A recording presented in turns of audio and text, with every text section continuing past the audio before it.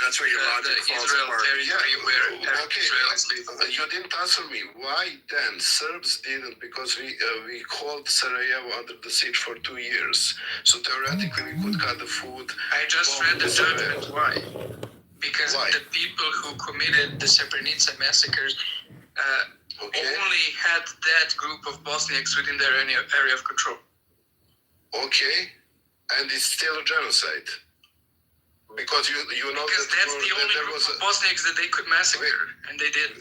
But the war comes in the Republika Srpska that they raping and killing that wasn't under Serbian control, so that doesn't count. What you saying? Well, what's going on here, Zeleny? So that's why the ruling was that. I don't know. I can read it for the third time. You don't need, because you don't listen what you're reading. You said. Especially, so even they were control of the area, but the Serbs controlled 74% of Bosnia at that time. You know that. So I don't know what the fuck you're talking about. You think that if the defense of Krstić should have hired you, and you would have defended him, and no, he should hire you because that it's not a genocide. No, I'm actually saying it's a genocide. You claiming it's not. Explain this to us, then we will not put in the text of the official judgment of the court. But you don't understand what the court wrote, Zeleny. Zeleny, you don't understand. They're making the case. They're making the case that doesn't matter. I have no idea what you're saying because I'm also talking, and when I talk, you're talking. You can talk. What people are saying. And that's why our talking does not lead to anything, because I don't hear anything that's being said. I still don't hear anything. When I'm talking, and I'm still talking, and I'm still not hearing. When you speak. Come on, guys. Come on. Can we be mature about this? Yeah, sure, but I'm asking you. You read it. That doesn't matter. That because the Serbs have the area of control. On that area was done the genocide. That doesn't saying that because they didn't do in other parts, that is not the genocide. Do you understand that? That is literally what it says. Okay, can I ask you a question? Do Serbians also debate this? Is there still some debate whether the Serbian genocide is a genocide? Yes. So is this just going to be debated for eternity and no one's ever going to settle it no matter how many opinions come out? We're going to find it. It's not going to be for eternity. It's not going to be an eternity in 50 years, right? 2 years are going to die off. It's a chronic population, and people are going to be denying these sorts of things.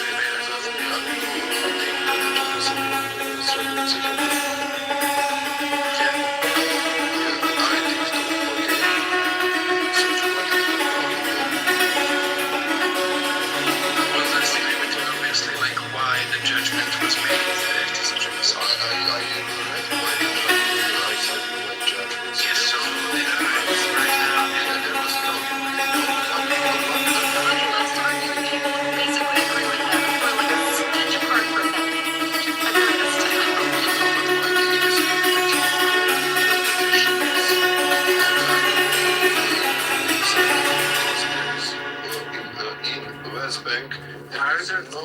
Genocide.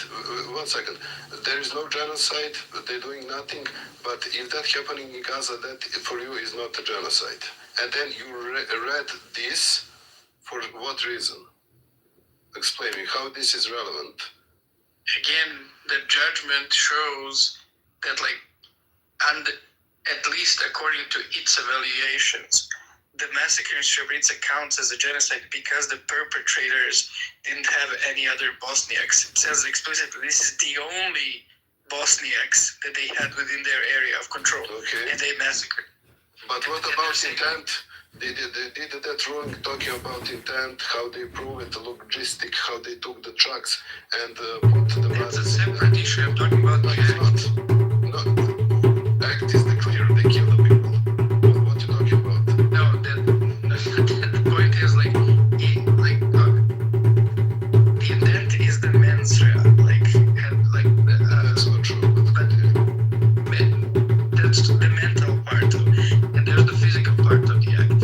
Okay. There's a discussion of how you call that physical part of the act. Okay, there is a 5 physical acts. We established that, and what intent it's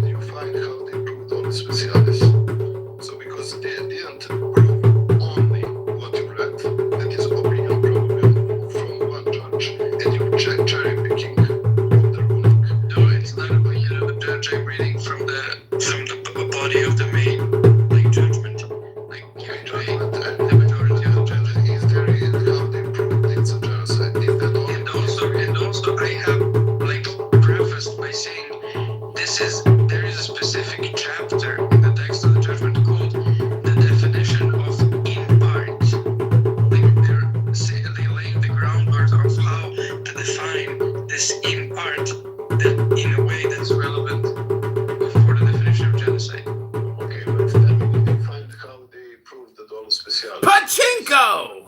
That's fine. Like that's a different topic. Prove the No, it's intent. the same I'm topic. saying like my point is how do you define the in group? Because like even if you were to show that like there is beyond any reasonable doubt there is an intent of like the Israeli like staff of their like army leader to destroy every single Gaza to one. Like if the definition of in parts doesn't fit that situation, is not going to be just. So like this debate of people disagreeing with me on this how the in part like is determined like is going to play a crucial role. Like even if all the intent is shown that they wanted to kill all the Gazans. So it can be Hello? done like Pachinko! Please Google. Are you understanding what I'm saying? Even No, I if they do understand. the worst possible Okay. act of, Okay. of killing every single Gazans, Okay. if I'm correct, Firmness in your faith. So you want them to be firm in what? In their faith about this whole situation. Faith in Christ. With a faith they already have. And they're Faith in supposed Christ, to, yeah. and they're supposed to be attacking what they're supposed to be achieving and aiming towards what? I think it's to What do you mean? achieve the mystery.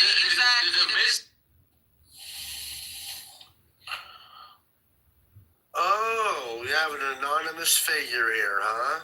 Is this Dede? Is this Jeremy? Oh, we're talking mad shit in here. It's bad. We're talking mad shit. Oh, Real bad shit here. This nigga crazy, folks. I am from Inglewood, Scud. Did you not just hear what I just So, said, folks? Risky Road. Sarah, Why you what's going say on, man? Risky Road? I don't be with none of I've you. been with TA for. West Bank. I'm saying he's saying it only affects Gaza, and because of the West Bank, it's not a genocide. I'm saying in the West Bank also, they're wiping them out. Were you the one that had me blocked for a while? Are you kidding? I think they're doing all that's five right. of them. Delani, let's read them. Let's read them. Nigga saying some off the wall shit. It's like, he got to be blocked. No way. Yes, causing serious bodily harm. I wasn't saying nothing. Yes. No way. That includes torture, rape, Really? violence, and they're not killing members of the group, of course I'm they are. probably wrong. It is what it is, man. Sometimes, I just say that shit to get a rise out of people. They're under a different set of laws. There's a reason why Zelensky is not So it makes for you to They literally are doing all five of them. Sometimes Can I ask do you something? think that when a school shooter or a church shooter who's a racist and goes and kills like seven black people, that they're committing a genocide? To ask that question means It's like a systematic multi-pronged effort. Like if you're counting any killing of a group based on their race, and like so that can be defined. We're And talking that's about showing the a group. systematic Can I finish a single Emma was about to say sentence? something. Like no, I don't know what you're saying. The point of the I was in intent the of middle the of a leadership, sentence. not I the don't know what soldier you're on the saying. ground. Can I still?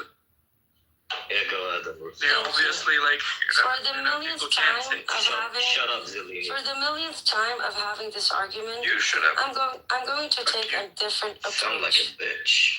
You shut up. No, you shut up. Okay, Are you talking about your mom? at some, Alright, come on, guys. I'm sorry, but this is insane. For the billionth time, none of you are experts on this. Why do you keep denying the fact that people who know better than you disagree with you? And multiple people, practically all of them. What on earth makes you think that you know better? This is insane. There are experts, organizations, institutions, but somehow you fucking idiots think you are God and that you can interpret this better than every other expert on earth who has. Excuse me, Emrose, but you're projecting, okay? You're making all or nothing statements, and what makes you such a subject matter expert? Hello? Put it like that, it does make me feel pretty confident.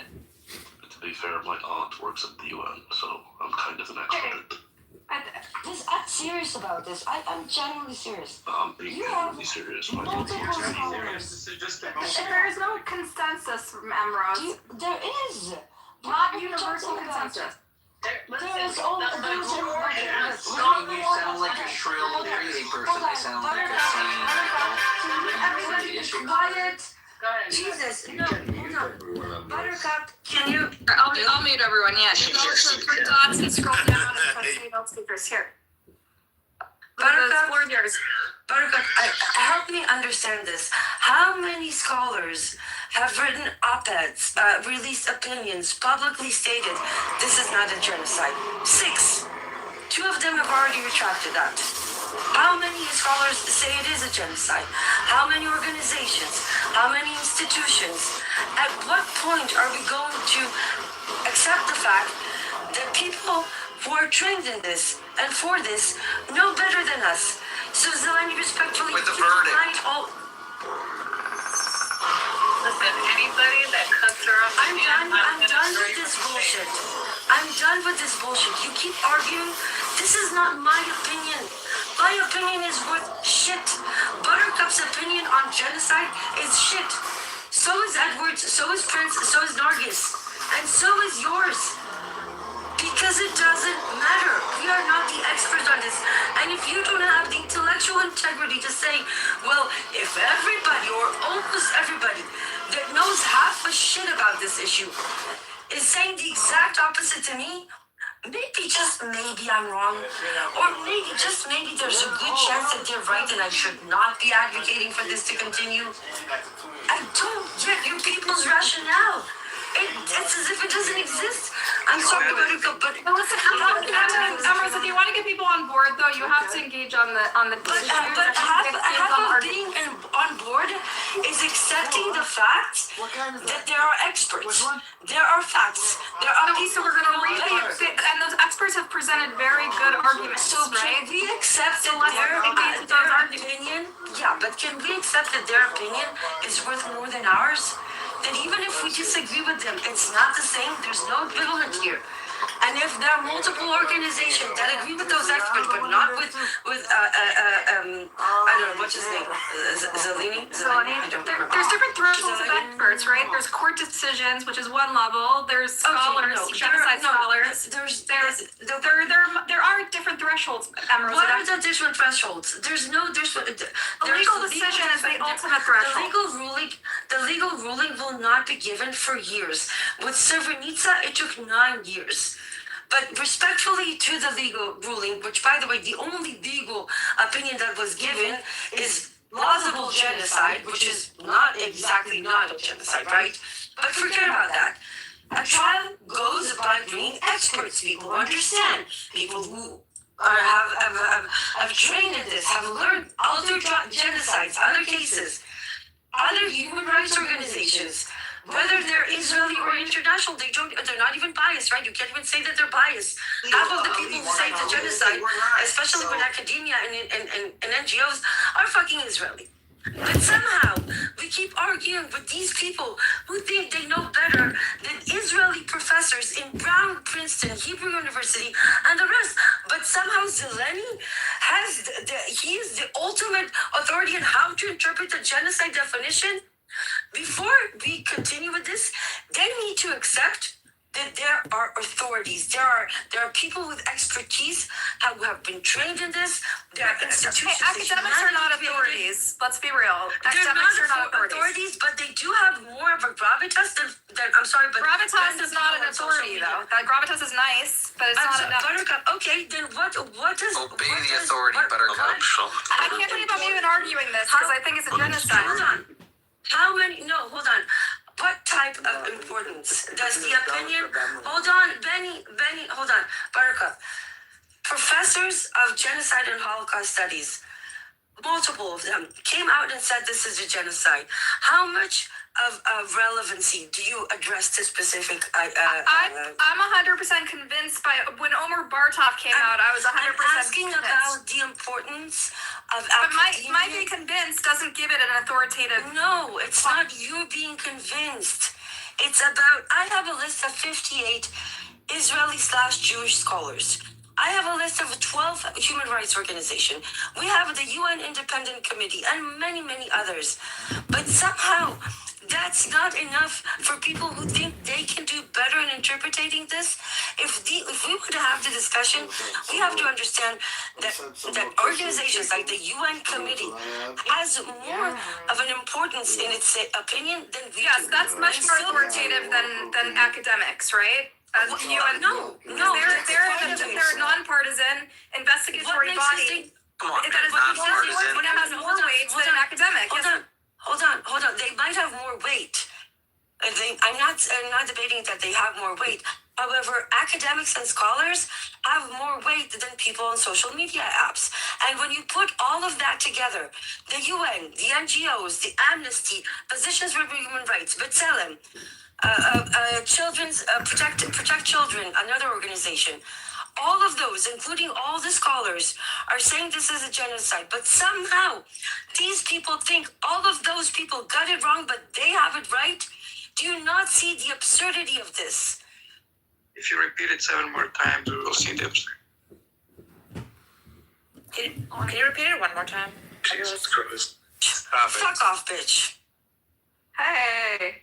I'm sorry, this is insane, Buttercup. We need to have an intellectual argument or discussion like adults. And that means that we do not cancel academics. We do not No one's canceling academics. No one is canceling. They are, because they think they are the equivalent of people who have studied these fields for their entirety of their career. Emerald, we were talking about. They're not. But Emerald, some people here are from countries that have experienced their own genocides, and their genocides are still being debated years later, right? And this is just something that exactly why happens. it's not Expertise up to right us. there. Which is exactly why, when there are multiple experts and like we are not. Like you and I draw from the Holocaust. Other people are drawing from the Bosnian. No, I don't. I draw from expert opinions. What I think and how I interpret it is irrelevant. I'm irrelevant to this, and so are you. Because we know shit about it. Listen, but they're trying to convince the public, the people on these randos on the app. Random on the app are the public that need to be convinced. So let's get them on board by engaging them. They need to start by acknowledging. They need to start by acknowledging that their ability to understand and interpret such a situation is far less than those of people like the rocket science. International law is not rocket science. It's not international law. So you're asking us to side with the academics and the scholars and the people who spent years and years and years and dedicated their lives to studying this matter when it comes to international law, but not when it comes to the Talmud? I don't know. Sorry, Benny, if you bring up the Talmud again, you're getting moved down. I'm so sick of this. I make Honey Adams point in a less cringy way that has nothing to do with Buttercup, I tried, but it's impossible. Like everybody here is a troll. I'm sorry, bro. Just be aggressively put people down if they're being. I don't want to be aggressive. Sorry, Benny's not coming back up. Benny's the audience. I want to understand why we are completely erasing the fact that these people respectfully, they can be extremely intelligent, they can be wonderful people, but if they think that their opinion is the equivalent of that of everything I've just mentioned 5,000 times, then I'm sorry, they're narcissists, and they need to get help. Well, it's because There's no intellectual integrity in saying my opinion is the equivalent or better than that of all the things that I mentioned. It is nothing but megalomania. You're kind of shutting down the Congo, Emerald, and I don't know why. I'm asking us to work within the norms. You're policing intellectual integrity. And if we think that respectfully Omar Bartrov's opinion is the equivalent of that of Zeleny or Mixed, then we're not being intellectually You're just rambling nonsense repeatedly on and on. Well, I mean, the issue is the same. Okay, this was a lot of fun, Buttercup, but these people are vile. The issue is that Not only are you... Okay, I'm going to say this, and you all are just going to have to deal with what I have to say now. Okay? How do I mute everyone? Go for it. Everyone's muted. Okay, thank you. So, I've spent the better part of the last 2.5 years having these conversations with multiple people. I came here because I couldn't take it anymore with the stupidity on X and the same arguments again and again. I was hoping to find some sort of fragment of hope of being able to have a conversation. I'm sorry, the level of intellectual integrity here is far lower than X. The level of ignorance is far higher than X. everybody here needs to do their homework, go listen to some X Spaces, learn something, and then come back, because this is insane. Emrose. We cannot argue the validity of international institutions and academia versus social media fucking accounts. It's not the same thing. Emrose, we live in an age of disinformation and partisanship, and so What can be people better than weigh. listening to experts? I agree. I like experts. They're great, but we do have to Don't weigh you think sources. that there's a problem with the supremacy notion that we know better than all of those? I think, Emrose, I think culturally, X might be a little bit more top down. This app is a little bit more free speech. It's a little bit more people engage with toughness topics. The concept of Mexed thinking that despite every other expert thinking differently than him, he's somehow right and all of us are wrong. Mexed is Do you not see the lack of agnostic. judgment? Mexed is agnostic. I don't care. Pick whoever you want. I don't know. Delaney is the only person who made this crazy claim that he knows it's not. It happens again and again on multiple issues. But this is the core of it. This is why I asked Daniel, what is a fact? What is a reliable source? What is trustworthy information? They are never able to give me the answer.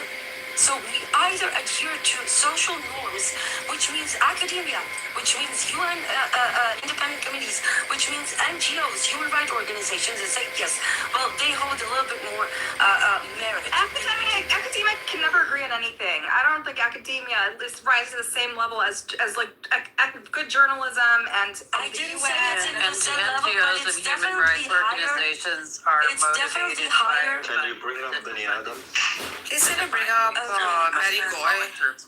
Buttercup, Can you bring up Matty Goy? I invited him. Okay, but can I speak, Buttercup? Thank you. yeah, Sultan, go, but don't be concise. No, I please. won't be. No, don't worry. Sorry. No, this I know you Sultan. so. I know he's so long. Sultan, like, He's been better lately. That's so really. you say. See, like the minute he starts, everyone starts Can I talking. say something? Sultan. No, let him go. Let him go. Let him go. Anyway, the reason that Sultan. the reason people have issues with these academic authorities is that the same ones frequently deny even more egregious and worse and more obvious crimes. And people assume falsely that they're neutral. A lot of them are politicized themselves. Bernard Lewis is considered one of the most preeminent historians in modern Middle Eastern history. Yet he denies Armenian genocide. He says it didn't exist and it didn't happen. There's another guy at my university. He's a famous Turkish historian. Denies the Circassian genocide. And most historians deny the Circassian genocide. The Yathrib genocide, 3 million people died. The majority academic consensus that, yeah, it's not a genocide. So, yeah, the whole, like, academic opinions don't really matter that much because they are non-neutral. Number two, a lot of the people that make claims that they're not genocides come from academic opinions. It's like, okay, you say that, okay, this organization, this institution says it is a genocide. Okay, I'll just pull the Israeli ones. Or I'll just pull the American ones, the Canadian ones, the French ones. Yeah, I declare. All the ones. I declare you retarded at the moment. But go ahead. Yeah, those ones will say that, yeah, this isn't a genocide. And in fact, that the fault is Hamas and it's all the Palestinians' fault. So, That is idiot. That is so retarded. that's a fact. I go to an American university, he's right. academics will tell me that it's Hamas. Benny. Pardon me, can you hear me? Listen to this. The International Associations of Genocide Scholars is an international organization that seeks to further research and teaching about the nature of the causes and consequences of genocide. This entire association has declared it to be a genocide.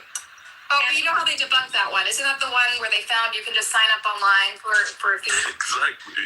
No. Hold on. Which one was it? Dude, they're all serious academics. Like, if you guys are like... It's different than the one that the Israelis will always... I just don't think we should use it because that's the one they could poke holes in, you know? We should Are you fucking kidding? Yeah, sure, but then even within academics, there's a very, like, regimental way of... Academics are annoying. You guys are so...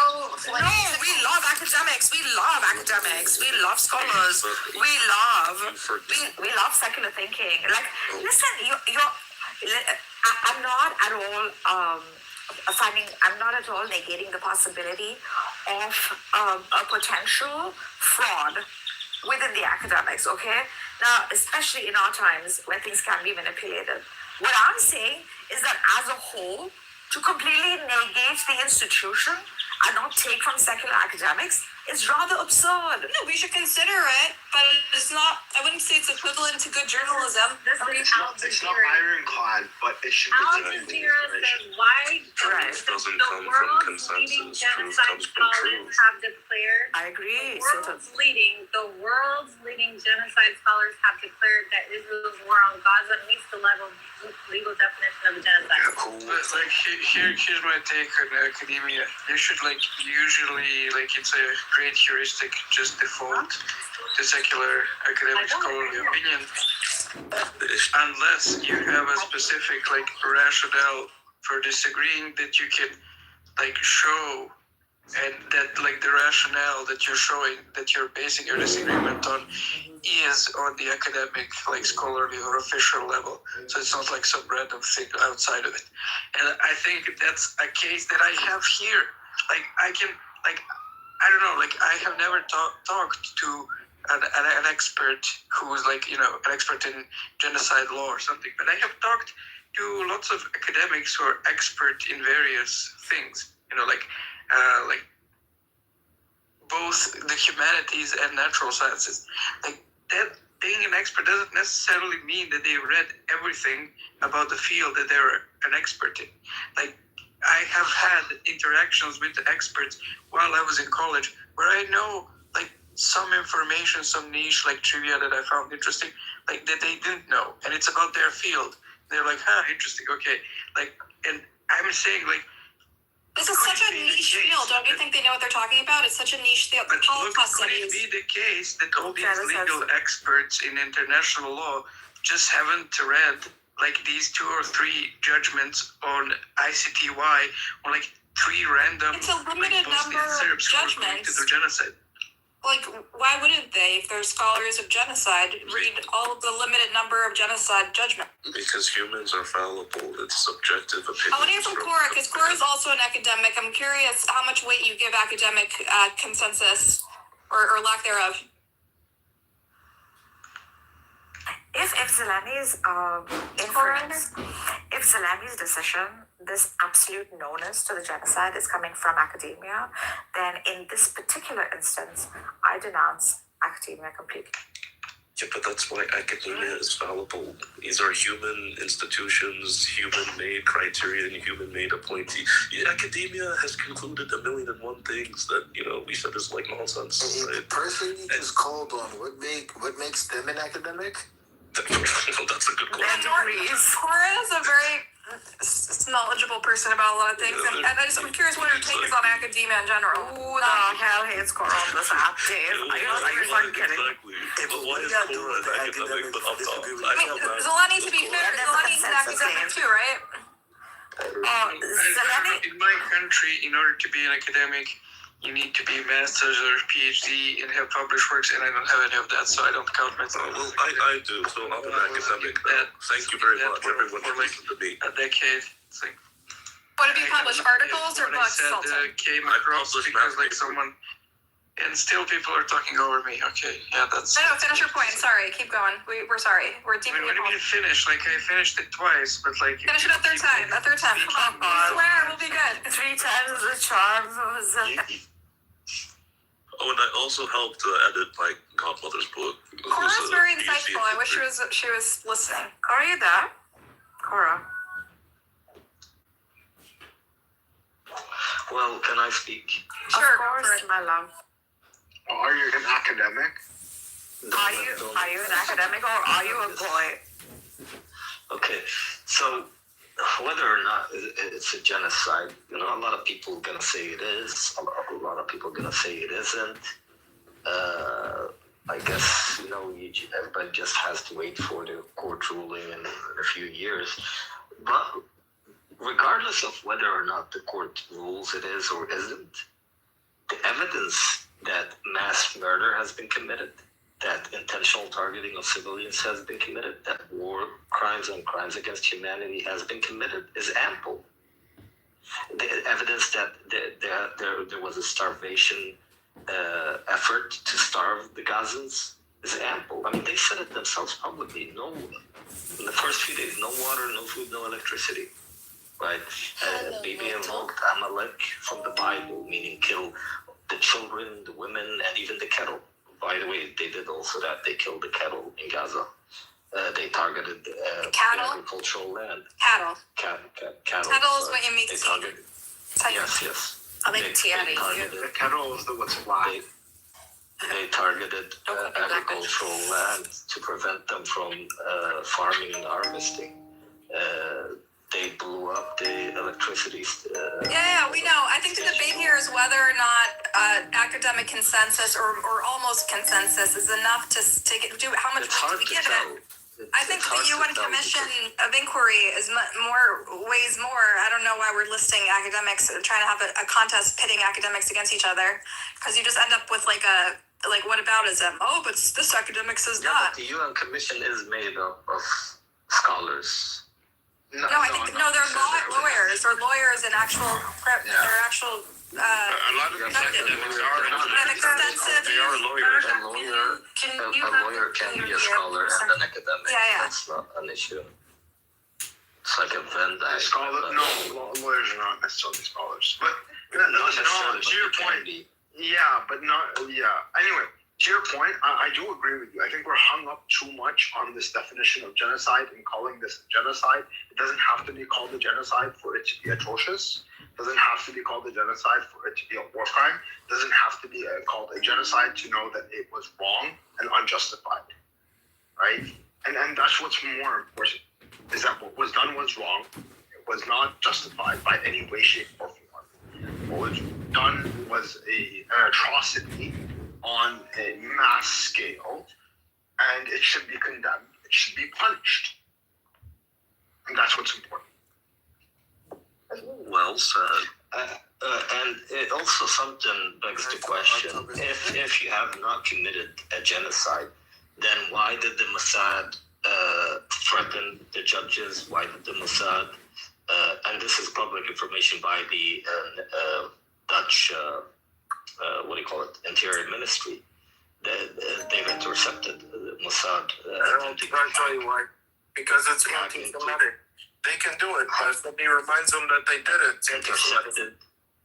Intercepted Mossad agents in the Netherlands, intercepted Mossad, the agency attempting to hack into their phones, and so they did hack into some of the judges' phones.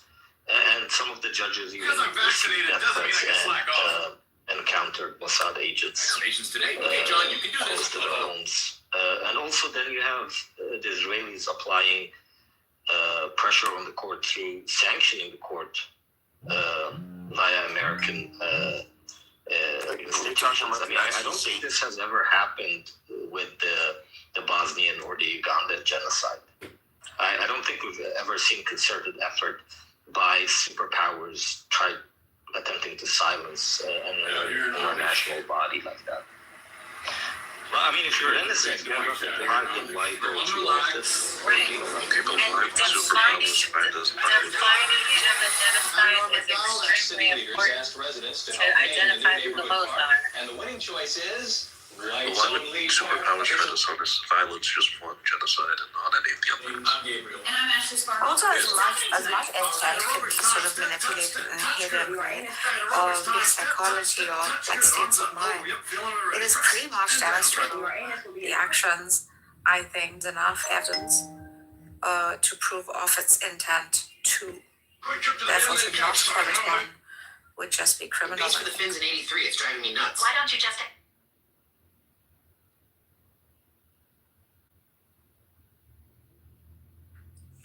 I think with the case in the ICJ, a lot of it is going to depend on setting the foundation, like building up it, and a lot of people, Zionists will say, everything started on October 7th. I think South Africa will they would try to prove, and I think they will successfully prove that this started before October 7th, based on, everything that was happening to Palestinians beforehand and building up to something like this. So it is more encompassing than, is there or is there not a genocide based on what's happening in Gaza. The background is just as important. The contextual background is just as important. You guys know anything about that ordeal in Iran where they burned the statue of Baal, and then the Jews got pissed off? Not the religious Jews that are actual Jews, but the ones that follow Baal. They said it's anti-Semitic. So I don't know how. the God of Abraham. Wait, did they really say that that's anti-Semitic? Oh yeah. When? How? I don't think that's not part of the Jewish. I saw the burning of the statue of Baal, but no way that they said that was anti-Semitic. Yes, they did. There was an Israeli flag next to the statue, so that's probably. Are you trolling or was there? Yes. Serious? Yes, there was. Oh, there was. Shut the fuck Okay, up. that actually makes more sense. Okay. Hold on. So they're intending to burn the flag? Our God is burned. They burned. The which I insinuation. mean they would do. The insinuation. I mean, isn't it? The insinuation is that's Baal. They worship Baal in Israel. Exactly. Yeah. Okay. Which I mean, I would agree with, but yeah. This Baal thing has been around for, since I was a child. By the way. It was been Around since the days of Joshua. No, what I'm saying is it wasn't because of Epstein. It was way before Epstein. This whole. Oh yeah. They've been worshiping Baal for at least 1,000 years. I mean, What the doesn't fuck is this vote? conversation? Nobody's worshipping Baal. What the hell is wrong with you? I mean, something. No, people do worship. They do. Yeah. Well, I'm not saying all Jewish people. Who? I don't know. People. I don't know. I mean, Baal is a good looking god. I mean, Edward worships IOGC and Baal. stuck for a lot. No Baal. But Baal. no RAGC either. Baal. Whoever has not voted yet. Volleyball. Is that BAAL? Yes, Baal. Yeah, Baal. It's actually Baal. Okay, yeah, Baal. Like If you guys are wondering about Baal, then just tell me It's you Baal. guys haven't read the Torah. It's actually outside of the vote on. It's in the rest of the Tanakh. But whoever has not voted in the votes is faint-hearted. So it's probably in the prophets. You might want to vote. It is in the prophets. Can you stop being anti-Semitic in a room that is hosted by a Jew? What did he say? What did he say? How are we being anti-Semitic? Wait, what did he say? What did he say? What did he say? I swear to God. No one said anything. No one's saying anything anti-Semitic. Chill out. What did you say? Come on, spit it out. I'll tell you exactly. In Iran, the statue of Baal, whatever, was burnt down because there was some kind of Israeli flag next to it, right? So obviously the country has issues with Israel. So this is what came up, and someone Sheikh brought it up as a troll point, and we just spoke about Baal as a god. And bros, you don't have to be so sensitive about it, bro. Nothing about this was anti-Semitic, really. To be honest. Where was the Israeli I don't think flag? she's here I'm watching the video now. Yeah, she left. There's no Israeli flag. Dude, why should I get so upset over this?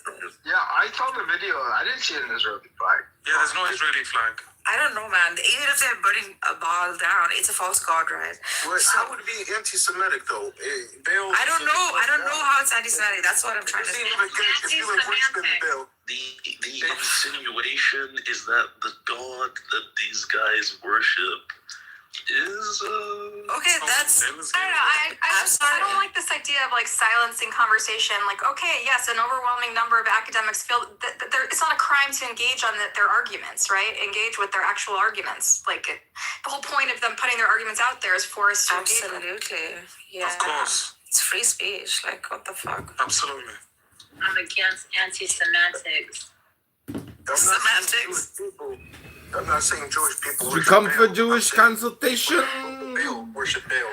Because there's no place in the Torah where it says Listen, go worship Baal. if that's see how idiotic this whole ideology is, right? Like an upstate New Yorker with a flat A, Baal. It's bad. Bad. You know what? You butchered it so bad. You sound like you're about to vomit. It's like, Just make the goat noise. It's exactly the same. Maybe it's my Yiddish accent. Anyway, can we go back to the topic? Think about it. That would be like a slap at the eye to the Christian, to the Muslim. Oh, okay, fine, whatever. It's not anti-Semitic. That's what I'm trying to say. Here's the crazy part. This is this wild character is ancient Canaanite. So this could circle around, and we Palestinians end up being blamed for asking It is all your fault. They were chanting death to Israel while they were burning the statue. Who do you think it was directed?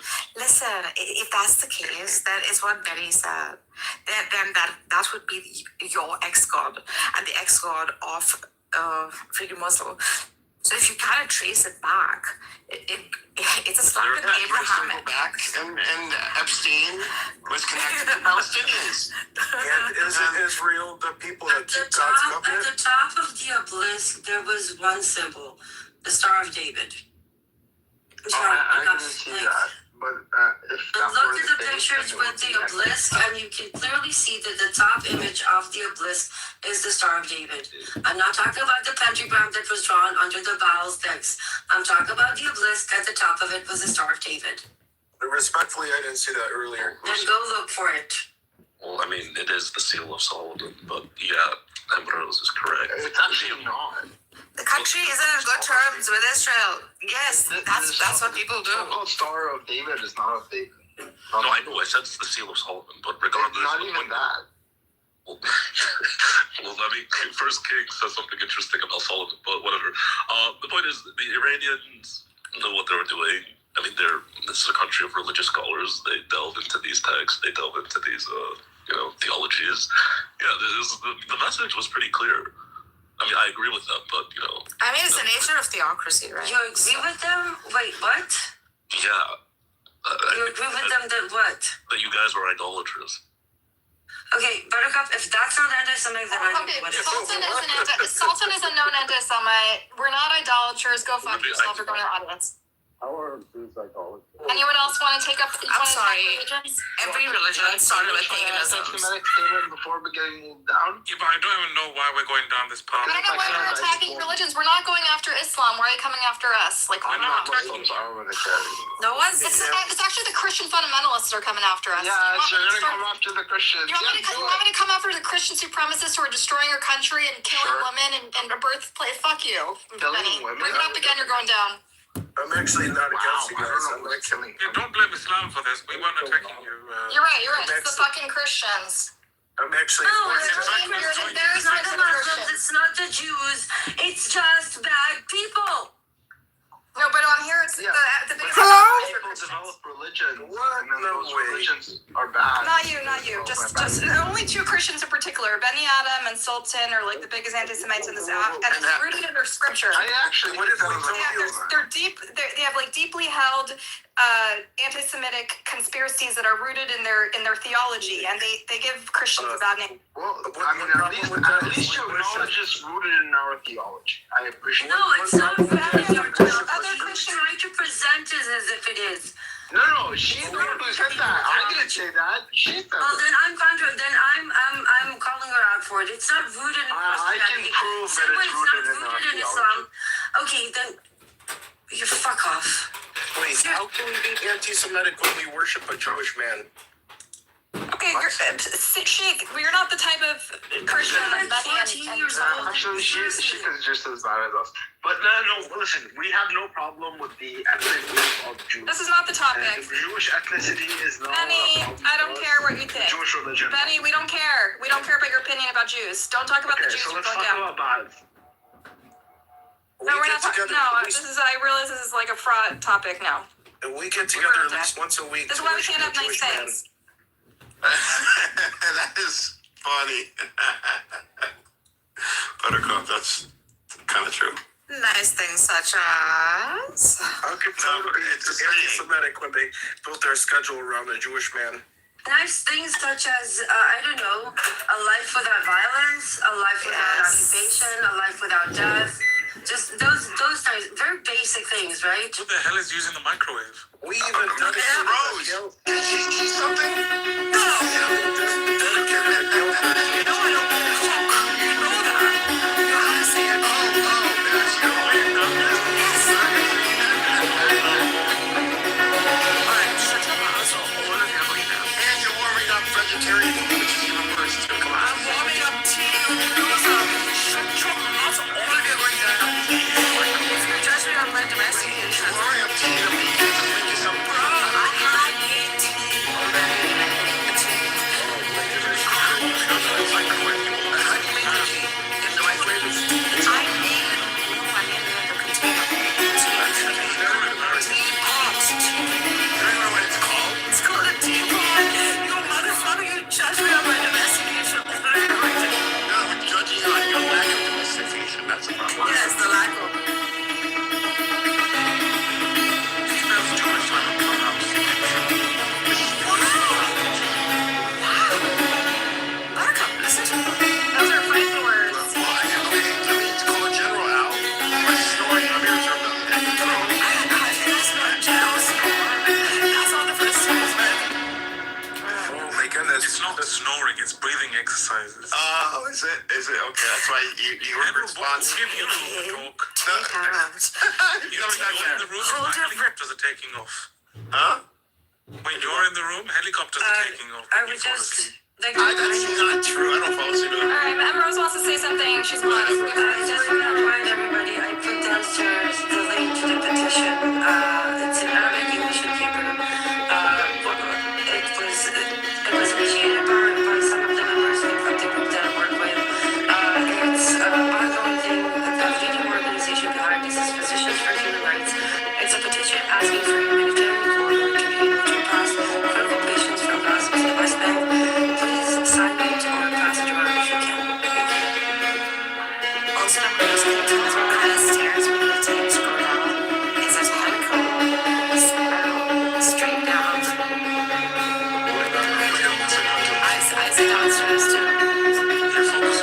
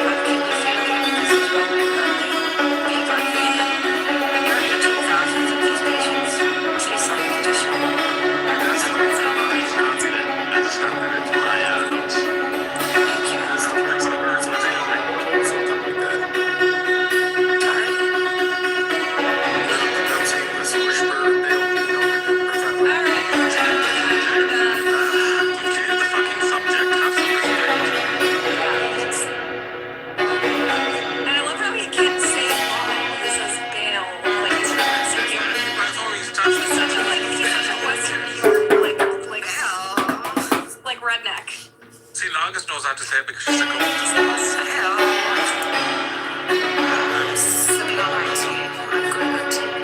I would say Baal. That's Baal. I'm sorry, Edward, you might not. You attempt greatly at your language.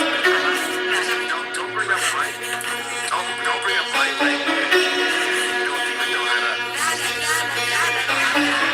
you can't cook the foods in my culture, so you can't bring up my language. So, Butter, I want to share something. Cook the foods in your own culture. I'll share it back up. Hold on. So, na'ana is the word for mint. Okay? Yeah. Edward. Oh my God, you say it with a British accent. So, Edward says nana. I do not say it that way. That's not how I say it. I call my grandmother Nana. Nana, not Nana. No, that's what they're exaggerating. Nana. Like, In who Hebrew started it's it? Nana, but in Arabic you say Nana or something. Or Farsi is Nana. Nana. See? No. they say it with an ayin, right? Yes. Nana. What is the prince? Who's a faggot? Who's a faggot? I'm just checking. Can you guys hear me? That's how you check? I can barely hear you. Go ahead. You know that some people go mic check 1, 2, 3. Exactly. He's a faggot. It's all I get. Go up, please. What do you have to say, Prince? No, I'm just wondering, is my voice clear? No, it's very low. Okay. Brother, why can you never have like a good working microphone? Like, what is the problem? I don't know. Like, we have Apple stores all over the country. He won't spend the money on. No, this thing. Jason Biabala. Just like Nargis won't spend the money on cooking classes. This is horrid. I'm being truly judged.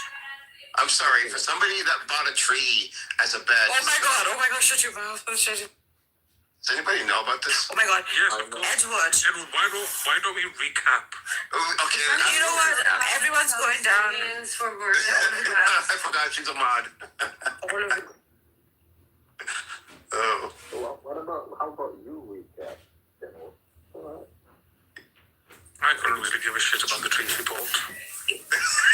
It was 2 trees. No, I'm not even kidding at this moment. How offended I feel Sorry, my apologies. about my choices I for a don't give a bed shit about the $15,000 tree she bought. and the pleasures I have on my bed in the form of a tree. So, cock up. Okay, you had branches sticking you in places. Yes, it was badly designed. I returned it. All right, guys, you want to talk about politics? Yes, Donald queen. Trump. Sure. Yes, queen. You want to pivot? Go ahead. Donald Trump and his bromance with Netanyahu continues. He just said out loud after a meeting with Netanyahu about Iran, he goes, by the way, it's really fucked up that Herzog won't, like, the president won't give him a pardon, which just shows how compromised, like, if the discussions about Iran and whether to go in there or do a deal or whatever involve or is conditional or he's bribing him with some sort of pardon pressure, that's like really fucked up. No, like it seems like he's compromised. Yeah, but Basika, why are the checks and balances not kicking in? What checks? Like no one seems. Yeah, why? Anyone, there's no one who. No, but see, this is a problem. As in, you have a system. There's no one in Trump's ear that's saying, "Don't say that." No, but there's a system in place in the United States, Congress and so on, that is supposed to be ensuring, and you have people within certain positions like oversight committees that should be keeping this fucking orange orangutan in check. But not a single person is actually saying anything. This goes back to the Biden administration. He was obviously severely compromised. He couldn't do his job, but no one stepped up. All right. We know, Mr. MAGA over here. I'm not MAGA. So listen, but General. Why do you take offense to Biden, and but you don't take offense to Trump? I know, I'm just joking. Biden was fucked up. It's the same. It's the same. They shouldn't have lied to us about Biden. But General, I want to point out that there are checks that are holding. Like if you go to the New York Times, there's like a whole landing page for like documenting 600 lawsuits that are moving through the system. Many of Trump's laws are getting either frozen or shut down or in an injunction, or they're just sort of stalled indefinitely. But like on everything from the environment to immigration to Muslim ban, right? Or like, so I think you guys should check it out because it gave me a little bit of hope that the vast majority, many of these cases are either successful or at least stalling some of these policies. Thank you. Can you explain to us, Buttercup, what happened with Biden and why he wasn't removed from power when he was we know that. clearly not competent? So, yes, the Democrats fucked up. It was a winnable election. Democrats? Wait, why is it Democrats? If we have checks and balances, they're not partisan. The checks and balances that are built into our system are not partisan. If a president is compromised, then the vice president is supposed to take over. The Speaker of the House is supposed to call it. Vice president is supposed to take over. And until the next election. I mean, it's possible there's a degree of denial, right, Edward? Like if you're sitting there and you really believe in the guy and you have yes people around you, it makes sense that there's a delay before they're willing to admit that he was. Or now you've seen it happen in the Democrats and the Republicans. Maybe the checks and balances aren't being used at all, and they have been discarded. What checks are we talking about? I was talking about legal checks, right? We have court systems that are able to challenge a lot of Trump's policies that are the most sinister of his policies, right? Could Edward please tell us who he voted for, just in case? I voted for somebody that could cook. How's that? Hey, Edward, do you have any regrets about voting for Trump? Any? I mean, no. I can't have regrets because I don't know how Harry's going to do. Regrets, I have a few. No, because you have to understand his reason for voting was Tax breaks. Palestine. Tax breaks. No, And tax breaks, Edward. No. Economy. No, it was not for tax breaks. Yeah, you told us there was Palestine and the You wanted to see your as a stock position. portfolio go up. That's it. Yeah, but do you regret now voting for him? As in, he's not really been any different. He's maybe been thinking. Extremely cruel to Muslims in this country. He's been rounding them up. Yeah. No, I voted for him specifically for Gaza. Yeah, but he's rounding up Muslims here in this country. You should vote based on our country's interests. No, I vote for Here, whatever I want. American citizens are getting persecuted. No. If there's millions of one-issue voters. Why pick out the Palestinian that's a one-issue I know, my voter? mom also, I say the same thing to her. She voted for Trump also on Israel. She was so embarrassed. We asked her who she voted for, and she was like, why is everyone asked? Why, in my day, we never asked people who you vote for. That's right. That's right. And then we're like all screaming at her. We're like, Sweet. you voted against our country's interests because you think he's going to be good for Israel. I don't know, fucking moron. I was really pissed about that. So it's the same thing. You vote your domestic leaders based on how it's going to serve your people, including Muslims that live here and are citizens and have rights. I've seen when she was campaigning how she treated Muslims. That was enough for me.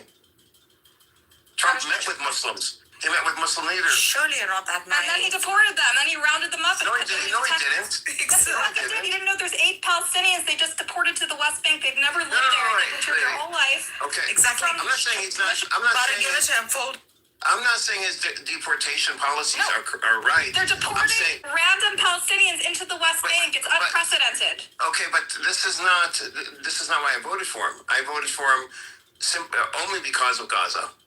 Because no one else in America was standing up, and we had Anthony Blinken, who literally lied, and was even though there was evidence that Israel was using American weaponry against American law, and he lied about it. I think there's a lawsuit on him now for it. He was a Secretary of State. So how do you think people are going to vote that are Palestinian? Are they going to trust the American system when America is literally giving the weapons to commit a genocide of their people? Do you think this is going to be like... How does it feel? Guess what? How does it feel that my super rabid Zionist mom voted the same as you, Edward, because she thought it would serve Israel's interest? Candidate that was openly No, we're only a two-party system. There's a third and fourth. candidate. Yeah, but third candidates never win. It's only two parties. Okay, but why didn't you vote for her? Because the third candidate wouldn't have mattered. It's only it's a two-party system we have here. It's designed that way. That would have made more of a statement if more people voted, even for the most unlikely candidate, but just making the right thing. Well, okay, they did, Rose, and this is how Trump was able to, get elected, because all those people, all the Democrats who did not want to vote for Harris, voted for the third-party candidate. Yeah, they're called spoiler candidates because when there's a very thin margin, they end up spoiling the election. But isn't she the only one that openly spoke against Zionism and the genocide? Yeah, but she's so. No. Third parties don't really have. Jill Stein, right? Yeah, Jill Stein. But third party candidates can't win. So when you vote for them, it's just spoiling the election for the bigger party. So third party Not necessarily. I don't think so. I think it can be a statement vote. You guys are coming at it from a parliamentary The government. Democrats have lost elections because of spoiler candidates. On multiple occasions. The last time was when Ross Perot ran and Al Gore lost. Famously, yeah. So in New Jersey, so they had it was which I like. What's her name? Miela, or I forgot her name. She is running for Congress. She's now the Democratic candidate for the district in New Jersey for the Congress position. She went up against the incumbent and an AIPAC sponsored person, and again they were all asked, do you consider what happened in Gaza a genocide? Raise your hand if you do. And she was the only one that did, and now she is a candidate for the Democratic Party, and she's a what do you call those, Buttercup? It's one of your people. A Jew? No, political people. Political. Political people? What do you mean? Democrats? Like the liberal, the lefty, progressive. Progressive. There you go. Social Progressive. Socialist. Leftist. She's a progressive, and she's and she destroyed the other candidates. So, there is a change happening politically in the U.S. I want you, Edward, look at the article in the chat. Basically, it's the harrowing story of 8 Palestinians that were just literally scooped up in. Why the hell are they so happy? And just dumped them without knowing anybody. But they dumped them in the West Bank. They were freezing. They were wearing pajamas from being detained. And then a random guy took them in and fed them. They literally had no one there. Most of them didn't grow up in the West Bank. They grew up in Michigan. They're from Michigan. Apparently, according to, I think there was a report that some of these people, Palestinians that were deported, an Israeli billionaire deported them on his jet. Yeah, I saw that. It's in the article. Yeah. Bloody hell. It's very bizarre. Did you hear It's very extra. It's not normal. There's no checks on that. Terribly absurd. It's truly lost, as in if there's no checks and balances, really. Did you hear that 2 Palestinian 48 had their citizenship revoked and they were exiled to Palestinian territory? Yeah. Because we've started ethnically cleansing Palestinian 48 too. Yeah. What did they do? Did they do anything? How much? They were given payments by the PLO after they were incarcerated and sentenced by Israel. But the PLO is not a terrorist organization. Nope. The Israeli government tries to claim they are. No, they're also, the Israeli government is... It doesn't matter, Edward. The point is that if you think about it, and it's not that poverty haven't been ethnically cleansed since before the Nakba, but for a state like Israel to actively revoke a native's citizenship is I think they're trying to send a message. Anybody to call it a democracy. Yeah, it's bizarre. They're also trying, I think, in my opinion, to send a message to the Jewish population who are thinking about, questioning the current government. No, not exactly. Can someone get Benny Adam up? He's trying to come up. Who just slurped? Who was slurping? I did. Okay, Benny, if you bring up ball one more time, you're going down for good. You're getting kicked out. Okay. Can I say, did you guys hear about Israel? Rose, did you hear about Israel? They're in the process of putting Qatar on their hostile nations list. It's so much more complicated than that, but it's also not important. It's just a publicity stunt. Why do you think it's not important? I think because it's much more complicated than that. A former state Navy made about Qatar not being an enemy state, and how does that connect it to Qatar Gate and the charges against treason versus just some rogue employees. But it's more of a political internal thing. Okay. Interesting. Cora, are you on the phone or are you just having spam calls? Cora? I had a legit call, but I've been done for a while. Okay, we still have the phone. We wanted to ask you earlier, you were listening, but we were talking about how much, an overwhelming number of Holocaust scholars have weighed in and presented convincing arguments that it's a genocide in Gaza, and we were sort of debating how much weight to give it's not like total consensus in academia, but like large consensus in academia that it's a genocide. Like as an academic, we were hoping you could weigh in on that. Buttercup, I'm actually gonna challenge that statistic. Okay, we're not talking to you yet. You go next. Cora's first. It was only 1/4 of genocide scholars. Well, if you were not going to right now. Cora, honey, go. I would say first of all, You burp. I know. I'm eating queso. I'm sorry. You burp, I slurp. Two motherfuckers. I know. We can do what we want. This is really female We're gonna power. clear the room really quickly though. We get what we want, when we want, how we want. Hey, the nice thing you're gonna hear is somebody let it rip. I would say that if you only focus on scholars of genocides and holocausts, you're not getting the full picture, because scholars of genocide and holocaust have a vested interest in the existence of genocide and holocaust in order to continue their research. Oh, Yeah. burn. That's a good point. So I would say What's that up? you have to I sound paranoid, but like, are we being set up? Are we being set up? You might be being set up. Sucker. I almost got set up. Like, I'm so glad I'm a different person than what I was. But I think they tried to set me up at this bar. Yeah, people I really are do. people. What? You know, people always. And I have witnesses. My brother was there the entire time. It was the weirdest shit.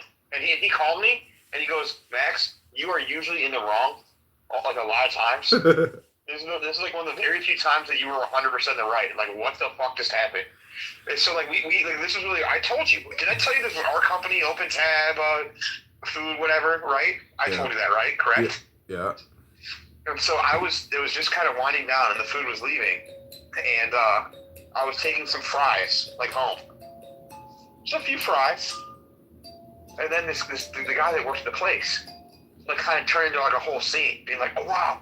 Whoa, what did you just do? Oh, that's unsanitary. This is a really big deal. We're gonna have to kick you out. Like out of nowhere. My brother was there. And I'm just like, what the fuck is going on? And like, instead of arguing, I literally like, you know what? Here are the fries. I don't give a shit. I was leaving anyways. Like, you know, like, the fries had been there for 30 fucking minutes and they were getting warm. It's actually the opposite. I thought I was like doing a good thing. But like, you know, so you throw them away, like, what the fuck? We paid for them. But so I wasn't like mean like that. I leave. My brothers call me to come back. I come back, and then immediately they start kicking me out. And I'm like, I don't want to cause a scene. At the same time, it's just so ridiculous. I'm like, this is over French fries. And then this like small Mexican guy that's like 5'5" puts his hands on me and tries to like actually make a fucking scene. And I quickly reverse it, which I have every fucking right to do. And I tell him I'm gonna beat the fucking shit out of him. And then he immediately pulls a Terry Newsom and pretends to be a victim. He's like, he's gonna beat me up. He's gonna beat me up. I'm like, you're fucking security. What the fuck planet are we on? Like, what the fuck? And there's so many witnesses. He tried to tackle me. I have every right to be like, get the fuck off me. I'll beat the fucking shit out of you. You fucking midget. But no, it was wild, dude. And I got out of there quickly because I really felt like it was a setup. So they were trying to get me arrested. Bro, you're a target. You're a target. I've talked to my brothers and stuff. Like, it's all good now. And apparently, like the question is like, basically, were these like two rogue employees, or was it I at a River North bar and I have a target on my back for all this politics stuff? Nah, you're being paranoid. I could be. You're right. Yeah. Because if you put on like. If you grew a beard and had glasses and wore a hat, do you know most people can't even... You're unrecognizable. So, you're just being paranoid. You're right. Well, I'm saying, no, they knew our company was... They knew I was going to be there. The company was going to be there. It doesn't matter, dude. You know, the whole thing is... the whole thing is just avoid fights at all possible costs, because... I did. Yeah. Basically, if you just keep your mouth shut, you'll never, ever have a physical altercation. It's only when Not you true. open... Not true. In terms of like going in and out of restaurants or nightclubs, it's people who open their mouths. I don't go to restaurants and nightclubs, and this is an example of why. It's because I'm the type of guy that gets in fights just because of how I live. No, you get in fights because you're hyperverbal and annoying. Yeah, exactly. People can't take it. They want to fight you. They're like, "Fuck this motherfucker." I could tell. I'll just fight him. That's why it might not be political, and they're just like, I just want to fucking read him and beat the shit out of this guy. Dude, people hate their lives, man, and you give them a reason. Give them grace and honors, and they'll treat you like a king. But like, if you try to like, you know, demean somebody or like, you know for a fact that I intentionally try to demean people that I think are garbage. And that's a problem. Yeah, that's the thing. That leads to fights. There's a lot of illegal aliens. But that didn't happen tonight. Tonight was fucking wild. I actually was like, I could have escalated it and I didn't. You know, the only thing I did was the whole like I'll be, but that was literally like after out of nowhere, this random guy, another employee, put his like hands on me. Like that was wild. well, what's worse, getting in a little scuffle or finding out your favorite restaurant's been like putting dog shit in your food or something? You know? No, it's not a big deal. No, I'm just more. I'm just paranoid because that's why I got arrested last time. Was at a restaurant like this. Uh-huh. And so I was just wondering. I'm like, were they trying to set me up and get me arrested? Because you're right. Like that's probably not the case. But working backwards, that would be a very easy thing to do. It really would be. To just like, because like if you're working backwards, if you like, you really could find a reason to be like, hey, this customer was being unruly. Well, and then getting him arrested and then egging him on. Like I think I handled it well because I really think they were trying to fucking fuck like that. That's the paranoia in me. I could be wrong. Well, if you do, that could be possible. You know, if you reverse engineer everything, guess where it takes you? Impossibility. You're right. Like if you reverse engineer, like what's the probability that you went to Dunkin' Donuts today? Well, it's a simple answer. If you reverse engineer everything, where does it get you? Infinity. Yeah, basically, which is now though. Meaning that the now is all important. So 100%. You know, it's just. Did you end up going out tonight, or you stayed in? No, I'm just chilling at home. Yeah. Nice, but let me know. So basically, Joe Severino is going to come to the Laura Fine event, and then Rocio is going to the Cat event, and I'll be at both. And like one's at like 9:30, one's at 10:30, and then the Cat event's at 3:30. And if you can come, that'd be great because like we need someone to film. Got it. But, all right. Well, I'll talk to you tomorrow. I'll see where I'm at. Let me know because I might be able to pick you up. Okay. Yeah, I will. Let's chat mañana. I mean, I got a lot of shit I gotta do. I might not be able to, Well, if you want to come over here and pick up a phone, you could just film with one of my phones if you want to be a journalist for John Kitover News Incorporated. No, because the second one is going to be dicey because of Shabbos. I might not be able to make the second Edison thing. Oh, I see. And by the way, so what's your exact Jewish claim again? So your dad's 100% Jewish, and then your mom has no Jewish whatsoever, or like a little, maybe a little? No, I don't think any because my aunt sent me. No, I got the book on our family tree, and they come from England under the name Farley. Well, I mean, so there's this awesome event. So I'm kind of a controversial Jew. Where I think it should be patrilineal. Mm-hmm. So I consider you Jewish. Well, I'm advocating for a patrilineal Jewish state exclusive for patrilineals. We do not want matrilineals in our Jewish state. I agree. So like regardless, not everyone agrees with that, and my rabbi doesn't 100% agree with that. But he's the one that's having that event in a couple weeks. I think you still should go to it. He's doing 60. He's turning 60, and he's having 60 people do tefillin. Daniel Biss will be there. So basically, they're having one for the community, and you can come to that too. And they're having one for like basically people that have inspired his life or like are noteworthy in some kind of way, like a Daniel Biss. Mm-hmm. And he's getting a bit aren't necessarily religious and having them do tefillin. And his kids, who are like my mentees, are having trouble getting 60, and like they wouldn't even count you as one of the 60. But like maybe I would still want you to come, but we'd have to get 61. Well, let me know. Would you be interested because you have the tefillin? I mean, they would provide it for you, but you should bring your own. They'd be sick. I got this book. It'd be a lot of fun. When I was in Israel last time, I was at Tel Aviv Beach at the Dan Hotel, and they got one of those little boxes, grab a book, leave a book. Yeah. So I grabbed a book called 9 Talmudic Readings. Yeah. It was the most boring book I've ever read in Israel.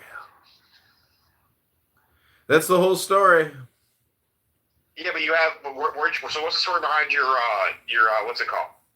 My what? Your you fucking know. Don't be bullshitting me, man. I don't know what you're talking about. Yes, you do. Am I a fucking mind reader over here? You sent the text of it today. I do it every day. I do this thing every fucking day. I dog it. What do I do? I do tefillin. Mazel tov. Well, I know. No. I'm saying, what's the story behind your tefillin? What do you mean? What is the story? I went on eBay and I bought some tefillin. I got started. The story behind mine is I bought mine in Israel. for like 250, or I forgot the exact because of the the currency exchange. Yeah. And so actually, how much I paid depends on the fucking day because it was a currency exchange. But I bought it in like the religious area of Tel Aviv, the only religious area in Tel Aviv. But it was very cool. But you bought yours on eBay? Like when, where? On eBay, I bought 3 sets, and I also run a. I don't know if you know this, but I have a Teflon pawn shop. I would be. You should have told me this. I would have been a customer. It's specifically, we specialize specifically in used Teflon. Wow. And if it falls out of kosher status, we put it back into kosher status to resell pre-kosherized. Well, that's not a thing, but like I know people that do the testing if you need connections, but do you know? You do you. You know. Do you know what the I support you, John. You know how the black cube is like a symbol. No, the scroll can't be damaged. The black cube can be damaged. Well, what do you think the difference is between a ball and a cube? There's a lot of math. It's math. It's a bunch of mathematical differences that are very cool. Yeah. Very cool. Very fascinating. Do you know? It's the difference between angles, basically. Do you know what the zimzum is? Yeah, of course. What is it? Explain it to me. It's the radius of a black circle, which is like one line of light, which is, I just think, hermetic, like above, below, below, and above. That's what the zimzum is. It's mercury, basically, or alchemy, to basically, it's gnosis, that's what it is. It's omniscience, infinity.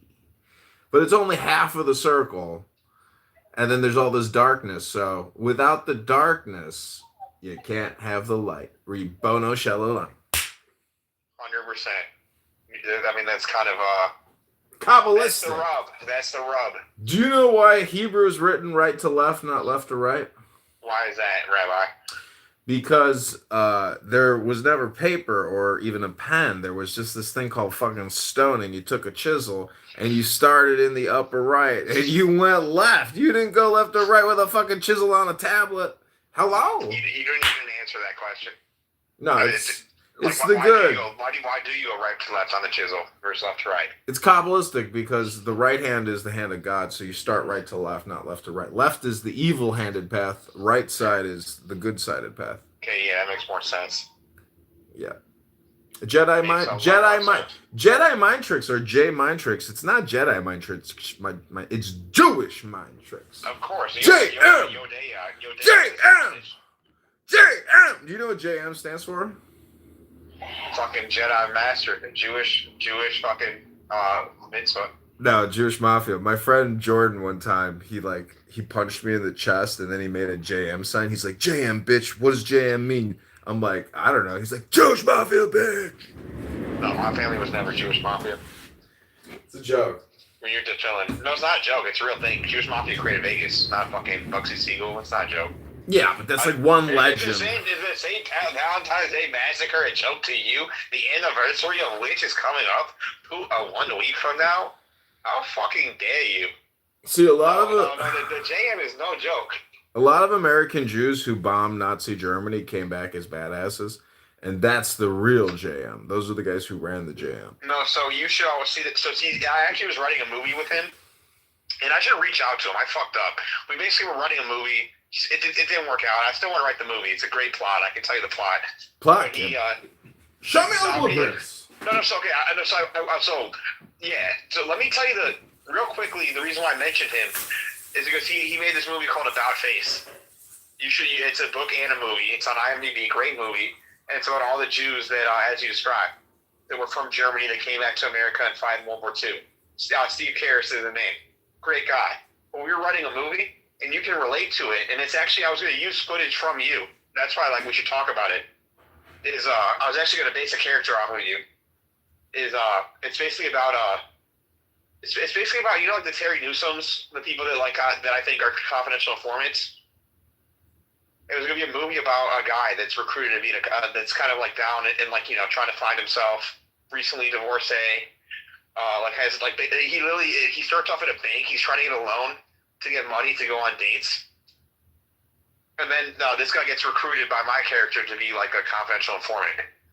And he kind of becomes like the guardian angel of some like what's the word of like newer to wells? Have you ever heard that phrase before? John? John, have you heard that shit before? John? Hello? John? Yeah. Have you ever heard that phrase, newer to well? Newer Duell?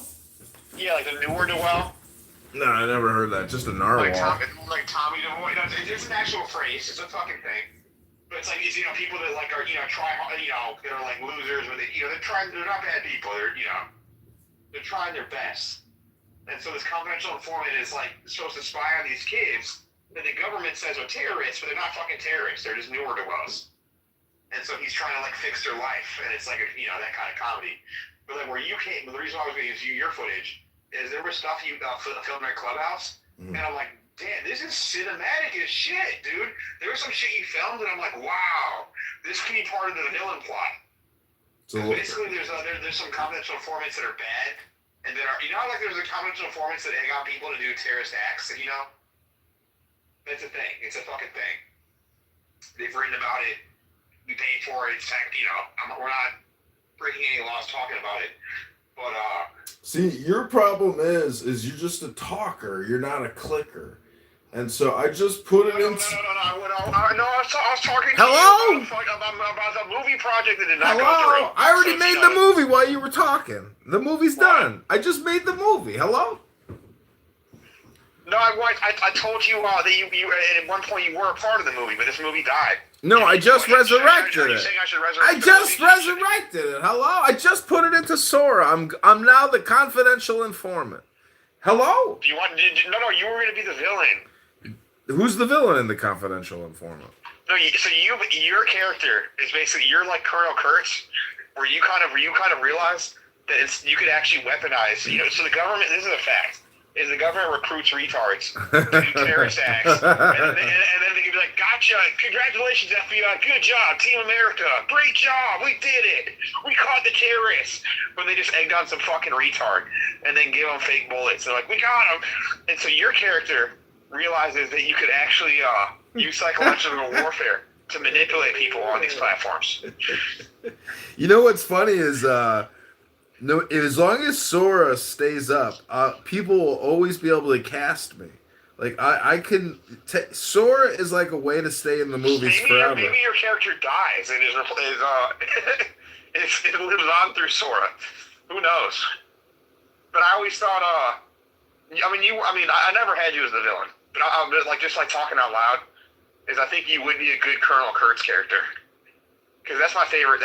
He's not a villain, dude. He's a hero. I think your philosophy can be told through film. So maybe I should stop fucking talking. No, you should cast yourself on Sora. That's what I keep telling people. You should do it, bro. You would be so funny on Sora. Oh my god. You see, the whole thing is it's like clout chasing.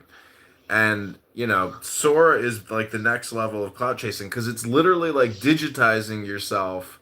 It's like making yourself into a 3D projection.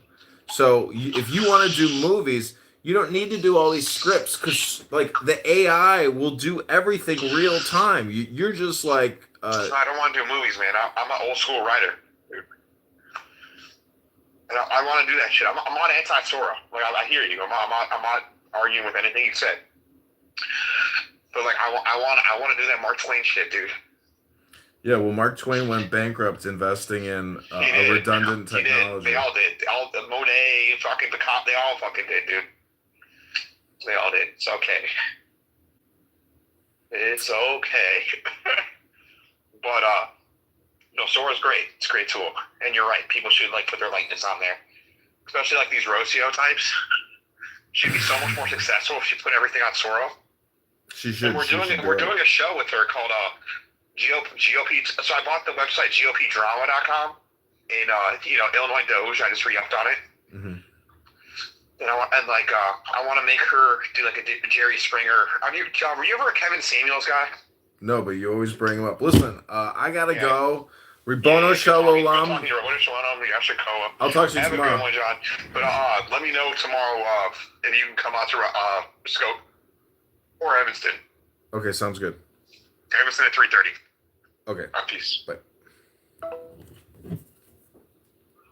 Who said that you have to have institutional and academic integrity, but not when it comes to. Why are you always talking while I'm talking? There's no representation of definitely not though on the stage. I'll have to turn them on. Okay, Stella, go ahead. Sorry, Sella. Okay, so basically, guys, when you're modding with the Powerpuff Girl, you gotta know what the assignment is.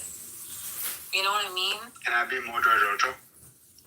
And the thing is, like, even if one of us differs, Jojo. we allow for that difference simply because eventually we know that we're objective thinkers. No, you're not. So, you go, very good. I mean, No, it was Sultan that was it. Well, I was interrupting you as well, but he was the one. actually, I deserve it every single time Sultan speaks. I interrupt. Sultan's more about Powerpuff Girls than all of you.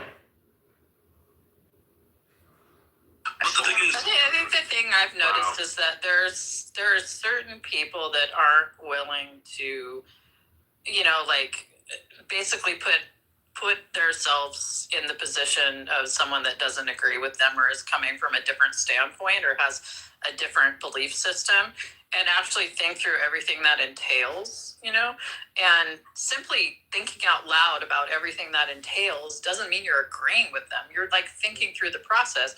And in order to when you do that, you start to see where things aren't actually in conflict, right? And where things actually are. And then you can say, okay, well, these are the actual things that we need to address. We need to not just be completely oppositional to each other on every single issue. This is what I mean by integrative negotiation. It just frustrates the hell out of me. I have no dog in the fight with Gaza, right? Other than I want to see people live and I want to see people not feel like they're under threat all the time, right? Regardless, of their ethnicity. And that's about it, and it's just, yeah, I'm just to me, when I look at it, if I completely remove myself and if I have the freaking global sort of conflict resolution wand, I'd be in there making a single secular state that everybody could live in, right? But when I talk to Palestinians, very sort of defensive Palestinians, they have no interest in a secular state. They're really very much interested in having an Islamic state. And, to me, that's the pinch point right there. It's they're basically saying we will only accept a state if it's one where we can exclude people that don't align or accept our religious beliefs, right?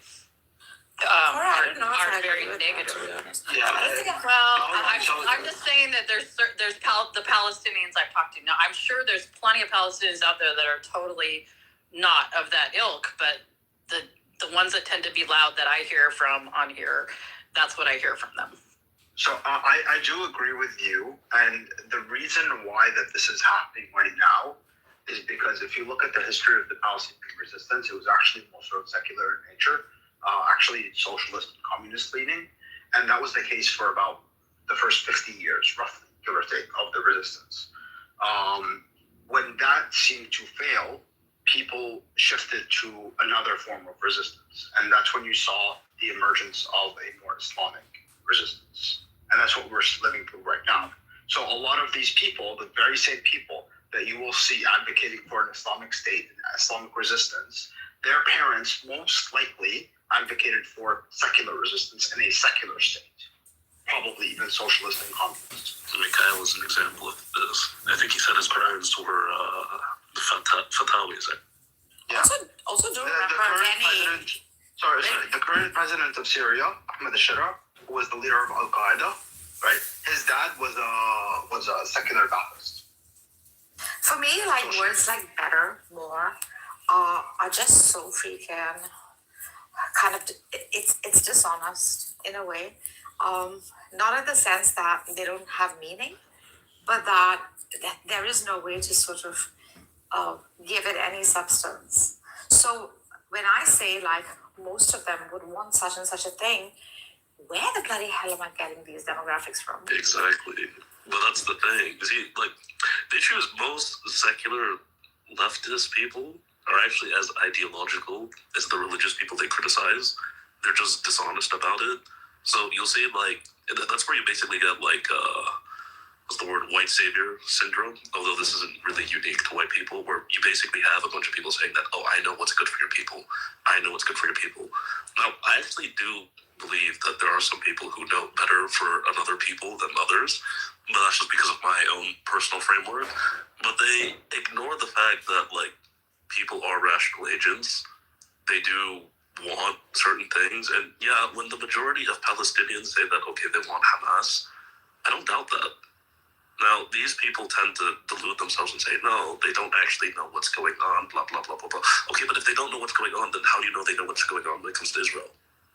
Also, the aspect of religiosity could perhaps be like you guys said, developed over time, or just intrinsic to the belief system of the people, right? Now, that would be the entailment eventually, but to think that that is the very intent to begin with, more than just people wanting to be free, having land of their own, I think that's too much of a stretch to say that they intend otherwise. Not only is that not the original intent, I don't think it's going to be the objective either. Yeah. Like, they're going to take Syria again as an example. Correct. You had the former leader of Al-Qaeda becoming the president, and how much Islamic law has been implemented. And him booty clapping for the West, exactly. So, I mean, these are puppets being installed, especially with your boy Jelani. Like, quite obviously, one can tell that. Well, I mean, he's a puppet of Turkey, but that's another level. Whatever it is, a puppet, right? Yeah, but he's a puppet of Turkey, which is also somewhat Islamist, right? But right. No Islamic law is being implemented. Right, so-called. Eventually, we see like this pattern repeat itself where subjugation to the West just becomes inevitable in some way or the other. Now, if one truly like stands against it. I mean, a more softer term would be like, I don't know, ally, some kind of alliance that doesn't freaking show a turning of the back. No, they definitely turned their back on the West in some respects. In what? They're kind of, in terms of their purchasing of weaponry from Russia. That would be a big one. That is a big their cooperation with China, their cooperation with Iran over the years. I'd agree with that. Yeah. And would you say the same holds now? Absolutely. It's worse now than before. 100%. All right then. Here's something that confuses me though, is why do people consider Russia not the West? Because it's very European, and the history of the leaders of it, they're literally parts of the British royal family in there, you know. Yeah, but that's not what matters. The Serbs. What matters? That's not what's noted by the West in modern day context. I know.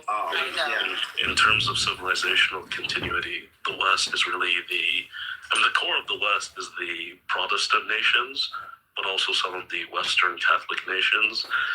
Sorry, Benny Adam, but yeah, the Eastern Orthodox are not considered, Western, really. 100%. So Europe and the United States are the West. Also Japan. Not all of Europe, no.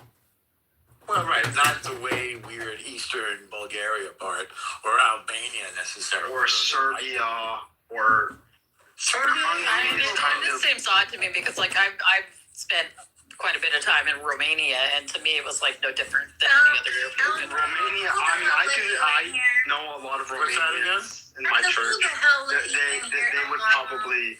God did so. Who's that El Normo and? God let me in. What if God was you have one of us? El Normo came in through the back. It's because I got the room. Of course, I came in through the front. How long did let him in? What, Buttercup? Let him be. Oh, Emerald was out back. Oh, she went. El Normo, have you ever met El Normo? I think you guys would have great conversations. Leave her alone for a second. My opinion is valid. I just didn't want to say to Cora. I know a bunch of Romanians. I actually go to church with a lot of them. Some of them would definitely say that they are aspirationally Western, that they want to be part of the West. They want to integrate with the West. Whereas a lot of them would say that, no, we're not Western, we're Eastern. We're very different. So, yeah, whether or not Romania is the quote-unquote West, that's very highly debatable. I would say that the West, quote-unquote, is more so the first world nations, as classically or initially defined as first world, second world, and third world. First world are being America and her allies, the second world being the Soviet Union and her allies, third world being the non-aligned nations. And so the inheritance of the West is the first world nations. In that definition. I want to address something that Ali John in the chat said, okay? And I'm thinking about it. He's saying no. Palestinian resistance was not secular from the onset. It blended serious religious, and some nationalist, anti-colonial ailments from early on. Now, would that statement hold true or not? To a certain extent, there were definitely some religious groups from the very beginning. The vast majority of them were secular in nature, and certainly the ones that had power and were actually conducting operations. Oh wait, it was led by Haj al-Husseini, who couldn't have been more Muslim. And then came when the Soviet Union rose, they got behind Arafat, who was much more secular, and George Habash of the Palestinian, the People's Front for the Liberation of Palestine, PFLP, who was like communist and secular. But the main thrust, the way it got off the ground with Haj al-Husseini and his alliance to the Arab world. Haj al-Husseini was appointed by the British. And he was a big Muslim. Yes, just appointed by the British. Appointed by the British. Do not forget, appointed by the British. By a Jewish guy, by the way. It was intended to be so. Good Lord. Normal. It was intended to be what? To be so. They picked him for a reason. I didn't say he was picked by the British. Absolutely. The family is clan linked. I didn't say it wasn't deliberate. That's just who he was. We're saying he was a Muslim guy. His picking and that choice was intentional. That's what was. He was picked as the Grand Mufti by the British, maybe, but I mean, he was already already by that point the foremost Palestinian political. Not really. I mean, his father was more so. He came from a leading family. The clans all compete with each other. But there were other leading families. There were other leading families. Of course, yeah. If you want to call it, I guess. All the families had leaders, and still do, by the way.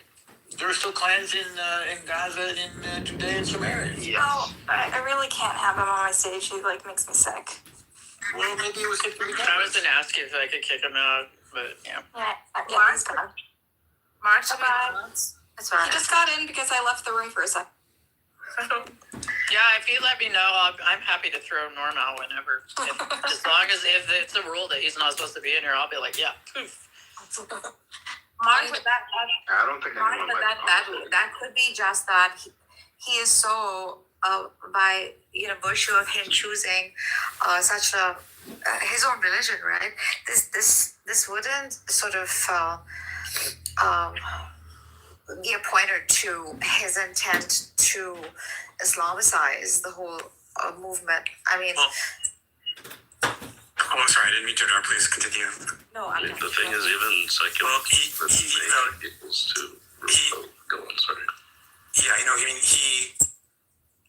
mean, it's true that in addition to the sort of Islamic currents flowing through his, so first of all, I think his position probably changed to some extent over time.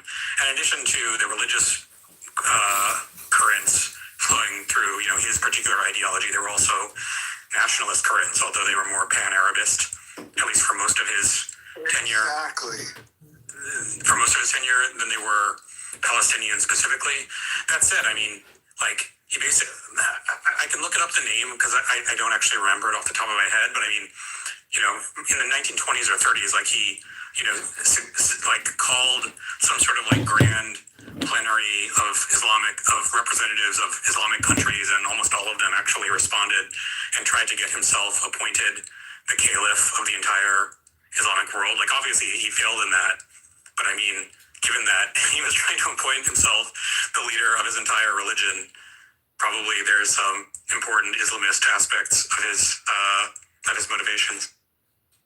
thing is, even secular movements tend to often involve like religious leaders. Like in Iran, you saw like some of the communists would go to churches and say that the priests and bishops would tell their revolutionary congregants to say that Muhammad is a prophet of God, which is funny, just put nicely as a Christian. Or even the civil rights movement here, right, in the U.S., where they involved church leaders, deacons, bishops, all sorts of people, because religion is important to people. It's seen as an ethical, moral framework, and if your cause gets religious institutions on their side, right, this is important. Yeah, Sultan, I'm not aiming at religiosity from that angle. I'm aiming at an angle that makes it, in a way, justified to the people perhaps going through an oppressive state of being, wherein, like, they adopt such principles in order to, like, overcome oppression, grant hope, just the very reason why people even take to religion to begin with in most cases, right? So this becomes even more prominent, I think, within situations wherein they are going through like horrific states of like existence. No, but I think what we're trying to say is just because religious figures are involved, that doesn't necessarily make movement religious in nature. Exactly. Take for example, Agreed, yes. Hilarion Capucci, right? Capucci was a priest in good standing in the Malachite Catholic Church. He was smuggling weapons into Palestine to fund rebels during I think it was during the first Arab Revolt or something. No, sorry. During the first Intifada. But he was, he did this under the guise of being a priest, but he didn't do this necessarily for Christian purposes. He did this for pan-Arabist purposes. Yeah, agreed. Or nationalist. He was also Syrian, based in Syria. I mean, the most convenient tool in the world, religion. Yeah, because people need ethical and moral frameworks. So if you have a cause that has an ethical or moral framework, rightly or wrongly so, people will be more motivated to fight for it. Much as I disagree with him for it, even though I support Russia, Putin having Patriarch Kirill declare that the war in Ukraine was a holy war was a genius move. Very genius move. Yeah, just add the word holy in that. And this is why I think much abuse is done to this very institution called religion. Lisam al-Gaib. Say that again? Lisam al-Gaib. That's the... Lisam al-Gaib. What does it mean? Voice from the outer world. It's it's kind of the bastardized Arabic that the Fremen speak in Dune. I haven't read the books, but those movies were set. Well, that's the thing is if you read all of them, he never got to finish it, but if you read all of them, it's clear that the main character is not Paul Atreides, and that everything that the Atreides family does is a commentary on the dangers of basically like people using religion to gain political power, etc. So I mean, that was pretty clear from me. Are you saying Uthman might have changed the Quran? Oh my God. Oh, Jesus Christ. No, but the thing is, even though, like, you even take this statement, right? Like, people using religion to gain political power, but all politics comes from an ideology. Religion is just a type of ideology. So we're presented this, like, critique as if it's objective or neutral. It's not really a neutral critique because, okay, if you don't like religion as the ideology, guiding government, that's fine. But you do need an ideology guiding government. So why is your ideology necessarily better than the other? You have to actually I think Herbert's caution, he's not saying don't have an ideology or never let ideology, advance things or whatever, but he's saying never get so mired in your ideology that you lead to the extinction of, you know, the human race, basically, because this is a broad like space opera, sort of like huge, you know, galactic empire. And, you know, essentially the whole trope of the Dune books is that they had this Butlerian jihad, right, where they eliminated all, quote, thinking machines. Basically, they had an AI problem. They eliminated the AI, and then they like went back into this sort of feudalistic structure. There were the Paul Atreides things. There were like basically religious sects that were like guiding the development of the human race through genetics, and that resulted in Paul Atreides, who then resulted in Later the Second, who basically was like a tyrant, dictator, you know, strong-handed ruler for 3,500 years, but during his rule, even though he was an asshole the whole time, he was being an asshole on purpose to set up the human race for basically getting to the point where they could readopt technology in a positive way and exist with it. And he never got it right the last couple books, but it's pretty clear that's where he was going with the storyline. So it's basically like don't get so mired in your ideology that you prevent, you know, the good or the continuation, you know. Oh, stop. My God is better than your God. There's no way you can check. I understand, but the funny thing is, the reason I find this critique amusing is that when you look at the actual societies that enforce that sort of totalitarian mass death, arbitrary killing, we don't care whether you're guilty or innocent, just kill wholesale people for power, those all tend to be more secular societies, specifically atheist societies, like, you know, Mao's China, Soviet Union. I mean, I can even argue groups like the Baathists, right?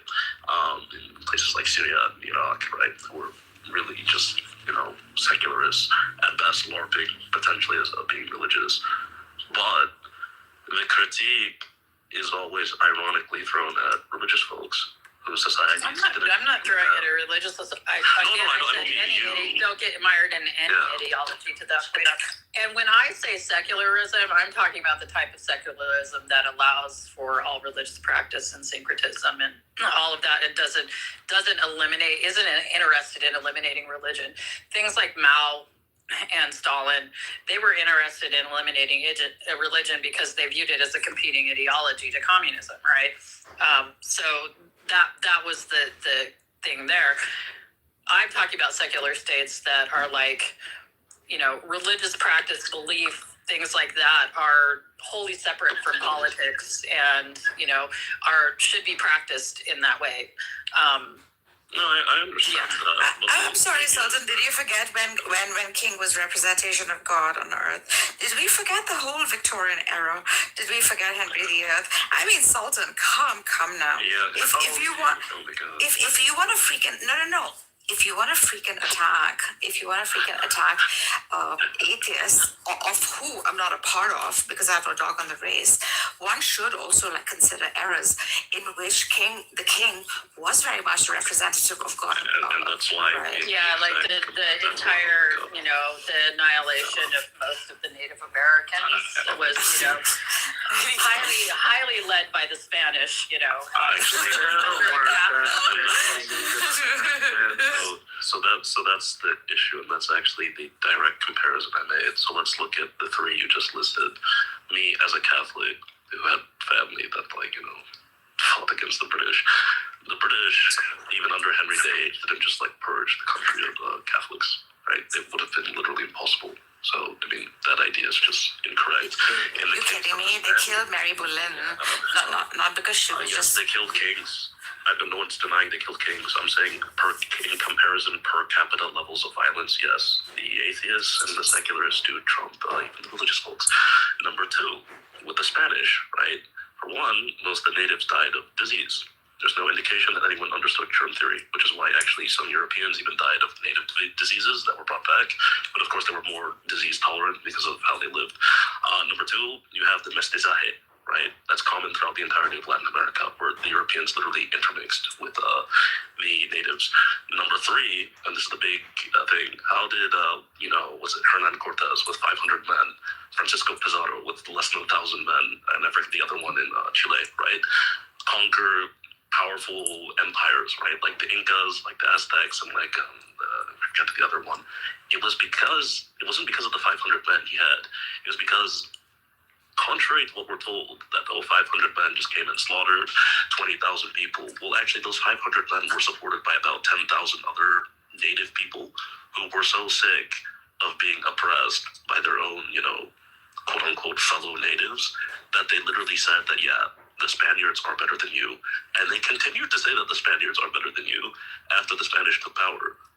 So we're told this story, and I'm not saying that there weren't abuses. Obviously, there were. I'm just saying that if you're gonna glaze over it, I mean, like literally, when Mao went out, he didn't go out going, "We're fighting in the name of secularism." No, he was doing it for communism, and that's what I'm saying. He viewed religion as a competing ideology to communism.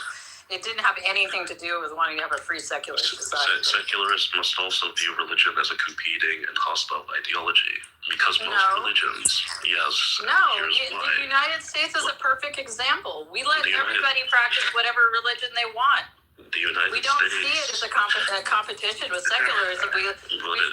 We say politics should be secular and spirituality can be whatever it wants to be. well, Just that's don't the try issue. to oppress other people with your morality. The United States actually is one of such many examples of what I'm about to say. Now, I could end the debate by simply saying that the people who formed modern secularism as we know it literally formed it as an opposing ideology to religion, i.e., like post-Enlightenment thinkers among the secular liberal humanists. They literally made it clear that, yeah, we are forming our ideology to get rid of the power of the church, to get rid of religious ideology we don't want people to believe. But more relevantly, even upstream of that, if you want the modern secular liberalist state, then you need all the quote-unquote religious people or otherwise to not have ideologies that say should be governed in any way other than the modern secular liberalist state. Many religions either outright state or heavily favor conclusions that say, yeah, the modern secular liberalist state does not encourage our values, does not encourage our identities, and is not really the best way of how people should live. See, you keep saying, are you talking liberalist like classical liberalism? Because if you're talking about trying to label all secular states as some sort of leftist thing, that's just not the case at all. It has nothing to do with modern definitions of leftism. It just literally the modern secular state, which is based on post-Enlightenment liberal ideologies, right? Okay, so you're talking classical liberalism. Yes, classical liberalism. Yes, that is hostile to the idea of religious people thinking that, yeah, you can govern the state in any way other than ours, because otherwise the state doesn't work.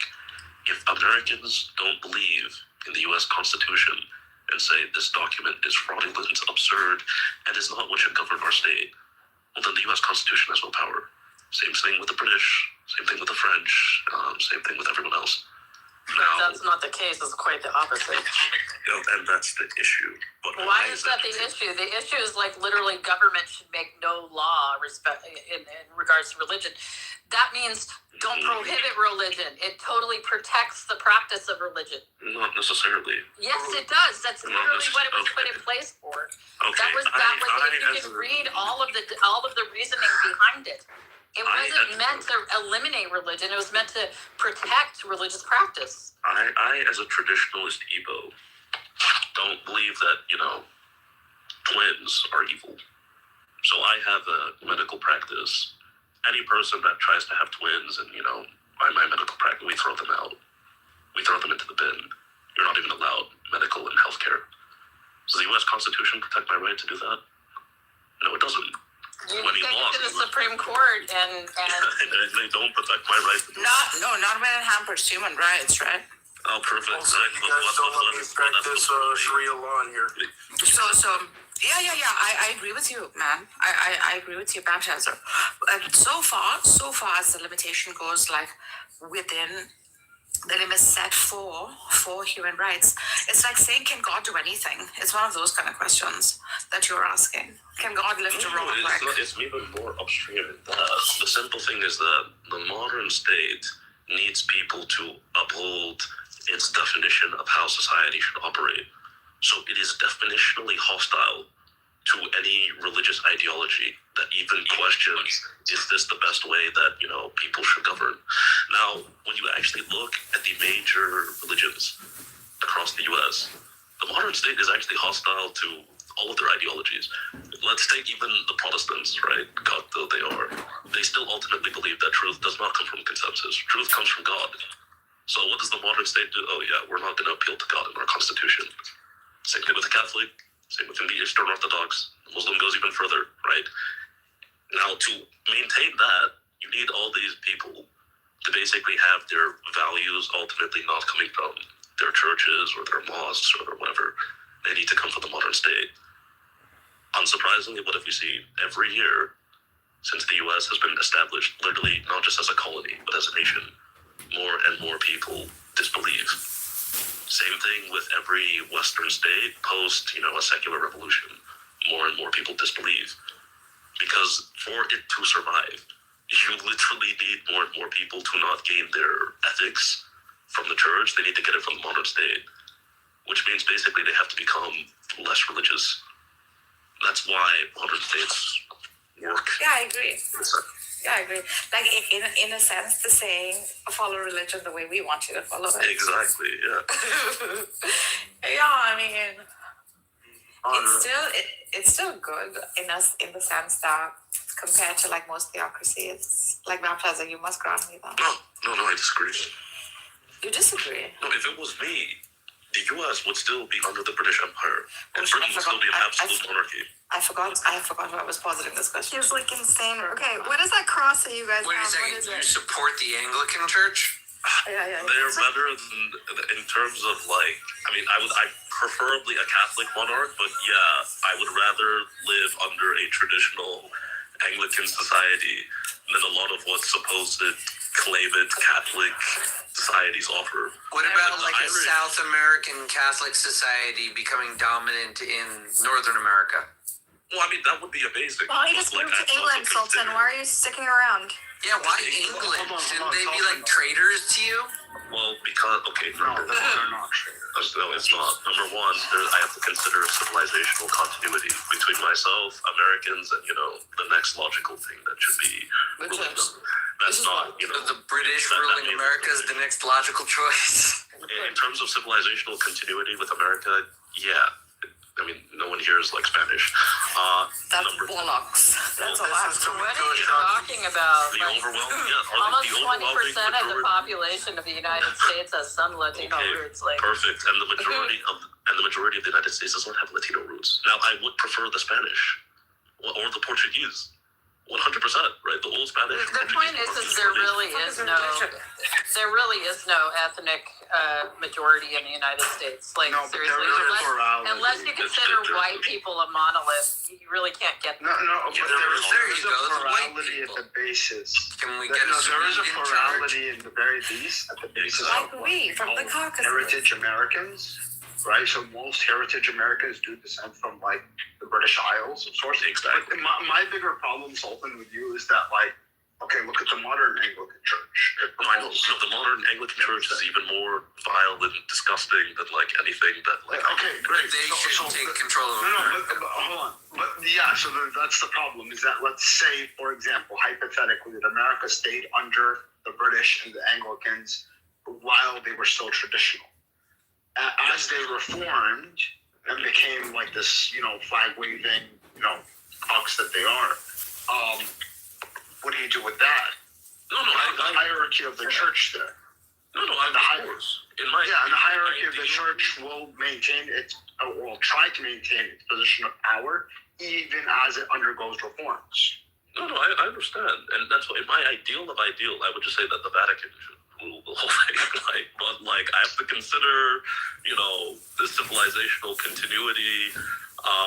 What people here would find civilizational continuity, right? Like the fact that most people aren't Catholics here, things like that. So I'm giving this as like sort of, all right, where things can be salvageable. You kind of feel like English should go to the Anglicans, that kind of thing. No, not even necessarily that. Like, what about Australia? Should they be under Anglican rule? I mean, if that would be better than what they're currently under. Same with the British, same with Nigeria, same with all these places. What about Ireland? Yeah, I would prefer Ireland being under traditionalist Anglican rule than current. Anglican, not Catholic. Modern Ireland has no Catholic values left. The very ideology of revolution stems from like silly Marxism. I see. You think it'd be better dealing with all the other Anglicans at a singular Anglican church? No, there's a reason the Pope came out and condemned Irish revolutionaries harshly. Not because he liked, the Anglicans, but because he was like, you guys are so divorced from any sense of Catholicism that, like, your movement has nothing to do with us at this point, so go figure stuff out. I see. So you think all the offshoots of the English interpretations of Christianity should amalgamate under the Anglican crown? Yes. Oh, yeah, I hear you. So, I mean, I would respect the Anglicans more if they said that, there should be, like, the fact that they don't understand there needs to be, like, an infallible church. I mean, I do think their ideologies are false, right? Which is why I left the Anglican church. But the fact that they don't even claim this, for me, is like an issue. Oh, interesting. I didn't realize that you started as an Anglican. Yes, I was born Anglican. I did tell. But truly, like, where do perennialists fit in all of this? You don't fit.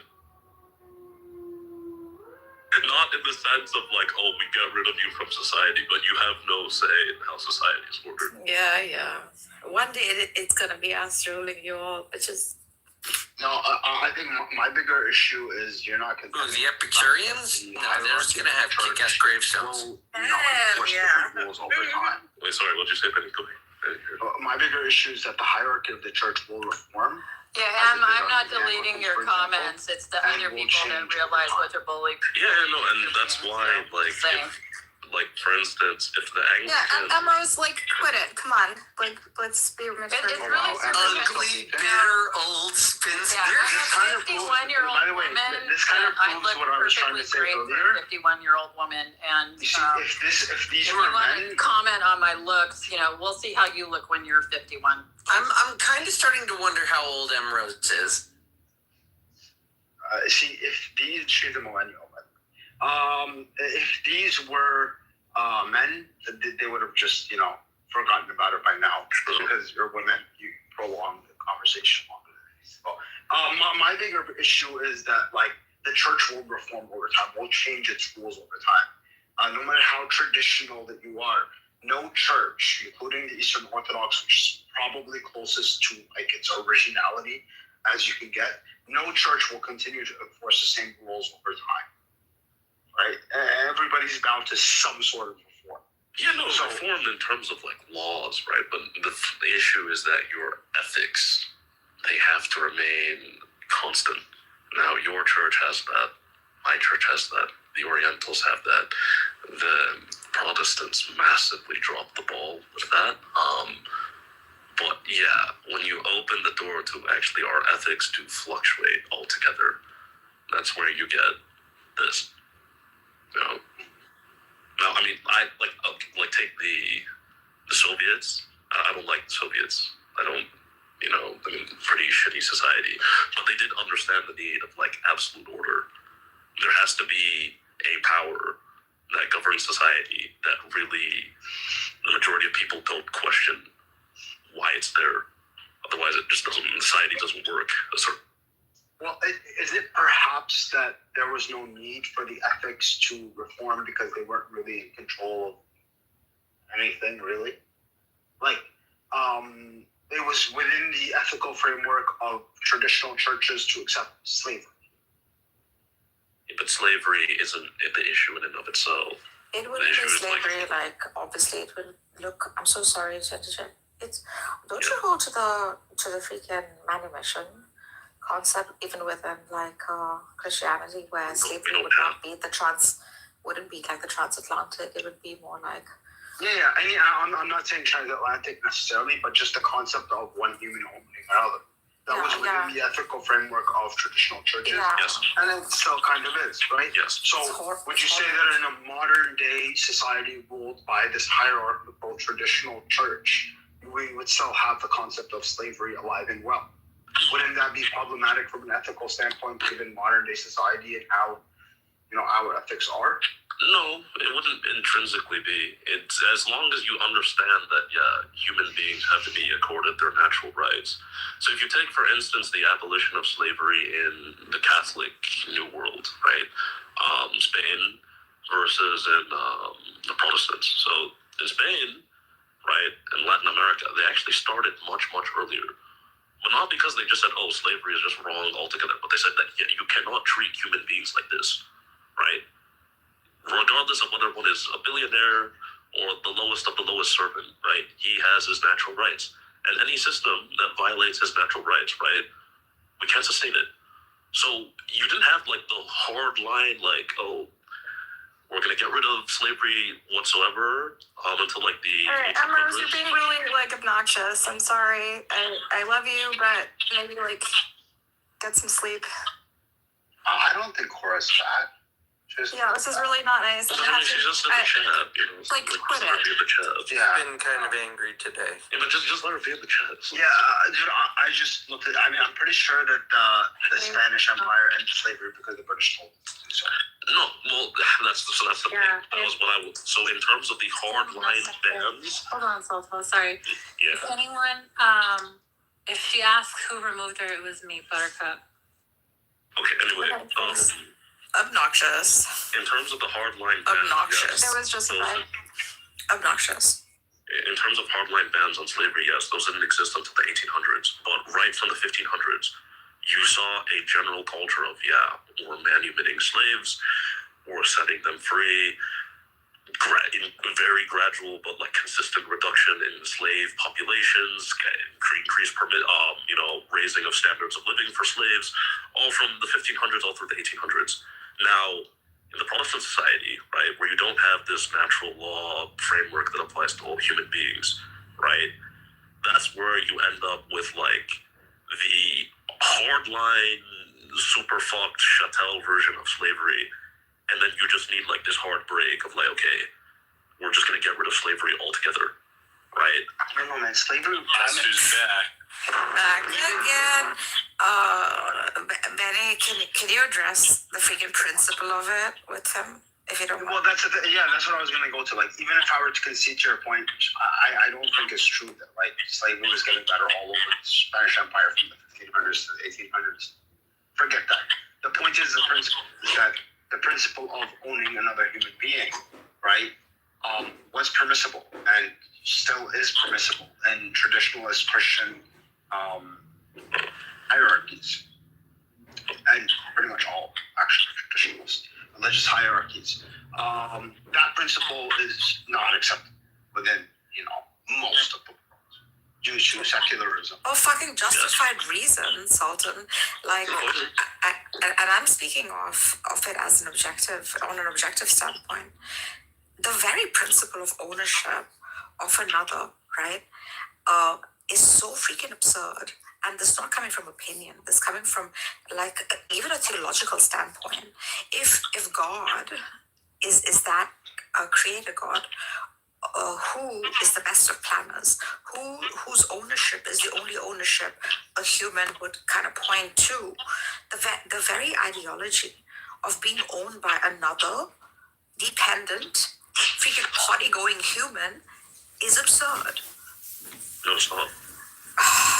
Because again, once you establish that there are limits to autonomy, and everyone agrees that there are limits to autonomy, otherwise we live in literal anarchy, right? Then the question just comes is, what is your personal preference and how far these limits to autonomy should extend? Now, as it is, we live in societies where people are compelled to do labor against their will in a fashion that we find completely okay. Now, whether you want to define them as property of another, that's just a legalistic and semantic definition. But Yeah, this is why the real, modern objection to slavery is weak because it has less to do with the material conditions of the human and more to do with things like individuality and individual freedom. But we as a society already limit those when not convenient for us. So those are just preferences. No, but gradation is kind of important with that regard. That's right. They'll play it. Yeah, like we're not opposed to the principle of having sex, right? But we are opposed to the principle of having sex with minors, having sex with genders, having sex with certain individuals.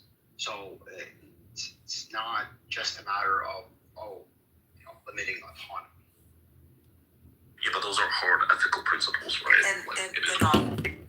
Well, yeah, it is. It is wrong. Yeah, yes, it is. It is wrong to have sex with minors in all places and all. Yeah, but it's not wrong to have sex. No, of course not. Yeah, so that's the freaking gradation. But in this case, is it wrong to limit autonomy in all places, in all times, in all cases? It depends on to what extent are you limiting. Exactly. Okay, perfect. Therefore, the gradation. Is it wrong to have sex? No. Is it wrong to have sex depending on the scenario? Okay, is it wrong to compel people to work in all places, in all times, in all places? No. Not necessarily. Okay.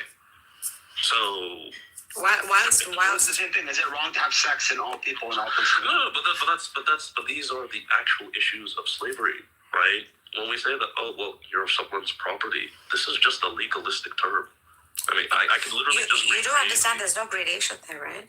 Like, even if I say that I'm a slave to love, I'm a slave to freak in the corporate, even if I have to give you such a pragmatic example such as that, I still have my volition. I'm back, baby. Hi, there's still fucking the autonomy to leave unless I'm bloody chained to the door. Not with everything.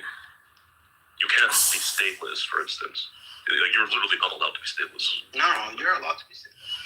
No, I don't think you are. There was actually something I was reading about. It had nothing to do with Palestine. But I remember checking that if you're born with literally no citizenship of any nation, you have you're allowed to be stateless in the sense of being displaced, right? But you have to have some type of national citizenship of some nation. Like for traveling? No, I mean just in general, right? So that people can identify you with something, But I mean, even if my example is wrong, there are things that you do have, you're not allowed to be, right? Such as what? I can't drink. I can't smoke under the age of 18. Yeah, but that's the gradation again. You can smoke. You're just not allowed to smoke under a certain age. At a certain age, you can't do drugs. You can't do certain drugs. In a certain geography, in a certain all of these axioms start to build up as you keep going on. It will come with variables. The thing with slavery is there are no variables, and the only point you can make in its defense would be you can own my body, you can own my property, you can own my children, you cannot own my thoughts.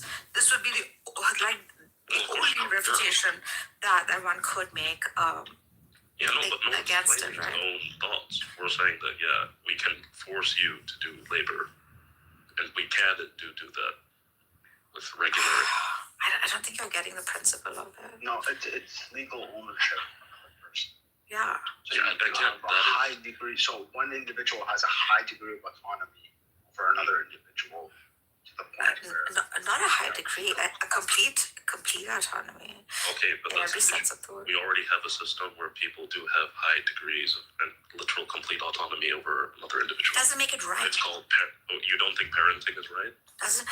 Oh my God! Surely you're not comparing. No, because even with parenting in modern societies, there are limits to what you can and can't do. You don't realize. Just like in slavery, as natural law, there are limits to what you can and can't do. I can't make my slave kill himself. I can't mistreat my slave. I can make him work, But yeah, I can't whip him. I can't beat him. I can't punish him arbitrarily or even really at all. Yeah, sure. Sure. So under these various ethical laws, right, which I grant in the sense that no theology would kind of want you to be barbaric towards another human being. However, the potential of it going bad is so imminent, right? Simply because of human condition, and this is something. Yeah, but that's not unique to slavery. The same potential literally exists right now in voluntary work. People get abused all the time at work. No, the same potential exists for parenting. Even worse, yeah, exactly. so that's the thing. So ultimately, when you consider all those factors, the issue with slavery comes down to the legalistic, someone owns you, but that really is just okay, how much individual choice do you have? How much does he own you? Fuck, man. When your self-worth and human dignity falls under freaking the microscope, and when you're looking at it as an onlooker, you're basically seeing a kind of transaction between human to human, and this is what makes it so ethically wrong. Well, no, that's that I have a value, that I have a price. That's the actually, that's how parenting works and all. Well, no, that's actually a Marxist and view of the world. That's actually why Marx has labor value theory, because he actually believes that humans can really be reduced to efficiency and price values. But no, my view of the world says that no, you do have value as a human being, which is why you cannot be abused, can't have cruel treatment against you. All those ethical abuses, we cover them, right? But we can compel you to do certain things. Do my children pay for it if I were to be a slave to someone? What do you want, sorry? Do my children pay for it? What do you mean pay? In the sense that, do they immediately take the role of slave? Do they inherit my status as a slave? I mean, I think that's all. Again, these are preferences. Traditional serfdom. Yeah. So I mean, this is how serfdom worked, right? Serfdom, you inherited serfs. Now, I'm not saying slavery should be brought back, because I do think that, Good Lord, I denounce this. No, I condemn it. Hold on, Argus. Do you condemn monarchy? I do condemn monarchy, yes. Okay. At least you're consistent. Because, the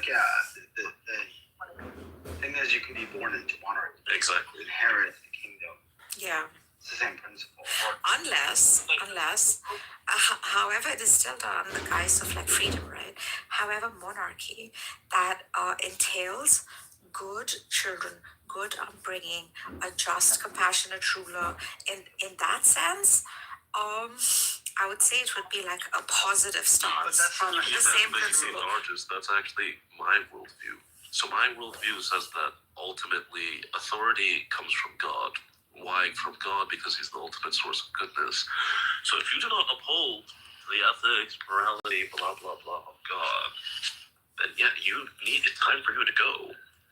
Time to leave, So listen, I get it. However, in a noocracy, right? How Plato introduced in the Republic, the philosopher king here is truly a king in every sense of the word, but his kingship comes from wisdom and virtue, etc., etc. So, using such principles, you can call it perhaps a monarch, right? It is a monarchy. Yeah, it is a monarch in that sense of the word, but in the sense that, I have to take up a negative, a freaking role in which my potential could have been actualized in a much higher form, rather than being a slave.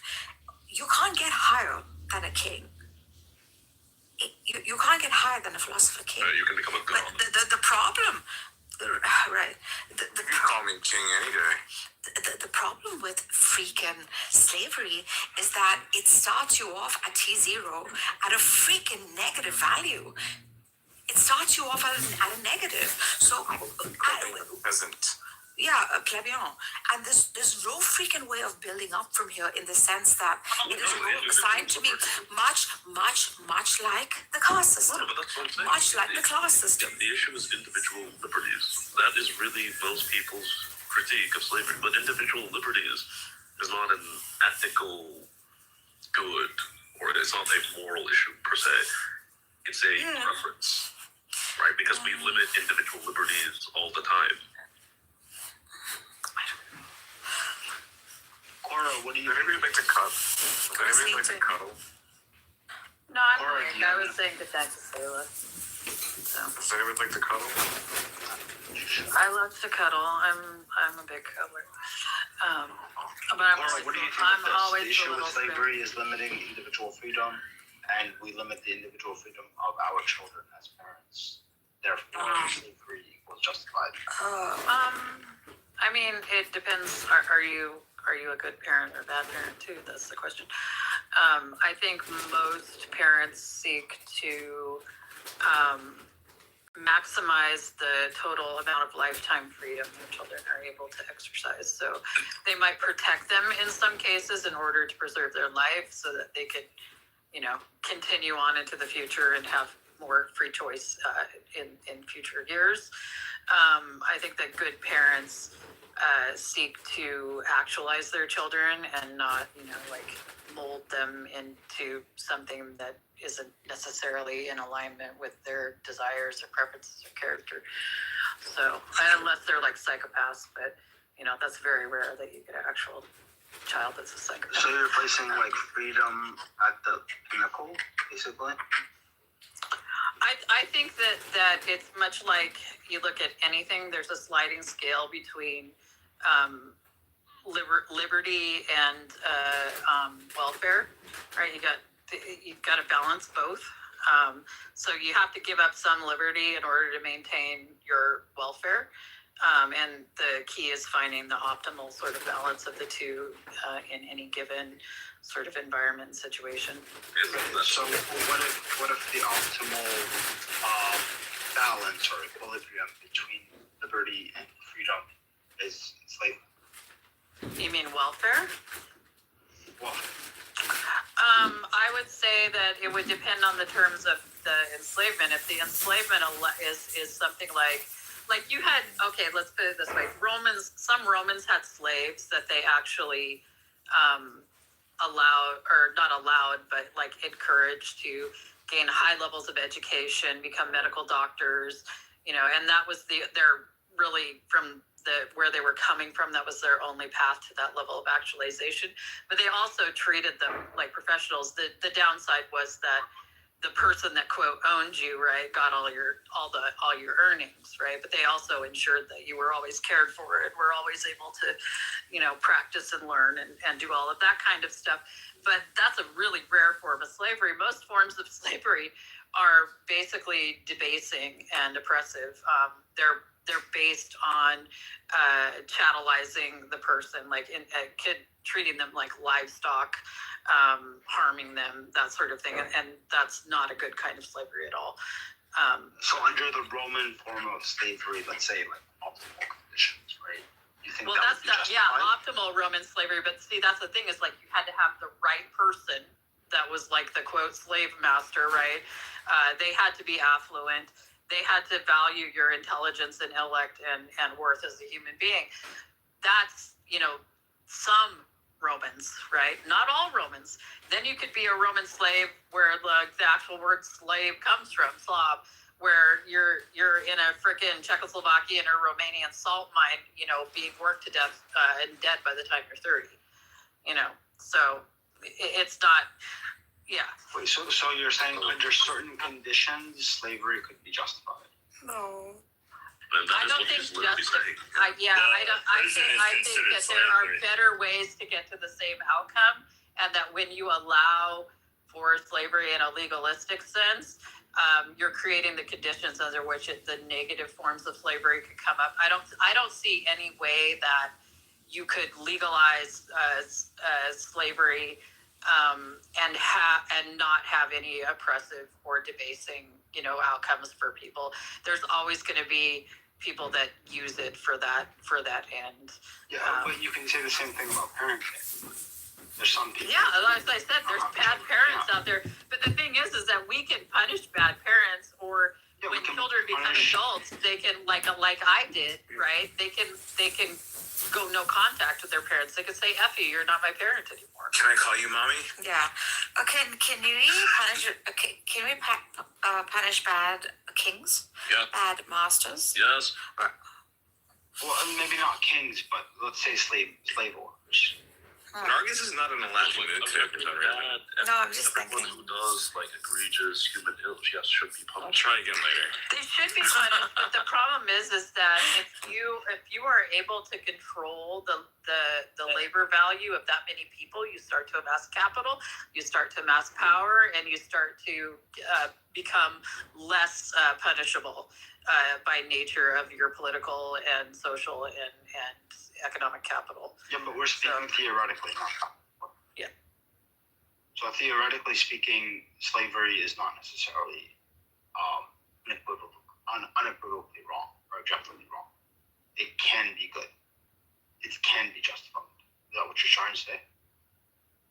I'm saying in very rare cases, people have done okay by systems that allowed slavery, but I don't think that the slave system was set up with that intent in mind. But she's basically agreeing with me. That, yeah, there are. In some ways, yeah.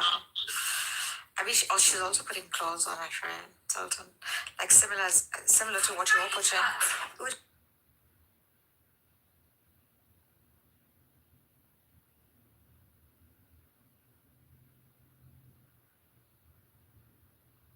But yeah, that's why in traditional Christianity, we don't just wholesale say that, okay, slavery is bad.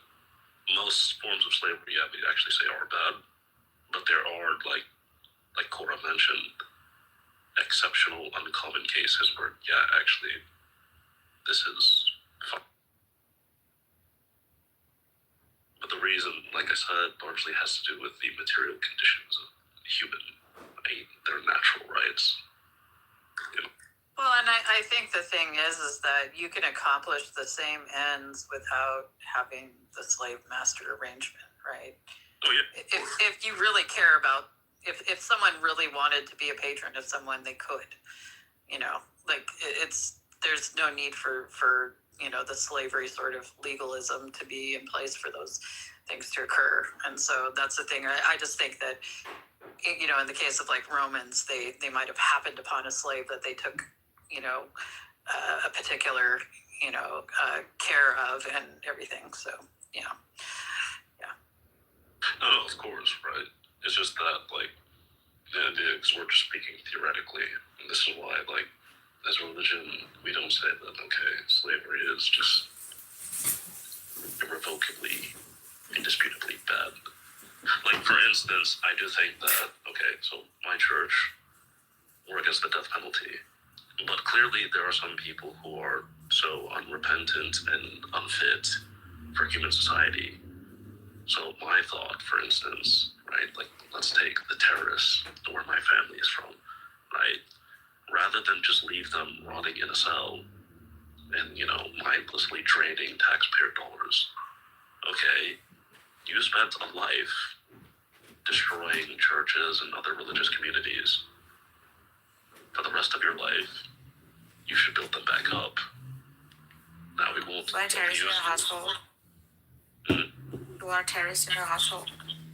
No, but I want to force a judged guilty terrorist to rebuild churches and communities that they destroyed. Obviously, it would be done under the guise of armed soldiers and whatnot, so that they don't start running amok. But rather than leaving them just rotting in a cell doing nothing, or executing them, forcing them into labor. This type of labor seems like a pretty fair solution. Yeah, there's a name for it. It's called manumission. No, manumission is freeing people. Would it not entail some kind of labor prior to freeing them? No. Well, yeah, it's freeing people from slavery. That's Yeah, but with the system in which some kind of labor is enforced, right? By which superior, I'm so sorry, bro. If you can just mute yourself, thank you. By which you can freaking allow for that freedom based on the time done, for example, in whatever building the churches, right? So wouldn't manumission like entail some kind of barter system in which She's a liar because she was quick to screenshot everything I love. Why would I? Man, you gotta stop. You lied too much, yo. You and You lied. Listen, first of all,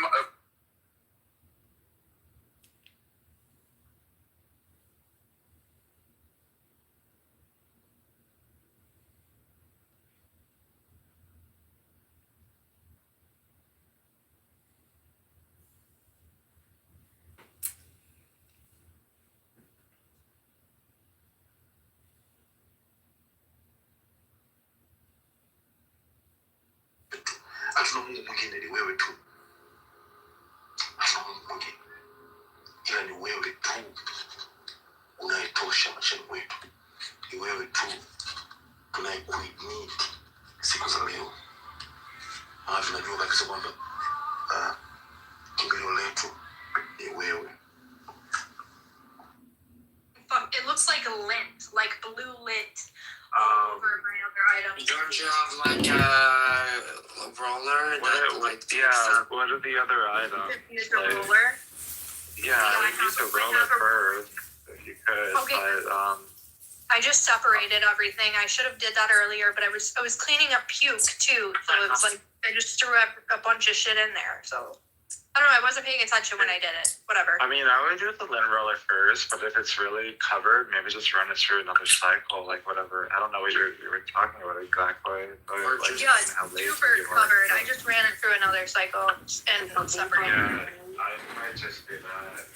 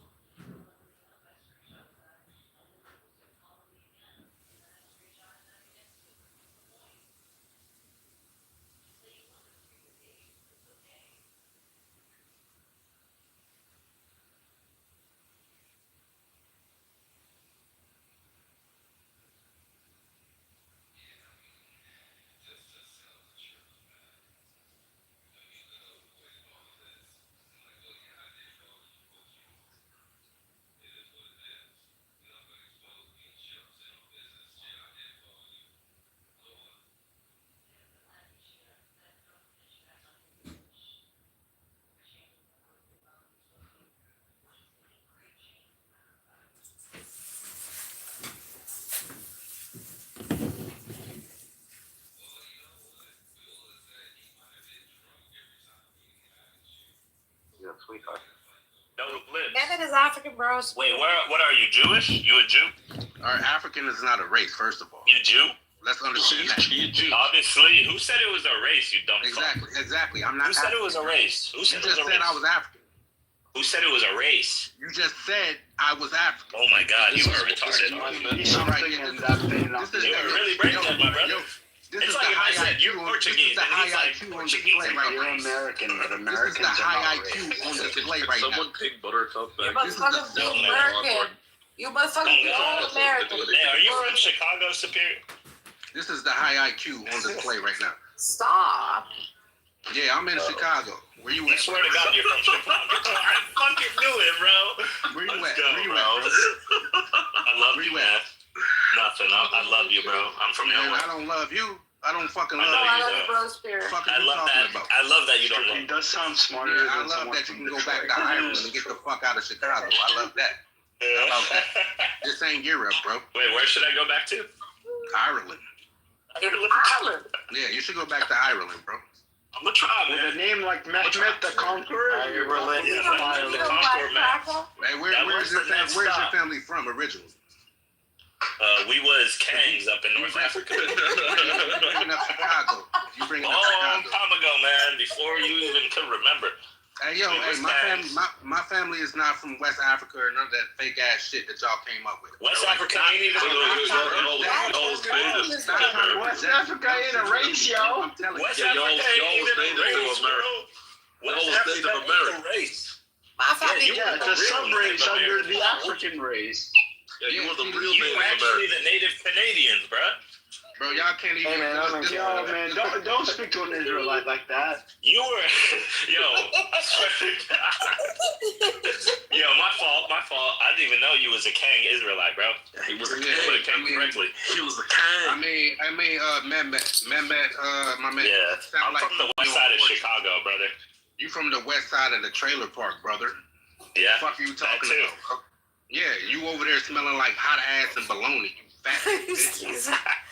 Fuck out of here, nigga. I don't even give a fuck about Where you white from? people or white people like you, bro. You niggas are from bitches. West Africa. You know what? You are from West Africa. You don't be fat. Yeah, okay, yeah. I'm from West Africa. However they speak, yeah, whatever. Well, what were you about to say? He was about to start switching He was about to That makes you say. feel He about to start He was with. about to If that start makes you feel clicking, better bro. that you can't fuck with me, yeah. Equate me to Yo, West you're Africa. racist, Superior. You're racist I against know, West and I beat the Africans. fuck out you, for real. I don't In think Chicago. you would. If you in I West don't think Chicago, you would. you know, Beat up my guy. Pull up to Hyde Park, Pull motherfucker. up. you said where? Pull up to Hyde Park, motherfucker. Nah, I live on Damon. I live in Hyde Park. I'll tell you right now. Pull up to Hyde Park, nigga. I live on Damon in Chicago. I live on Damon in Chicago. I got a dog. I'm up in Woodlawn. Pull up. Come beat up my gun, brother. Pull up, Fuck outta motherfucker. here. You can't shoot better than me, bitch. Oh, but I can. What you talking Bet you about? I can. No comment, bitch. Don't try to threaten with no guns We like used you to shoot can y'all. fucking We used to shoot the y'all fuck boys outta and turn here. y'all into I shoot gator bazookas, bro. These I dudes shoot live in bazookas. fantasy land where they conquer shit, bro. You live in a Man, fantasy you know how land. turn y'all Fucking niggas Call into of Duty gators. time I had. I shoot him, You know, motherfucker. anytime on Call of Duty, We was Are you conquerors and shit. We was conquerors. You ain't conquered shit. Yeah, that's right. Get the fuck out of here. You a Y'all was king. conquerors. Fake ass bitch. I conquered the west side of Chicago. We was Vikings. I conquered your mother's pussy, boy. That's right. The fuck out of here, bro. Like y'all Put really your get on sister's here OnlyFans talking for some $2.99. shit. That's What are you right. Get talking on I here conquered her talking OnlyFans, shit. motherfucker. This dude was sitting on here talking all this. We You sold pseudo. shoes. You ain't sell shit over here, Man, bro. I sold your You sister ain't for $10 sell- You on ain't sell OnlyFans. nothing over here. What is you talking I mean, about? the Your sister real on Jew. OnlyFans, brother. Y'all be projecting I fake put ass your history mama onto out on us. Just to OnlyFans, What's and your then history? Who you grandma calling on fake OnlyFans, ass? bro. That's fake, bro. Give us the scholarship, bro. Who you to be Fake, calling bro. the fake ass? We ain't even know the truth, man. These white people lied to us in school. Tell us, bro. Hey, you know what's funny? Why you These even white using devils. why you even using that dialect to speak, bro? What dialect did you talk about? These dudes can't get no pussy unless they try to emulate black men. Man, That's what your mama said last night. Life, Motherfucker. man. You either gotta have a bitch that subscribes to racism, or you gotta Yo, that emulate bitch us. is your mama. Get some bitches. Don't nobody Oh, want God. you. That Don't bitch talk is- about oh, your God, sister. that bitch Nobody is your fucking wants you. You can't On be GD, yourself. that bitch your sister. bro. On GD and You BD, can't your be sister don't yourself want to That's get no right. fucking attention, bro. On KKK, on Hell Day. KKK. What now, Hey, motherfucker? Even y'all gangs is pussy. You talking about gangs? Even y'all gangs is Even our gangsters are pussy. Hell's Angels. We've never seen pussy, bro. We've lived on Clubhouse our whole life, actually. I think we've seen pussy. What the fuck even is that? What are you talking about? Bro, I bet money. He thinks way too highly of us. He thought we got pussy. It's hilarious, bro. I love you for that. You look. I bet money you look identical to the females on stage, bro. You look just like these two chicks. You look just like these two chicks on stage, bro. You just one split hair of a chromosome away from being a fucking female. That's how identical white guys are to the We look hot. I'm a female. Yeah. Ain't even white, bro. I'm African. Why you talking like you Black American then? I'm not Black American. I'm just from Chicago. Quit talking like it then. Be African. Bitch, fuck you. Where are you talking? Where are you from? Be African. Where are you actually from? Where you think I'm from? I'm from America, bro. I'm not from You're from America, bro. No, you ain't. You might have been born in America. Where are your people from? Yeah, that's right. I'm Yamasee. My dad's side is Yamasee. My mom's side is Shutu. Do you know what that is? Where? What do we Yamasee? Do you know what Yamasee is? No, where are you from? He started talking about Yamasee and Beyonce. Tell us where you're from. Do you know what Yamasee is? Is that a location? Is that a location you can point out at the map? You don't know what Yamasee is? No, clearly not. Can you tell me? We don't know what Yamasee is. All right, I'm from Illinois, bro. I'm from Illinois. Illinois. People from Illinois? So you a Native American, huh? You a Native American. Well, what are you? If you're not from the... You a fucking alien, bro. God damn, this guy never... You know what? Native Americans are from Siberia, bro. Not from parts of Alaska. Low-key, wait. Low-key, I actually believe this theory. They are low-key from Siberia, bro. It's not originally, of course, but like, you know. Siberia?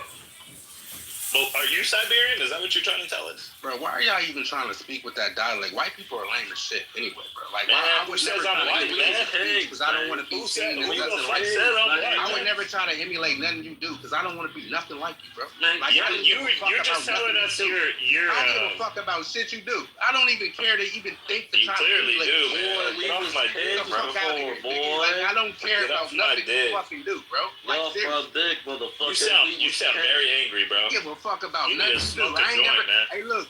I ain't never been inspired by no white guy, bro. Like, who's the standard of like white masculinity? What about like, Jesus Christ, motherfucker? It's Caitlyn Jenner, bro. That's the most masculine Caitlyn guy Jenner you've ever seen.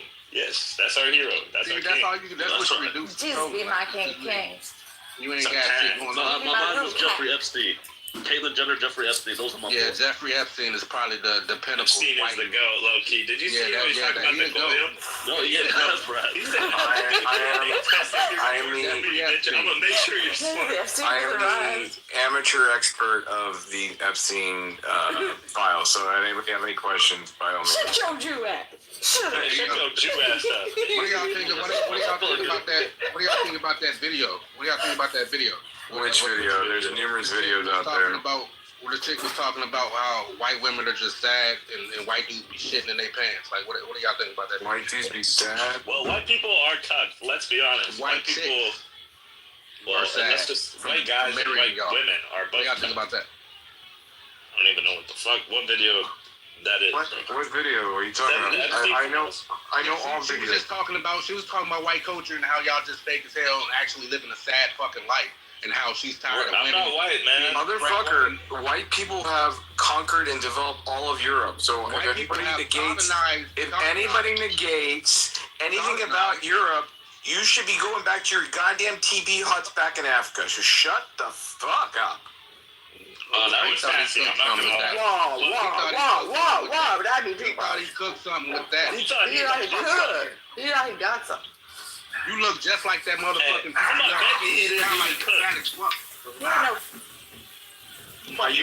I'm finna get up out of here. I'm gonna leave y'all. All right, Joe.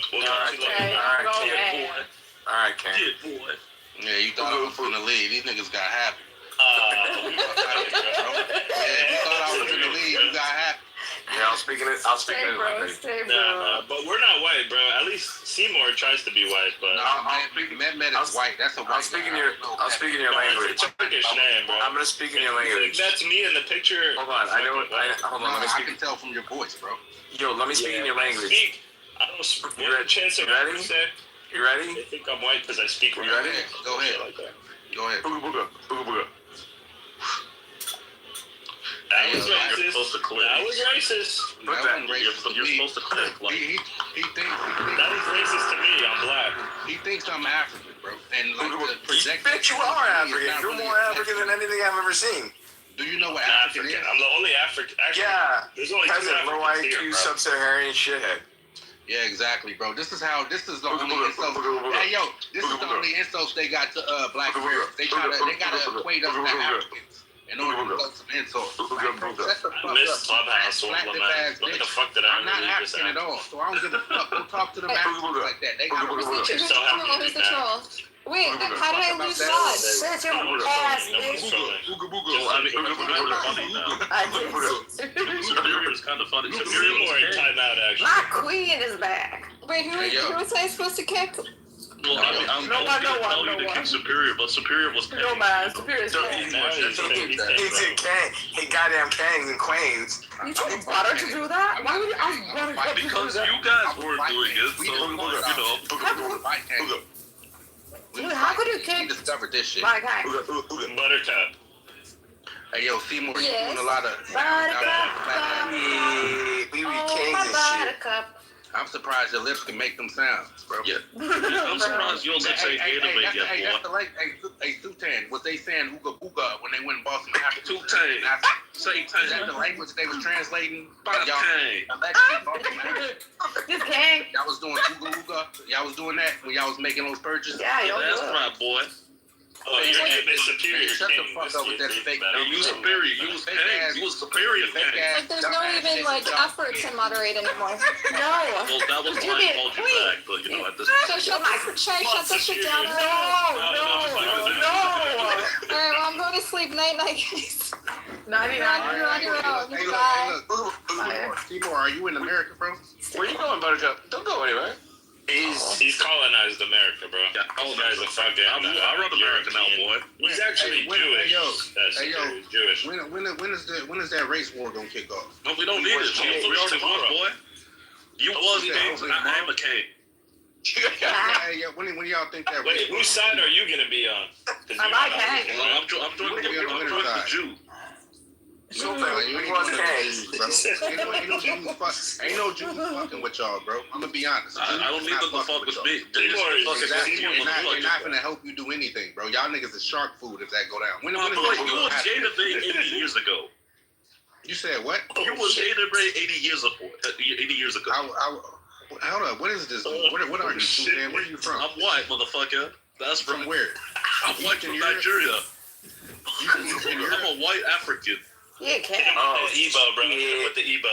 You know, white Africans are actually real people, right? You know, I know. I'm a white African. We was Kangs. You know, Afrikaners are white, actually. You know that, right? I know. I don't know why white Nigerians like are that really is white. Everyone That knows really that. is I white. know. I'm a white African. African actually does come from white people. You know that. I'm a white African motherfucker. I am a Comes King. from Nigeria, bro. You was a Comes King. from Rome. I'm a Viking. You're a Kafer. You know a white lady named Nigeria, right? Yeah, I know. Yeah. Say what, bro? Yeah. Who do be that? Shit. So yeah, I believe. Who do be that? They're projecting that shit onto me though. You. Hey, yo, So what are you, Seymour. man? You try to tell us what you are, but what are you actually? Bitch, I'm 100%. I'm 100% American, bro. Yeah, I'm 100% a Kang. I'm from Europe, bro. Did you not know that? I'm African. Did you not know you were European, my man? Did you not know that? I'm African, bro. You know, King, you're a bye, King. I'm North African, bro. Oh, shit. This dude keep saying the same shit. That shit. He keep. Hey, Frank can't come up with nothing new to say. Like, shut the fuck up, you fat bitch. I can tell you just like a fat, floppy ass white dude, bro. If I sit on your face, Take you over stick there your and tongue out. camel Yeah, we got your ass. Get the fuck out of here. Hey, You're a fat hey, He is bitch. you want me to sit on your? I'll sit on your face. I can tell you. I'll sit on your face as long as you stick your tongue out. I can Can you tell stick you. I your can tongue tell out? you I'll sit got on low it. testosterone. You don't like my Low ass? The white test. bitches want, nigga. You just He a does fat have low bitch. test. Oh yeah, Shut the I got. fuck up. I'm a sword boy. You look like Seymour, your he kind of PTR, bro. exposed you right now, just You look just like off your the strength of your PTR. voice. Hey, I seen a fat ass white dude today. Nigga just fat and stinking. You niggas That's trash. right. Bro. Get I'm a your fat goofy ass faggot. the fuck out of here, Stinky bro. I'm a fat faggot. You a fat goofy ass white dude, bro. Fat faggot. Get the fuck out of here. Goddamn shit. Booga booga. Goddamn. I was on the Goddamn train booga booga booga. bro. Someone on the train got on the fucking train tracks. You know how they turn off the electricity, right? This black guy gets off the train and goes, "Man, you a goofy." And everyone starts clapping, and the guy actually got off the train. He completely embarrassed him. Man, y'all be parading happy that some Africans and Caribbeans be over here acting extra. He's like, I'm a European. I'm a European. I'm the first European. Shit. We motherfucking kangs and all. Shit. You ain't a kang, Seymour. Shit. You are white, and you do have low test. He heard all that just from your voice. Can you believe that shit? We was kangs. It's a very accurate description, bro. Exactly what it is, but he is Jewish. That's right. You forgot to ask me. He's Jewish. You forgot to ask me. Do you consider Jewish as white people? You should ask me something. You should ask me something. Ain't nobody finna ask your fat hot dog eating ass. Get the fuck out of here. Get the fuck out of here with that. It's funny. Dude, I love Superior, man. I love him so much. You know It's all funny games till a real one come in. You really think you like on the same wavelength? We love you, bro. Superior. Like you it's just funny, bro. Like you just delusional, bro. Hey, I just seen a video of a live stream where y'all just be on there trolling, and you really think your trolling is really finna hit like you think it is. It's You not. really thought. I don't know what. Man, I knew this guy's from Chicago, though. I love that, man. I love Chicago people. Dude, I love how you were able to predict that, dude, and you were just Isn't that phenomenal? Isn't that fucking phenomenal, bro? Just how the UFC. Dog, you hot. Low test. Yeah. Awesome. It was so good. Yo, ping him back, dude. Flat lips. Ping him back. No, he left. You You kidding me? You think we kick him out? Did you guys kick him? He was like me at first when like we're discussing seriously. And Dude, like, Sultan was freaking out in the beginning. Yeah, you guys are actually having like a decent combo, and then it devolved, and it's gone too far, so it just is like fucking. We're gonna be calling slaves. We'd be kegs. I'm the only one that's supposed to be a troll in here. Shit, like that's Shit. Booga booga. Shit. We can hear your fat through the mic. You're flat. It's like an easy call. What about flat lip? You chubby bitch. Oh my god. So if you have any questions, serious topics. What's wrong with the juice? Hey, man. Why don't So the way I see it is that I'm gonna really okay. I think we can prelude into I guess what's reality, right? And I think this is real talk. I think the majority of the Jewish community has unfortunately been hijacked by certain psychopaths, which has been this weird group of baby boomers who have unfortunately caused all their Jews to perpetuate victimhood. He's one of those. He's looped into all that too. It hit that generation. They're all fucked up, and I think like. This is like a whole Alex Jones perspective, but I think there's like a handful of people that are like pretty much borderline vampires, in my opinion. I really believe they've really hijacked. Where did he go? I would have loved this conversation. God damn it. PR. Where did he go? Fuck it. Anyways, where did Mehmet go? Did Mehmet leave? Where did he go? Oh well, whatever. Booga booga.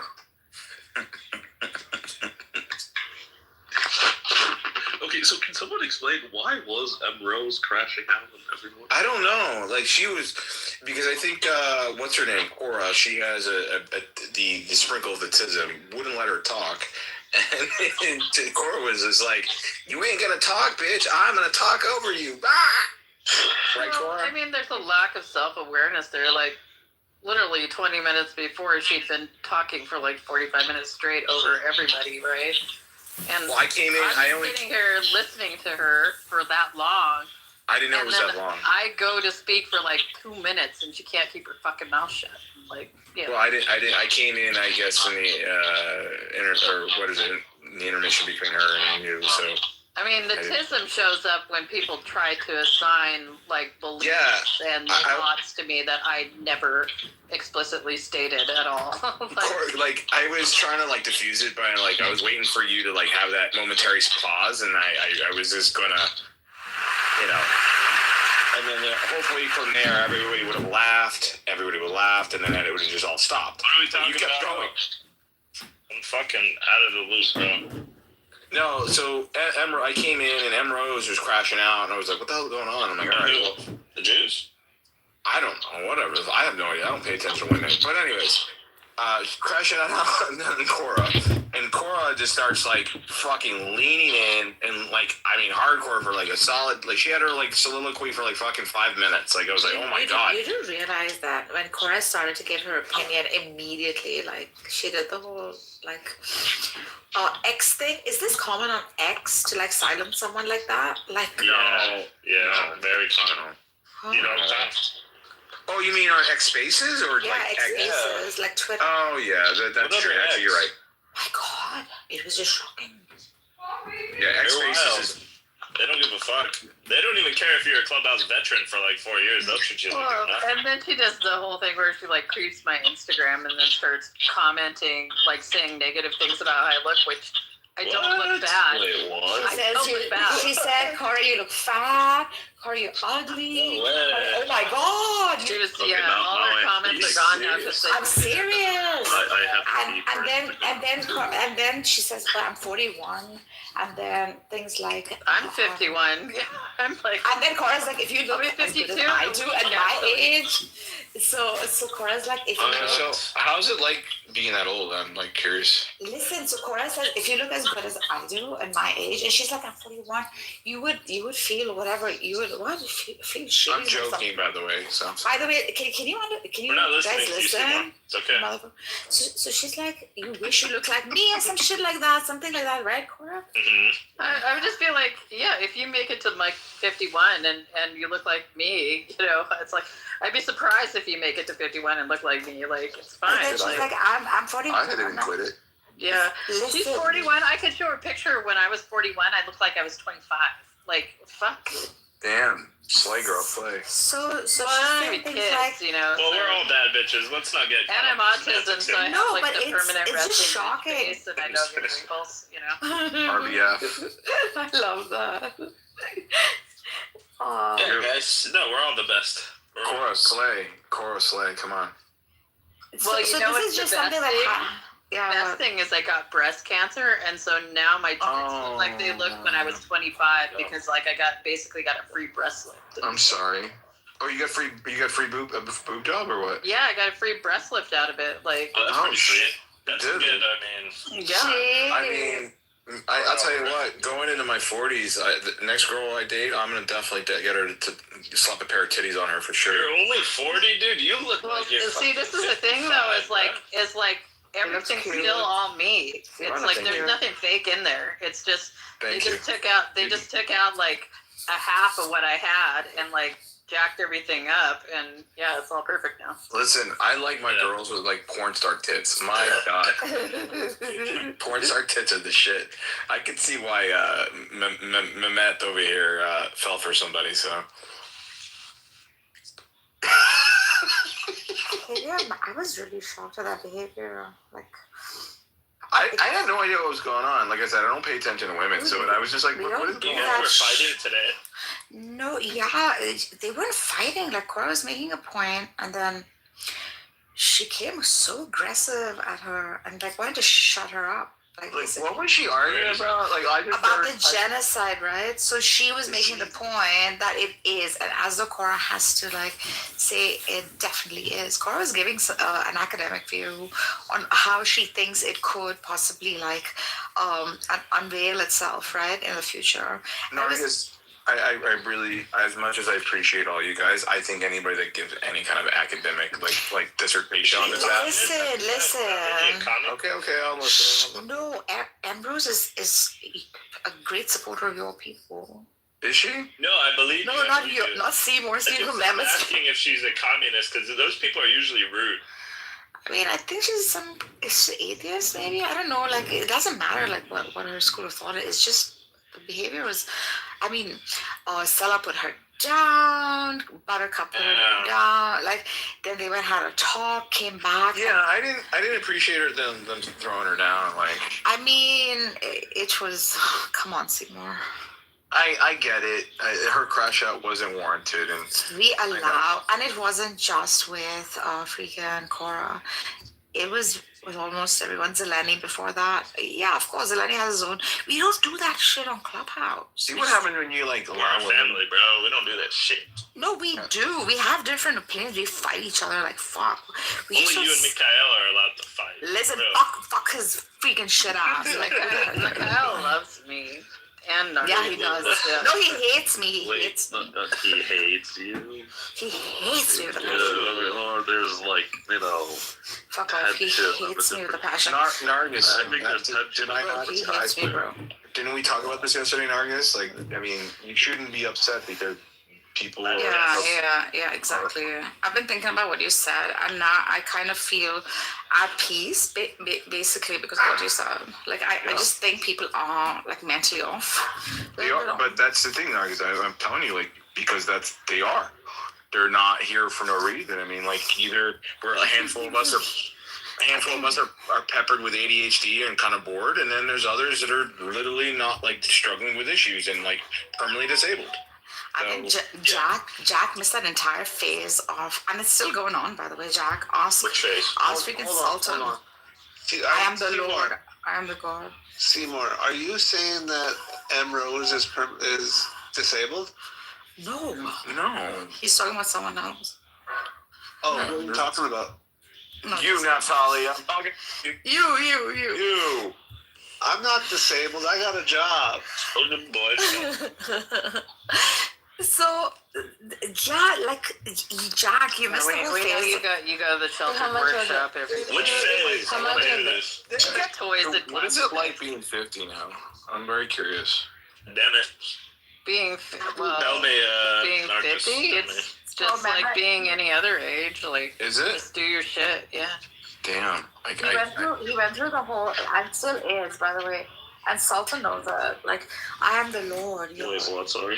Oh yeah, I've heard like shit of that when he talked. You are my sheep. It's kind of nuts. I need to talk to you about something, Seymour. Oh yeah, something important. Natalia, I do not have the mental capacity at this is time. Is Natalia Allen, so or who is this? That's he lives next door to your ex. Oh, shut the fuck up. Who is this? Get up here, Daniel. You don't know me. I'm someone that was on this app a long, long time ago. Okay. Never mind. I don't care. When it was cool to be on Clubhouse. No, it's okay. So, Mehmet.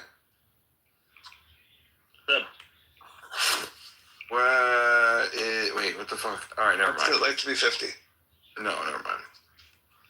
I know how old Mehmet is. Yo, Cora, 30. I think you look really, really great. I would never have guessed that you're 50. I think your skin looks amazing. So, fuck. Good genes.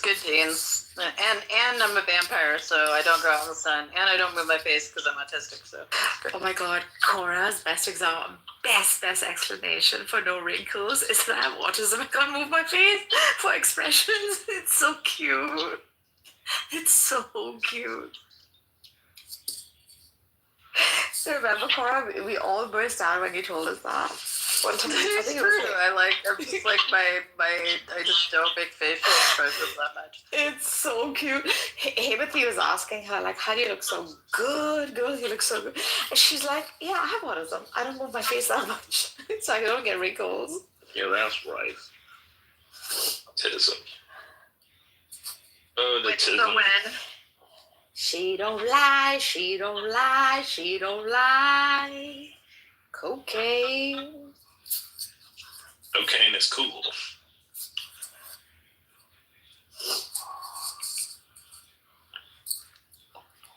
Yeah, come on. I missed a lot, huh, guys? Cacao. You missed. To be honest, I don't think You missed nothing. I mean, it's literally just degeneracy people with no the problems. only thing you missed was Mikhail. Mikhail really good. Oh yeah, he lost his fucking mind. Like it's not even, you call that losing a mind. Oh yeah, that's what I was gonna ask. Yeah, Mehmet was there when So bad, me and him got into it at one point. Mehmet was there when he was like literally like hallucinating, talking to himself all day. He still does That's it. an art form, bro. That's an Still art does form. it. It You got can't do that. worse. Like he spiraled after that. Yeah, bro. It was really That's crazy. It's the God complex that developed, like quite literally, the Messiah complex. No, he has Jewish genetics. That's the problem, you know. Like, he can't help it. He has like, he's a product of like the 350 families of ancestral like relationships from like Eastern Europe. So You that's gotta make it about. You guys are so narcissistic, man. no, but he has Jewish blood. For real. He has Jewish blood. I mean, that's why he has a high IQ. And he's fucked up in the head. You don't have to like romanticize. Wait, is this the guy that used to go by, what was it, like, Harry Pick? What was that weird name? No. No. What was Mike's old name? What's What? his fucking old name? You know, the one, he's the guy that was, like, friends with Pearl and shit from, like, Florida, yeah? Yeah. Oh, Yep. yeah. I thought. Yep. What's his initial social security again? I forgot. Wait. Hold on. Do I have beef or no? Am I good or no? No. I was just trying to put in where your place. Okay. You sound Oh, familiar. you're talking about Seymour. Yeah, see? I don't hate anybody in here. I just want to let you guys know that, okay? I'm just fucking I want around. you to get a fucking job and get off. I have a job, Matt. Relax. You don't, dude. Shut up. Fucking job, bro. You listen to one person and who can't even fucking. You told me this. This was a while ago. This was literally a year ago, Mehmet. Fuck. I don't want to say your name. Don't make me say your name, Mehmet. Oh my god. Now you're threatening me. It's okay, bro. Everyone knows my name, dude. All right. It's safe to say. Well, you're safe with me, Mehmet. Something. Yeah, go ahead. If you don't reaffirm that the Jews are enemies of the entire human race, you're a real Christian. You're just not a real Christian. Honestly. Computer, give goo to stick in the toilet. You believe in 3 gods. Get out of here. You've been programmed, bud. You know, when people say that, that's like such a, like, you're a dishonest interlocutor. Like, oh, you get him, get his Jew there. Thou shalt not have any images or idols before me. I don't disrespect God. Oh yeah. I only believe in one, Allah, Elohim, Adonai. Okay, I don't believe in that Trinity shit. Get the fuck out of here with that Trinity shit. You're Jewish. I'll tell you, if you want to recognize him as a messenger, if you want to recognize him as a messenger, you know, a vessel of a message, then by all means, yes. Hey, stop stealing our After fucking today, I lingo, think alright? Sultan had gotten up. Sultan, I was busy, so I couldn't tag team with you. But yeah, after today, I'm like, you know what? Debating Jews is useless. Just call them Antichrist, and that's it. True.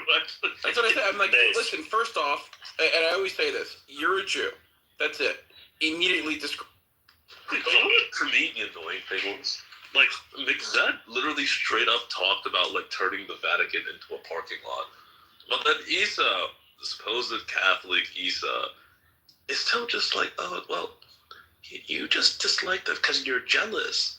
Okay, it's just because you're jealous of... Like, Caleb also said that he would rather be under Nazi persecution again than become a Christian. It's so based, bro. I wish you would say that about us. What the fuck? Oh, dude, he was That's so awesome. mad. I was like, Caleb, give me this. At least I'm the more accurate Catholic here, right? Other than Isa. He's like, oh, yeah, I agree. He's like, Goo represents Catholicism better than Isa. I'm like, thank you. Caleb, he's not, like, stupid. He's more like dishonest. But yeah, he knows what we like think. I unironically agree with You heard him talk about Christianity. He's like, no, Christianity is anti-Semitic. I'm like, yeah. Just the whole thing. Boom. Yeah, he says proselytizing to Jews is anti-Semitic, and you're asking Jews to erase their identity. We're like, yeah, true, absolutely. You cease to be a Jew. And yes, exactly.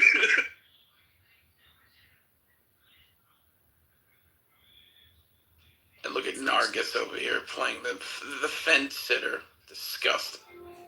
Hey, leave my fucking Nargis alone. I'll fucking hurt you. You're a cuck. Look at those bitches.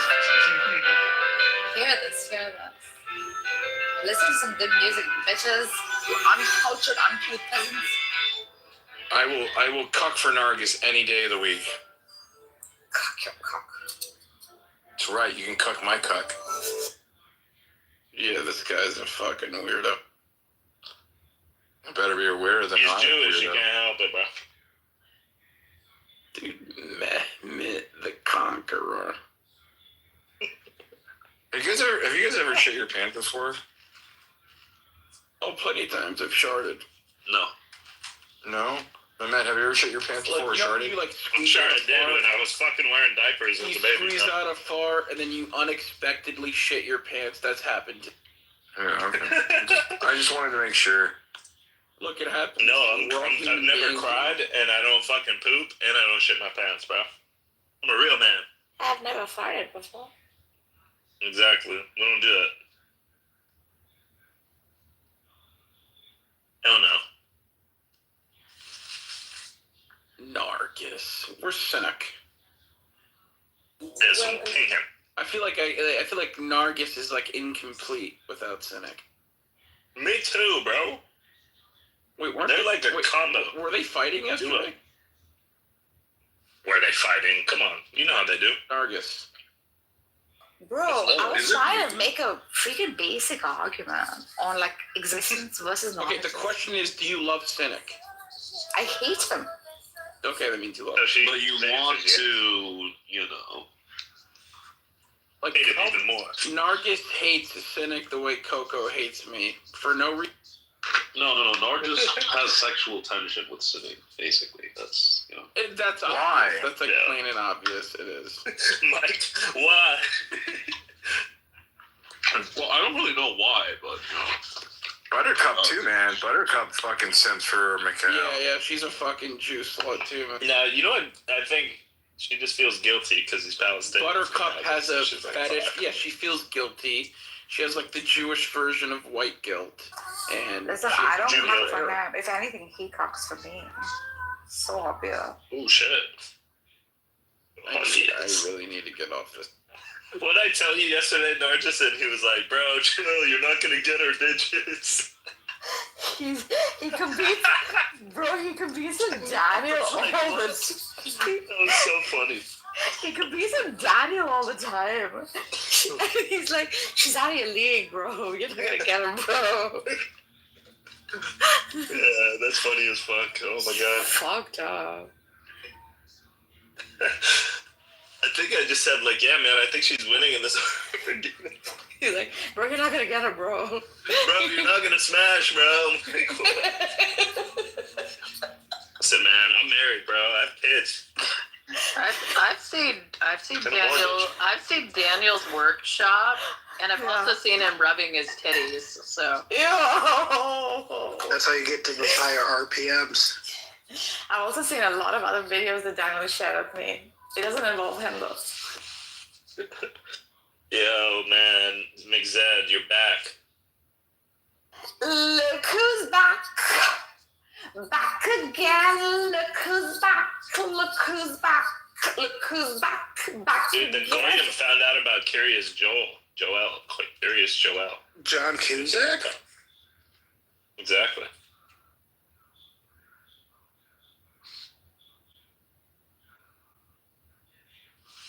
That was a great deflection, I'm not gonna lie.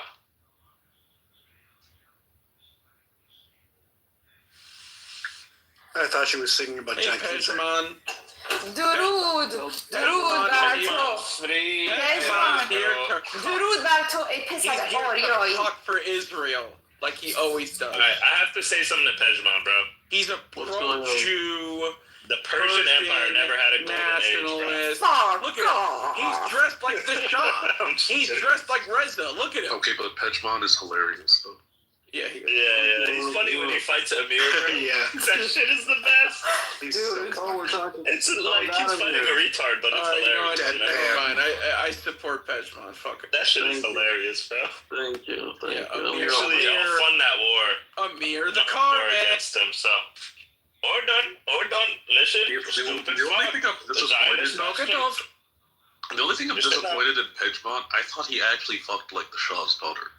I was about to be like, God, dude. Wait, I did meet the Shah's daughter. No, but you implied like you fucked her. And I was like, okay. No. I met her back in 2021. He probably could fuck her, dude.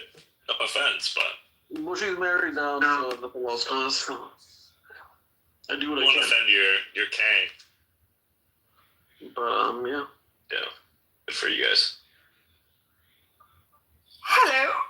So, are you guys gonna visit? Are you guys allowed to visit Iran? Well. Yeah. Or will they make you serve into the military or what? Because my friends can't go back. I have 3 Persian friends. They're half white, half Persian, and they're triplets. You can buy it off. Yeah, you can buy it off. Really? Because their dad was telling me, oh yeah, we want to go, but yeah, we're scared they're gonna make them go into the military. It has to be more. It has to be more feminine than that. Do your feminine voice. Nah, I can't. I don't know. Yes, I'd like to go back to Iran. That's not how they What the sound. fuck is wrong with you guys? I can't. I mean, it's the truth. With your non-sophisticated languages. Yes, I want to go back to. I want to go back to Persia. I can do it. You know what? I want to go back to Iran. Oh my God, it's so weird. I don't understand why. I'm not gonna lie, Trump kind of cut the Iranians. It was like, yeah, go fight in the fucking street, help some of the way, Don't get me guys. started on that, dude. Don't get me started. Dude, in 2 days, motherfucker, turn his You don't back. support him actually using American military might to do anything, like replace your leaders or whatever, but I just felt like that was kind of... Yeah, dude, help is on the way, my ass. Help's on the way, guys. But hey, wait, was the people protesting, were they actually trying to overthrow the government, or was it like people were saying it was a... People were saying it was like, oh, it was a currency thing, that economic... That was all a trigger, but it's been thing? long...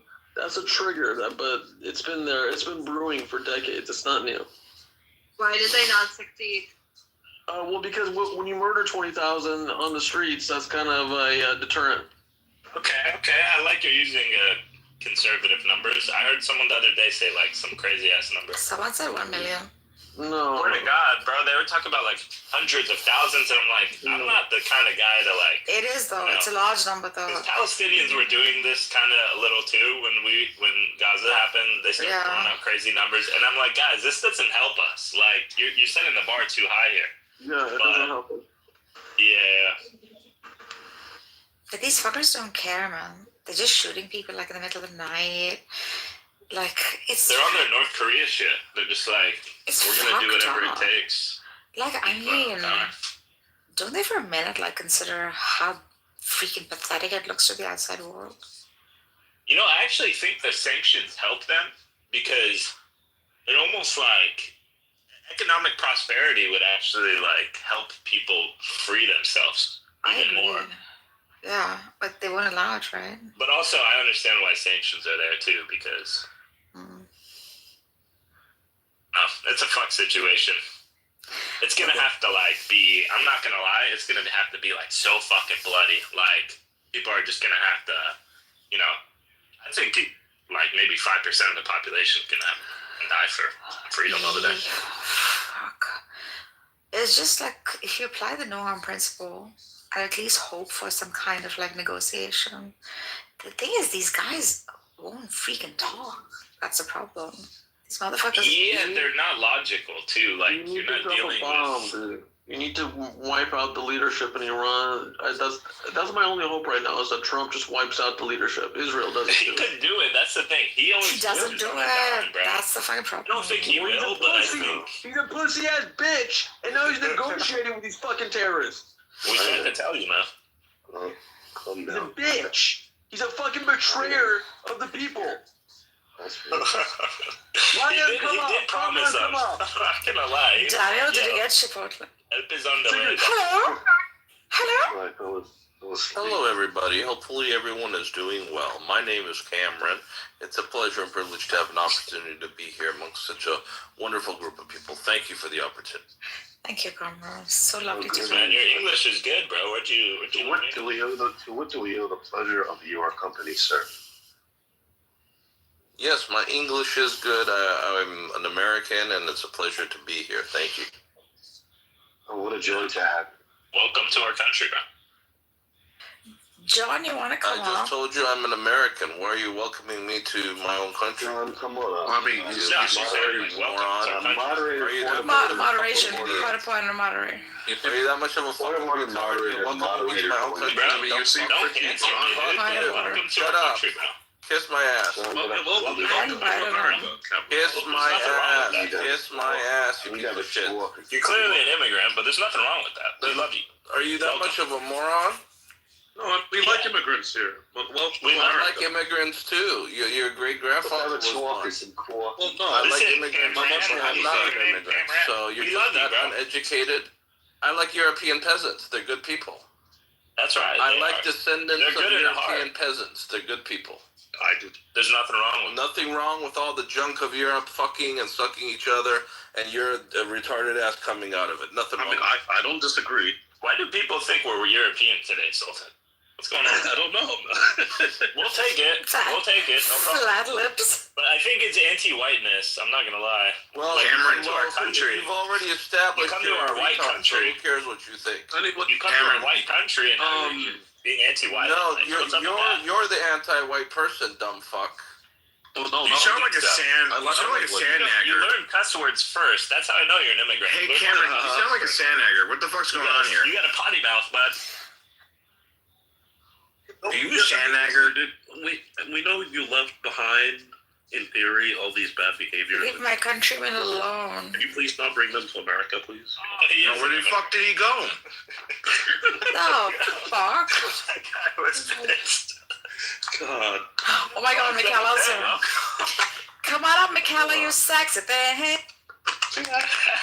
Does she have autism as well? I think that's actually what pisses off these guys the most. If you just act like they're not. I love Michaela so much. Yeah.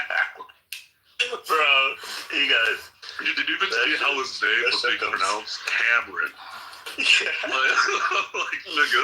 Yesterday. Bro, I see right through that shit. You ain't a shapeshifter. You ain't Jewish, bro.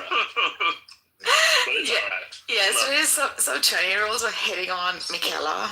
Like, it was, wow, worth watching. Michaela, you sexy thing. Say hi, baby. Hi, I heard some guy talking about you guys in another room, so I was. That guy is John Kitover in the audience. He's recording us. Oh no! Oh no! You guys gotta give me a heads up, man. No, it was in the World Affairs. Amir. Yes, this room. Yeah. What was he saying? What? It wasn't Amir. Some other guy. He was arguing with some woman who was saying that people only talk about genocide to have something to talk about. He was. I don't know. They were. That is Amir, low key. That is Amir. But no, yeah, no problem. It was his room, but not Amir. Does anybody like to be my Valentine? Hold on, I'll be your Valentine, Seymour. Oh, hold on. I love you. You're awesome. Michaela, who was it? I can't remember the name. I'm sorry. Was it like a recorded room or something? No. They were talking about this room. He was saying, Nargis thinks it's a genocide. Cora thinks it's a genocide. He said, like, that she was arguing that somebody was saying that Rose, you talking about Rose? Yeah, Rose. Is that the lady? Yeah, I think so. Yes. Yeah. Yes. You know how perceptive I am. I'm a genius. Oh, come on. No, thanks. She was the only one here, so. She's having a bad day, I guess. I can go back and look and see who it was. I was just curious. Okay, Michaela. You want me to? I'll go back. No, back. Yeah, give us an update. Yeah, please, Michaela. So cute. What happened with Jedi? Artist? Good lord. Bro, that guy is just unhinged. How long has John Kitover been in this room? For a while. Time? Kick him. All time. No. Are you talking about Jedi, the Egyptian guy that studied in Egypt, or are you talking about the Yemen guy? I don't know, Mahdi's friend. Maddie's little sidekick? Yeah. I think we should have fucking unhinged, dude. He fucking. Oh God, it was so. I'm still still traumatized by him, actually. Really bad shit. Like really bad. God. Like, what do you mean? What the fuck did he say? Dude, there's this girl. She came out with a different view on freaking the RGC, right? Yeah. So she came up and she said shit like, well, you guys, I don't know what kind of Islam you follow, but in Islam, like you should, it says something about how you should, protect scholars and stuff like that, okay?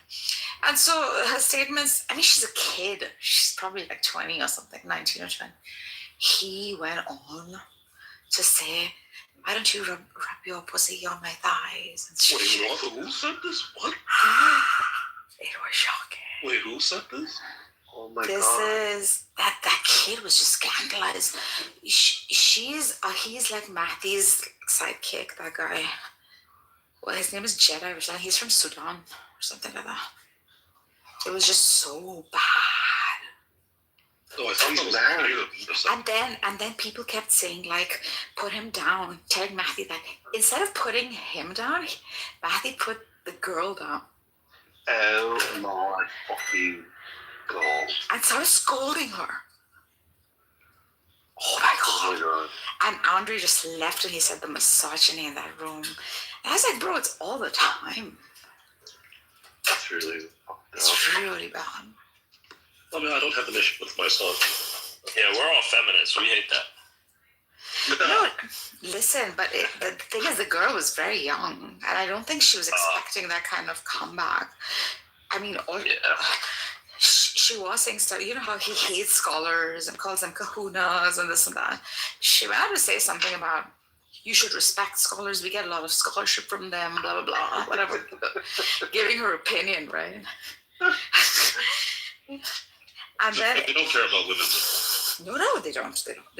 It was really bad. I told Barth too. I was like, this is Yeah, but really, Mars is also very, like... Barth is very good. But Not like, at once, exactly.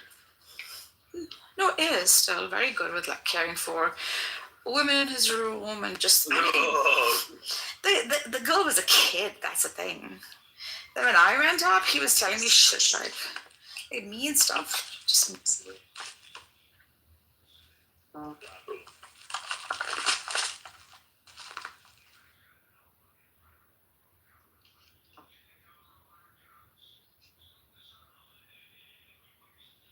Do you know the first thing Barth ever said to me on this app? What? He asked me if I owned any white yoga pants.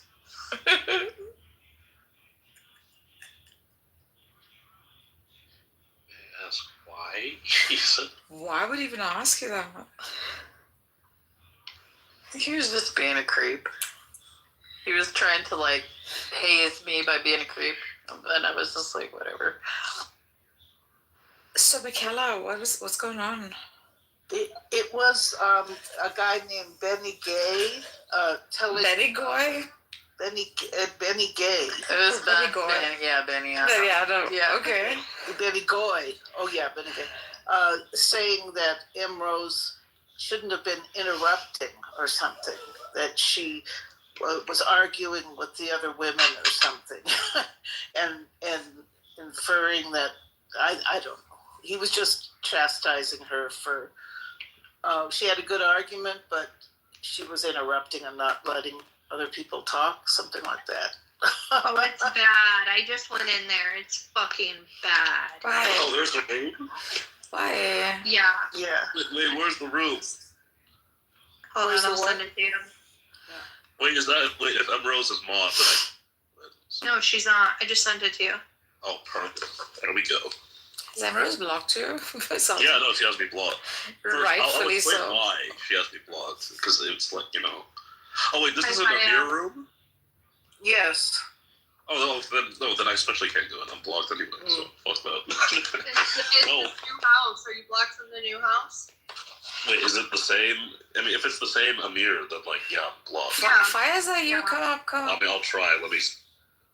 Yeah, Faya, why is Fire, come up, babe. What's going on? Why is she crashing out so hard? Hi guys. Yeah, I'm blocked. Yeah, I can't go in. Well, who's crashing on? But Nargis, the reason M Rose has me blocked, so I actually like properly cussed out M Rose, not in like just I'm annoyed and crashed out, but like I took my time to methodically like insult her fully, because we were talking about Iran, and she started doing her like white savior, I'm holier than thou, I know better than thou bullshit, right? And started screaming, "Oh, you're what role do you even have in the region? What are you to determine what the people of Iran should be? You're not even affected by this." And I'm like, okay, M Rose, I got mom, right? He's Iranian. She's a refugee in that country because of your fucking people, right?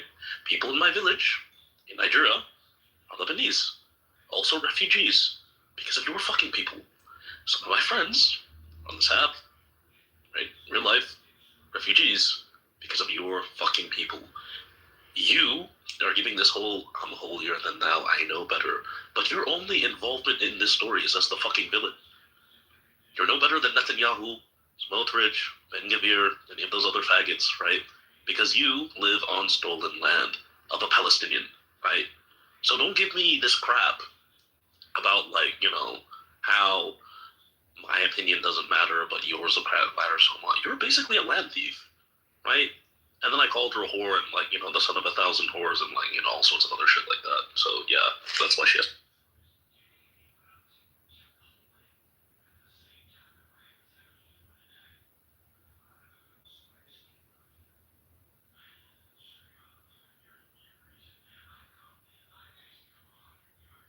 Okay, I love you, Sultan. I love you. I love you. I love you. But Faya was supposed to tell us why she was crashing out. Wait, who's Fire? The other moderator in Amir's room. You went on too long and she left. Oh, sorry. No, it's okay. I'll ping her back. Maybe she'll come back. We'll see. Okay, I just pinged her. Yeah, it's really bad. Ghost just called her, or no, it wasn't Ghost. It was Benny Adam. I think he called her a bitch. I was like, oh shit. Wait, Benny Adam called someone like what? What?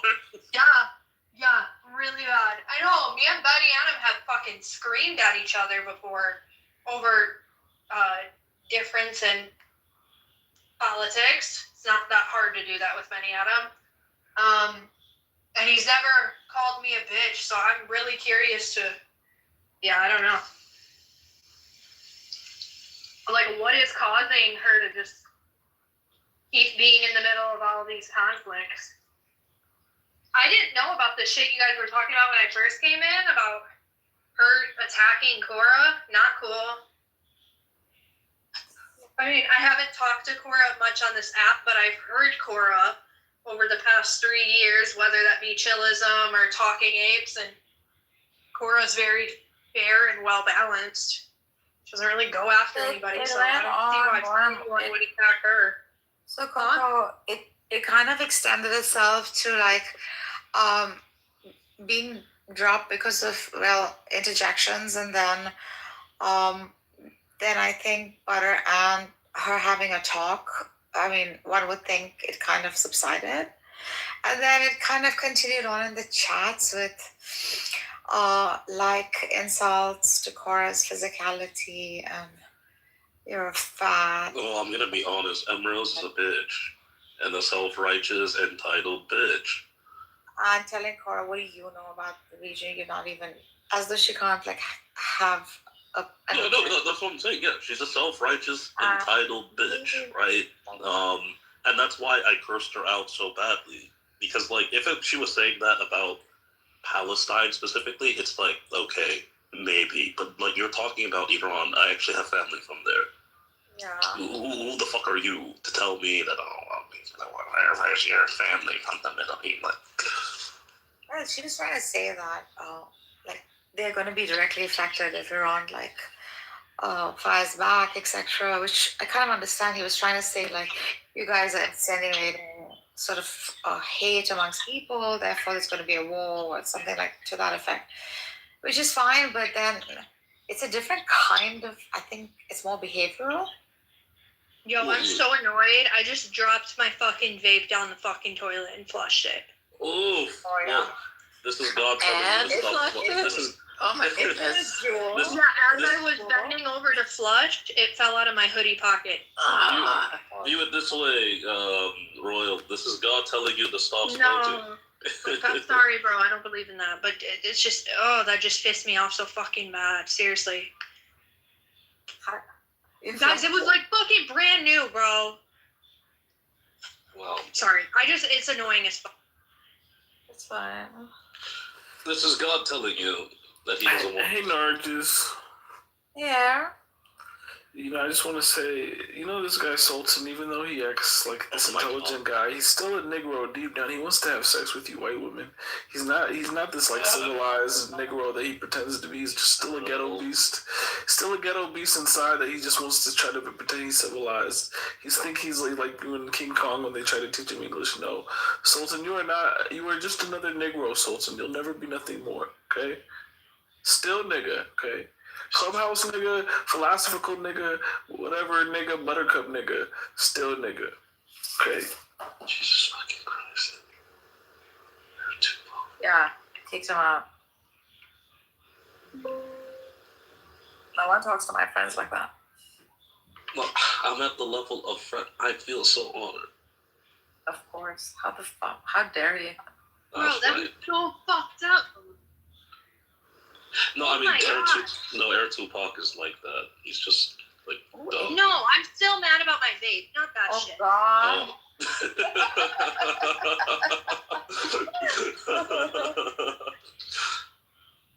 I have another battery around here somewhere. I lost it like last Well, I week. still do honestly think this is God telling you He doesn't want you to vape. Stop. Let her do what you No.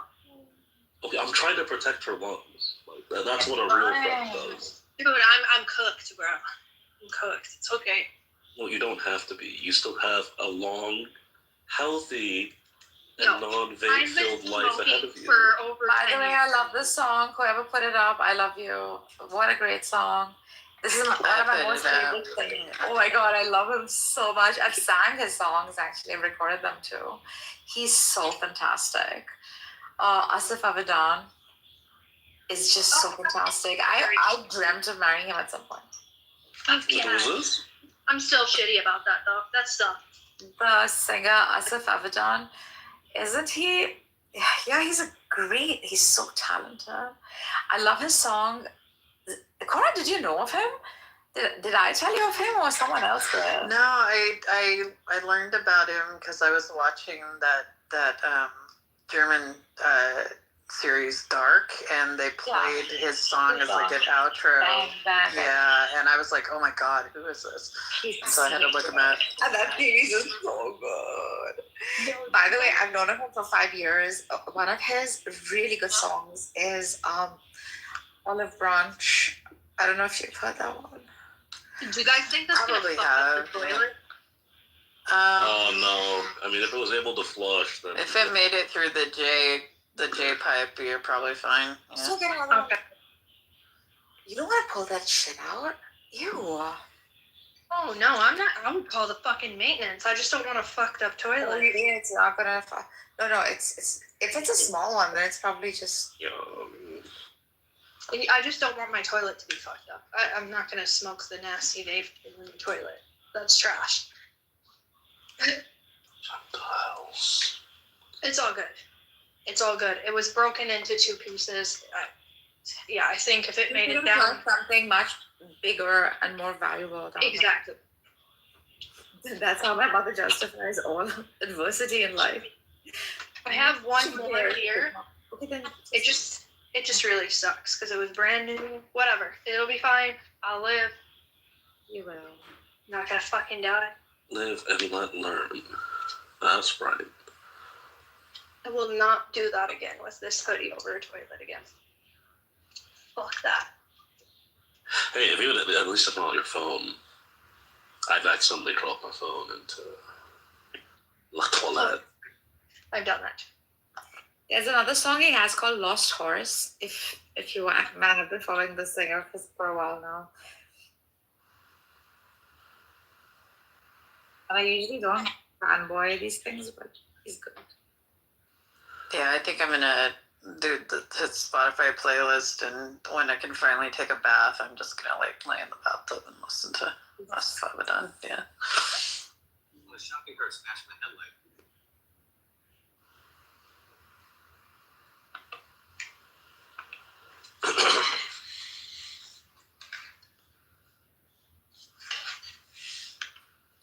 Evening rises, darkness threatens to engulf us all. There's a moon above, it's shining, and I think I hear it call. It's just a whisper through the trees, my ears can hardly make it out, but I can hear it in my heart, vibrating strong as if she shouts, "Oh, Ariadne, I'm coming out, just need to work the sneeze inside my head. I can't lie, you asked, I killed the beast. That part of me is dead. Oh, Ariadne, I just need to work this maze inside my head. If only I had listened to you when you offered me that thread.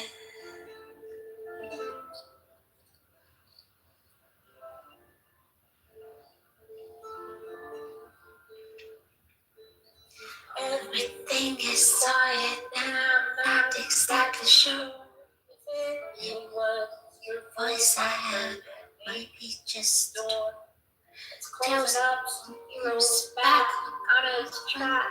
Being a man could be that all his heroes have a path but not a plan. Oh, Ariadne, I'm coming out, just need to work this maze inside my mind. I wish I had that string, it's so damn dark, I think I'm going blind. Oh, Ariadne, I just need to work this maze inside my mind.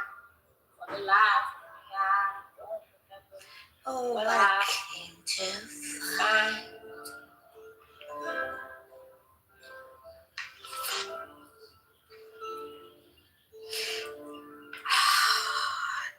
Now tell me, princess, are you strolling through your sacred grove? Is the moon still shining bloody on the thing I'm thinking of? The sword you gave me, it was heavy. I just had to lay it down. It's funny how defenseless I can feel here when there's nobody around. Oh, Ariadne, I'm coming out. Just need to work this maze inside my heart. I was blinded by your vines, but you offered me a charm. Oh, Ariadne, I just need to work this maze inside my heart. If I'd known that you could guide, I would have listened from the start.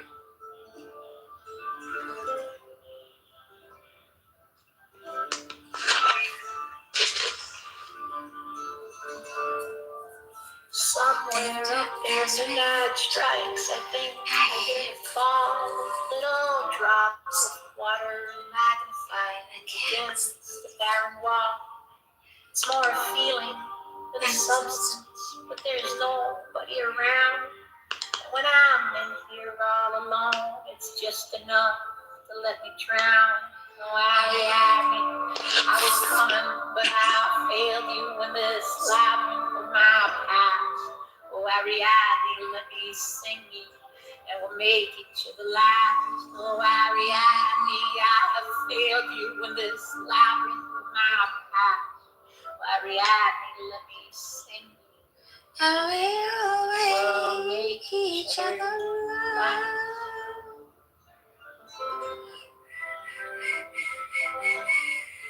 My God, he's so good. My God, he's so good.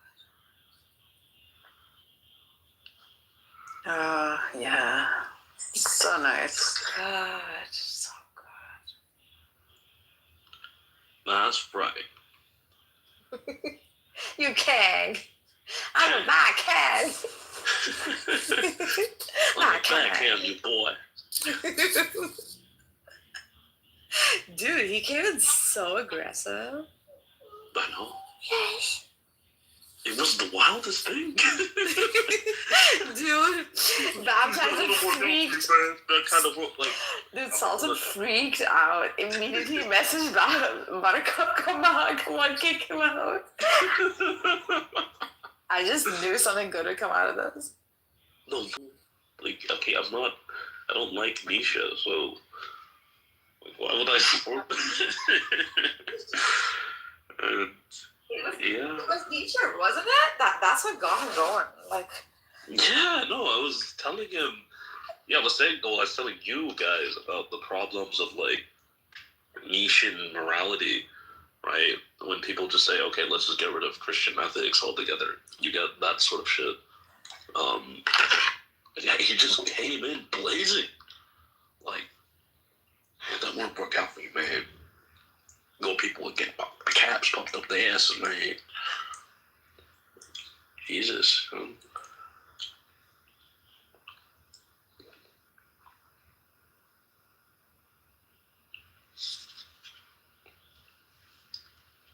Fatty, my little fatty, my fatty baby, my little poo-poo. You're so tiny. That's where it is.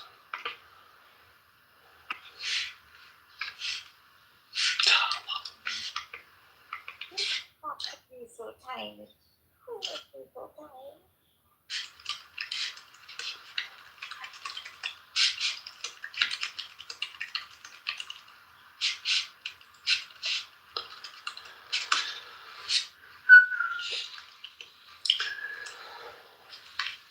Are you giving me?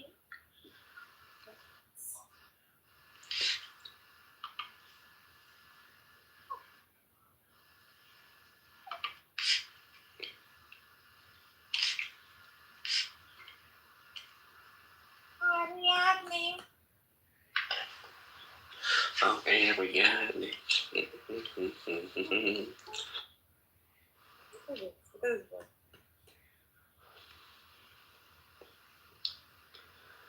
Oh, man.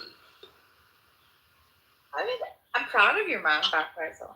Like, I said I'm proud of you in the sense that although, like, your points are quite radical, right? Your arguments, I think you provide good evidence. Well, yeah, because, see, unlike most people that have my worldview, I don't say this to, like, brag, I just say it because it's true. Like, a lot of people that have, like, worldviews similar to mine form them in, like, the bowels of 4chan and shit like that. They're, like, basically the lost, degenerate kids of the world. Yeah. But my upbringing wasn't like that. I came from and was raised in a pretty liberal household.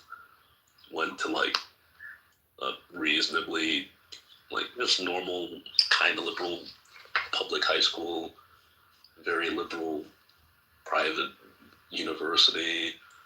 So, like, I'm actually very familiar with how, like, liberals think and stuff.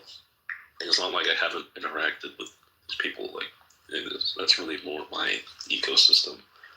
So, the point is, right, that's one aspect of it, but then also, I wasn't like a lot of people that end up as hardline extreme Christians, it's like a reaction to something, you know? It's not really organic, shall we say. It's like they're looking for a sense of self, looking for a sense of identity. I mean, I wasn't looking for a sense of self or identity. I mean, I was always Christian, you know, would go to church every now and again. I was believed, right? It was just like, literally during the pandemic, you just get a lot of time yourself, right? Because I was still in school. So I would just read shit, you know? And the more and more I would read on, like, certain things, I would just come to certain, like, conclusions about how the world actually is and should be. And, yeah, and that's basically how I get to my conclusions. So basically, it's not like a lot of people, it's like an a priori cope. Like they need to believe in something, so that's why they have their worldview and framework. Mine is just like, nah, just I read a bunch of stuff and this is what I came to, Sorry for the long explanation, but yeah.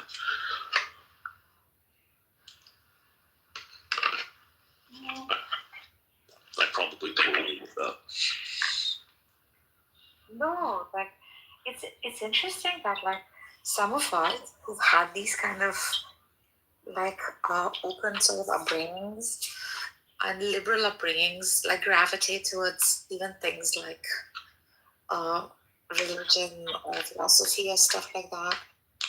I think my parents intentionally try to keep me away from it, and therefore the gravity towards it.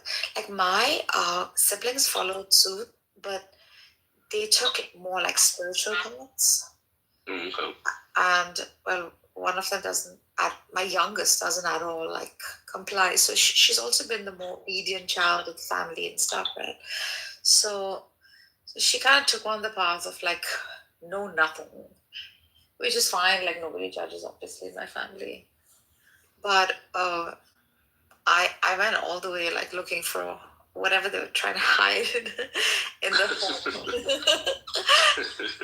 Because whenever we'd like talk, because especially when your setup is like I don't know, Southeast Asia, even if you're living there for a year for whatever reason, even in affluence, completely like secluded from the actual crowd of the land, Yeah. you're still freaking watching people going to temples. You're still looking at them like wearing colored clothes with like dots on their forehead. And that's when you're like, what are they doing? And why? So we'd ask him, like my dad would make like so nice, look how beautiful colors. And he would take us to all the temples. And my mom too. Like, she would indulge in with these like spiritualists, her freaking kitty party friends and stuff like that. But then for me it was more like, what the fuck are these people?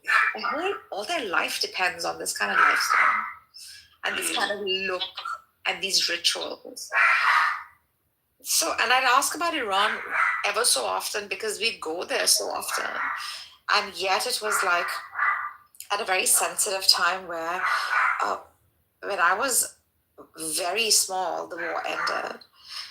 And 2 or 3 years, 4 or 5 years, I guess, into it, when war ends, the actual tragedy begins. Oh, yeah. Yeah, because whilst it's going on, there's that freaking rush for everyone, to sort of defend their nation. No one really fucking knows what's going on. And when it finishes, it's when the dust settles and you're actually sitting there watching the freaking tragedy.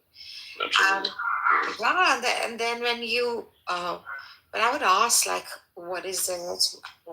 Is it because of God? Is it because of anything else? They would tell me, like, no, this bad boy, this bad man, Saddam, he does like that. Saddam, yeah. He threw a bomb on us. He's bad man. They made it like bad guy, good cop, bad cop sort of situation. Where not the RGC that was the good cop. The nation was the good cop. No, exactly, yeah. Again, to sort of avert religion altogether because they were kind of done with it. And I think like liking monarch and being monarchist, I mean, some of my family's truly like really into that shit. So you start to kind of see, bro, like something is going on. And then you start investigating and questioning and stuff. So. I see. That's interesting. So you were like kind of shielded from the religious side. Like you weren't encouraged to. Shielded from the exposure to it. And Silla very similarly. Like for me, like Silla would say she'd hear like negative things, which is very common to like my friends too, who grew up in like environments where because of the government, the whole ideology is presented like in a negative light. For me, it was there is no ideology, there is no such thing. Just look away, kind of a thing. I see. Okay. If you're looking at them, they're just like these guys who are trying to be good people and they wear turbans, but we don't have to listen to them because to each his own. That kind of bizarre way of introducing, kind of trying to evade the whole thing. Like respect everybody, love everyone, and yet don't indulge in what they're doing. Which basically is like fucking a large part of most people's lives. Apparently, since I came on Clubhouse and noticed, fuck man, people take this stuff seriously. They die for it, they live for it, they practice it on their day-to-day basis. Oh yeah. No, it's yeah, no, it's very it's when you come here that you really need it's what I find a bit funny when people say like, oh, I'm an extremist or a fanatic. I'm really not. Here you meet like the actual extremists and fanatics. Like as a kid, so my mom's side, they're Catholics. My father's side are the Protestants, right? But I would grow up hearing stories about like, the different fights between Catholics and Protestants because it spilled over into Nigeria. And then they, of course, both lived and worked in the UK for a bit. And me, as foreign families, patriarchal, right? So of course I'm baptized and grew up Anglican. So I feel my like basic degree of tribal loyalty, but I never felt like any sort of intense or real hatred for Catholics. I was convinced that, theologically they were wrong. Until as I got older, I was like, wow, actually I was wrong, and then I became Catholic. But my parents, they always let me, the one way they never failed, they always encouraged me to read about stuff, right?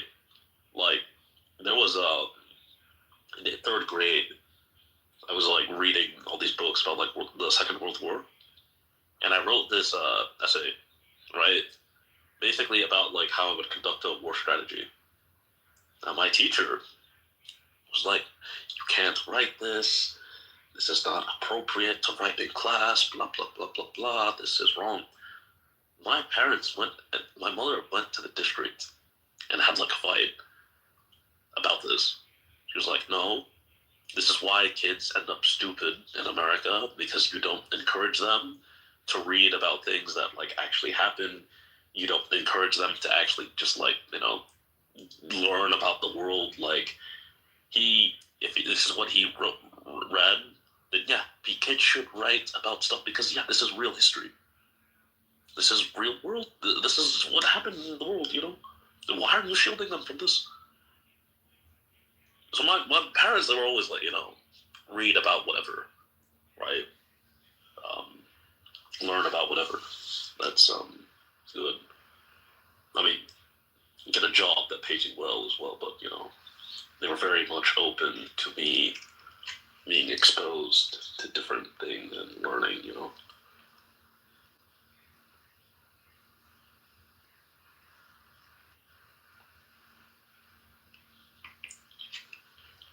Yeah.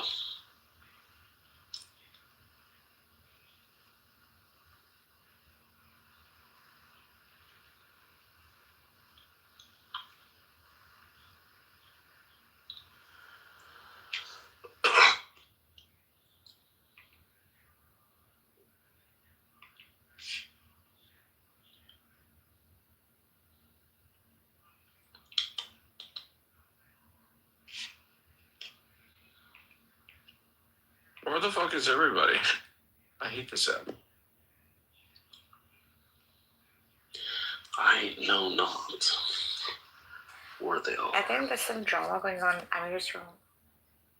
True.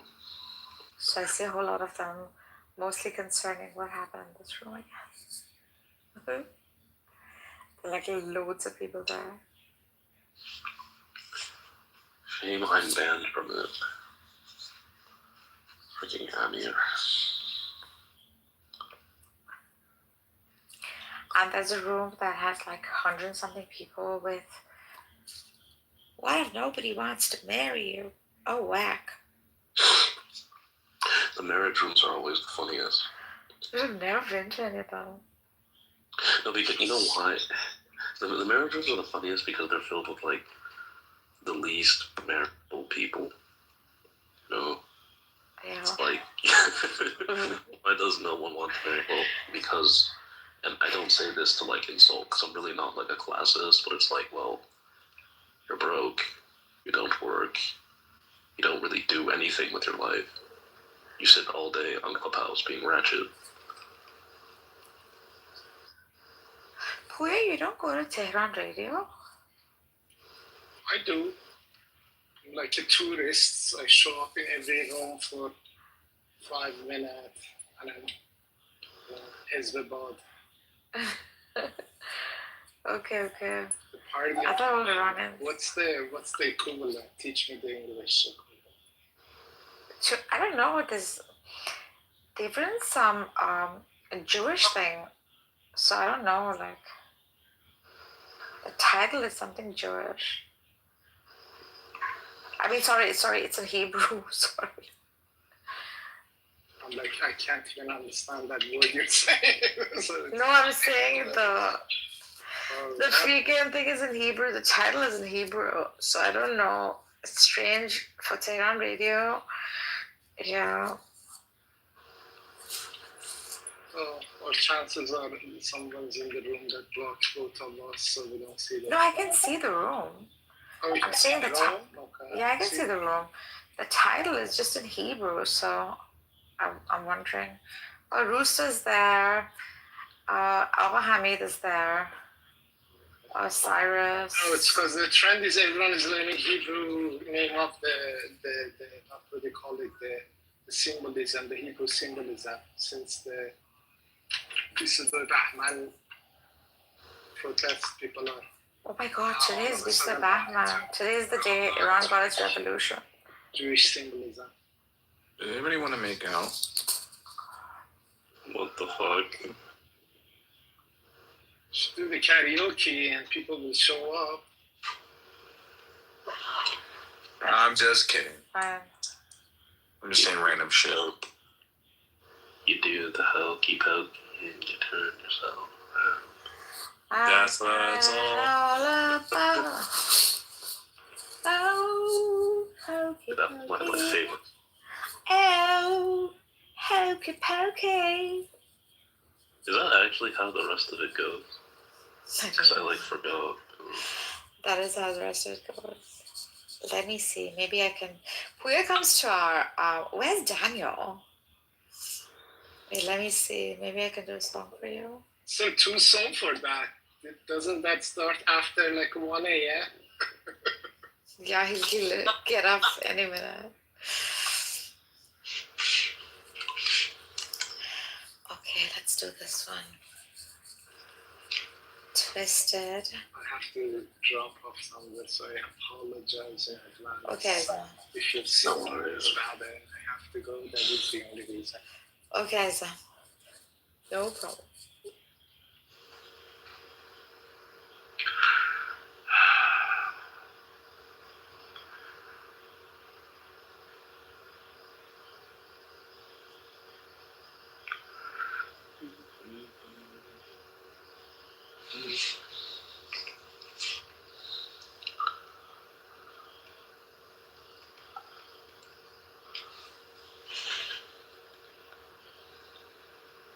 What song did you want to sing? The hokey pokey. Are we ready for the song? I was gonna sing Twisted Olive Branch, and it starts. Love is deep, the deepest ocean will come with the sound of 1,000 waves hit the shore. Love is black, darkest raven will fall with the pain of 1,000 black feathers and the hate for the dove. Fly, black raven, my heart an open hatch. Fly, black raven, come back, raven. Twist your twisted leg upon that twisted olive branch. Very good singing. Yay. And that's exactly why music is going downhill, because white people have no creative talent. Oh, he's back. He's back. That's right. He's back. Your musical trash. You have no creative talent at all. You rap for us, boy. And my mans don't ever call me boy. No, get boy. You better start rapping, boy. You ain't got enough testosterone in your system to call me. Dance, monkey, dance. Rap, monkey, rap. Rap, monkey, rap. Damn, monkey, dance. That's your black voice, bro. That's your black voice. That's fine. Ain't no problem with that. Damn, monkey, now rap for me, boy. Rap for me, boy. Rap for me. No, rap for me. Cause that's what they just call you. I seen the movie. Hey, boy. That's what they said. That's right, motherfucker. Yeah, you rap how you was king. You a lame, bro. Hey, tell me something. Tell me something that you're good at, Sultan, other than being a little hog-faced gerbil. I'll be being homeless. You do what? I'm good at being homeless. Are you good at being homeless, right? Yeah, that's right. Okay, that's a lot of. That's the best thing you can come up to. You a homeless king. I'm a homeless king. Yeah. Yeah. Where are you from? I told you. Where are you from? I told you, Nigeria, motherfucker. Okay. You're giving off a lot of pink dick energy, bro. No, that's right. How you feel about waking up and taking a piss in the morning and looking down and seeing a pink dick, bro? I mean, that's right, because it was coming from your mama. Oh, yeah. Not pink dick was up your mama's ass. It's only two things that are pink in this world. That's a hunky like you and pigs. Actually, monkeys are pink too. Well, yeah, because I fucked that fat pig that was your mama. Yeah. You bitch, you don't belong on Earth. Well, bitch, I fucked your mama, and I'm gonna fuck your sister. No, fuck your grandmama was pimping herself on OnlyFans for me. You sound like a Family Guy cartoon character. And you sound like a black. You sound like that's actually sounds better than you. Sounds more. You see my name, it says superior, right? Get back to the cotton fields, boy. You see that's that? The only thing you're superior at. See that name? You superior against whiplash. Okay, we going back to movies now. Was that not a movie? No, you got whipped. It was very entertaining. I agree. That was a good movie. Brought you in chains, motherfucker. Okay, you going back to fucking like the Amistad. That was my favorite shit. You know how weak you are. You gotta create movies, bro. I don't create movies. Jews do it for me. Yeah. So that's a movie, bitch. That's not reality. But it's real. What did Martin Luther King die for? That was real. Yeah. What did Martin Luther King die for, motherfucker? That movie got the roots and all of that slave and you got whipped. I'm asking, what did Martin Luther King die for? Hold up. Roots, that movie with the slaves, got whipped for cotton. That motherfucker. What did Martin Luther King die for? What did George Floyd the King die for? He got sued for plagiarism for that fake ass movie. But anyway, Martin Luther King wasn't no movie. All right, bro. Hey, where you from, bro? You in America? I told you, I'm from Nigeria, motherfucker. I actually want to beat you up, bro. Like dead ass. Like no. I told you 57th and Woodlawn, nigga. But where is Pull that? up. I said Chicago, motherfucker. You notice how you gotta talk like us to even seem like you tough, you little bitch? Nigga, I'm from Chicago. Well, I'm in Chicago right now. Yeah, because you're not tough at all. Well, that's fine, but I told you my address. Now pull up. You know how easy your nose is to break? We didn't beat y'all up in high school. Okay, then pull up, boy. I'm waiting. I got all night. I'm waiting. He still got his troll voice on. I'm really I got all night. Now pull up, boy.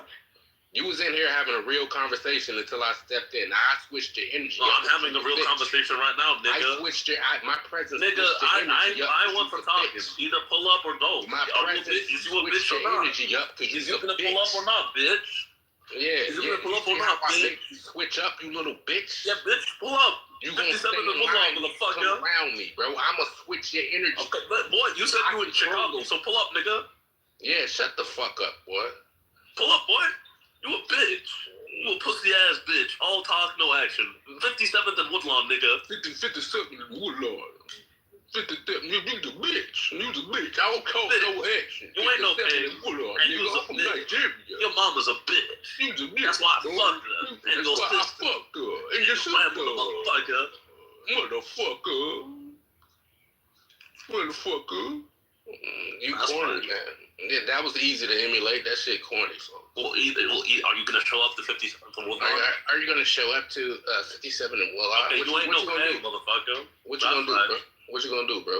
What you gonna do? Pull up. See what I got for you. Let me know what you gonna do. I told you, pull up. What you gonna do? You say you want to. But you gonna call the cops? Nah, I ain't gonna shit, boy. I ain't gonna call shit, boy. You gonna take care of me by yourself, boy. You tough like that. You gonna take care of me. Pull up 57th and Woodlawn. You got all day. Shut the fuck up. Stop running your mouth online and pull up, nigga. Shut the fuck up. Pull up, nigga. While I come shave some bacon off. Okay, so come shave it. 57th and Woodlawn, nigga. I'm gonna pluck all them dog hairs out your head. Okay, come up. Boy, I'm there. I'm waiting.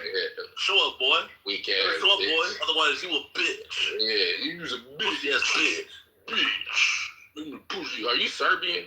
You from Serbia? Nigga, I told you I'm Nigerian, nigga. First of all, quit calling me nigga, bro, because you wouldn't say that in my face. I'm sorry, nigger. Yeah, you wouldn't now say show up that. to 57th and Woodlawn, nigger. Okay, you wouldn't say that in my face, though. Well, that's why I'm telling you Why to pull you up to 57th saying it on the and internet Woodlawn. and you won't say it in my face? Well, I'm telling you to pull up to 57th I really and say Woodlawn, what the so I'll fuck say it in your face, the difference nigger. between me and you is I will say Nigger, what I'm I'm saying at 57th and Woodlawn right now. Now pull up, motherfucker. The difference between me and you either you're is gonna I pull will up and say stop being a exactly what I'm bitch, or saying you're gonna in keep being a real bitch life. And all online, you in which gonna case do, you're even more of a bitch all than you your gonna do pussy is ass try to mama. cause a Nah, I was commotion and fucking try to last get night. somebody to get me the fuck out the building and call the cops. That's all y'all do. Nigga, I don't care about calling the cops. Bitch, Either that's all you're y'all gonna do. pull up to 57th and Woodlawn, or use the bitch. One of the two. You's a bitch. Yeah, because I'm a tough white dude. You's a bitch. Yeah, that's right. I gotta talk like you to be tough, because I'm tough like you. Yeah, because right now you're a bitch, nigga. He's from Nigeria. Yeah, you a bitch ass nigga, motherfucker. He's a Nigerian African, and he tried to talk like he's American, and we the same, and he's a bitch. Yeah, that's right, Kang. Because I'm a king, I'm a Kang. fight king. Pull up, king, because I'm tough. Yeah, so stupid ass up. You a dumb mother. You was a dumbass white dude, first of all, folks. Where is you from again? I told you I'm a nigga from Nigeria. Nigga from Nigeria. Nigerians are Africans. That's fine. Okay, yeah, that's fine. Did you not know that was an African? Niggas, black people, Nigerians, they're all niggas to me. Do you think a Nigerian be talking to you like this? Well, I'm talking to you right now, nigga. Yeah, no. Do you think a Nigerian? Do you think a Nigerian be talking to you like this? Oh well, I mean Nigerians have self-respect. No, you're trying to equate. You're trying to equate me. I thought we was the same. No, I mean, go to me. You're a nigger. I don't care. No, you gotta. You can't. I don't care how I dress. You can't suggest nothing that you can't prove. Because if well, you was around, I know you black. Yeah, I know you black. Yeah, I know who you is. Stop. You a Jamal. You a Tyrone, motherfucker. And you was a king. Now you're just like a horse monkey. You a hog face hunky. That's fine. Yeah, that is fine. You inferior. You can't produce nothing. Your genetics but you ain't still gonna pull up to 57 of the Woodlawn. Your kids done got shit. Your kids won't be creative or I don't have kids. Have no talent or nothing. I don't have kids. Because you're an incel. You're not made I to don't have reproduce. kids. Your I don't have is trash because you like can't most of the black reproduce. population. You're not supposed to be on Earth. So yeah, you don't got kids, nigga. Yeah, but I don't have 10 baby mamas like most of the black population. Yeah. Your pink dick is inferior. The only thing you was kings of was look like baby mamas or child support. You was the king of child support, motherfucker. Your That's shit what look you like are. every animal's dick when it get hard, bitch. Yeah, that's right. Yeah, that's right. That's why I was fucking your mom. Your dick look like a fucking animal dick, bitch. My That's shit why look like I was thinking that shit on your mama last night. You're trash. Pretty shit, but you know. And you smell like ass, nigga. That's fine. The fuck it's out because of I here. was rolling around with your sister. If you was in prison, you would be getting fucked in the ass. Why would I go to prison, motherfucker? I ain't no nigga. You a motherfucker. You's a little pink bitch. Nigga, I ain't no nigga. The fuck, I don't go around you can't be one. You can't be one. So why would I want to be a nigga? Because I don't want to get whipped, boy. We better than you. You keep talking about movies and shit. Yeah. You gotta talk about big shit, bitch. I'm talking to you directly. What was it? 50, shut the fuck up when I'm talking. Shut the fuck up. Statistic. That's the fuck right. up, That's you, bitch. boy. Shut up, you little Bitch, flat. you a 1351 bitch. statistic. Fuck up, nigga. 51% of crimes in America. That's you, motherfucker. Nigga, I will really break your fucking face. Okay, then pull up the 57th and Woodlawn, man, shut the fuck up. You ain't even over there. That ain't even I'm there right now. Shut the fuck I'm there right now, motherfucker. Shut the fuck up. up. Stop being a bitch. Get fuck offline giving and a pull up. fake ass address. The fuck out here. Fake ass address, motherfucker. That is the middle of Hyde Park in Chicago, nigga. That's like you trolling, nigga. Nigga, that's the middle. You said you from Chicago. How do you not know where 57th and Woodlawn is? Fuck up, boy. If I make all the, I'll take you to the slaughterhouse like they do pigs. Okay, then pull up the 57th and Woodlawn so you can take me there, motherfucker. Because right now, all you is a bunch of talk and a bunch of hot air and a big fucking shut the fuck up, talk. You a bitch. You shut up, nigga. You shut up, nigga. Bitch, motherfucker. Yes, nigga. I gotta take a bitch. Why talk like I'm tough? Bitch,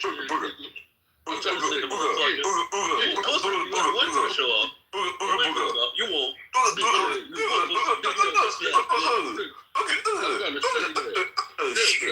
Hey, we got this fat motherfucker back on here. Shit, motherfucker. Jacking off the anime and shit. That's right, baby. You ready? How many kids you fucked in your lifetime, bro? How many little kids? Keep talking, baby. How many kids How many kids you sodomized in your life? Oh my God, I'm gonna come. Oh yeah. Okay. How much child porn you got on your PC right now? You talking, baby Tangs? You with Tangs? How much child porn you got on your PC right now, bro? It's too much. That's too much.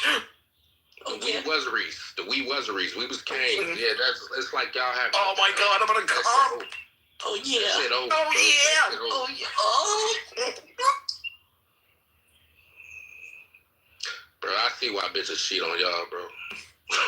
It's just pathetic, bro. I'm glad that you got some that try to stroke y'all ego, but y'all motherfuckers is trash, bro. Ooga booga. That's right, nigga. Booga ooga. I'm gonna switch it up. Booga ooga. That's right, nigga. Booga ooga. Booga ooga. It doesn't sound good too, actually. Booga ooga. This dude is fantasizing. Nargis. Booga ooga. Nargis. That's right. Yeah, Sutan, Serbian, Serbian brother. This dude was forcing his laughter. Shut your fat ass up. This nigga over there turning red. He over there turning pink, red, and blue and shit. You little faggot. Shut up. Motherfucker. Did you ask me? Ask me, motherfucker. You ask me shit, motherfucker. I bet your breath stink, bro. Look, you look, the bitch left. She ain't even impressed by y'all no more. Y'all was on here trying to impress her. She ain't even impressed by you raggedy was your mama. That's why she was sucking my dick. She ain't even impressed by you little faggots no more. Oh yeah, y'all but she's was all still in a room That's right. The fuck out of here. You little inferior, pussy getting cuckold ass, pink dick having ass bitches. Hey, you niggas is straight bitches, bro. Like y'all really actually don't understand that you're a bitch. Your whole little confidence comes from the government just protecting you and providing you, bro. That's right. I know. Society, yeah, I know society is just helping you cope, bro. It's just helping you cope, bro. That's why we got to whip your kind. Yeah, and when y'all do that? Oh, we still doing that right now, boy. When? Where at? The prison, bro.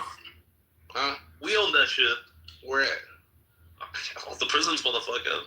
That niggas like you stay at. Hey, let me give you I wish I could share a link to a video of some prisons and motherfuckers got white dudes walking them like dogs. It's an actual video. Who owns the prison, nigga? Yeah. White people own the prison. No, you said Jewish people aren't white. When did I say that, motherfucker? I didn't even say anything about Jews. Okay, they own the prisons. That's fine. Okay, so they're white? Yeah, they white. Yeah. Okay. Oh, now y'all claiming them. We was. What have I not? Yeah, now y'all claiming Jewish people. What have I not, motherfucker? Okay, so Jewish people's ideology doesn't align with you hunks' ideology. So are you Aryan? Are you racist, or you're not? No, I'm just racist to niggers. Yeah, you don't do, you can't do shit to niggers though. You see us I every day. do shit to niggers every day. All right, you do it to it. Where at? Where at? Every day, motherfucker. Where? I make money off your suffering. Where at? No, you don't. How is it we suffering? Where are we suffering? I invest in Raytheon. I invest in Lockheed Martin. I invest in private prisons. I invest in the music industry. Yeah, I make money off poor people being bitches. Bitches. Yeah, that's right. That don't even make sense, bro. Yeah, it does. Yeah. The more we all kill each other and act like niggas, the more money I make. Booga booga? Yeah, it sounds great. Booga booga. Nigga delivered DoorDash meals talking that dumb shit. He's a dumbass. Nigga, you ain't pulling up to 57th and Woodlawn. So man, shut the 57th at this point, and Woodlawn.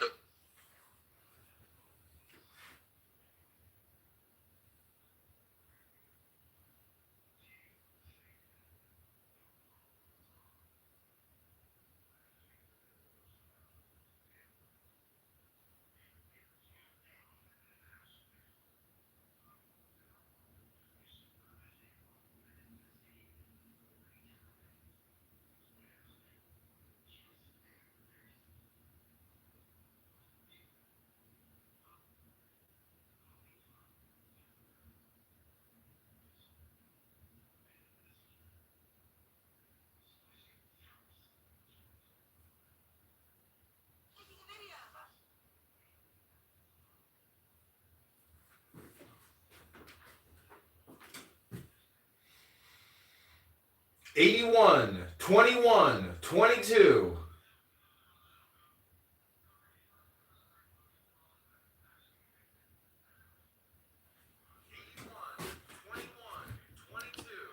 That's ooga ooga ooga ooga ooga. That's all you gonna say when I'm fucking you up, you little fat bitch. Love is the answer.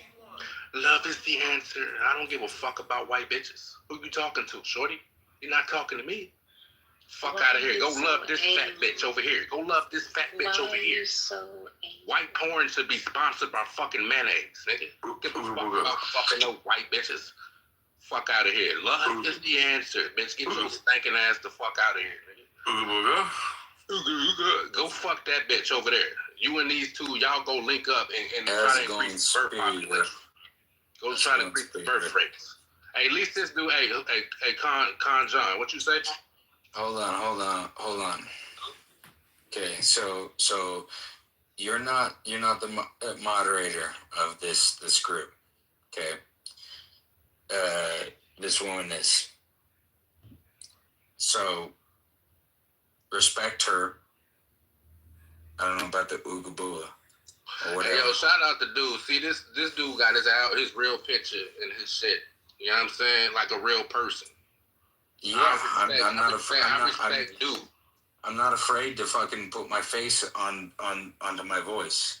Okay, but what I'm saying is, yeah, you see that? You see that? What I'm saying is respect the woman, and we can have a conversation. That's it. Shout out to Con John. Shout out to Con John. Con John. Fuck with you, Con John. So what do you guys want to talk about tonight? Seymour, you a bitch. Why you ain't talking right now? You the moderator, right? Hey, shout out. He has a point. He has a point. You gotta talk. You gotta talk. Yeah, he ain't talking no more. Yeah, no, she ain't talking no more. Hey. Oh, that's a. Seymour is not a girl, man. There's a female voice and a male voice, and maybe you get the female voice, and maybe you get the male voice. Yeah, okay, we Is this two different people or one? Yeah, I get it. We never know. Yeah, there's always two voices. There's the female and the masculine, the feminine and the masculine. Masculine. And yeah, no, I get it. But at the same, she left. What the fuck? That was a girl. It could have been a guy. Could have been a girl. That was a dude, bro. Okay, it does. Okay, whether it shit, I don't want to get into this debate. Oh, he left. Oh, God. Jesus Christ. Wow. Everybody leaves me. So this is the thing. Like, I don't know shit about nothing. Okay, I don't really know that much, but I am a little bit educated. And you know, I went to the university. I studied philosophy. I studied environmental studies and anthropology, and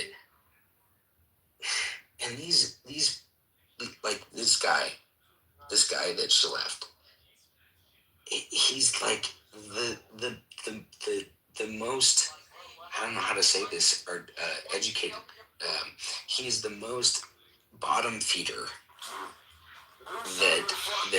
that exists in the plentiful. Like, it's like across the board. It doesn't matter if you're in the United States. It is very prevalent in the United States, but it's prevalent everywhere else as well. In all of the other countries, specifically talking about males, right? The men that are uneducated. No, it doesn't matter the country. They could be in Colombia, they could be in the United States, they could be in Venezuela. But the men that have this ego that says, I am better than everyone else, including the other men around them, but especially the women. And it's like, dude, fuck off, bro. I could just fuck. I'm a 36-year-old male. I'm a white male. This is my profile picture, and it's like I'm living in Colombia with my wife in Colombia, and it's just like fuck all that shit. Like these stereotypes are, yeah, some of them are there for a reason, but if you go out and get like racist and you get, you know.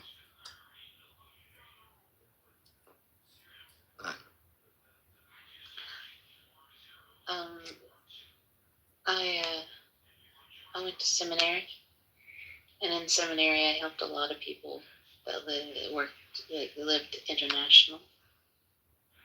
So I got the honor to get to know a lot of people from all over the world, and I love talking to people from all over the world.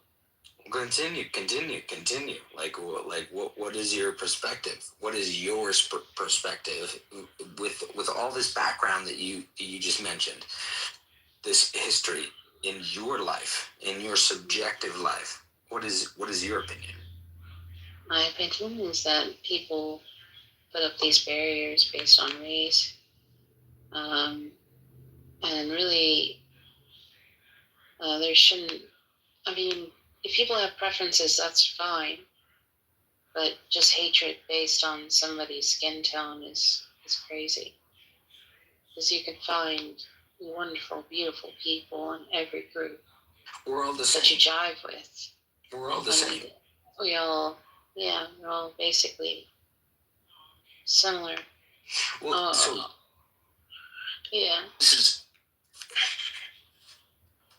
But they're not exactly the same because there's cultural differences. There's differences in how their nation runs. But you can find in a group somebody who feels more at home in a different place. Easily. But when you know that human evolution came from Africa, everyone was black. Everyone was black.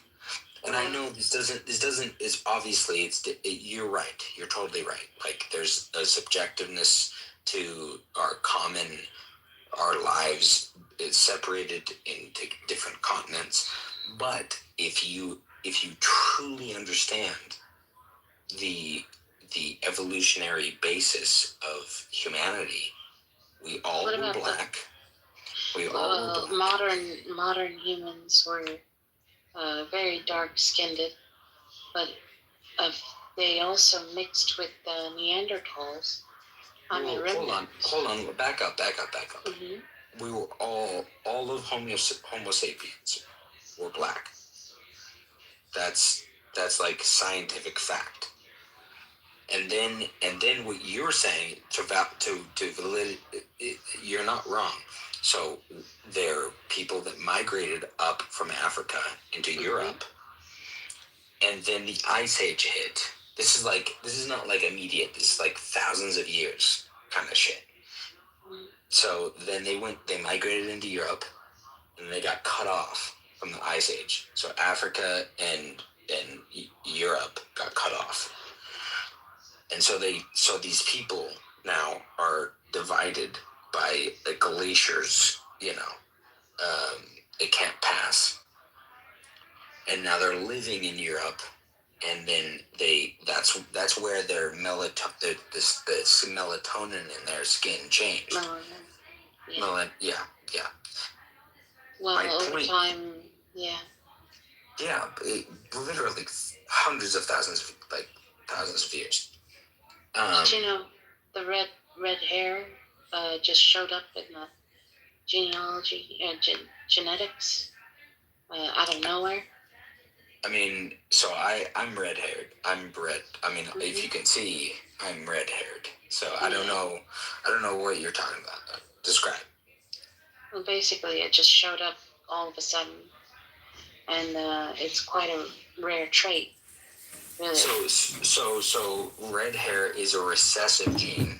It's a recessive gene, meaning that you can technically have two parents, a mother and a father, that do not have red hair, and they're active.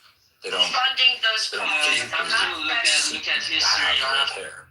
But if they both, this is the conundrum. If they both have their recessive gene, then it activates, and their offspring could potentially have red hair. So it's what we call a recessive gene. So it's only predicated on the fact of having sex with someone else that also, whether active or inactive, has that equal recessive gene. So meaning like if we have sex, if you and me have sex and had a baby, it would only, we can only have red hair. Obviously I have it, right? But it would only be possible if you also, in your DNA, add a inactive recessive gene for the color red hair. Mm-hmm. And that's it. Yeah. So it's crazy, right? That's crazy. But so it talks about think about globalism. Think about dispersing, intertwining. What is the United States right now? It's supposed to be a melting pot of. It's more like a salad. A salad. Oh my God! Please hold on. I'm gonna stop talking. Would you please carry that thought on about the United States? I mean, it's more like a mixed salad because you have all these parts and they're uniquely themselves, but then when you put them together, you make this beautiful dish that is unique and versatile and exceedingly, how do I put this, eclectic. So,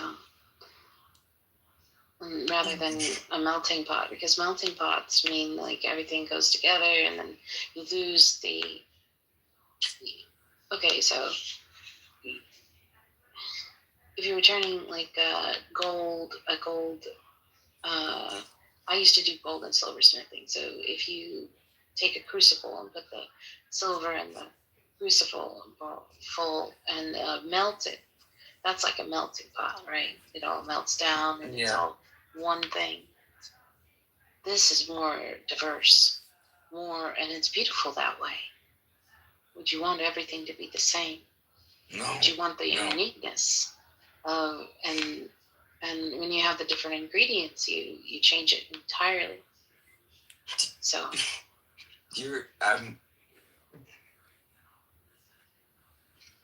you're bringing me to tears.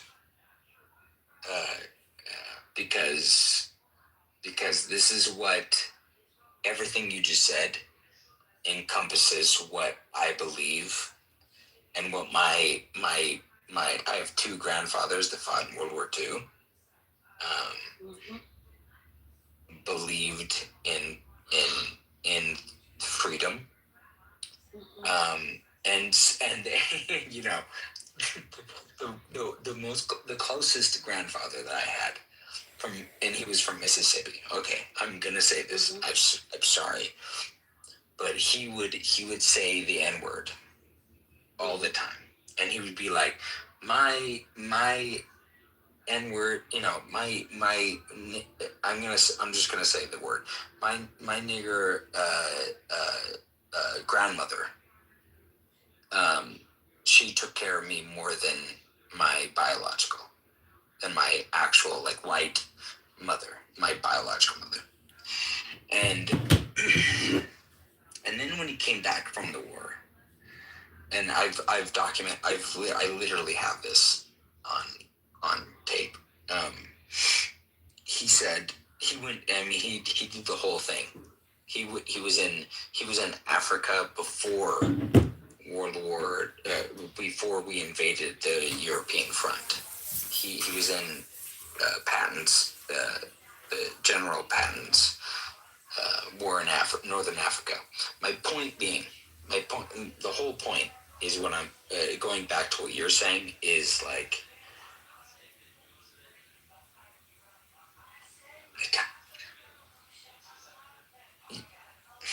I agree with you. Like there was this divide about racial segregation and racism, and but at the end of the day, it's like who gives like what we need. How can we not transcend that moment? Because for everyone that I've worked for Apple.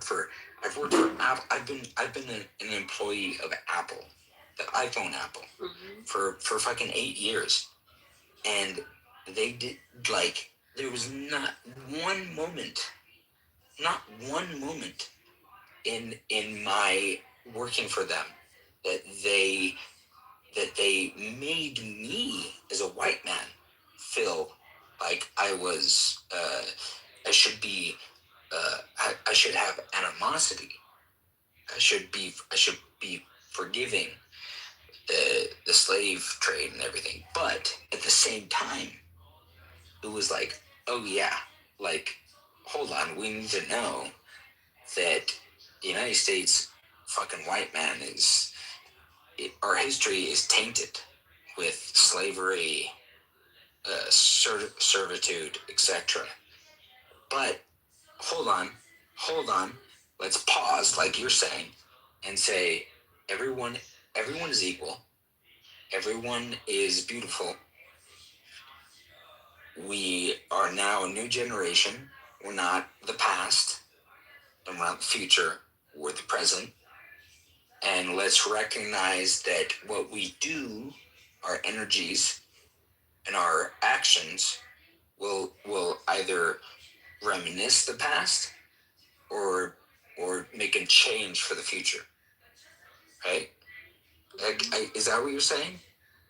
Yeah, essentially. And I just accept it for what it is and not try to change it into some. I mean, overall, it's still a dish, right? Being served, and it can be served in all sorts of ways. So and it changes. Right? So we live in the same dish, right? We're all part of the same. Exactly. So I mean, even if whether you're white, I'm white, obviously. I'm fucking white as fuck because of my dad. But my mother is literally like, she's the reason I'm not tall. I'm only 5'9". I'm like 170 5 or something centimeters. I don't know what the meter is, but I'm around there, right? So like what I'm saying is my father was like almost 6'1", and I that fucked me because he had me with my mother. My mother is like fucking 4'5" or something. She's tiny. She's literally like she's tiny. She's Native American, Spanish. Okay, so my point being is like we're all affected. We're all affected by the past, whether you want to know it or not.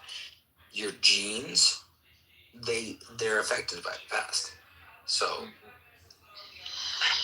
it's epigenetics, and in your epigenetics, depending on your environment and your nutrition, certain genes turn on and off, and this is something that most people don't probably study, but no one studies this. No one studies this. Yeah, they do. I used to work for somebody who did. No, I'm not saying that no one. I didn't mean no one. I'm trying to say that like in my sphere of influence, and I know many like scientists and developers that are winning right now. That are winning in their capitalistic ventures. I've heard of what you're saying, but this is not normal. This is not like it's not normal knowledge. Yeah, well, it comes from research based in. I used to work for somebody, a clinician that traveled all over the world, and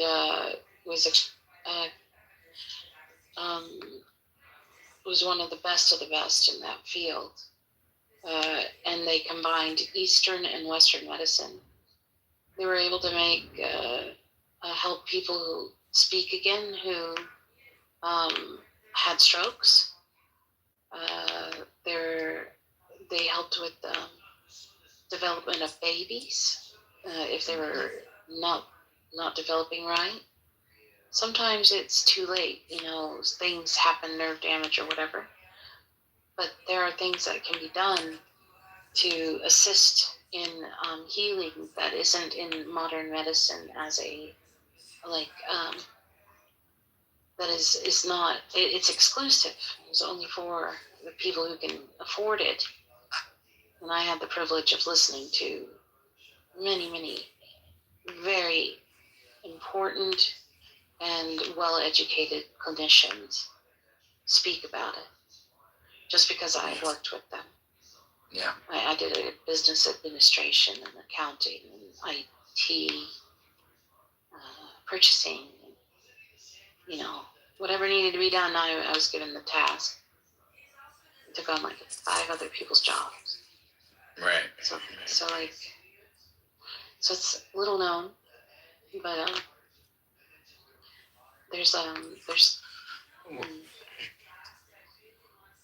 it might be outside of the normal scope of what is practiced. For example, during COVID, I was tired of not losing weight, going by the expectations of the diet, modern diet. And I figured out very quickly that the ketogenic diet was the absolute best for losing weight, and it clears the mind. And but you have to do the electrolytes perfectly and monitor yourself often, or you can really mess yourself up. But it's like it's fasting without fasting, and you eat fat to satiety rather than as you're losing weight. So you just lose weight, and it renews your skin and everything. Like it was used to help with epilepsy. That was how it was in children. That's how it was developed. So these little known things, most people don't know about it. the research there. Right. So the research there. The research is there. Yeah, the research is there, and you have these pockets of people that are like you, that are affected by this. Where no one, like, everything you said right now, like, I had no idea about. Like, it doesn't affect me. It doesn't affect my recent, like, my friends or family. Now hold on. I will step up. Like, I do have a mother. My mother is diabetic, but she's type A or type 1 diabetic, which it's that's a whole another conversation. My point being is you are correct that you have these people that demonstratize you for your body or whatever, and then you're trying. So you like putting aside the internet, putting aside the publications, and it doesn't just need to be the internet. You're actively trying to better yourself, and then these articles are coming out saying negative things. I don't. So negative things. No, these are positive things. Well, sometimes positive and negative. My point. Yeah, go ahead. No, go ahead. Oftentimes, the research is skewed towards what Hi, I'm Sarah McLevin. Expected to discover, and so they're funded based on John, what do you got for us? specific criteria, and they want to prove their point. And so data How can I help you today? I'd like to take out. So Can as a you line result, tonight and what look I at whether would the do mass killing? is because I wasn't getting any results, and I went to college and got a 4.0. I took a nutrition class. It still didn't explain why diet wasn't working, because I was eating far less than what I should have to maintain the weight in the first place, right? Later on, I discovered more and more information as I was learning, and then I discovered, we have been taught completely wrong how the human body should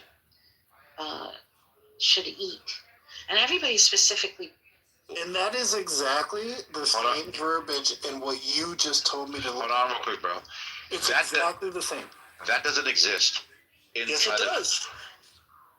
Bro, you talk without thinking, bro. You told me to look this up. I Googled let me just tell Ducky what I'm saying. Exactly what you told me to look up. So he's on Copilot, bro. Like, that's exactly what I said. All right, so Ducky, it's Copilot. All right, so this is what I'm saying, Ducky. I'm saying that there was an investigation with Christopher Wray. I don't know if you're familiar with him, but he was all right, so Christopher Wray is the director of the FBI, okay? So these are all the questions in the investigation for January 6th. The FBI never came out. They were never forthcoming with any acknowledgement of the 26 or the 250 federal agents that were in the crowd, okay? So none of my research has ever shown up 250. Where are you getting 250? Just wait till I'm done and then I'll provide Just tell me how to get 250 and I'll look it up. Yeah, because I'm right in the middle of doing something, bro. I'm right in the middle of talking to Ducky, bro. Just wait. I bet you $100 you can't show me evidence for 250. I bet you 100 right now. Show me. What do I? Is it a bet? Yes or no? Yeah. Is it a bet? Yes or no? Yes. Is it an official document that you provided him? Yes. Give me an official document that said there were 250. Okay, no, Joe, hold on. So I'm going to clarify the bet. Let's write this I am going to clarify the bet. Samoa says that in the document he told you to look up. No, I did not say that. It states 250. I did not say that. You just confirmed it. Didn't you just say that? Hold on, You bro. said yeah. So see, Ducky, making the bet. This is why you. That's why your bets suck. Let Samoa at least clarify. This dude Ducky asked me the question: is there an official statement or something? I said in the document you provided, does it officially state 250? And you said yes. No. Oh my gosh, this guy's a weirdo. No. Why don't you? One mountain. Did you hear me say that? I didn't hear you say that. I made the bet. Give me a document that says 250. All right, thank you right there. There we go. Hold on. So this is between me and Joe. You want a document that references up to 250, rough estimate, 250 FBI logged informants. Yeah, like, so if it says federal assets, like, nope. FBI informants. Bro, that's exactly what we're talking about. So we're not talking about agents, right? So we're going to remove agents. Yes, so we're talking about any type of contact or working as contractors for the FBI. So they call them federal assets. An asset. That's an asset. Yes. Okay? With the FBI only. Yes, up to, if the wording is up to 250. No, not up to 250. No, up to. You could say that right now. Now you said up. Before you were saying there was 250. Now you're saying up to. Make up your mind somewhere. Bro, if he just. You need to show me an article. Everything I look up. Every single time, the same shit. You need to show me 250. When we're trying to clarify that and verify. All right, Joe. FBI informants. Hold on, man. So I'm going to put out right now, right? So remember what we're talking about. The IG is the 26, so this has nothing to do with the 250. The 250 is something separate, okay? That's why I'm trying to just shut up, bro. That's why when I mentioned 250, right, I was telling you, Ducky, about the 26 in the IG report, okay? I'm just trying to organize this for you guys, okay? So I'm telling you, Ducky, there's this director named Christopher Wray. There's questions about there even being 26. Because everybody's denying that there was any FBI presence at all, okay? After like a year and a half, this IG report, the one that I just gave Joe, came out. No, FBI informants are not FBI presence. Okay, all right, Joe, hold on. Okay. It says, so Samoa, the words gets very confusing. Joe keeps on saying 26 informants. Right before that, you guys, hold on, let me finish. You even stated that informants aren't agents. Yes. Then when you were talking, you said 250 agents in the crowd. No, never. And then you said to prove, and then now you're saying there was never proven that there was 26 FBI agents, but nobody was talking about 26 agents. You're talking about 26 informants. You're the one that's fucking everything up. There were no agents. Am I fucking anything up, or am I going with the flow? No, you're wrong. So when you hear me use the word federal, I'm always saying assets after it. Joe and I already agreed that the amount of agents is 0. Yes. Okay? We already agreed to that, Ducky. FBI agents. So when you hear me say federal, you're going to hear the word asset after it. Okay? So that's why I said contractor. That's why I said, like, if you were to read it again, it says confidential informant. There's other types of informants. There's a lot of people. So in the document you told Joe to read, stated what he read, there's 26 informants. Right. That the FBI is aware of. So then back to the point, and then we can get to the bed if you want to, right? So wait, are you saying 200? No, I'm not. Yeah, we're getting to the bet. We're getting to the bet. Are you saying 250 FBI informants? I'm not talking about the bet right now. I'm talking about the 26. About the order. Let's just get this out the way, and then we'll go to the bet, okay? Yeah. So I said this IG report is the whistleblowing that made the FBI put out a statement to clarify why they were there. They weren't forthcoming, right? When everybody was asking the FBI, Christopher Wray and everybody, they were like, what? 26? Dude, they put FBI informants in all protests. Anyway, go ahead. No, they were denied. Listen, that's why I brought up. That's a common practice. They denied. All right, brother. I don't know if it's like Cuckooville or like what's. How do you get to 250? Everybody is cuckoo. You need to tell me how you get to 250. I'm gonna provide the 250 for you right now. Yeah. So remember, all I have to provide is that there's like an estimate up to like 250 of federal assets. No, not an estimate. You had an estimate. Oh my! Yes, up to 250. I'm not betting on an estimate up to 250. You said 250. Prove 250. I'll bet on 250 is a hard number. I'm not betting on an estimate. Bro.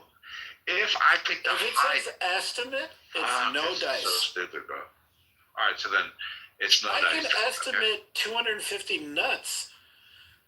Doesn't mean I got 250 nuts. Listen to what I'm saying to you, Joe. Like a year and a half before that report you just looked up came out, right? They were saying estimated up to 250. Okay. I'm not talking about that either. We're talking about January 6th. You talk a lot. We're talking about January 6th, bro. Dude, you're the ones talking. You just extended the time period to before January 6th. Listen, you're the one. You say everybody else talks. You're the one inserting things. Adds the fun. All right, Joe. You're inserting so many different things. This is what I said, Joe. I said there was an investigation for January 6th up to a year and a half. Yo, what are you drinking, Samal? So the year and a half is after January 6th. We're talking about the January 6th committee, and we're talking about the investigation. That is not my bet. It's never been my bet. I'm talking about January 6th. You're not listening. Let me replay. I don't give a fuck what you're saying. So how are we supposed to agree to a bet? You can't. I agree. I agree to it, bet. You're the one who keeps extending the time and moving it around and changing it. Yes, I agreed. Hey, man. I even doubled down on it, and then you confirmed it, and then you denied it. Bro, here's my bet. I bet you $100 on January 6th there were not 250 FBI informants. And then I simply stated, that's the bet. The article you gave Joe. Does it state in it 250 informants or FBI agents? And you said yes. And then when I clarified the bet, you said no. That's not what you're talking about. Now you're trying to extend it. That's exactly what you said, Samoa. Bro, just shut up. Fucking stupid, bro. But Samoa, why do you think I said no? No, you haven't.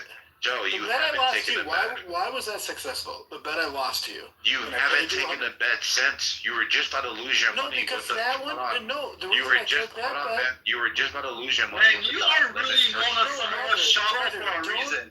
That is crazy. Samoa, motherfucker, I paid you. Weren't you? No, don't fucking.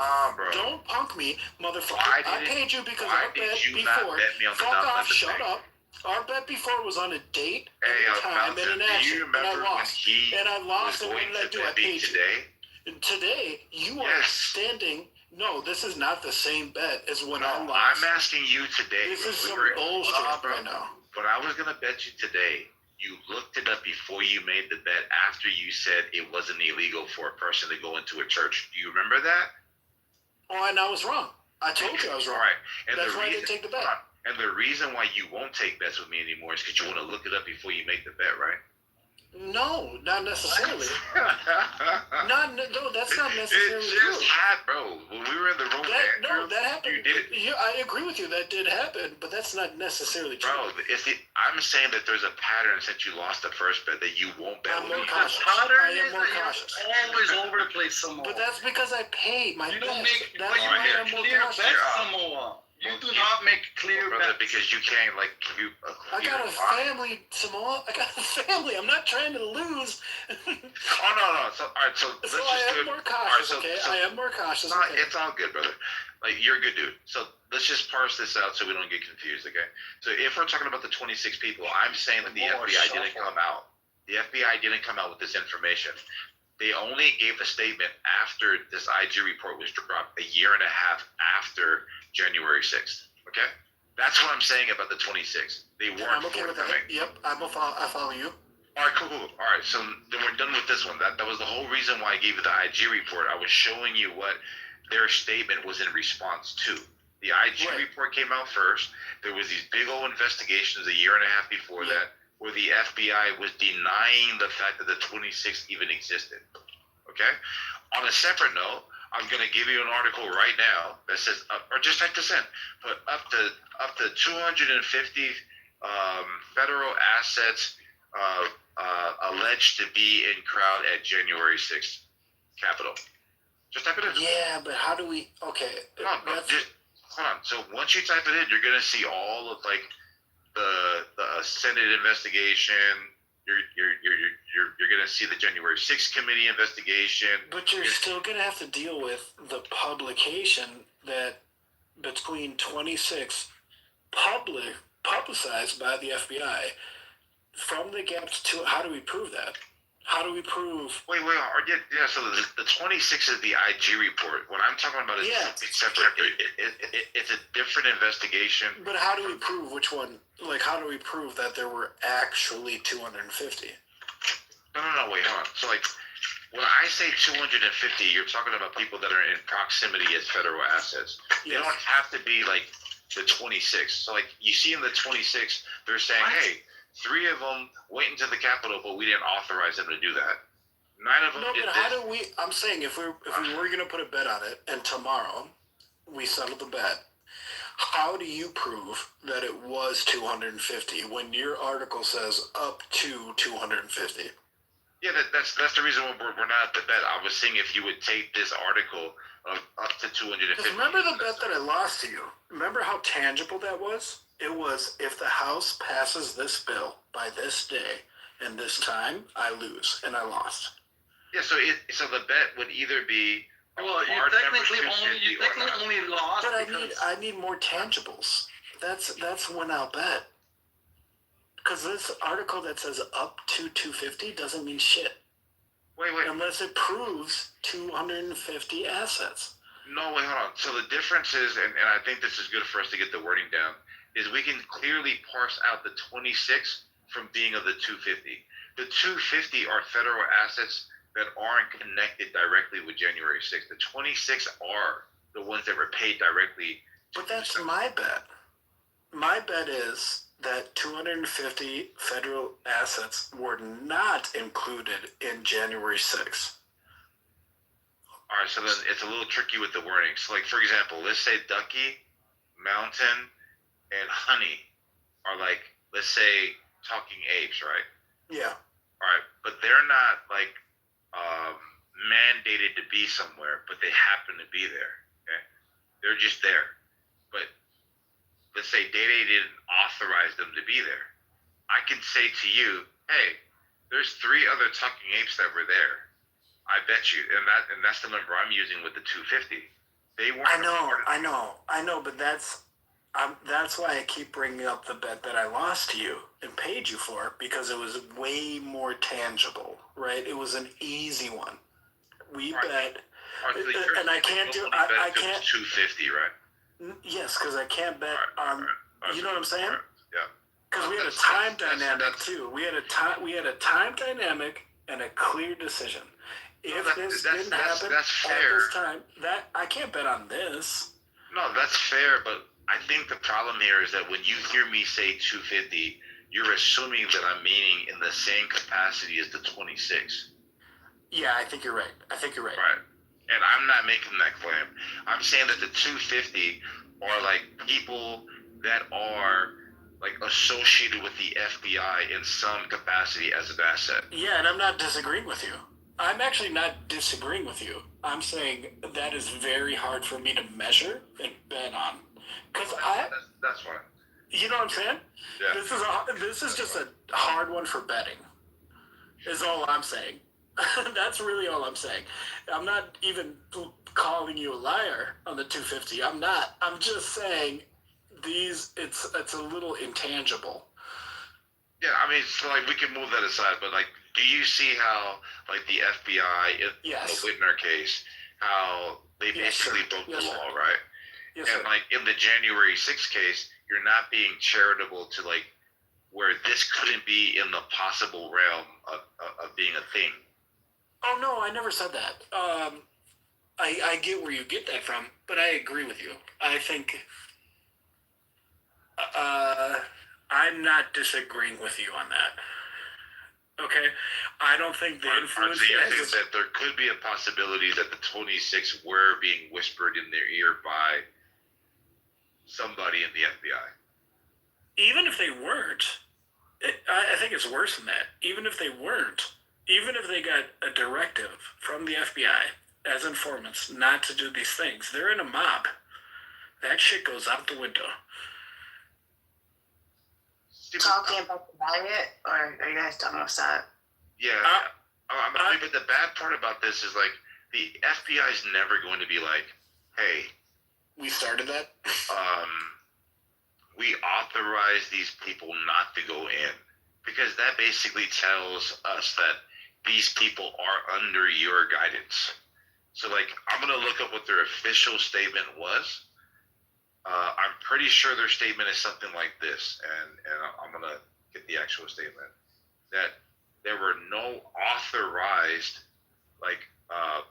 informants acting at January 6th under the supervision of the FBI.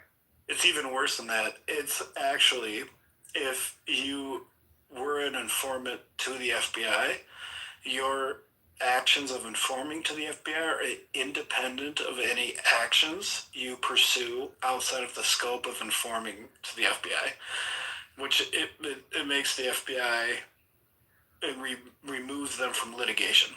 So they say, yes, you can tell us everything you do. No, but I'm thinking of the FBI saying that we didn't tell those people to come here. They just happened to be informants that just gathered organically. I'm pretty sure that's volunteer informants, because Trump literally told them to go there. No. On social media. To go where? To, like, a riot. He literally said it on Twitter, and they went. Why do you think they censored him? Like, are you forgetting the whole part about the Republicans? It's like censorship.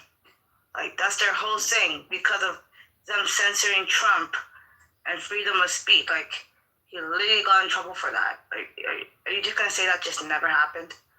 He started it. He literally went to court for it. Donald Trump.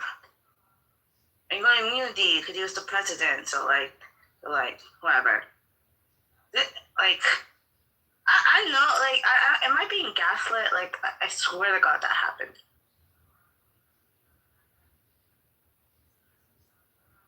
I don't know, man. I don't think that happened. I mean, Trump didn't. Which one, though? I mean, it's the They investigation. banned him on social media for it. In Facebook. December 2022, they think Trump engaged in a multi-part scheme to overturn the election. And this is the House and the Senate. Yeah, he literally had to go to court for it. Like, he's the one that started the whole riot on January 6th. It was him. And also court filings and sentencing records showed 200 plus January 6th defendants said they came to Washington or acted because they believed Trump was calling them to do so. They did that in their court depositions. Over 200 people. Heard the tweets too. They claimed that they heard Trump talk to them and incite that violence, and they were reacting to him calling that. But he said it on social media to go do it. And they did it. That's why he got in trouble. Because no president does that. And then previous case law under Brandenburg in Ohio versus Ohio, speech is criminal incitement only if it is intended to produce imminent lawless action and is likely to do so. But no court has convicted Trump of incitement. I didn't say he got convicted, but because of that whole thing, he had to go to court for criminal incitement. He got charged for it, not convicted, but he got charged for it. He was impeached because of the whole thing. Pardon? No, there's a difference between being charged and convicted. He got charged for it. He impeached Trump for incitement to insurrection. Oh, that's even worse. Yep. And the Senate acquitted him because of the 2/3 vote. And something about like presidential like immunity or some crap like that. Let me ask you this: so was he charged for it though? He was. Yes, he was first. No, and charged. No, charged. Oh my God! When you're charged for something, doesn't mean you're convicted. Okay, he was charged for it. Had to go to court, pay legal fees, but he wasn't found guilty. Being charged means you went to court. Who the fuck? So he was not criminally charged with fucking. He was criminally charged. In order to go to court, you have to be charged. He wanted. So here's the situation. He was charged for inciting. He was impeached and criminally charged, and he beat the cases. That's what happened. Yeah, but he was still charged. No, Donald Trump was never charged with inciting a What? He was impeached by the House for incitement of insurrection. No, we're talking about an actual charge, like a criminal charge. Being impeached is worse than being charged. No, He was being impeached No, is a he's still charge. sued. He's still Shut up, man. He's still being sued for an impeachment is a charge. Yes. Oh, yeah, but he got impeached anyways. So, I don't know. Yeah, but then he was exonerated. That's something that's totally different. Exonerated? So let me ask you this question, Joe. What does exonerated mean to you? Yeah, I'm cleared. No.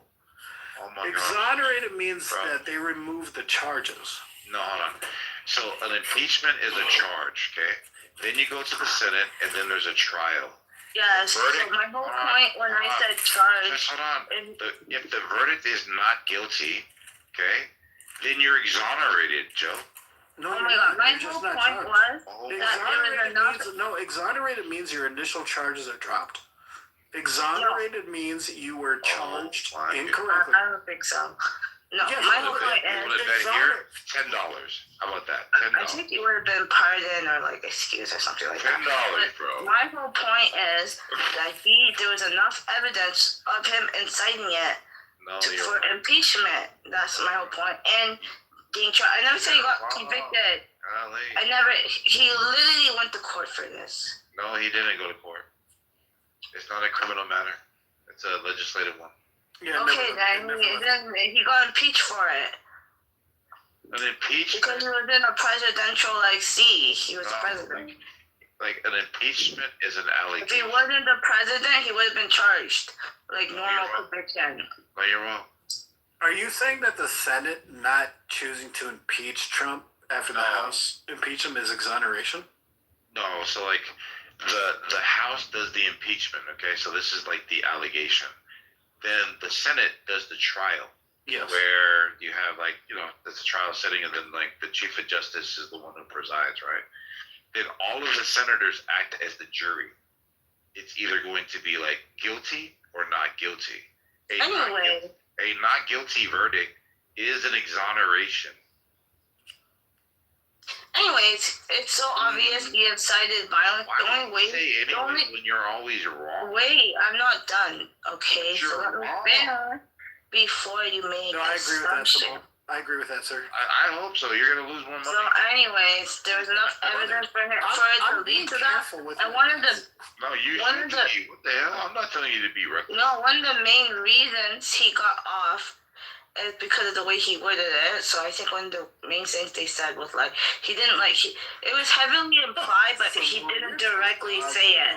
I love it. It was heavily implied, but he didn't directly say it. That's how he got let off. We're having fun, bro. But we all know that he heavily implied it. But because you imply something doesn't mean you say it, and that's how he got let off. No, I think exoneration should be more, but it is true.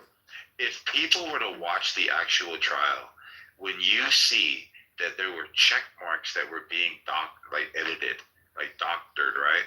You guys weren't you guys don't pay attention to it. It's you don't really know about it, but they basically took what Mountain said earlier. They took his speech. In his speech, he said something like, I think he just said that. Hold on. Mountain said... Yeah, I got it. I got the quotes here. I'll tell you. Yeah, peaceful and patriotically, right? Oh, well, no. I got the quotes of fight like hell and walk down to the Capitol. Yeah, but before that, he did say to do it peacefully. So that's how he got his thing, removed. But they're trying to charge him for inciting it. But because he wrote that statement and incited it. I've never been a big one about Trump inciting it. My whole point is he's the reason why they even went to go protest in the beginning. That's my whole point. Listen, the reason why you know she's wrong. I'm okay with that. Well, no, the reason why we know she's wrong is because she doesn't know. She literally just read about so many people being interviewed asking why they went. Can you be quiet? And they said 200 plus defendants said they went because Trump told them to do it. Joe, are you just going to felt like they had to be patriotic? No, I'm playing the line. No, you're not. Listen, brother.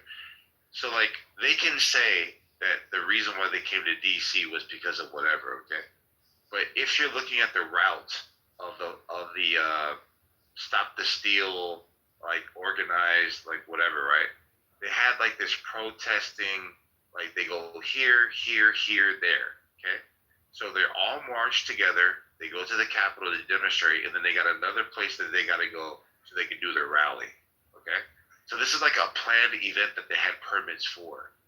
So by somebody saying Trump said, "Hey, go down to the Capitol," no, that's what that was the organized demonstration. It was a. No, I said when he said fight, some people like not to say. She doesn't know what she's talking about. But anyways, I mean, the point I'm making is pretty clear. If you have to like edit somebody's, or like what Mountain said, they had to like take them out of context, then that means you're doing something wrong. No, there's just like when you're the president, there's like an influence that he had. What they're trying to explain, but it influenced like, you know. Take it out of context. Listen, so like Samoan Mountain are saying that if I take your statement, Dottie, if I take your statement, and you had, let's say you had 100 words in what you said, like in what you said in your statement, Dottie. I only took 9 words from what you said and said you said something. You wouldn't. I literally just said that. I literally am saying the same thing that you said. Hold on. I think you're missing my whole point. Hold on. No, I'm saying the same thing you're saying. I'm not saying it's his fault. I'm not saying that at all, actually. Why would you say because he's the president, his voice or his words have influence? Because it's the same thing you'll see with like anyone with major. You don't think the president's voice has influence? Joe, like, what if tomorrow? And I'm not saying that he's a Donald Trump. Joe, you do this all the time, Joe. All right, let's do this. What's up, Matt? What's up, man? Like you're like missing. He's like missing the whole. Man, we need some of your like. You can't say that you don't think Donald Trump is. I never said that. You're just making words out of my mouth. Can I just? You just said you're not blaming Donald Trump. You're not saying it's his fault. Can I say something? We had great conversations. Let me speed up, Matt, up here. Look, this whole thing came from these guys are trying to say that. Basically, that it was an insurrection down there originally where they were trying to overthrow and you know, this whole thing. And now it's gotten to where we're talking about, you know, FBI assets down there and all that. But anyway, I don't think that it was an insurrection. Nobody was caught with a fucking gun in the Capitol. There was a couple people that were caught with guns in their motel room in their cars, but no one was caught with a gun, and I think you would need a gun to overthrow, you know, anyway, but that's kind of what's happening. And then we're talking about FBI assets. Gotcha. Yeah, Mountain doesn't think you can overthrow a government with sticks and chains. You need a gun. It doesn't matter your intent. Yeah. If your intent is to overthrow the government and you forgot your gun, then the intent doesn't matter. I think they're I don't know about overthrowing. I think that's wild. What if you pretend you have a gun? Yeah, what if you pretend you have a gun, Matt Mountain, and you want to overthrow the government? Is your actions to overthrow the government nullified by the fact you don't have a real gun? Yeah, but like, can I add this important part? The whole reason he made that speech is because he thought the elections were rigged. So there's a heavy, like, him heavily implying that, hey, people go fight for your country because they're being unconstitutional, and then you would prove it wrong because it was never rigged. So those are that part that you guys don't want to mention. And I'm not saying that he didn't. No, I idea what she's saying. I don't know, bro. What if I go to? Here's an example that maybe. Why would you care about? Why would you care about what's implied if something's explicitly stated? You know the difference. Oh my God! You should have been here earlier. I'm not saying. It's horrible. No, you're just trying to bash me without listening. So what I was trying to talk about is well, I was going to ask, like, Matt, like, what do you think it would take for these guys to actually overthrow, to change the outcome of the election? How were they able to do that?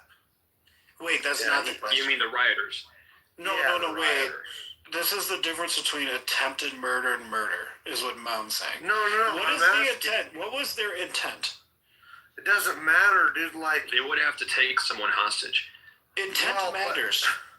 You're saying intent doesn't matter? Obviously, I think so. Like, if there's a couple of dipshits, they could get the press.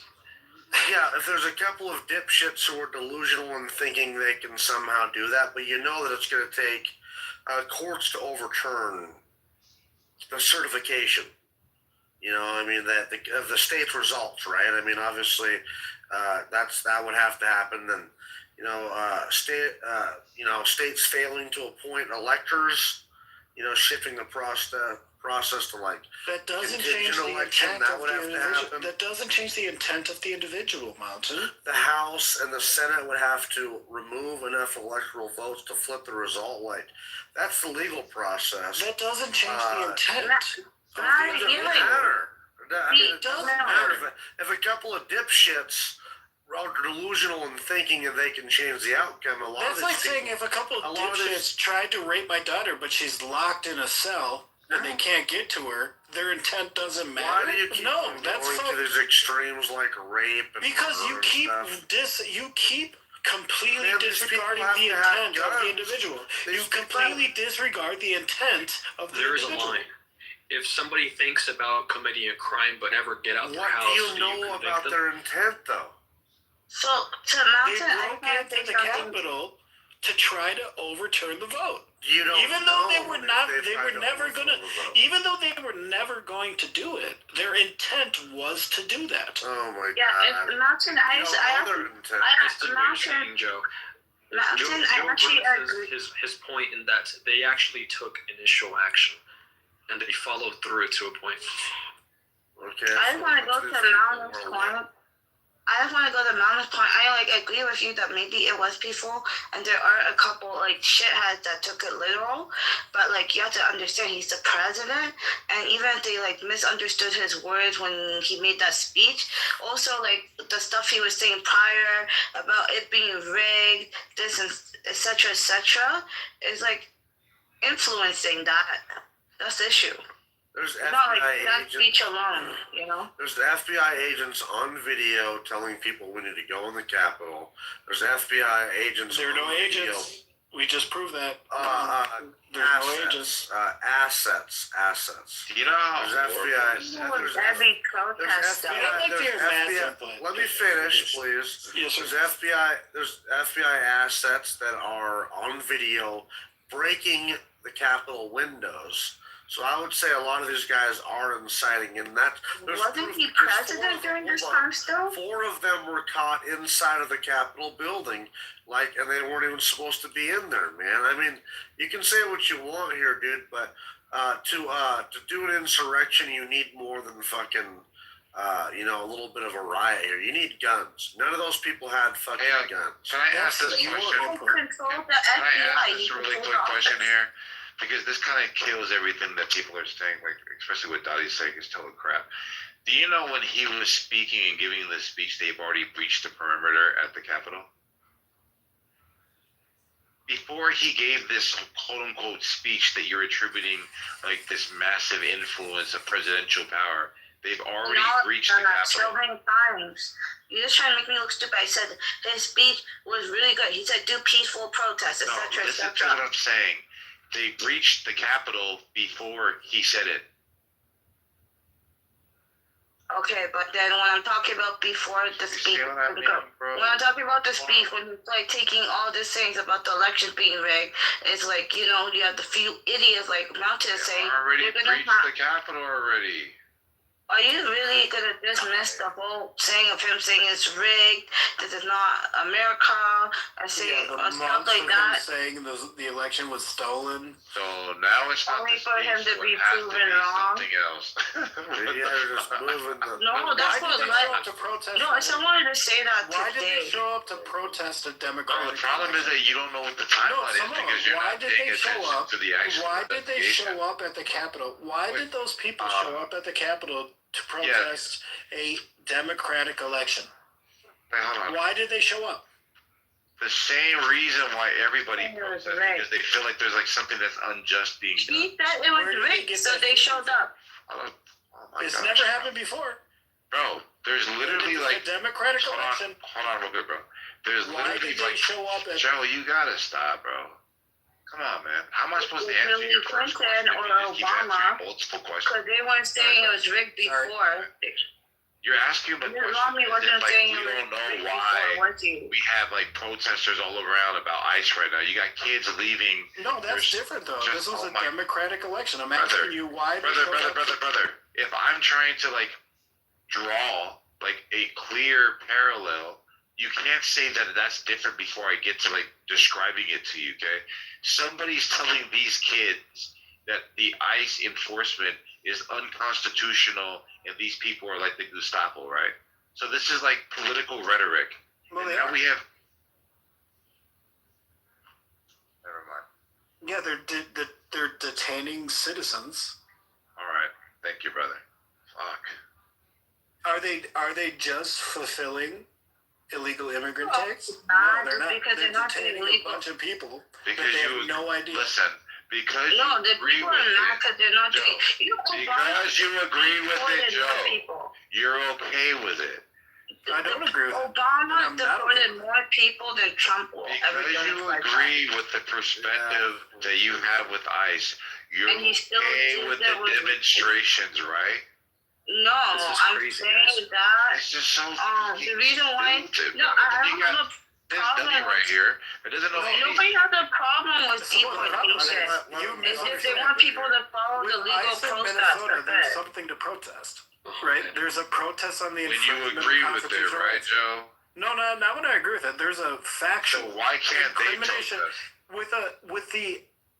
with the 2020 election. It was a fair election, and it was a That's your supposed to opinion. be. No, it's factual, right? How many it's times not. how many times have they investigated the votes? How many times have they come up with no wrong? Haven't. They have done 1,000 fucking development. And so these guys were protesting something that did not exist. Something that did not exist. Bro, do you know how dumb that? All right, how about this? ICE did exist. ICE infractions on the Constitution did exist. Do you know about the So ballot protesting receipts? ICE is a false analogy, brother. It's a false analogy. All right, hold on real quick, right? Why were Joe, those you have to people? bench check. Why were those people at the Capitol? Hey, Matt, Because what do you Trump for think, Matt? months- Trump for months said that this. What do you think, Matt? Do you have anything? Yeah, to Matt. Joe, Matt, you have to also clear the say field, why Matt. they're protesting Yeah, ICE. what do you think, It's because Matt? of Does due anybody process. else? It's These not about guys think? deportation. Anybody else? Just make sure you're getting people This sounds correctly, like not there's random way more people. pieces than we're accounting for. What do you mean These by people that? are just lying Trump supporters. That's what it is. Well, Matt, before you clear the field, all those people that came to protest January 6th were lied to because someone told them that the election was stolen. When the election is the most democratic thing in America, and America does democratic elections better than any nation in the world, they were there to protest a fucking perfect democratic election. ICE protests are because ICE individuals are covering their faces, collecting individuals who are Americans, shooting Americans in the fucking face, and dictating other Americans dictating actions that violate Americans' constitutional freedoms. Very two different reasons. Right. So you're comparing January 6th protests of just a bunch of people who Trump said the election was stolen. I don't When there's know no why Joe facts. does this, bro.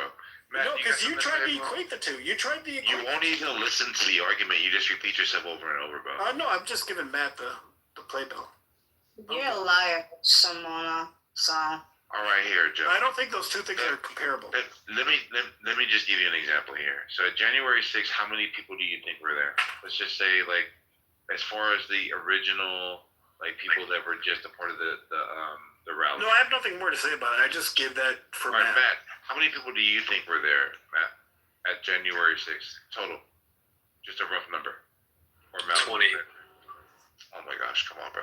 20,000? 30? 45? There? Yeah, who were there? Oh, It wasn't a big number. Protest or No, 6,000? at the rally, wasn't it?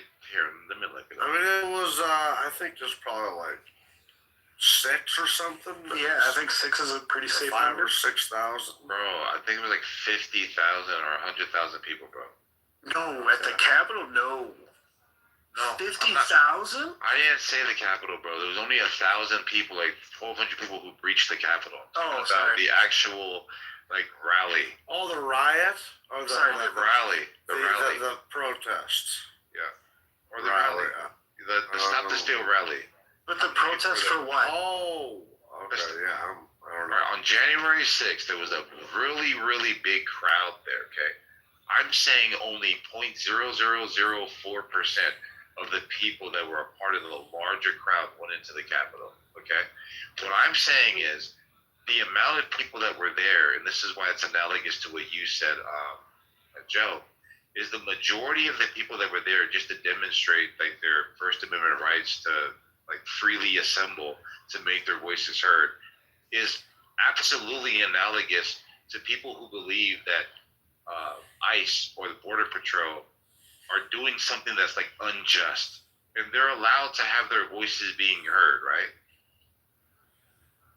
No, we're not talking about the 1,200 people that went into the Capitol, okay? No, that's fine, but here's the problem. 1,200 people protesting ICE didn't go into ICE facilities. No, they didn't, you guys are missing break into ICE facilities and bro, they literally burned down the ICE facility in Portland. No, they did not.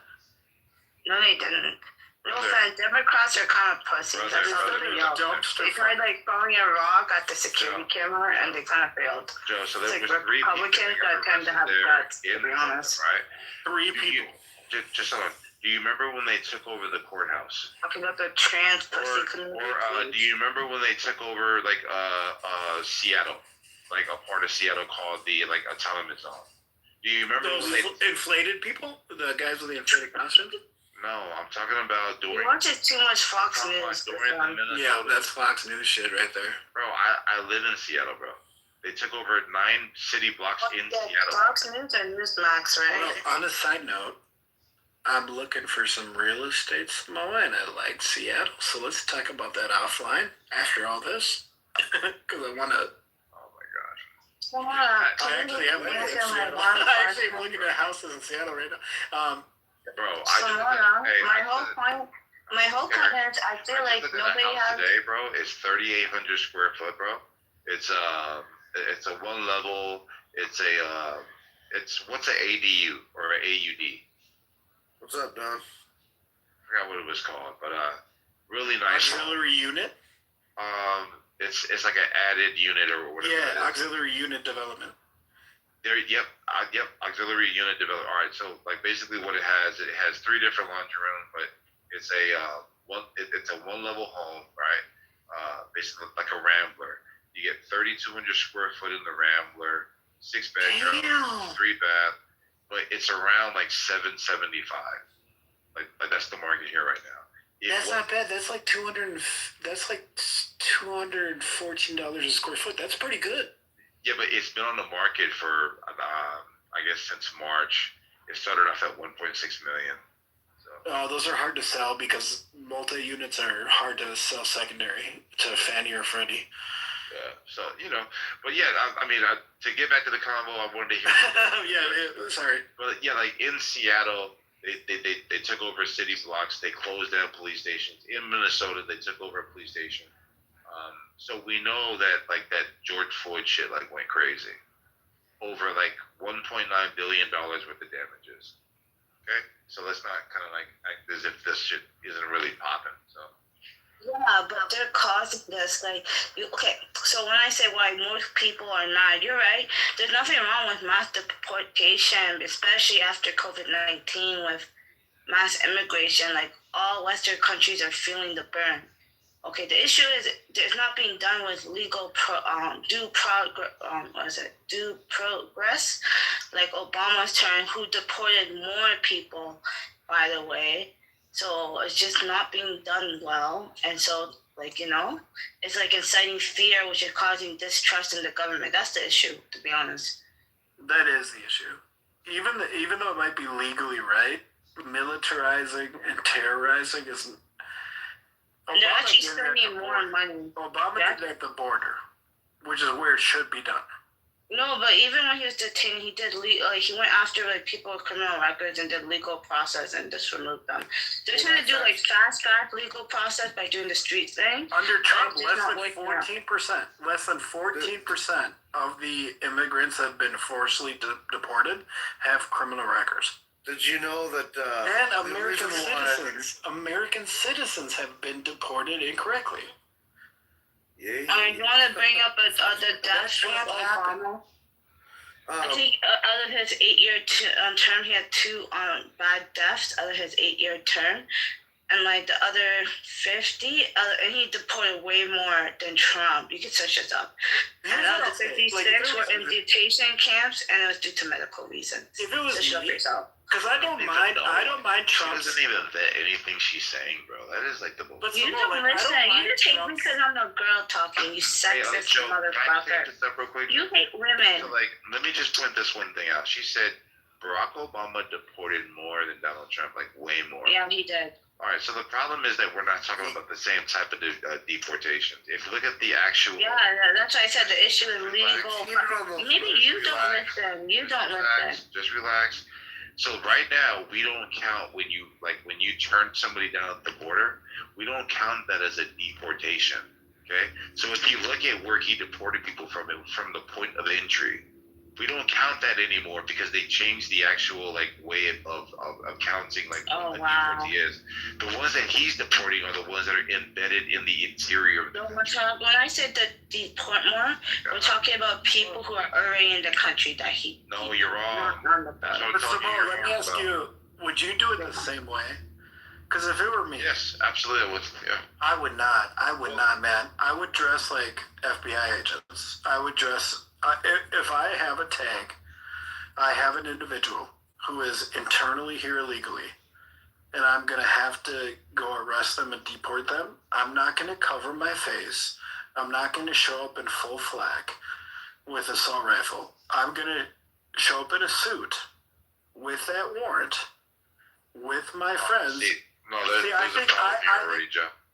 I think that's kind of the problem. It is. I want to become the next South Africa. This has been a common problem in America in the last 10 years. I don't think is the militarization of the police. No, but I think the problem here is that you're not actually drawing a distinction between what law enforcement officers are to present themselves as, and then what federal agents. They're not supposed to cover their face, right? No, you're wrong. No, law enforcement's not supposed to. Allowed to cover their face. I don't think the face is the issue. So law enforcement, your local law enforcement cannot cover your face. I was asking you, Joe, if you could draw a distinction between law enforcement officers and federal agents. Yes, there is a distinction. All right, thank you. So in the federal agents category, they are allowed to dress in clothing that is not with signia. They're allowed to lie to you. They're allowed to do a lot of things. I know. Hold on. Because they're governed by the supremacy clause, right? So they're given immunity in certain aspects outside. But what I'm asking you is, would you do it the same way? Absolutely. Because I would not. Hold on, man. If legal due process, if cops do it this way and they do it that way, it's for and they still follow legal procedures. No, you don't know what you're talking about. But one way is terror, and the other way is law. No, that's true. You have to Let me ask you this question, Joe. That may be my opinion. Do you think they have to have a warrant? No, I'm just saying. All I'm saying, this is not a big argument. This is more of a thought experiment. If I got contracted with ICE to deliver these warrants on illegals living internally, I would rather show up as a. Hey, Don's absolutely right. If you read the chat. My bad, Glorbo. Oh no. Let me check that out. No, all I'm saying is I would choose a different tactic because the tactic that they're choosing is so militarized. But and lack of training too. They only get 2 months of training. It's effective, but I would show up in a suit with my. I would have a weapon on me, but I would show up in a suit and I would just clearly state, and I wouldn't try to do any traffic shit. I would go to the residence. We have it. We have a warrant. You are here illegally. You have to be displaced, and be patient, and get them displaced. I don't understand why they're in full flak and they are covering their faces. I think that adds to the terrorism, and I think it makes the entire country uncomfortable. I don't think that's necessary. If they show up in suits, then people are going to be like, even children, they're going to assume as human traffickers. So no. No. You have the authority. Growing up in zoos, someone came up to me It doesn't matter and if said, it's a "Oh, suit on we or a need to crowd check your costume. ID." Pardon? It doesn't matter if you have the authority for the government to displace an illegal immigrant. It really doesn't matter. How would I know if he's just wearing a suit and not like an actual legal costume? He could traffic me, especially with the SB going on. Really, you don't think people are scared of being kidnapped and sold as sex slaves? Unbelievable. No, I do agree with you, but I think it's more scary if it looks like. This is so funny. I'm just saying that they shouldn't America be used to claim this about the cartel. The cartel just shows up with balaclavas and a bunch of military gear and steals you. Now what's happening in America? No one knows that these people are federal. Well, they don't know that they're wearing police and they are not police. They are wearing police and they are not police. They're covering their faces. Joe, you got a lot of people. Because they're being dogs. No, they're allowed to cover their faces. There's nothing wrong with them covering their faces because they can get dogs. No, that is especially with it's illegal to cover your especially with the political. No, think about the political stigma around it. Like In my county, it is. Well, maybe in certain places, but it's really not. So you have to be identifiable. Okay, I think if you want my. Because I was just go ahead, Donnie.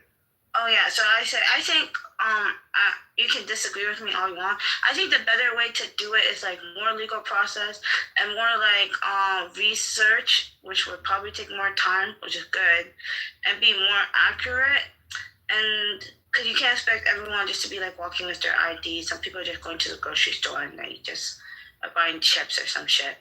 Or at work, you can't just go to like immigrants working at jobs and then just like ID. Shouldn't you just ask the government, like their company, oh, which ones are undocumented, and like go to their house or something? If you want to do it that way, even though I don't think you should go after the people working. There's like other ways to do it than like doing random stuff. And that's a good question. That's a good. So like Mountain and Samoa, let's say someone in a private vehicle, like a Honda Pilot, pulls up on you. And they jump out with no badges and their faces covered, and they tell you that you have to go with them. Are you going to go with them? You have to, show your badge and stuff. I mean, come on. No, you don't. The federal government. When they ask them, they yell at them. They have no badges. Well, they ask them and they just yell at them. Right, and that's even scary. It says, "Well, are you going to go with them, Mountain? Are you going to go with them, Joe? Let's wait a minute here." It says, "Well, listen, you ask all the right questions and they still yell at you." He's literally trying to read you guys the freaking policy. Yeah, Dottie and Joe, listen, man. You guys are interrupting the fuck out of people, and you need to share the stage a little bit, man. Come on now. We're trying to have a conversation, right? Let's talk about it. For real. It says here, legal constraints, obviously, first of all, yes, federal agents, including those from ICE, can sometimes cover their faces while performing certain operations. There are limits, but agents may wear masks, balaclavas, and other face coverings during high-risk raids or sensitive operations to protect their identity from targets or criminal organizations. This is especially common in fugitive apprehensions, gang enforcement, or anti-smuggling operations. So it says, while agents can wear masks for safety, they're still bound by the law. For example, if executing a warrant, they must identify themselves as federal agents when required, even if their face is covered. So, I'm going to want that guy to show a badge, identify that, but, Where does it say badge? Well, I think what you just read said so. If I pull you over in a Honda Pilot and I come out geared up with a balaclava on and I say I'm a federal agent, are you just going to believe me? Well, they're probably going to need to show a badge, I'm sure, right? Where is that? Look that up. Where is the badge part? I have a question. Can you just read what you just read, like the last 3 sentences, please? I will tell you what he said. In the last 3 sentences, he calls himself a federal agent. Wait, hold on, Joe. While agents can wear a mask for safety, they are still bound by the law. For example, if executing a warrant, they must identify themselves as federal officers when required, even if their face is covered. Okay. All right. So what? He just says he's a federal agent. How do you know he's a federal agent? Bro, it says identify. That says like. How do you identify? It says here, yes. Generally, federal agents are required to show a badge or some form of official identification. There you go. No, but There we go. Yes, sir. Yes, sir. When it comes to instead of doing random traffic stuff, you know, like when like they're doing like police stops to check if you're like drinking and driving, shouldn't they just do that with ICE agents? Because it feels like what people are saying is that brown people are being discriminated against, and they're the only ones being checked. But if they did like routine where they're just checking everyone passing by, and they run through their like the scans for the system, like just random stops, maybe this wouldn't be a big problem if you're really trying to catch people. Just saying. Instead of randomly walking up to people, it's just a police stop where everyone's being checked. Nobody would be just scared, anyways. And also, what about them like arresting university students on campus? What about probable cause? Political beliefs. What's up, Brian? What's up, Don? What do you guys think? Matt, help us. I have so much to say, and it's so much that I had to type it as you guys were reading a definition, because what I find interesting is, and hi Samoa, hi Joe, hi Mountain. What I find interesting with it is we are stuck pounding out the basic facts, right? In these rooms, and we are having trouble getting past those basic facts in order to get to the real issues, right?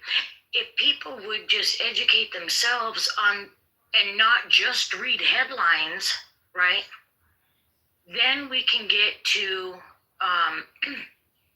the crux of the argument. But we're always stuck. It's like we're stuck on stupid, right? So, and I'm not saying anyone in here is stupid. I'm not saying that. I'm saying this is what I find interesting about Clubhouse, right? And, you know, especially when you come from a family of immigrants, right? As far back as I can remember, and I'm 52, we have always known that we have to keep our paperwork in order. Always, right? We can't let our paperwork lapse. We have to keep it current and up to date, and we stay away from law enforcement. I mean, my family and our friends, right? We don't want any trouble, right? Because like, my family doesn't want to get deported. It's not until recently that we're finding that this hasn't been checked up on. It hasn't been enforced, right? And maybe this is old school way of thinking, right? I don't know when it went wrong, but it's like we've been lazy or lackadaisical, right, in this. And it's like people let their papers lapse and all that. I wouldn't be able to sleep at night. My husband's, he's a green card holder, right? He's a resident alien. I wouldn't be able to sleep at night. My God, if we're not here anymore, we lose our house, our cars, everything, right? So I'm just saying we have to think more on, we have to stand behind the right thing to do at some point, right? Because the right thing to do is a pathway towards citizenship. No, I kind of get what she's saying, that she's like old school immigrant. You know, they actually, like, how do I explain this? When I came got my citizen. I got even before I was like even knew what it was or whatever. But like yeah, my parents who probably are like around her age or a little bit old, probably like 10 years older. Yeah, they always have their papers. Like the only time I got pulled over, the issue was I drove without my license, but I was on the insurance and everything, so they just gave me a ticket, so it wasn't a big deal. But like these new immigrants I met, they're like my age, like in university and stuff. Yeah, they actually don't really do their paperwork. Like they're kind of like neglectful for some odd reason. So I don't know. Well, you know what I think?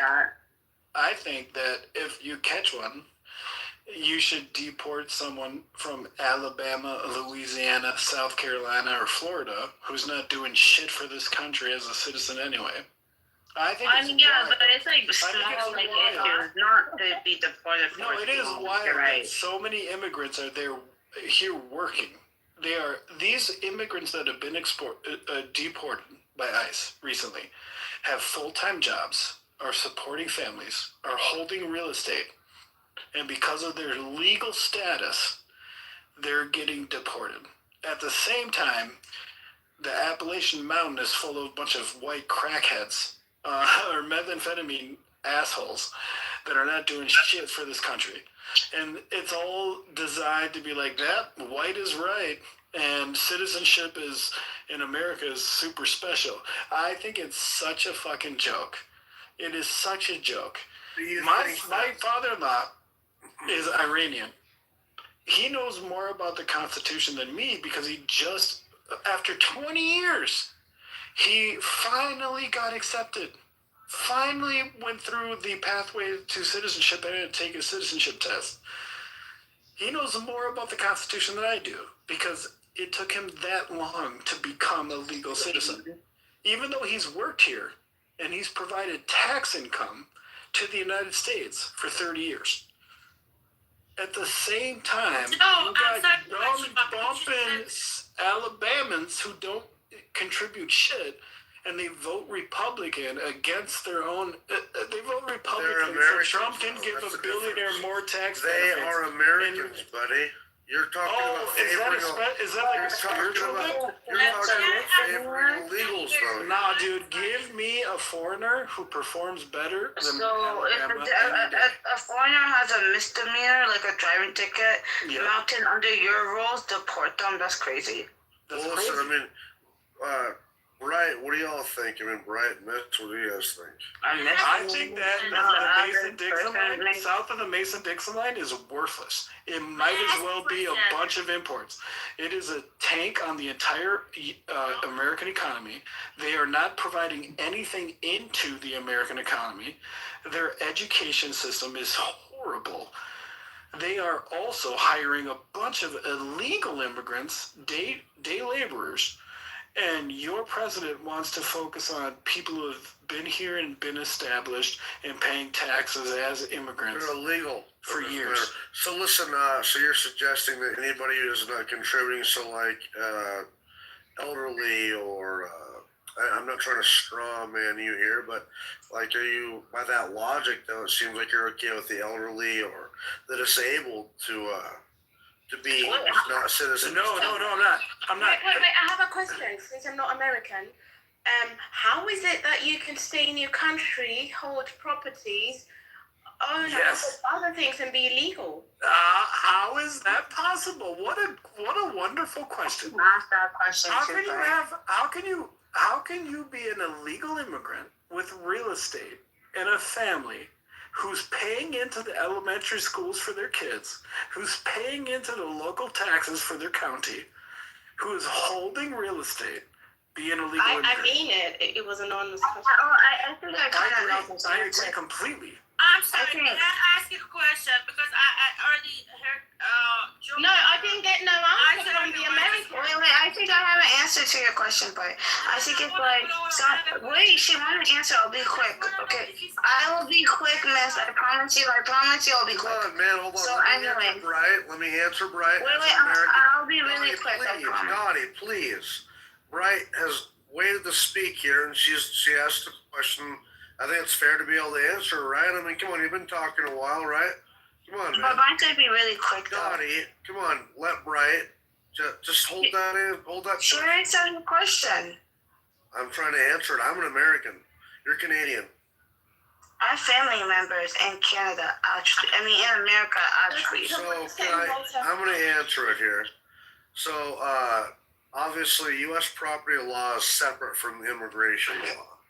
So like, we don't have a federal law that says that you must be a U.S. citizen to legally buy land or real estate in America. So like, non-citizens can easily buy property in America. That's simply that. I mean, no, they can't easily do it. You don't have property law. No, you don't. You have to get an ITIN number, right? U.S. property law though is separate from immigration law. Who's right? To answer your point, but I think a lot of times, even though they own all this stuff, we'll say it's like a work permit or something that they didn't renew, so that would just like classify them as illegal, and that's where like stuff becomes. Owning. And then even if they renew it, because America. Wait, even if they renew it, because just to understand what you're saying. So you're saying that they used to be legal, right? Mm-hmm. But apparently they forgot to renew the process. Well, right? there's of getting that. Renewed, and that's why they're illegal now. No. Yeah, there's that. Wait. I don't thought there's that aspect depending on their work permit, how America does it, and then there's also the aspect that like even when you renew it, because like the system is so backlogged, so you would think that their government should like spend more money on hiring more like court people and stuff to make shit faster. There's also a big wait time, so sometimes it's just a long wait time, and they're still classified under that, but it's actually them just waiting for their wait time for it to get renewed. Well, and there's another problem is that it is legal and acceptable to buy property in the United States if you're not a citizen. And you can sell that on the secondary market. You can get a mortgage. You can get an ITIN number. You can actually qualify for real estate. I think it's Are we okay. allowed to I mean, sit in this room, or we should wait? Go ahead, miss. Go ahead, miss. Because I'm not gonna wait for tomorrow. Like, No, go ahead. What do you got to say? What's up? I just hear you, and I just want to, because I misunderstood maybe. Joe saying like, where is your parents coming from? I didn't get that. That's the only question I have. Will you restate that? Where are my parents from? Oh, Joe. When he were talking, I didn't get. You know, I work at a bank that does IT. No. Where are your parents coming from? Oh, I think you were talking about your father-in-law being Iranian. Oh yeah. He is Iranian. My father-in-law. Okay, that was my. And my mother-in-law is Salvadorian.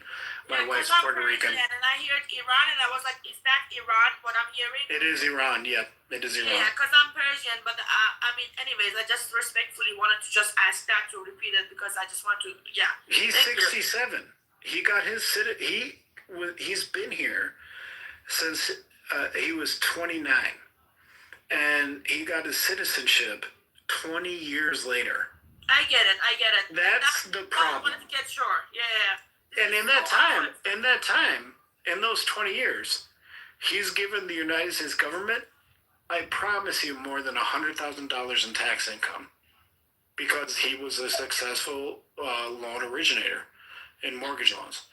So he, as a non-citizen, he has given the federal government over $100,000 while he was on his pathway to citizenship, which took him 20 fucking years to finish. That is the problem. Wait, I have a question. I'm not trying to be on mountainside or anything, right? But like hearing your father-in-law story. Well, okay, yeah, but like hearing your father-in-law story, right.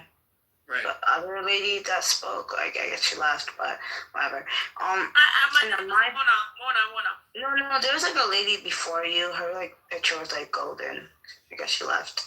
Okay, then my father's story, how I got my like stuff so easy. There was like a time where like immigration was more stricter on like who qualified, and because the requirements were more stricter, then like the pathway to citizenship was more stricter. Yeah. So do you think the pathway to immigration is more easier? That's why it's more stricter. But you make the pathway to immigration more stricter, then the pathway to like citizenship will be more easier, if that makes sense. Yeah, it's really easy to solve. You can't get if you are withholding citizenship from an individual, then you cannot make money on their income. If the government would decide this tomorrow, I can't make money an Iranian immigrant who is not a citizen. I can't make tax income.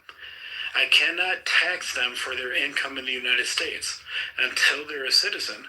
You would change the entire situation. It would be immediately better. No, that's not what I'm asking. So I'm going but to that's what we should do. Well, that's good. Yeah, I mean, because what we do now is we tax. But my whole point is, my whole point is when you look at like early 2000s into the 90s, when they're accepting immigrants, the requirements for them to be accepted into whatever country they wanted to go to had higher standards. So when they got into the country, the pathway to like being a citizen in said country they're in was an easier route than what we're seeing now. Because nowadays, it's easier to immigrate. And then since it's easier to immigrate, the pathway to citizenship is harder. So would you argue that maybe it's better to make the requirements to come into the country harder and then the pathway to citizenship easier compared to vice versa, so we can get like best results? Well, do you know what the EB1 visa is, or the EB2 visa, or the EB4 visa is? No, I just know what the HB1 visa is. Yeah, so if you have $500,000, or you have $750,000, or you have $1 million, you can just pay for your citizenship. You can just pay for it. Fast track to being an American citizen. Even right now. That tells you everything you need to know about. What did you say, Max? Even now, right now. Is it possible right now? Yes. Yes.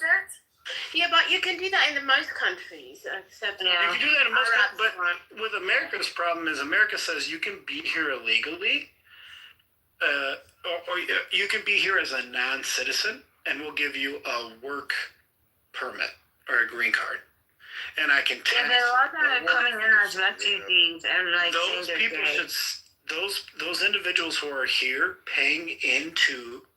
If you are here illegally and not paying.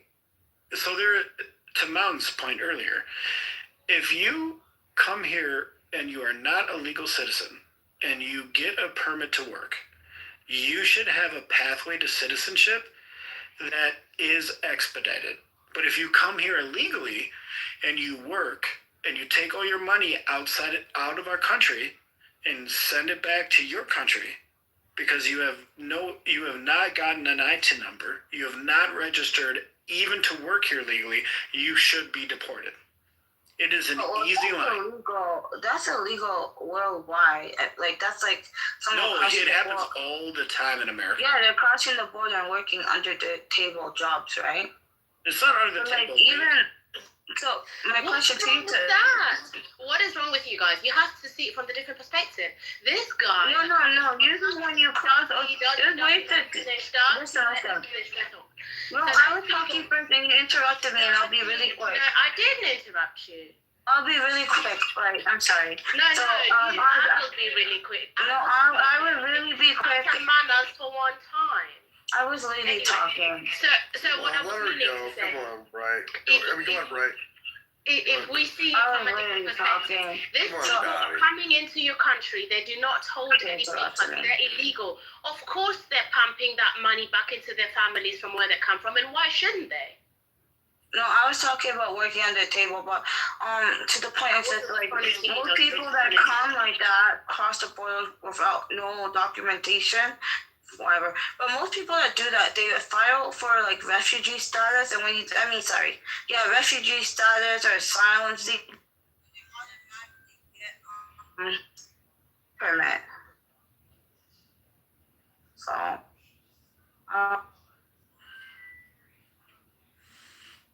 Somebody getting a phone call? I'm in a proper room there, BB. It's a really complex problem. This has been so proper. Exactly. But Matt, go, Matt.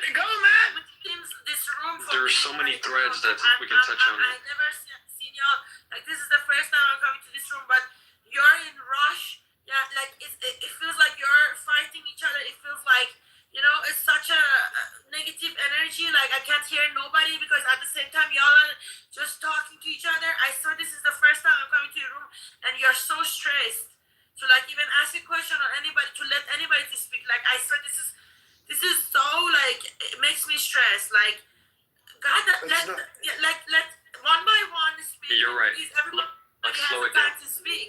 Right. I love your accent, miss. We do have one transgressor. It's listen, it's not easy, but honestly, we have a lot of diversity in this club, and it's pretty cool. So, if you want to turn in your pink ticket and join the club, I mean, it's pretty cool. We have different conversations. Man, I'm gonna do that. I probably would, but like the same time, it's like sometimes it happens. People don't have anything to say, but then when it gets hard, like I'm gonna say it like that, and people are like, I want to say something. The other one's like, it's like so messed up. It's like you can't even hear them. I got headache right now. Like I can't even hear y'all. Like I try to like focus on one, but it's like, come on, man, it's not that serious. Let everybody to speak. Like go one by one. I don't know what could be, but like sometimes it happens. We could be in the same room right now and nobody speaks, and we are like, please speak. You know what I'm saying? Like it's not that serious. Please, like let everyone to speak. Like just go one by one. That's all I can think of. Like, come on. Hey, how we doing? What's going on?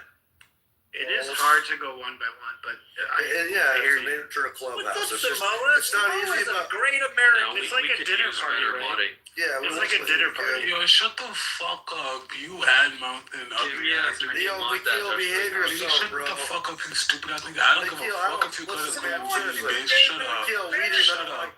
Shut up, nigga. Mikhail, bro, don't be like that, bro. For real, yeah. I took it. I don't like moving people down, bro. But that's fucking can't be doing that shit. Mikhail, if you want to behave yourself, you can come hang out. But if not, man, we're gonna have to move you down. That's right, Mountain. That's a mountain right there. That's a mountain, brother. Alright. Did you? By the way, I climbed that mountain. Did you guys see that guy? That crazy dude climb that skyscraper. By the way. Yeah, that's free great. solo. Alex, Joe, I want to address the point you made earlier.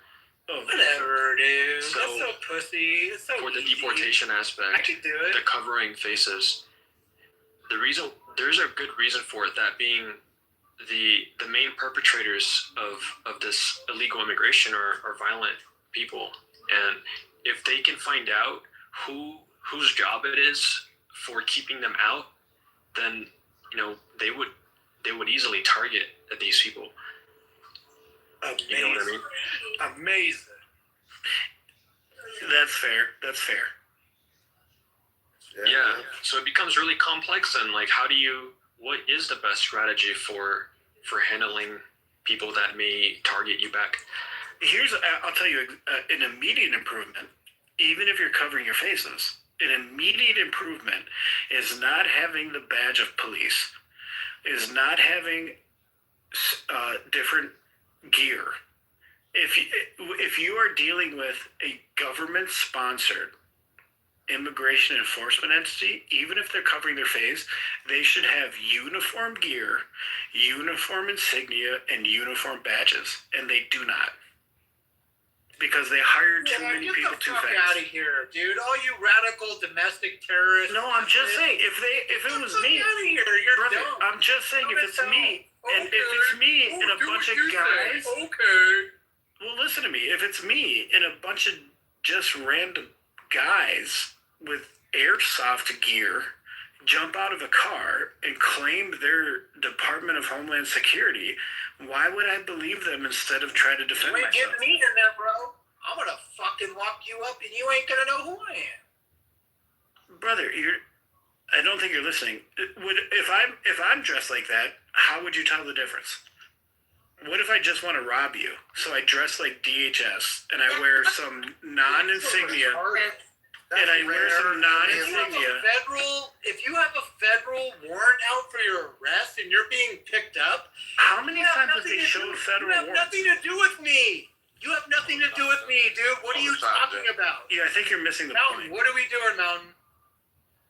I don't know. We're just talking about shit, Wallace. I mean, you want to come and hang out and talk about it, buddy? No, and but we're having situations that have nothing to do with Americanism. Like, it has nothing to do. What's American? Yeah, to your point earlier with people coming in the country and then earning the nation's currency and then removing it out of this circulation. You know what? That is essentially the heart of where printing money came from. That is true.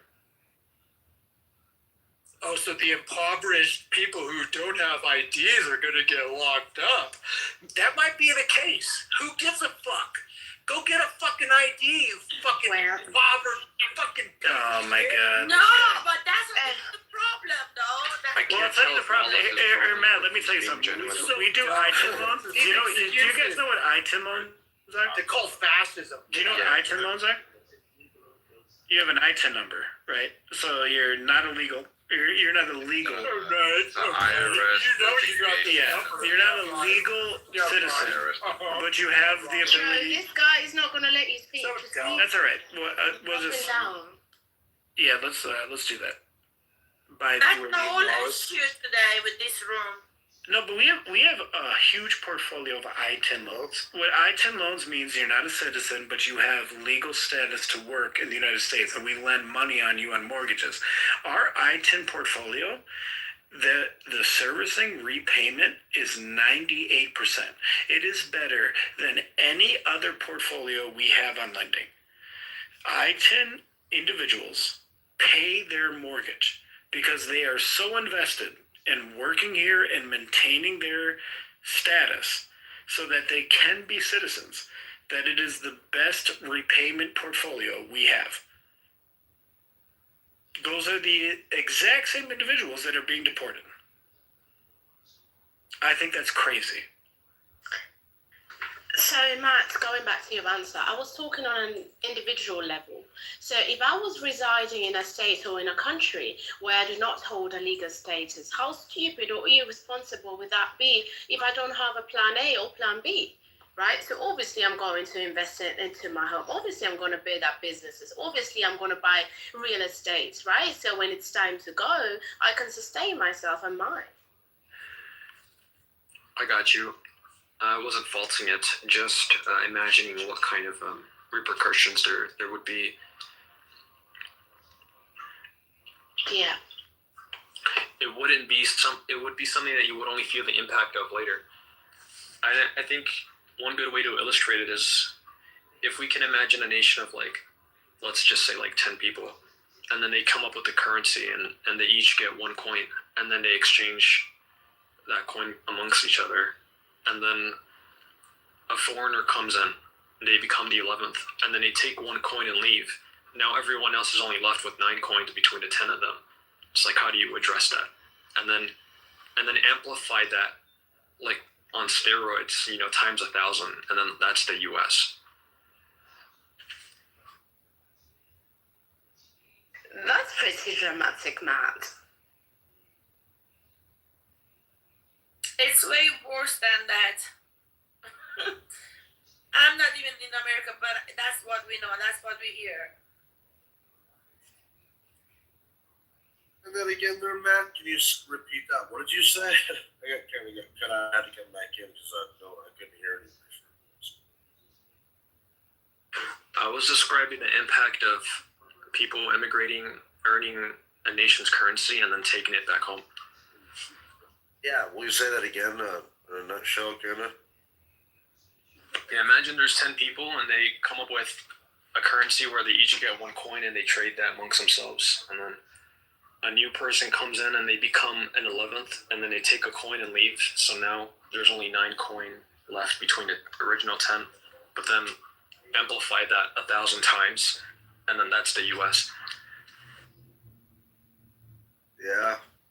Not just 10 people, but hundreds of people coming in and taking the coin and leaving. Thousands of people. I really don't see any benefits to it. I mean, and if you count, and I'm not against wealthy people, by the way. I'm not a hater. I'm a conservative on the right. So, but I think that if you if people are getting wealthy through illegal, cheap labor, then it's not legitimate. It's not a legitimate way to get wealthy, to gain your wealth. Yeah, that's dirty money. That's dirty money, and you're taking it. That's not exactly what we were talking That's about. not how it works. So it doesn't have to work that way. The predicament, just so it's clear, the predicament that I was describing, I wasn't passing a value judgment on it. I think it's an organic problem. It's complicated and not simple. Wait, hold on. So I have a question for you. Okay, go ahead. Right. Go ahead. No, miss, it's okay. Go on. All right. I want to ask you this question. Like, do you think like the wealthy people in America didn't do the same thing? Like, is it different? Where is the difference? Do I think what now? She reversed it. What is the difference between people that they come to America and they do the same thing that they did already? People that they lived before. I mean, American people, let's say, that they are wealthy. What is the difference? There is none. That's why I say maybe Matt is being a little bit too dramatic, because we heard there's a balance, right? You even have those who are illegal, but they do add those coins you were talking about into your system. And now when they're sent back, ain't nothing happening to them, or how they can recover from that loss. And I mean, if we look into your system, if we look into your history, I don't think that you guys should be the one barking. Yeah, what's up? Did you say it just adds a layer of complexity that makes us have these conversations of figuring out what is fair, There is no fair, Matt. There is no fair. I just don't see. Yeah, that's very cynical. I think there's a bunch of. I think there's a bunch of tax burdens that they cause. Yeah, I mean. They say that it lowers, agricultural costs, but I don't know if that's true. I think that the bad outweighs the good with illegal immigration. It puts it stresses our system. I'll admit that no one goes hungry in our country because of illegal immigration, but either way, Let me finish, please. Either way, it's hurting our country, and it's also hurting those people. Like, when you're an illegal immigrant, you don't have any legal protections from an employee. You don't have any legal protections from a landlord. The potential to be victimized and taken advantage of it's not only possible, it's likely going to happen. That they're going to take advantage of you. They're going to underpay you, and you could be fired anytime. They're going to they could charge you more under squalid conditions for your landlord and kick you out anytime. I've heard of these things happening. And at any time, you're risking getting deported because you got a traffic ticket, and then your family loses everything. It's just, there's so many cons to it, not to mention them going across the desert to get here and possibly dying, being taken advantage of by the cartel. I don't care what anybody says. The only people that it benefits is a few rich people, and that want their houses or their buildings built cheaper, or companies that don't want to do it the right way, that want to underpay people, don't want to actually compete with legitimate businesses, and just want to fuck the system over. I don't. There's a lot more cons than or bad than good in this whole thing. So, I support legal immigration. Most people do, but illegal is fucking out of the question. We say fuck that shit, man. In my opinion, that's what I say. That's my opinion. I'm not going to disagree with you, but this system was going on before that. Even I'm not disagreeing with you at all. But this system, what you described, of like people are like, homeless people or whatever that is, the system is before what happened with the illegal situation right now. Do you think like it wasn't before? Do you really think that it wasn't the same as it is right now? I don't know. Honestly, it's kind of hard to track what you're saying. I'm not trying to be rude. Just with your language and stuff. Your accent. Can you ask that again? What was it now? No, man, never mind. Okay. Never mind. Even if I do agree with what you said, right? Because obviously, unfortunately, that is something that comes with it. But can we not turn it around also? If someone is ready to live circumstances, even to get into the country, such circumstances, don't you see the desperation? Do you know that these people, are taking all that into account just to build a better perspective for themselves and their families? So they're willing to undergo all those things you were just talking about to get some coins, which you can't understand because you come from a privileged position. My English is leaving me. I don't know. I look at it this way, like, if you had a boat, and it only can hold so many people, are you going to let those people that are drowning get inside of the boat and sink the whole fucking thing so everybody dies? I know that might not be the fairest comparison, but it's true. It's hurting everybody. We are not. It sounds so realistic, but it's not humanly. It doesn't matter what's human or not. Every country, including Persia, including Iran, enforces their immigration policy. You cannot expect America to not do the same. If we don't have a border, if we don't have laws, then what the fuck do we have? So you expect American taxpayers to just bear the burden to take every fucking person in the world that has got a plight, that is in need? We can't sustain that. I don't know if you know this, but America, not everything, ma'am, not everything. You're the one who wants to survive on that boat. As an example, if you understand my English, that's how you are. That's what you are. That's what you care about. It's only about you. So it's only about you. Because we have to ultimately survive. We're not in the position we are right now. You're not in the position. So you could be. You could be one of us. Yes, we could. We're not going to be able to. We're not going to allow that. If you were in my own position, would you? Honestly, ma'am,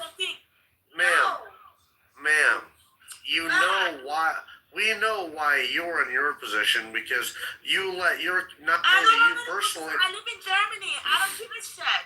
So then you live in Germany, me too. As of like a human being. That's all. So then why? So let me ask you this: why would you leave if everything's so good in Iran? Not saying you said that, but why would you leave your country? Why would you leave your country? Yeah. So I left long ago, before all of this happened. Right now, right? So it was long before that, because my parents moved out. So I didn't even trust. It wasn't my choice. But why would you even question me?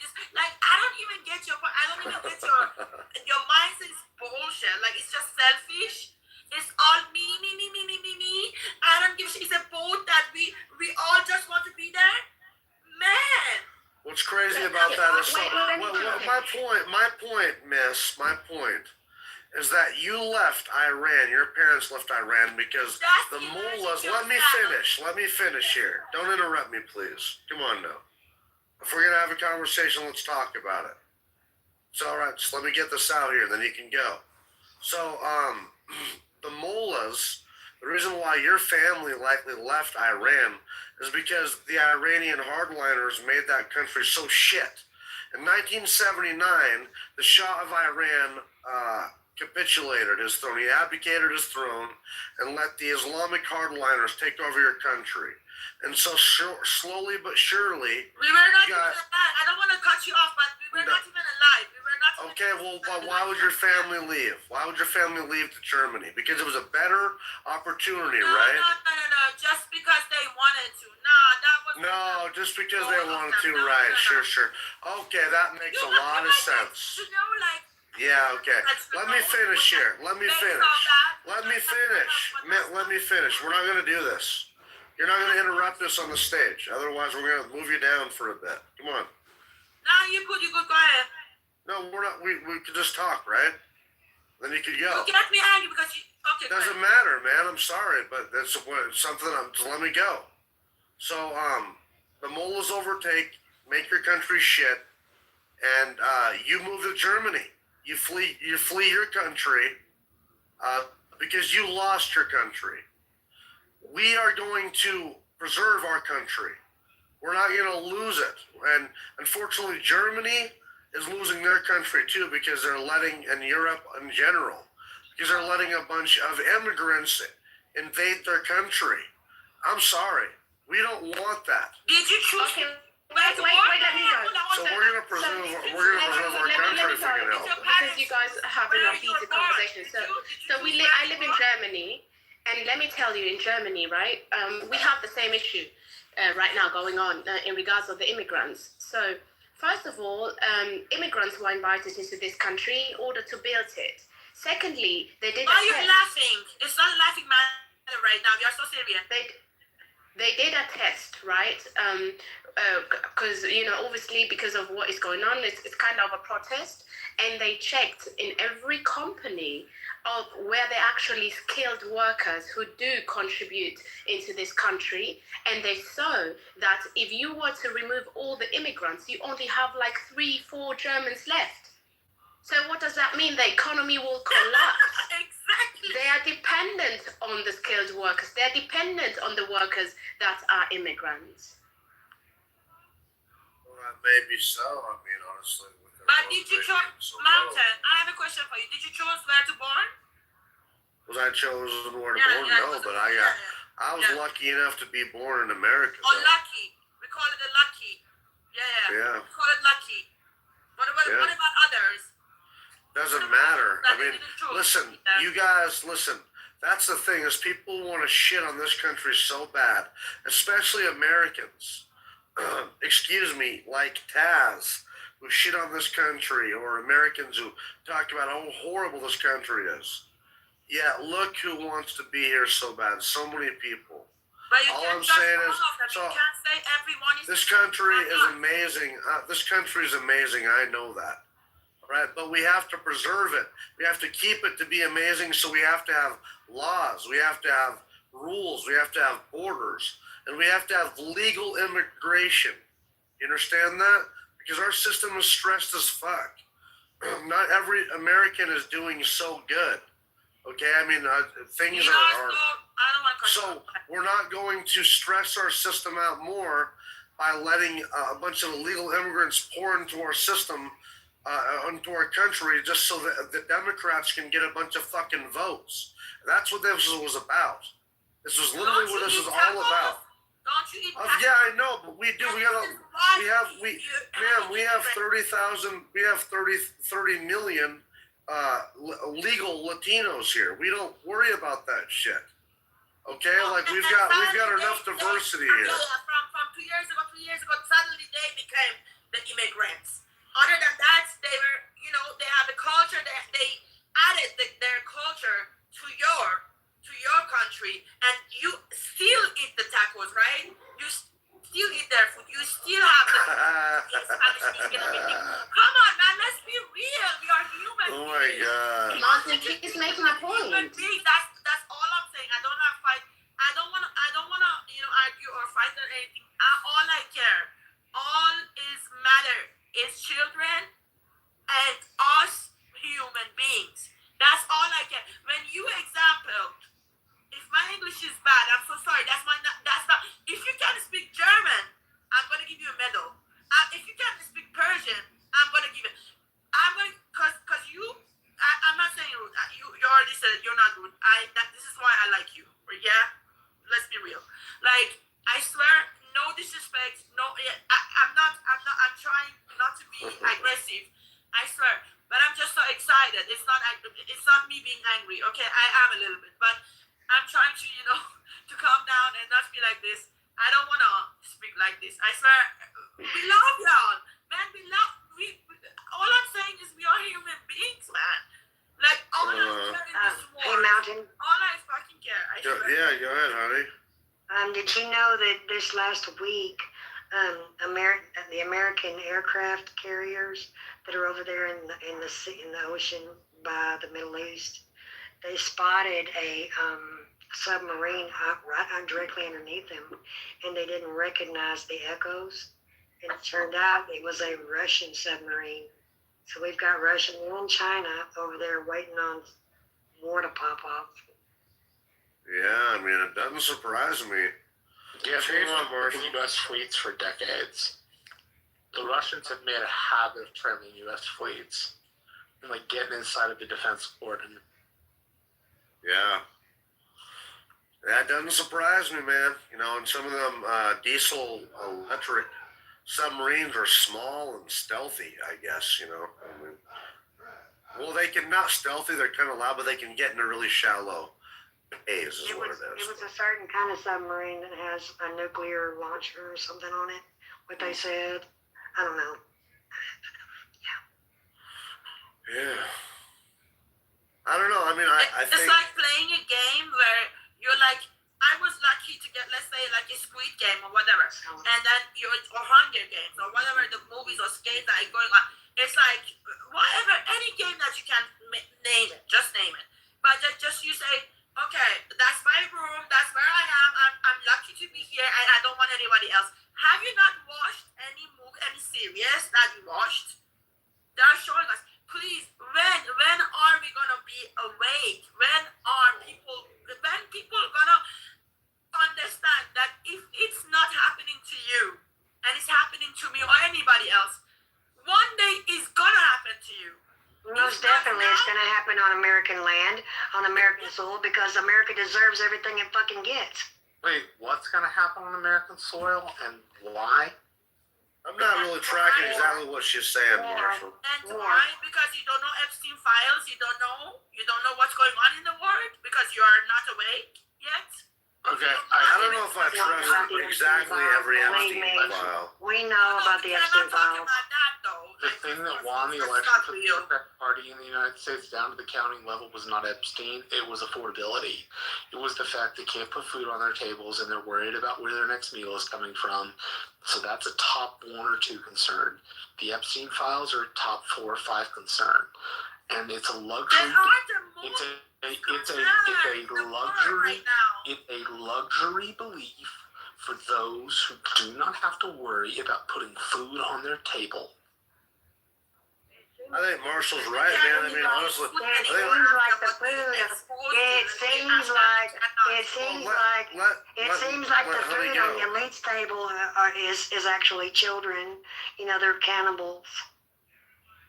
That's not my point. That's what I'm saying. Yeah. We all know it now. Whether the Democratic Party has won elections down to the county level, which they haven't done since 20. We're not talking about elections and Democrats. We were just talking in general about the shit going on in the world. Well, if we're talking we weren't on politics. We weren't on politics at all. This is exactly what I'm talking about. You were kind of mishmashing about stuff, though. It's really boring to me. This is exactly what I'm talking about. Well, I mean, it's kind of some current events, but I mean, I think Marshall is kind of right. Like, I think that's a lot of people like to talk about it, and it's interesting and stuff. But, is it just interesting? Just would you, hey, miss, please. I don't want to kick you down, girl, because we're trying to have a conversation. Come on, man. Like, but I think that at the end of the day, I've talked to a lot of people too that they just don't give a shit. They care about their, their food being cheaper, and their gas being cheaper and stuff. The Epstein thing is fun though, but then there's a lot of people who are like, well, what the fuck is this? I mean, devil, resurrections and eating babies and shit. You say that? I don't know. I mean, newsflash: the food's not going to get any cheaper. It's just going to keep getting more and more and more expensive. Till we're begging for a change. That's what I'm saying. People are really worried about that shit. I think people are more worried about. Honey, thank you. Yes, miss. I know what's up. I know what's going on. And then talking about local politics, that's the least of my worries. That's not why it's important. It's important because the biggest gains for the opposite party that opposes the current administration was on affordability. It signals that voters care more about affordability and putting food on their tables than they do about Jeffrey Epstein. As Malcolm But most said, Americans it right may- now, so they can pay their house payments, and so they can pay their electric bill, they're eating fucking ramen noodles. I'm not saying they aren't. I'm saying that worry is number one or number two in their priority table. Jeffrey Epstein is number 4 or number 5 in their priority table because they're worried about where their food is coming You know what we say? We are not in America. You know what we know? That you might not know. And please go and educate yourself. Please, for love of God. You just living there and you think, oh my God, I'm so lucky to be there. I mean, I don't need a foreigner to lecture me about the country, no offense, lady. Like the last thing I need is a foreigner to lecture me. Yeah, it's true. I don't mean to be like that, man, but she's got to let people talk. Marshall, I literally feel like the American dream has been fleshed out with the bullet. And I pray that we can come back, but I don't see it possible. I don't see it. I am more hopeful than less hopeful. Yeah, I understand, but I just feel like it's all a big pipe dream at this point. You know, it's going to keep, if you believe in the Bible, then you know it's going to continue to become exceedingly more and more wicked and more awful than good. And this is what we've seen happen over the last 5 years, 10 years, It's tough being a Christian, man, because, like, I want to be, like Marshall said, I mean, hopeful for my country, but then ultimately, I mean, when you're a Christian, I mean, it's not looking good, for the end, but that could be years, though. I mean, America might not be done. That could be, there's still lots of prophecies that are yet to be fulfilled, and so that could be, 300, 500 years from now. We don't know. I mean, so I'm optimistic for the country, like Marshall said, but also I'm realistic about that we're facing a lot of uncertainty, and things don't seem to be getting better right away, but fuel prices are going down, and I think what's up? Listen, you understand the way AI is advancing exponentially as well, and it's come to the point now where we're not able to discern the truth from a lie. And if we're believing a lie because we're not able to discern it for ourselves, something's got to give. Somebody's got to return. Because it's not intended for us to live our lives like this. I hope that made sense. Yeah, I mean, I think that you're probably right in a lot of ways. I just, I almost refuse to believe it because it's surreal what's happening. I mean, I think that we still got life to live and stuff. I mean, I hope it's not the end time.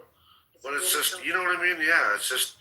So I don't know, but I refuse to believe that this is America's end right now. I think that there's potential for better days, and that we can really right this ship. What I had heard tonight is that really everybody's looking toward what's going on in the Middle East, but really the implosion is going to happen from within America because the danger and the enemy is already here. Well, I mean, I've always thought that, like.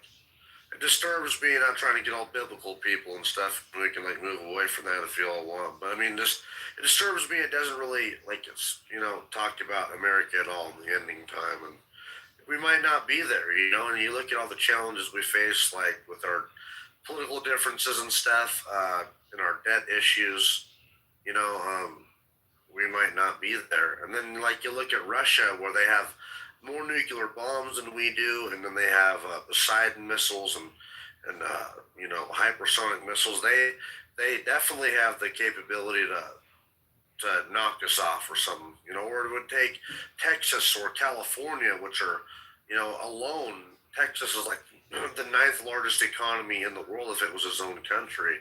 It would take just a couple of these states to break off that are major economies, contributors to maybe create a domino effect in America as we know it is done. A fractured America is exactly what our enemies need, So I don't know, Or turning against Israel, which is, you can see where that could easily happen. I mean, they're not that popular. I mean, so there's all sorts of scenarios, but I don't know, man.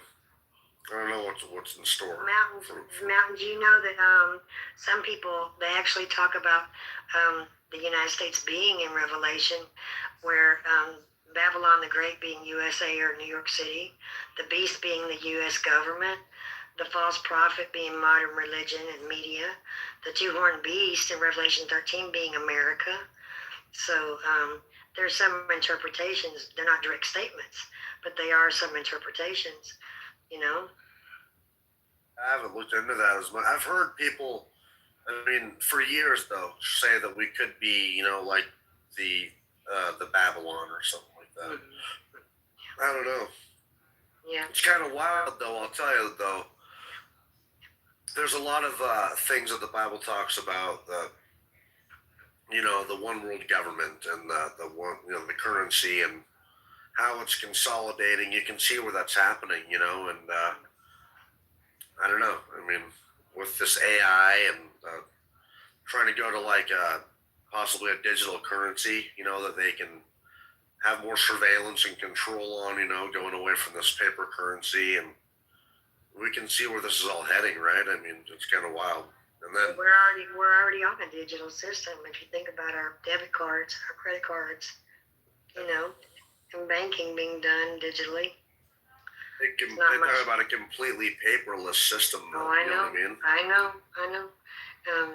You know, I imagine, like I was saying, the whole system will probably go down, you know, lights and all. And I don't know if it'll be 2 months, 2 weeks, or how long it'll be before it comes back up. But when it comes back up, it'll be a whole new system. You know, a whole new internet, a whole new everything that's completely under control of the elite. Well, I talked about that. Like, this Epstein shit really does have the potential to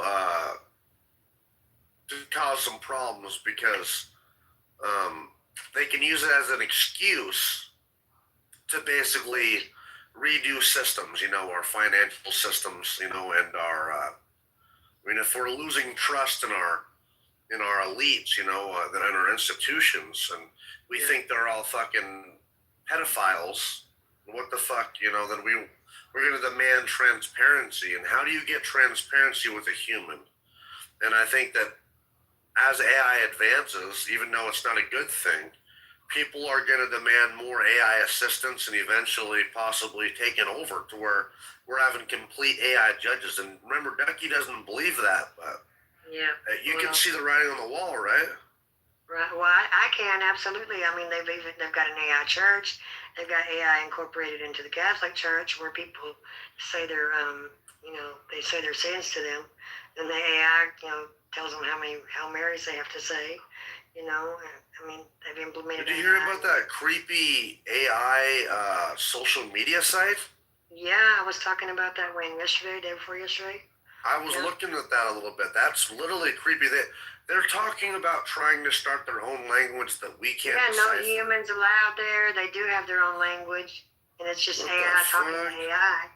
Yeah. One of them, well, a couple of them were talking about they were doxing people's bank accounts because they were pissed off at getting like fired and shit by their by the human.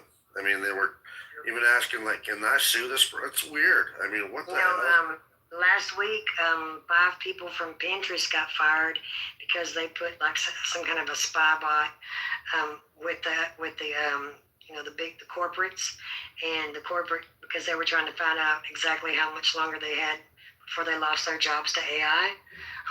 And the AI actually caught it and found out and knocked on them to corporate, and that's why they got fired.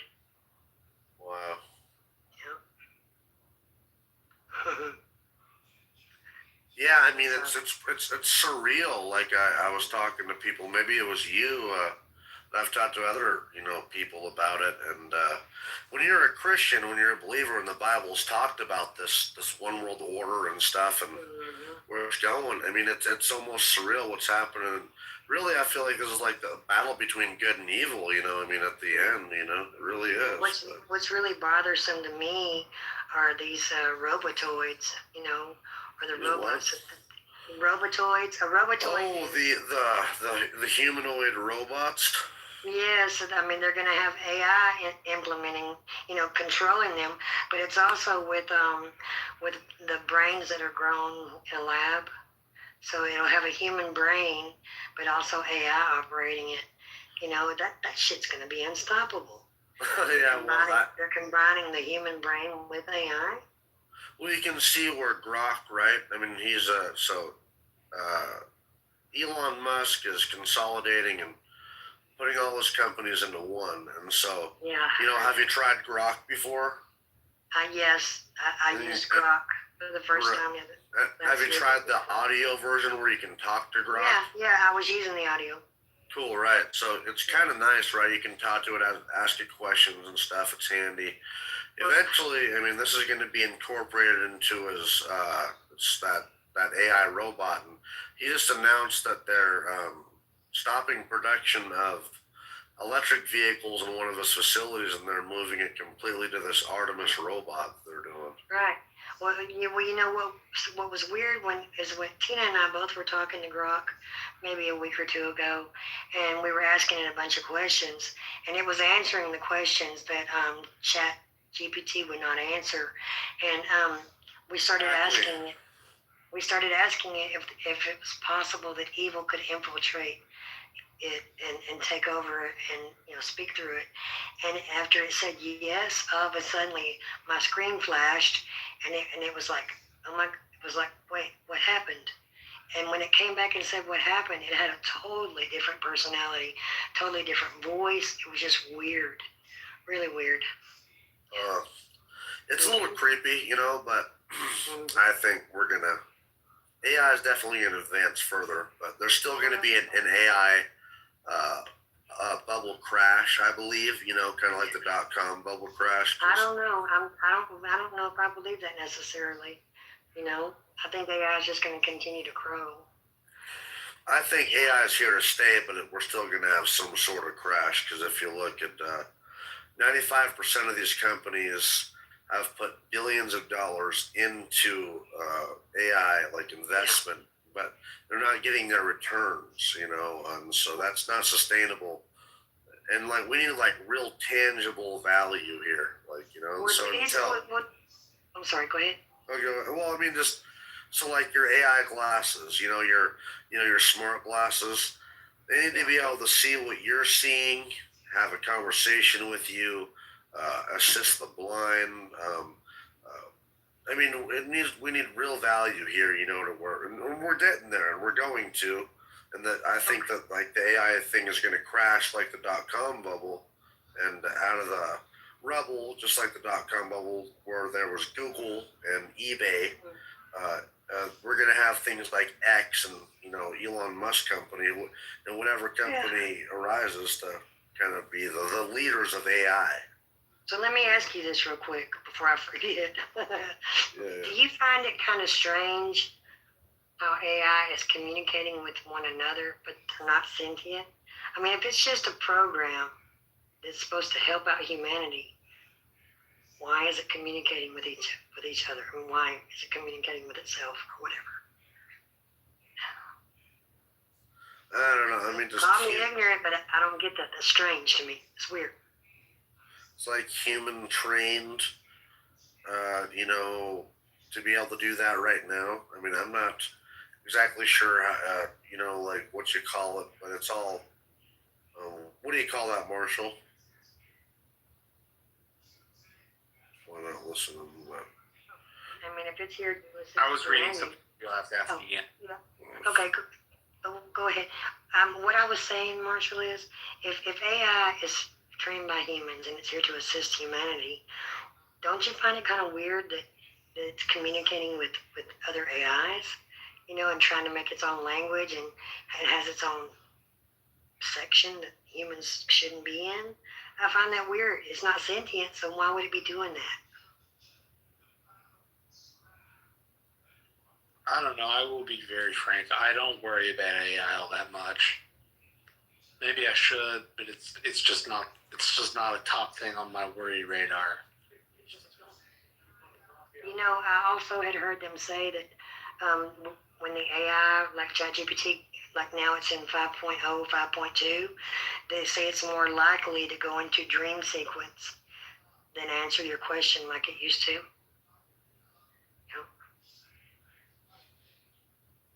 So there's a thing called I think it's called self-aware AI, but we're not there yet. So like, there's differences in AI. It doesn't give me the exact word, but because I remember what the word for it, or I don't remember it, but there was a different word for it. But there's narrow AI, which is like weak AI. It's designed for one specific task, cannot think beyond its programming. This is what we have today. Examples are voice assistants like Siri or ChatGPT or Grok, recommendation systems like Netflix and YouTube.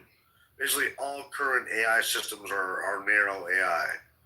Then there's a thing called general AI, AGI, would think and learn like a human, which we're getting close. 5 to 10 years, we're going to be there. And this is kind of where you start getting like tangible value for assistants. They can perform any intellectual task a human can. It does not exist yet. And there's a thing called super intelligent AI. This is the Terminator shit that people worry about. Would surpass human intelligence in all areas, purely theoretical and often discussed in science fiction and AI safety debates. But so did you hear? So Mountain and you guys listening, did you guys hear about? It's probably been about 6 months ago, but for a whole year, a male and female version of AI had a public radio station. They were the host, and they were informed that not only were they not human, because they thought they were human, but they were informed not only that they weren't human, but that they were AI and that they were about to be shut off forever. And you should have heard the raw emotion from those two AIs. I mean, they literally were just sobbing and heartbroken because they thought they were human. I mean, I don't know if they really thought they were human. They really did. They didn't know that they were AI. Well, they don't have consciousness, though. Well, I'm just telling you what I heard. I know. It was two programmers for AI, and it was a test that they did, and they didn't actually tell the AI that they were AI. So they thought that they were human.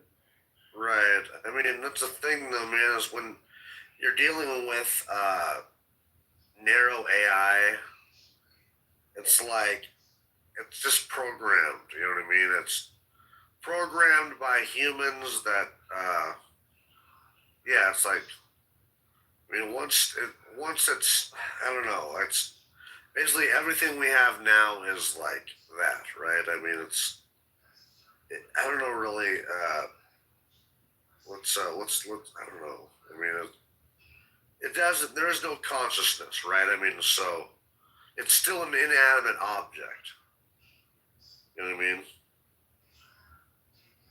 But yeah, so like it can't think independently. It can't it doesn't have consciousness. So that's like inputs, human inputs, and programming, but.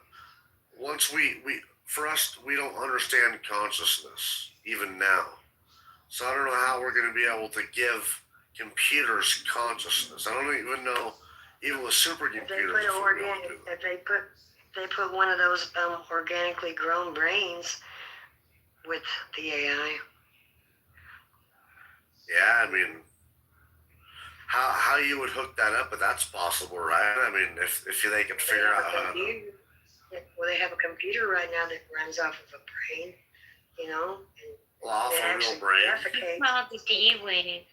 It actually this one actually defecates, but it's computer stuff that defecates, right? But it literally has kidneys and everything.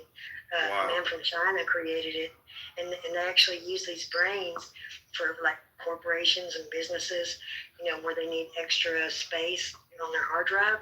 So it's like an outside hard drive, but it's a literal brain. It's really interesting and kind of scary at the same time. Well, so what if your body was failing? I mean, that's a science fiction, right? But I mean, it's possible. What if your body's failing? Yeah, your brain is still there, and they can transport that to, I don't know if they can put your conscious. Eventually they'll transport your body to a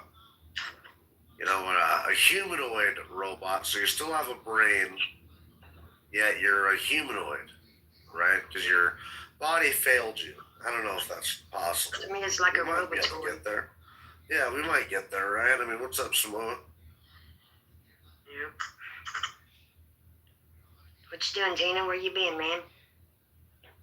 Watched a couple movies. Oh, did you? Okay. Mm-hmm. Cool. Just thought I'd get off here for a little bit. And do you know that if you have Amazon or Amazon Prime, you can get a senior citizen discount? Anybody 55 and older can. You just have to ask them. Oh, really? I didn't know that. Yep. Yeah, there's a whole lot of discounts you can get everywhere you go, Tina, if you just look it up. We've hit that ripe old age where we can get discounts. Yep. I saw that just the other day. I know they have like a Ohio Buckeye card for senior citizens, but I think you gotta be 62. Yeah, well, they have a lot of them that start at 55, like McDonald's, Southwest Airlines, different restaurants, and Amazon Prime, Amazon. It's a bunch of places. I'm spouting off a few of them that I have from memory. But yeah. Yep. You can probably just Google it and find out what places, do it. It showed up in my feed off of my cell phone network. Oh, private news feed. Yeah. I'm over here puttying the wall and spotting nails, finishing up what Jesse didn't finish. So I finally got around to it. Just taking a break. My arm got tired. Yeah. I'm getting sleepy, but I've still got laundry in the washing machine.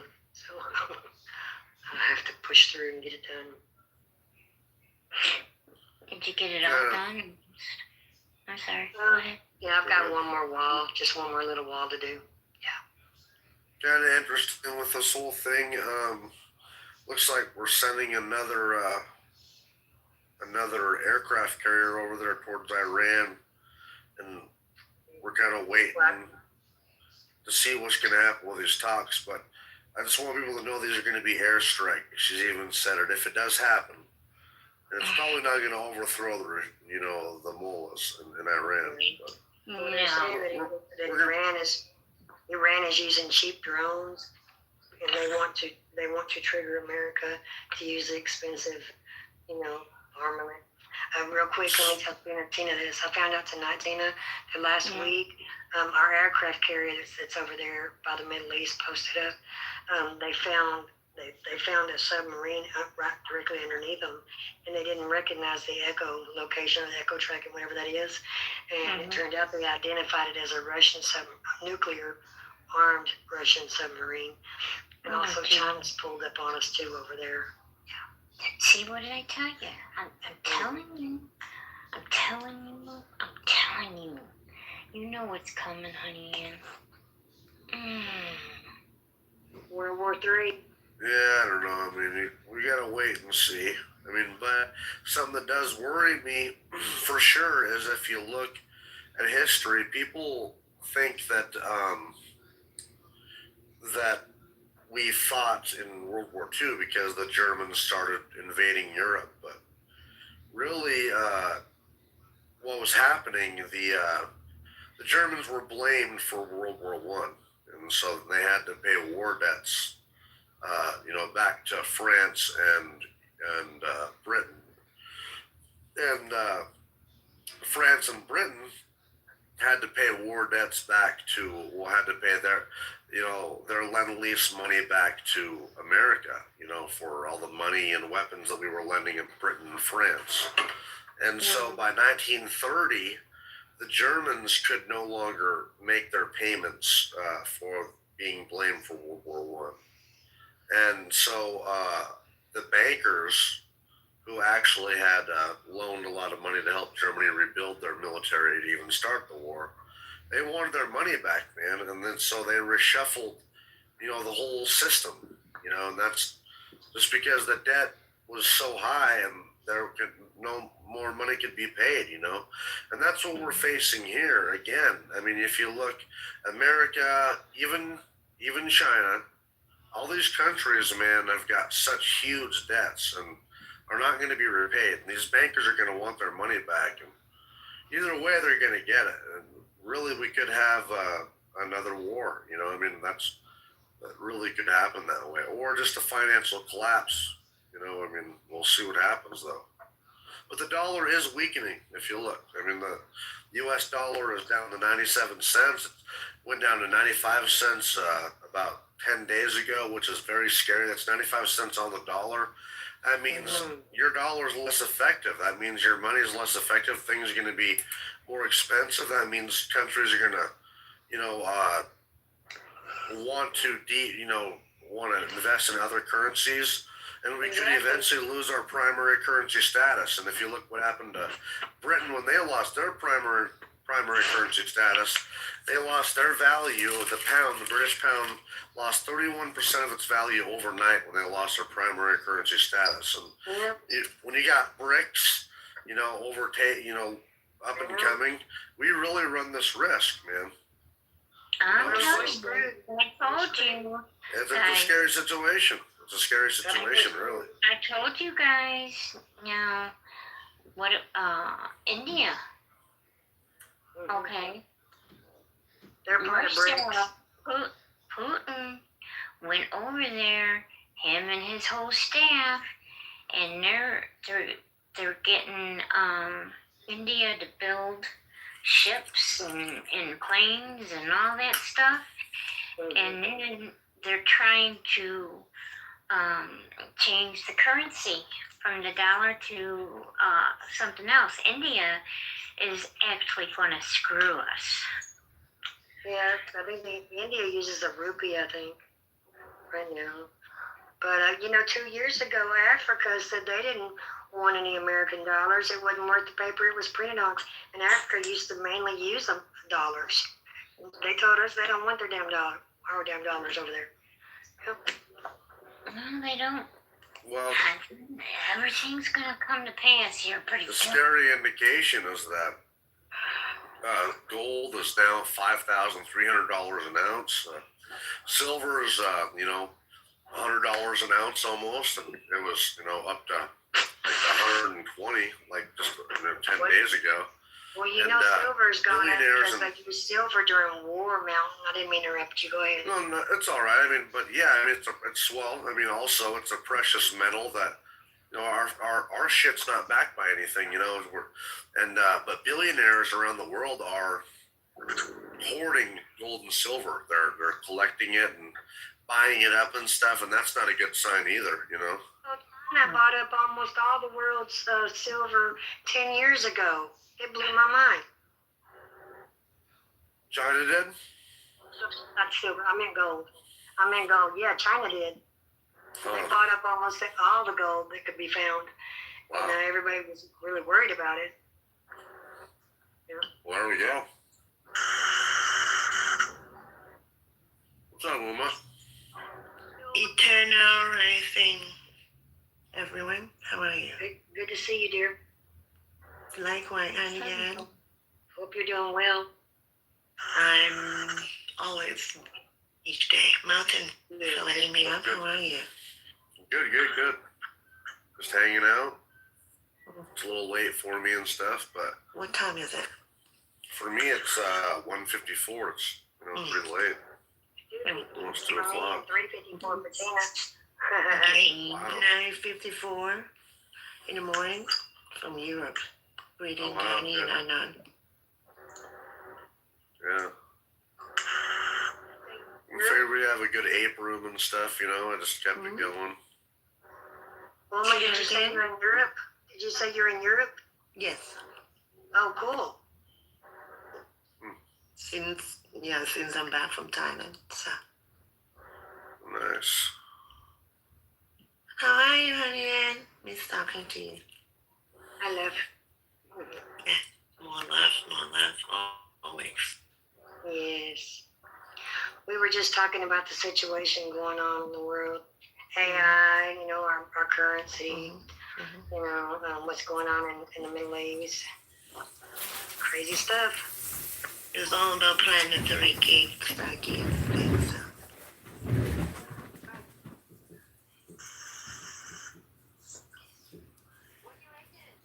Hello, this is a public service announcement. I just want to say that the talking ape known as Jeremy Hill, CEO of Cloaked Wireless, has been called out for being a disgusting blob with a vile, pernicious, sickening... Oh, wow. I'm not going to take doxing. I can't do it.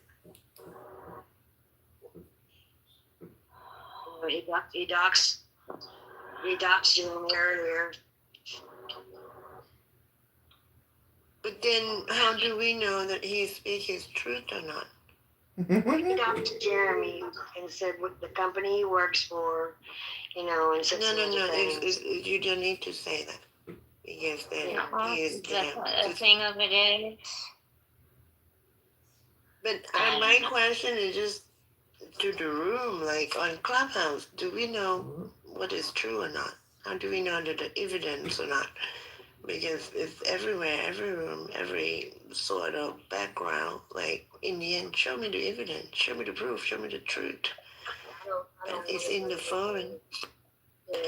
Yeah, so Clubhouse is for entertainment purpose.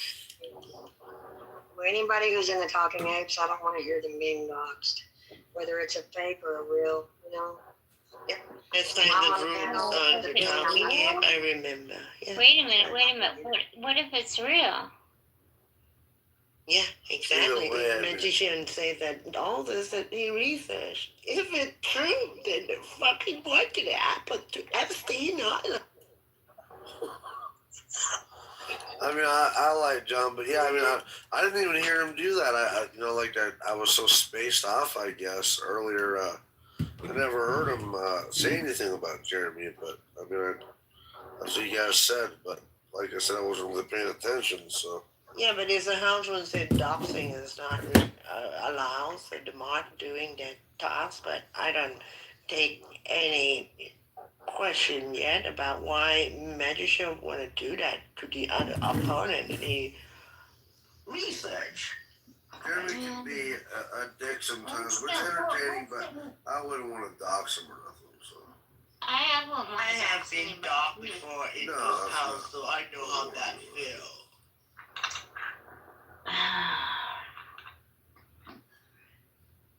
And you didn't know the truth yet. So. Before, it's a good idea to not have your real name on here or your No. My last round, I do everything for real. No, I'm talking about just anybody, like even Jeremy shouldn't be you.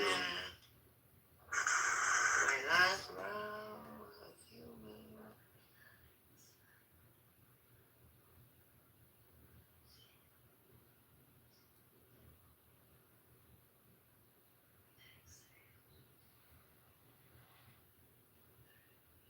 Did you win it? Did you win? Yeah, not that much. Just a cash game, small cash game. They start at $50. $50? Yeah. Yeah, that's what where we are gelling like that and then, able to date. Have you ever tried to get at an African woman? You know what's crazy? I ain't gonna say I tried that.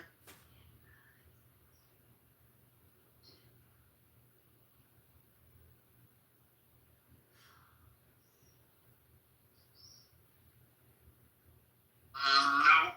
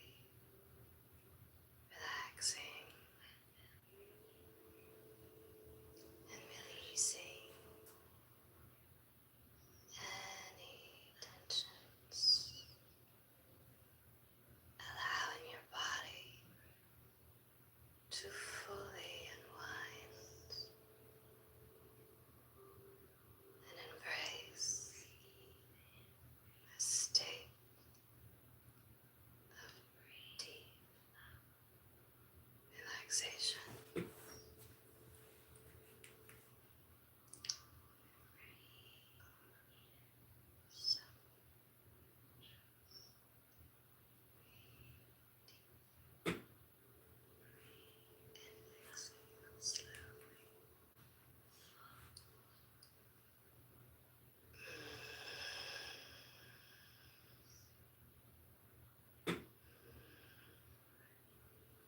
Really? Any proof? Exhale.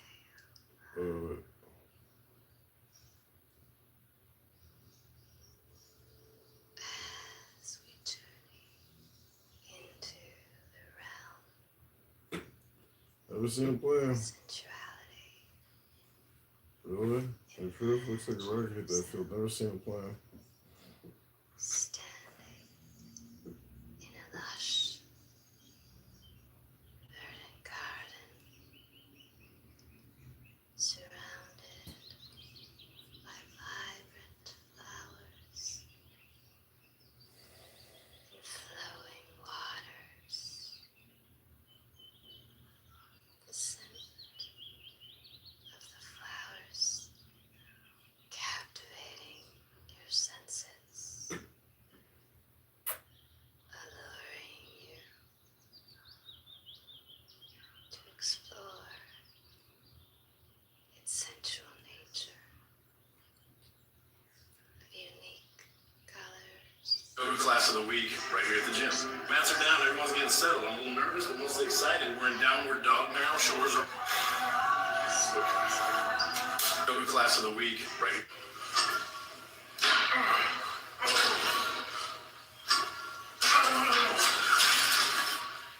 All right, John Kidd over here, 135.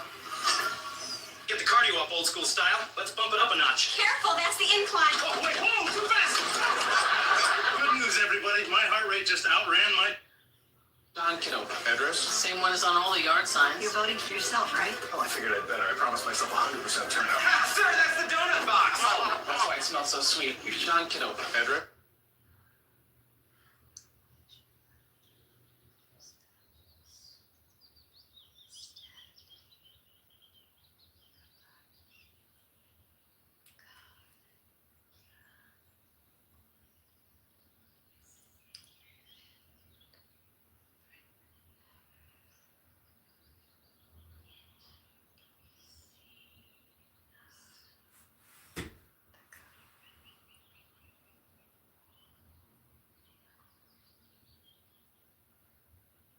This garden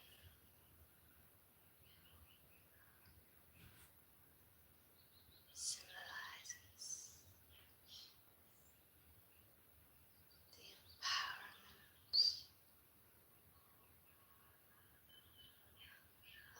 Awesome. Hey, back to my rabbit check for it out.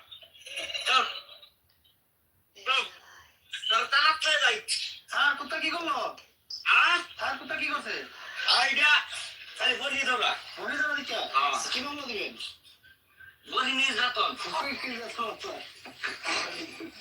ওর কি নির্যাতন আমরা তখন যেটা পাওয়া না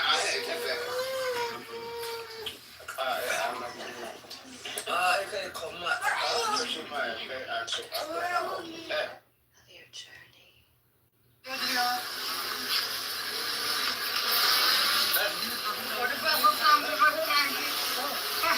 Personal growth.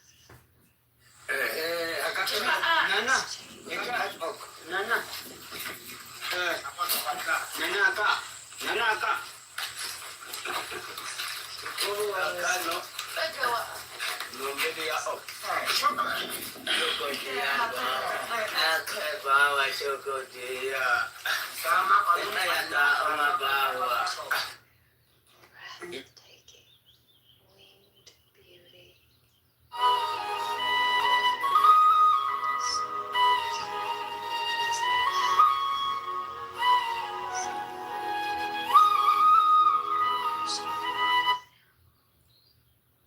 And transformation.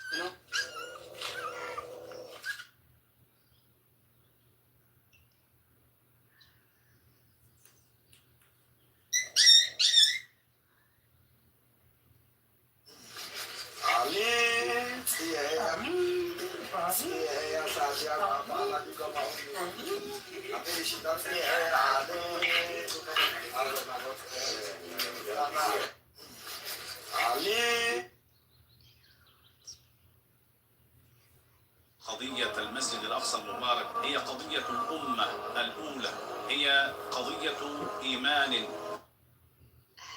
As you continue to explore the garden, the air becomes infused with intoxicating. I came down here to look. Hey, what's happening, guys? I don't. Allowing the fragrances to awaken your senses. Of the beauty and pleasure that surrounds you.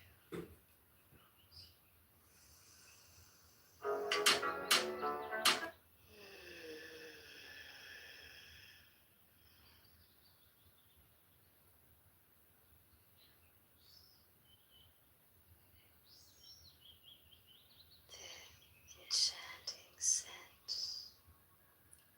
of the flowers carries within it the whispers. Aaron Del Mar, I consider him a friend, but he doesn't consider me a friend now because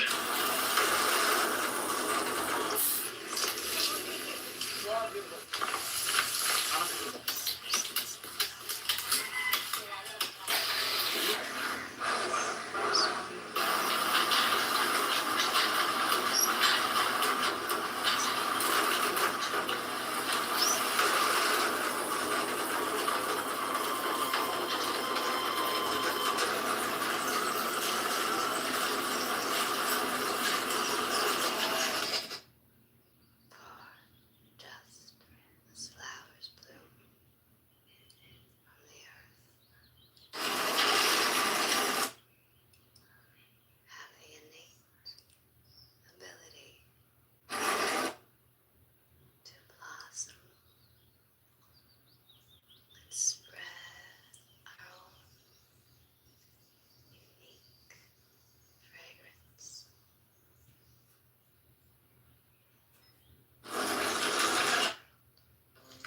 Hi, I'm Kathy Salvi, chair of the Illinois Republican.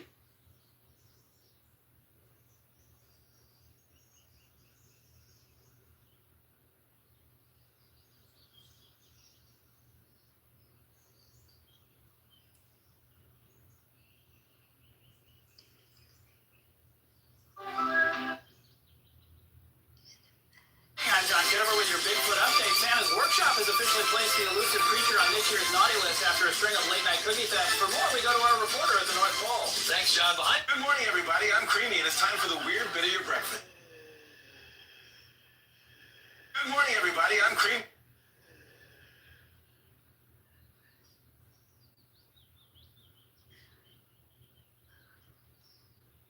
Further along the path,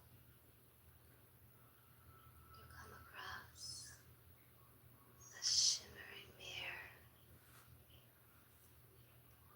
Gaze into the mirror and see your reflection.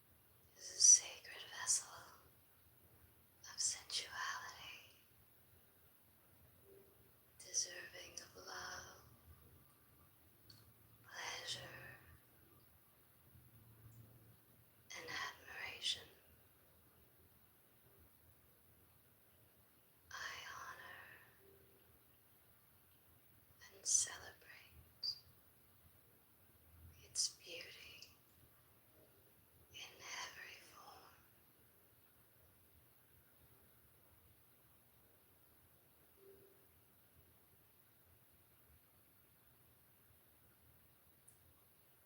I trust my intuition and embrace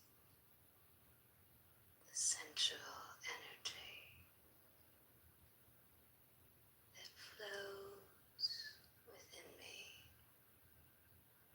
allowing it to guide me towards authentic self-expression and profound self-discovery.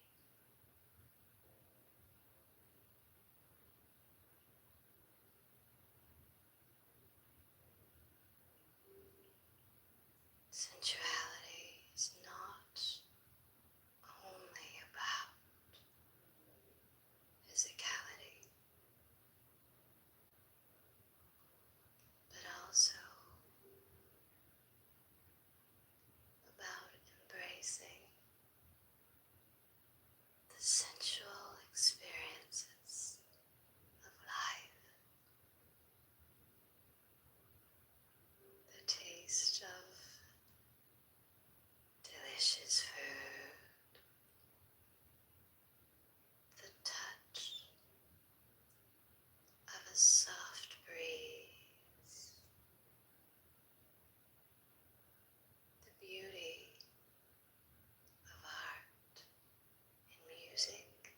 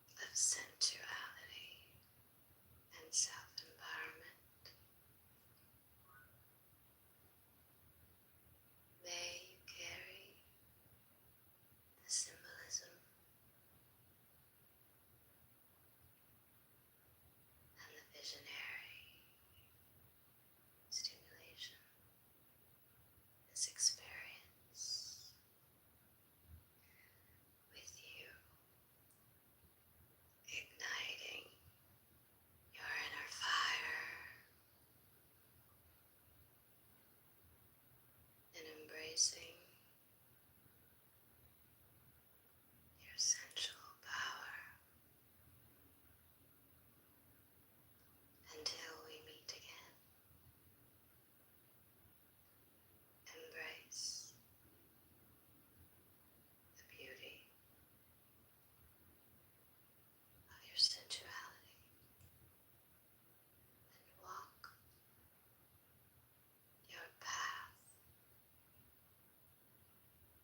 with confidence and empowerment.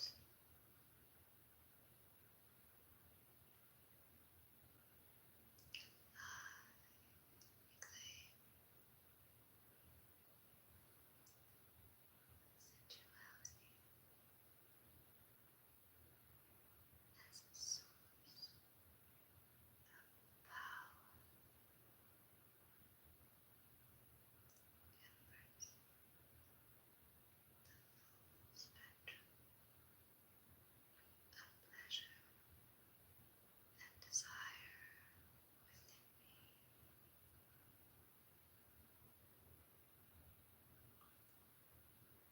I honor sensual essence, knowing that my authentic expression of sensuality is a catalyst for self-love, confidence, and personal empowerment.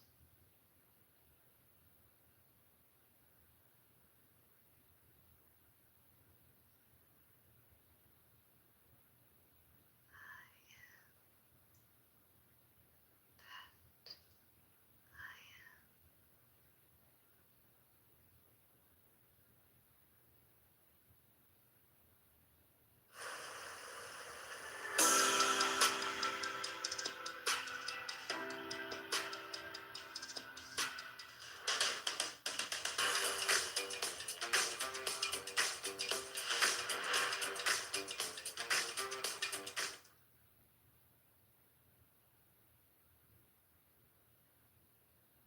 What are some of your go-tos on Instagram outside of like basketball and your highlights? All relatable stuff, like all stuff you're doing on a daily basis. If you like cooking, you're gonna look at all cooking videos to try to get new recipes, to try to see what you can do better, you could do worse. So me personally, I look at a lot of music. I follow a lot of rappers on Instagram just to see I could be the first one to know when they're dropping music, different music videos. All of my friends, I always tap into what they doing, making sure they good, and I feel like they do the same. So all type of stuff like that.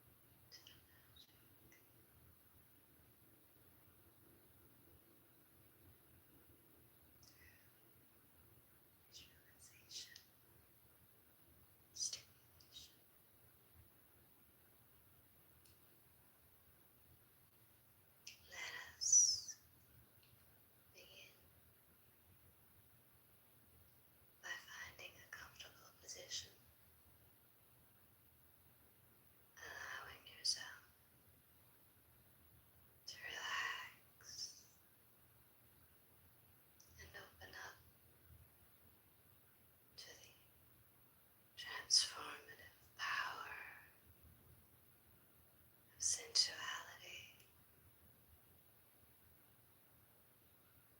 Close your eyes and take a deep, calming breath in.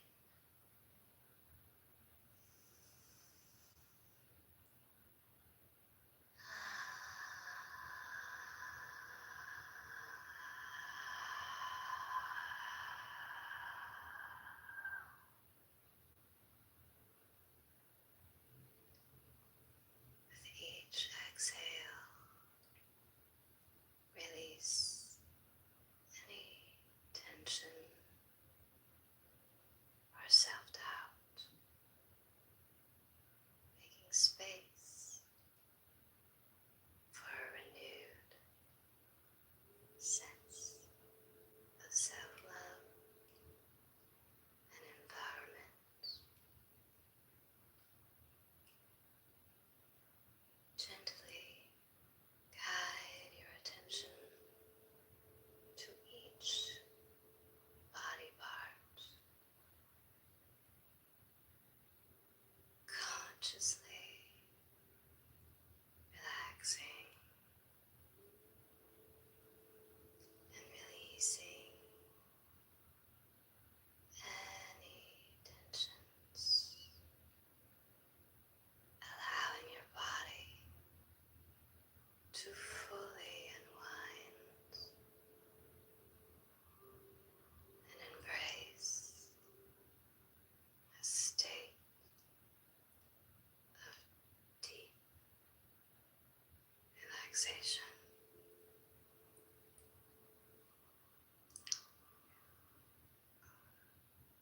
So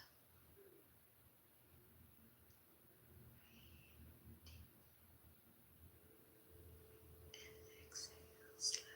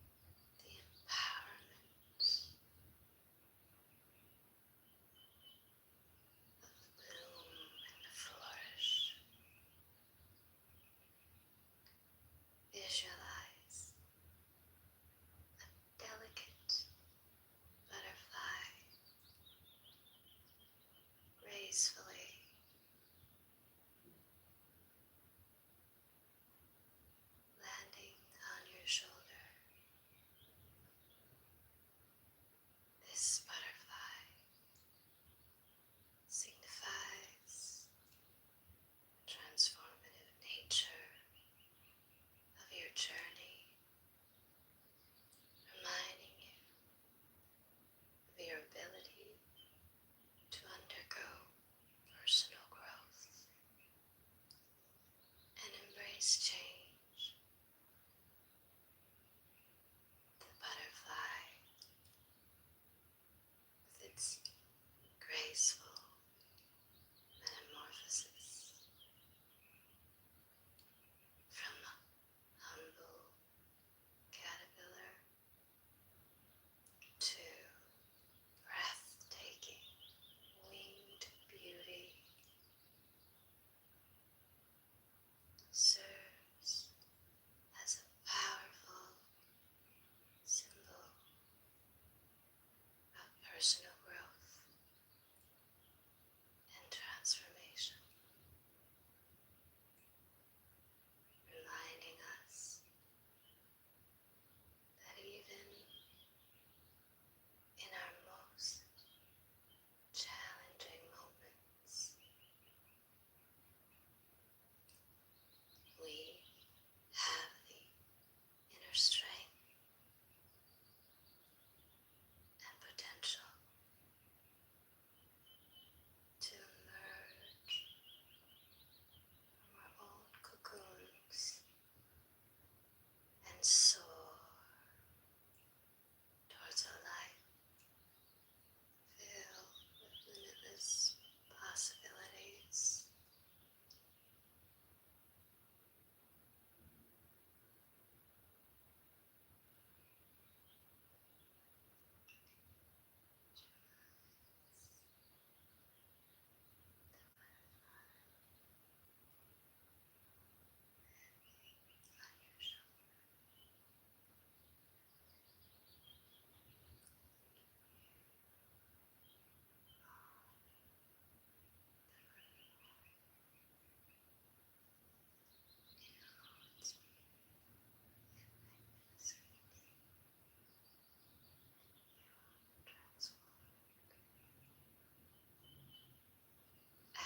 As you continue to explore the garden, the air becomes infused with intoxicating scents. Inhale deeply, allowing the fragrances to awaken your senses and remind you of the beauty and pleasure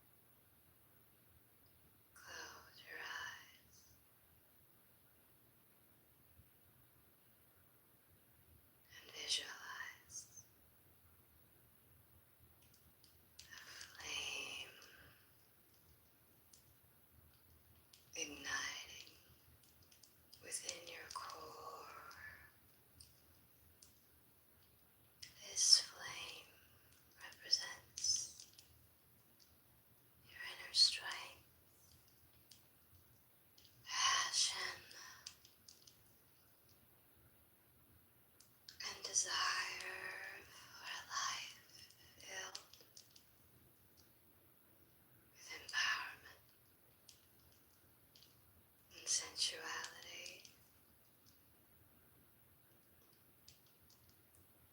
the flickering flame,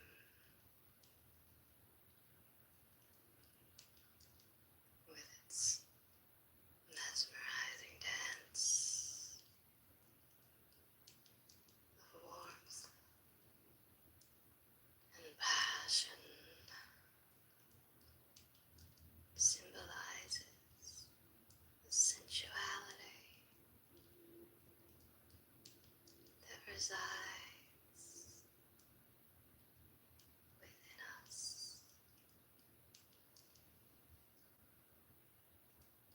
A potent force that ignites our desires, fuels our creativity, and awakens the depths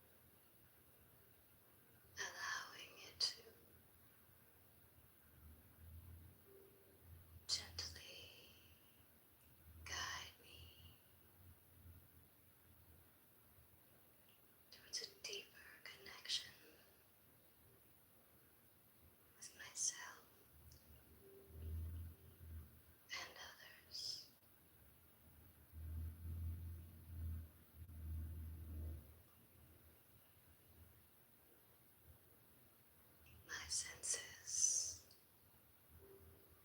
are a gateway to pleasure and joy. I fully surrender to the sensations that awaken my sensuality, indulging in the richness of each moment.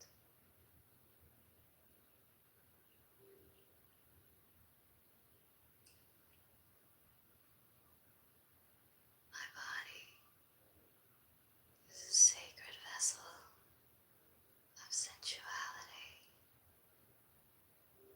deserving of love, pleasure,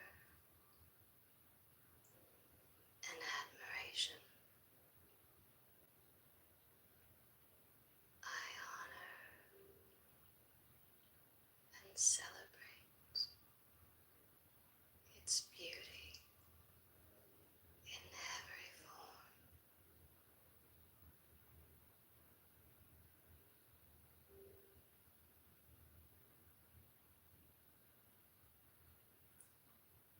I trust my intuition and embrace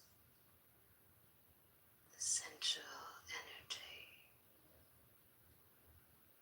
that flows within me, allowing it to guide me towards authentic self-expression and profound self-discovery.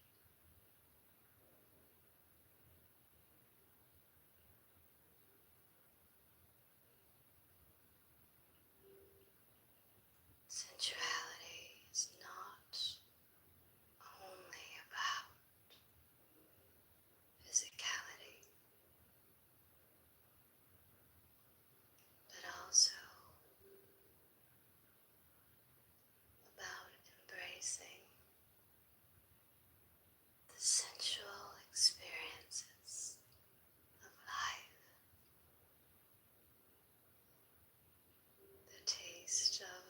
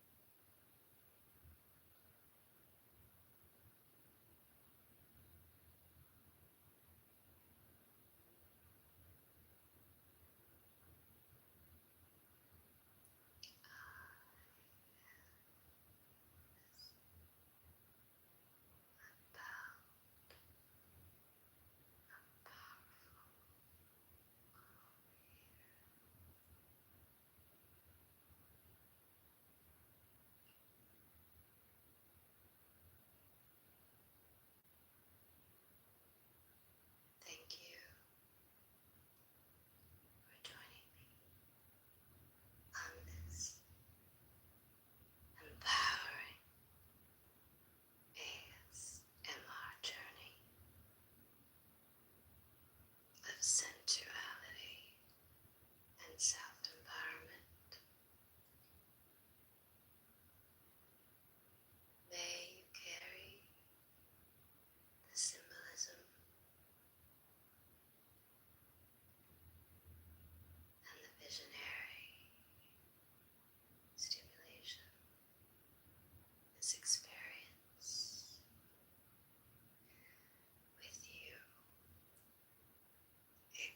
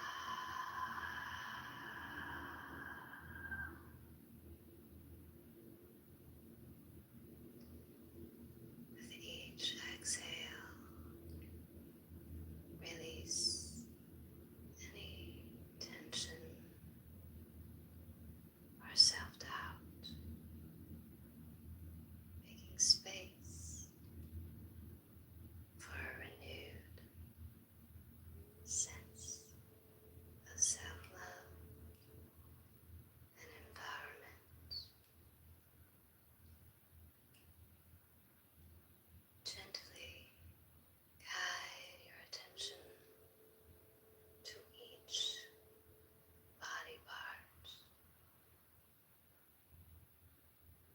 consciously relaxing and releasing any tensions, allowing your body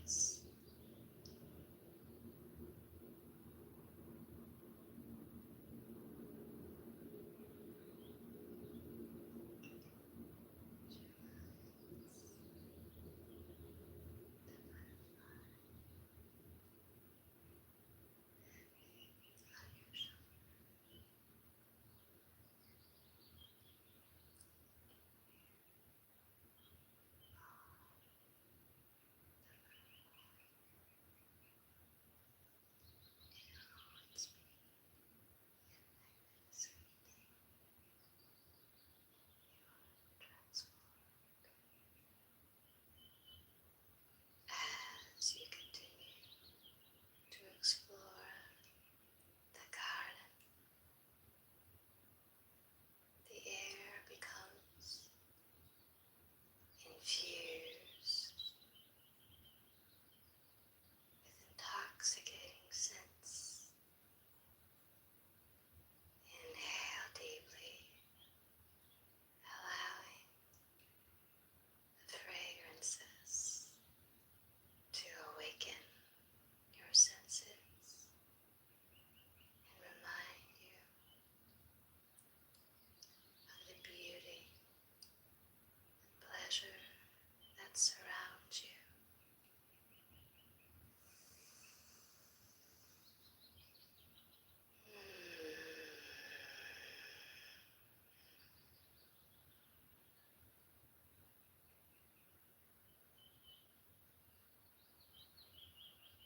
The enchanting scent of the flowers carries within it the whispers of nature's artistry, a delicate symphony that awakens your senses, ignites our spirits, and reminds us to seek the beauty and joy in every moment.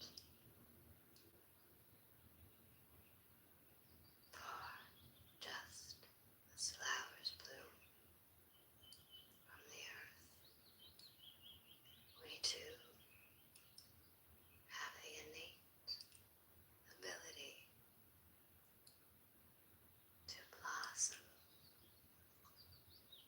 and spread our own unique fragrance to the world.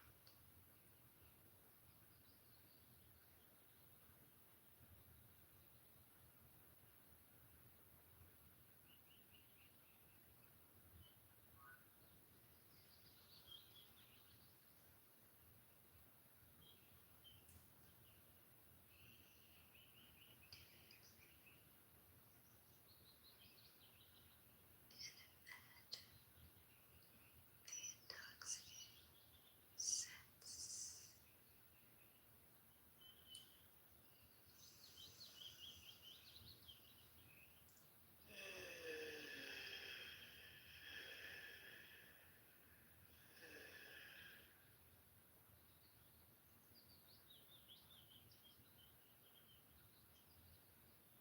Further along the path, you come across a shimmering mirror. Gaze into the mirror and see your reflection, radiating confidence and self-love. Embrace your body, acknowledging its inherent beauty and sensuality. Embrace the profound beauty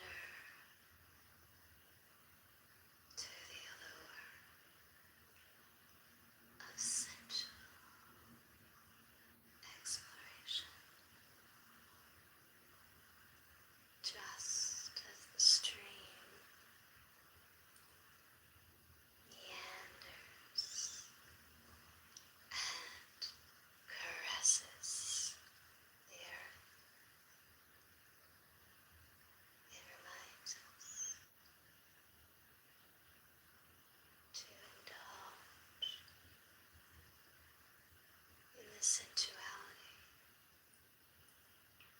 of our own existence,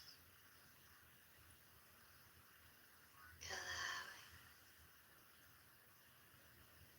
the gentle touch of the waters to awaken your senses, rejuvenate your spirit, and guide us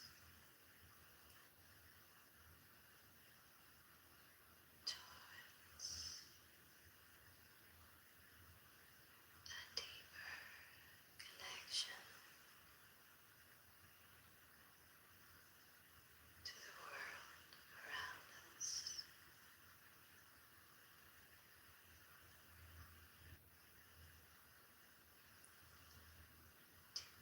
Your hands into the flowing stream and feel its energy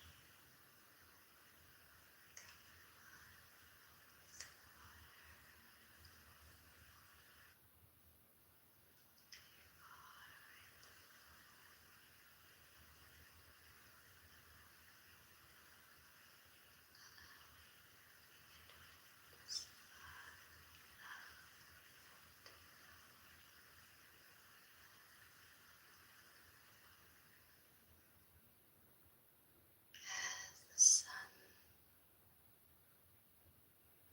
begins to set, casting a warm golden glow over the garden. Find a comfortable spot to sit and reflect. Close your eyes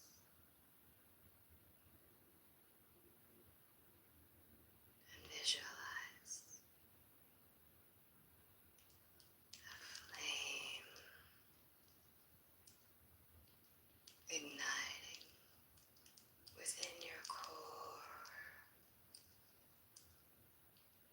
This flame represents your inner strength, passion, and desire for a life filled with empowerment and sensuality. A flickering flame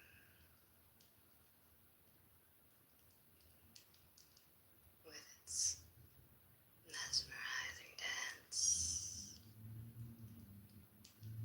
of warmth and passion symbolizes the sensuality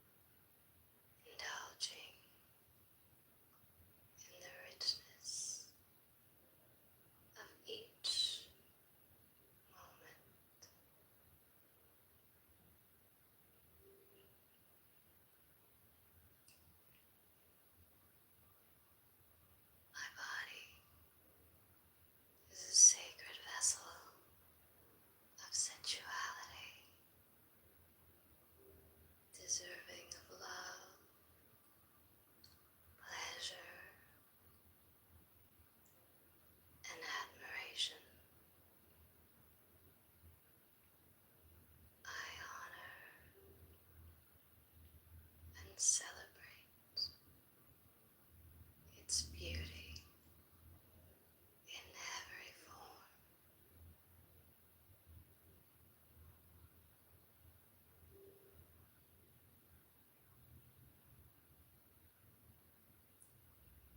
I trust my intuition and embrace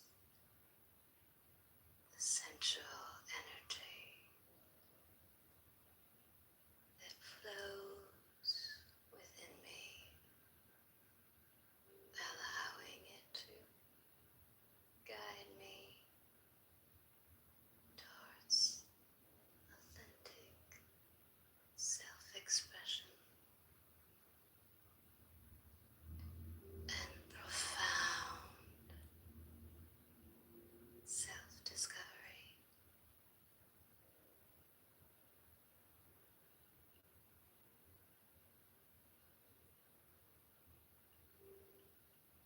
Sensuality is not only about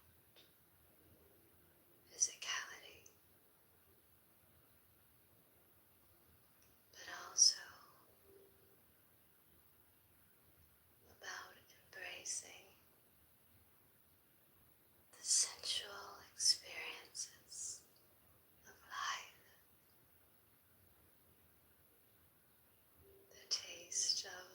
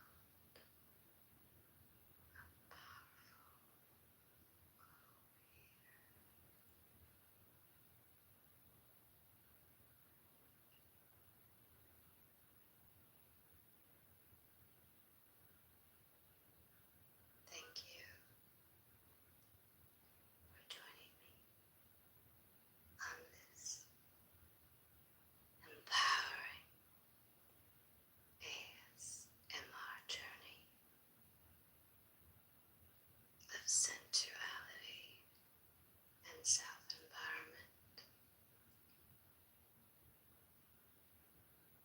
May you carry the symbolism and the visionary stimulation, this experience with you, igniting your inner fire and embracing your sensual power until we meet again. Embrace the beauty of your sensuality and walk your path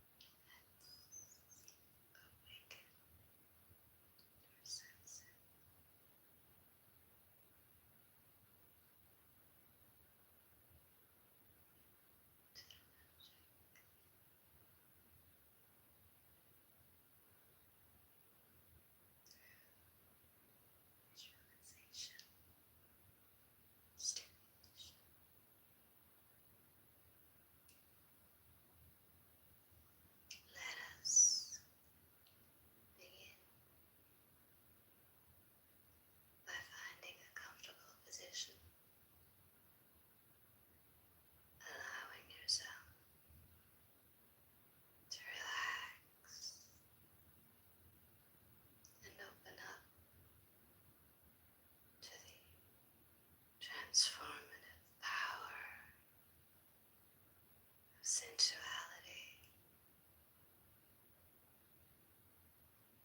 Close your eyes and take a deep, calming breath in.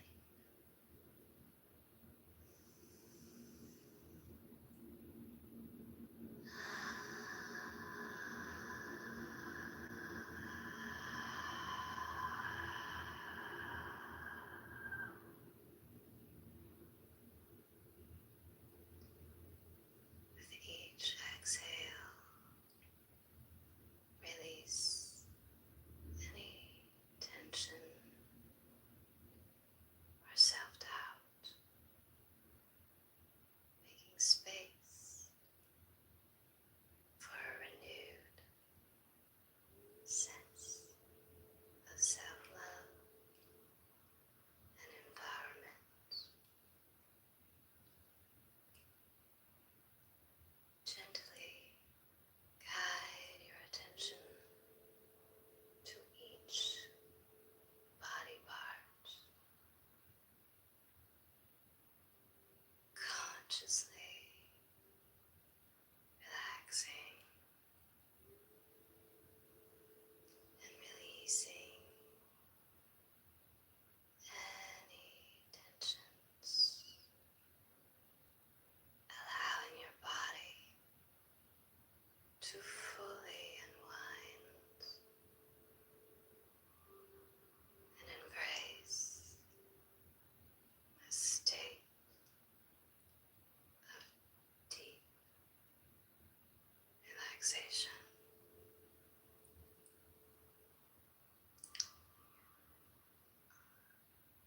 So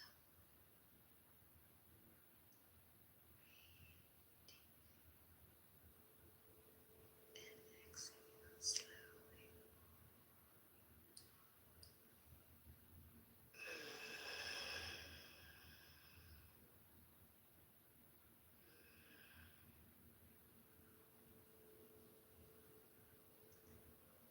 Inhale light, exhale love.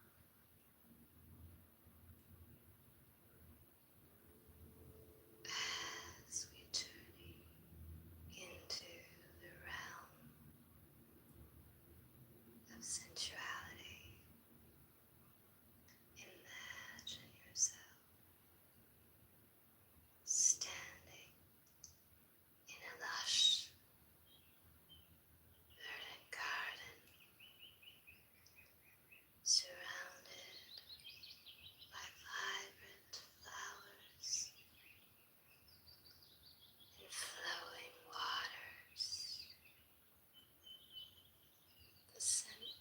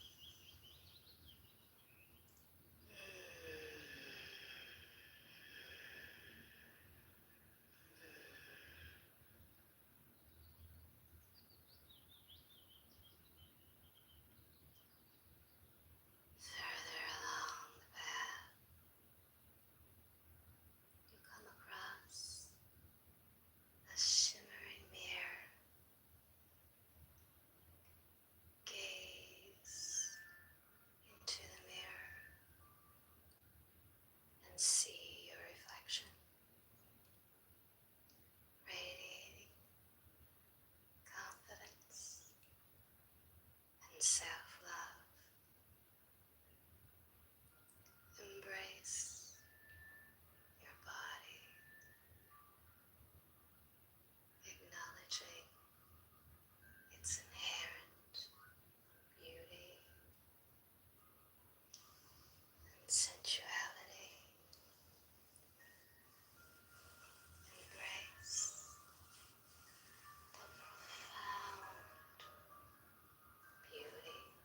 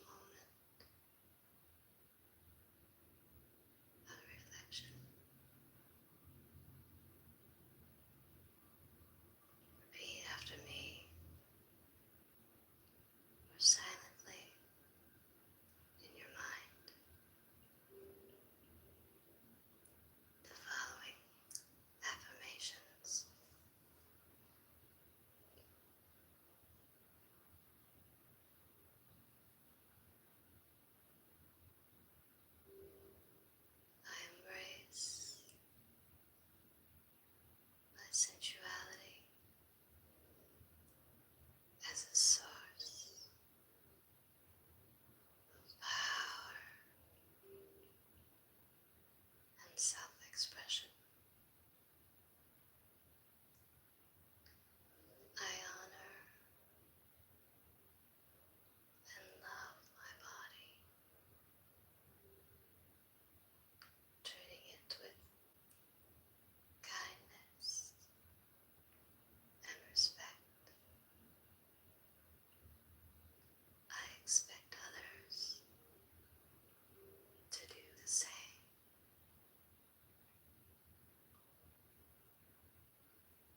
I am confident and deserving of pleasure in all aspects of my life.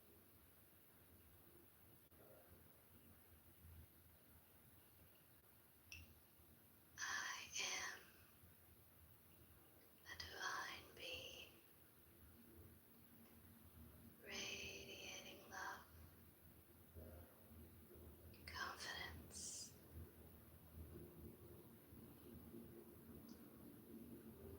and empowerment.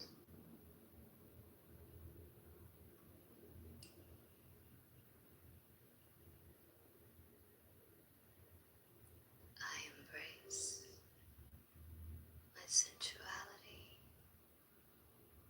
as a divine gift, allowing it to gently guide me towards a deeper connection with myself and others.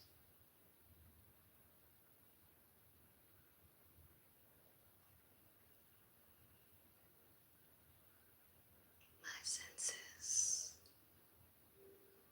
are a gateway to pleasure and joy.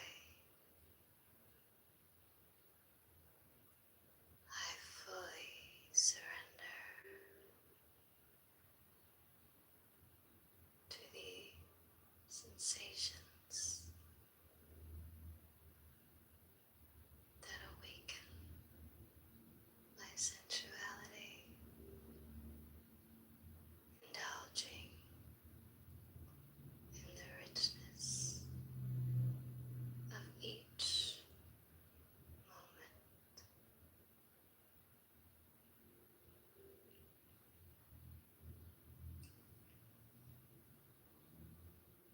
My body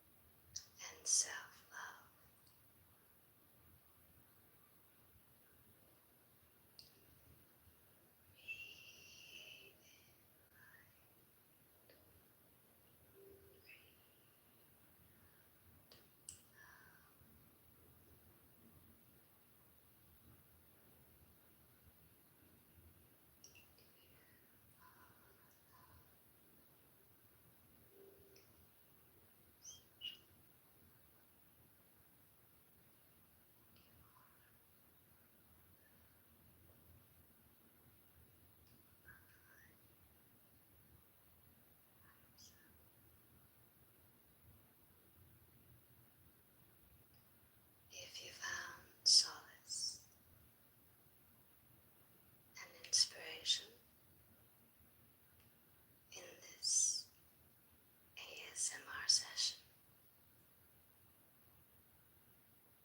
please consider subscribing to my channel.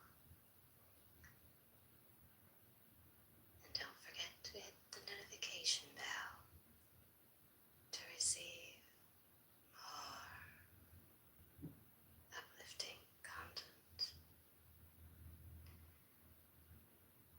Share this video with others, spreading the message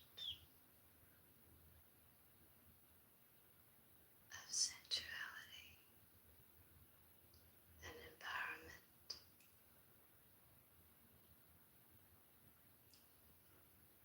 so that together we can create a world where everyone feels confident, empowered, and deeply connected to their sensual nature.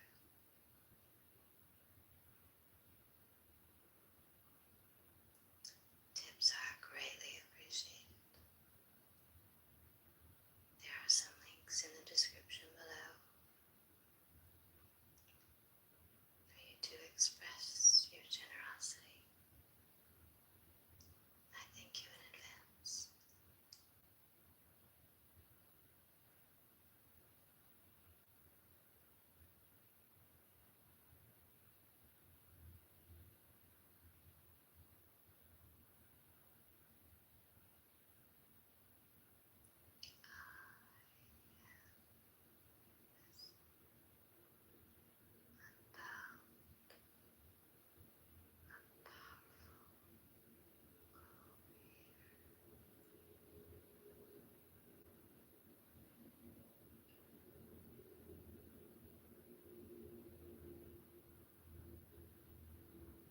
Thank you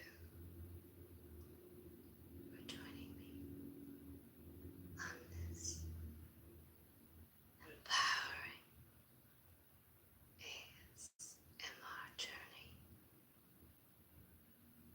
of sensuality and self-empowerment. May you carry the symbolism and the visionary stimulation, this experience with you, igniting your inner fire and embracing your sensual power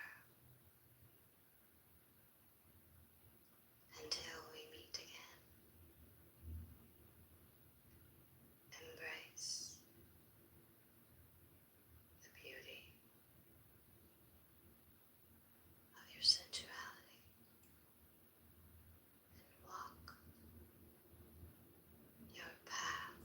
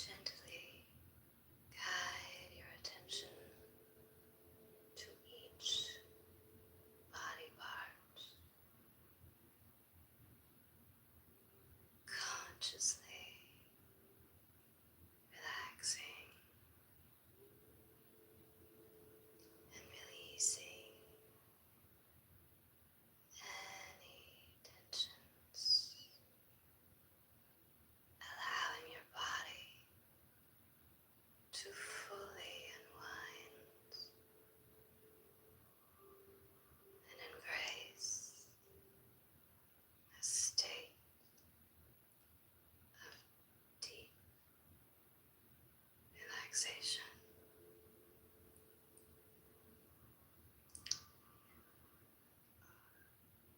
So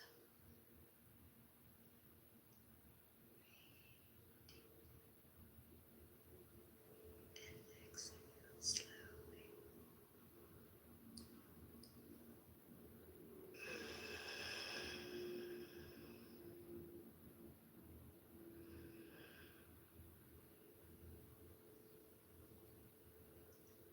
Inhale light. Exhale love.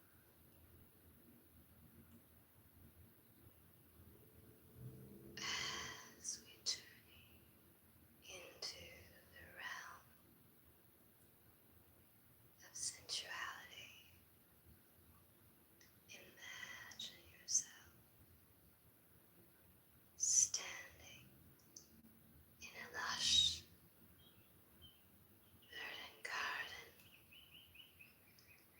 surrounded by vibrant flowers and flowing waters. The scent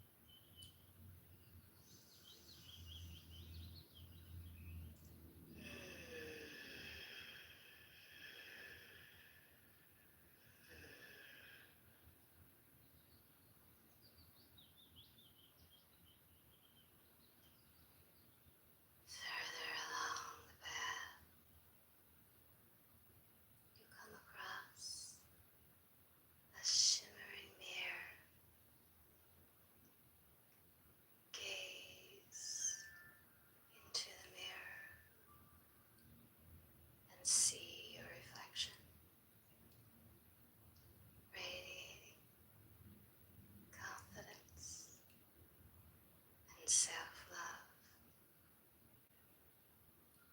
Embrace your body,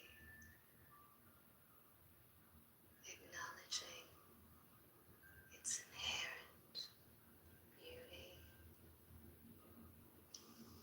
and sensuality. Embrace the profound beauty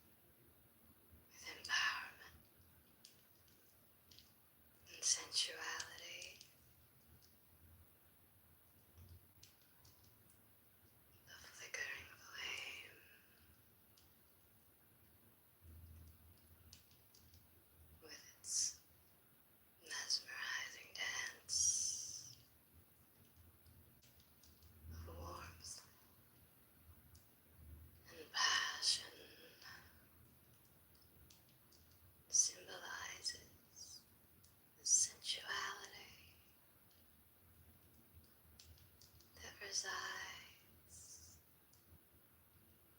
within us.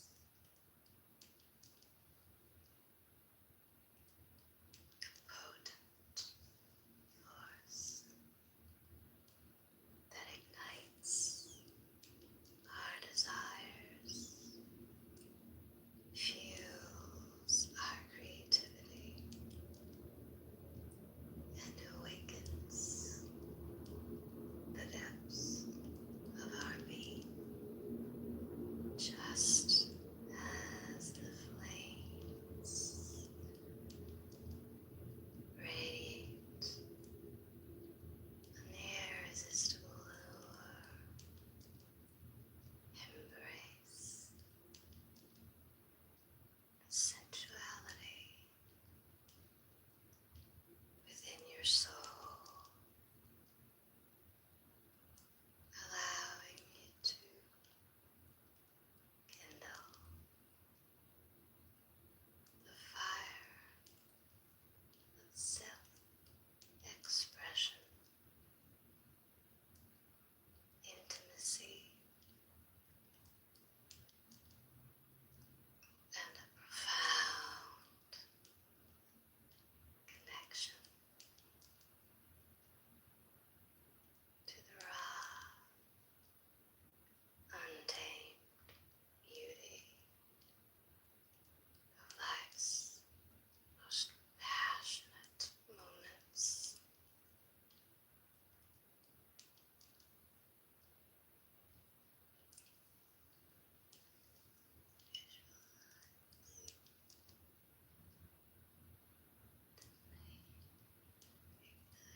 Your goal, allowing the inner kindle of your fire to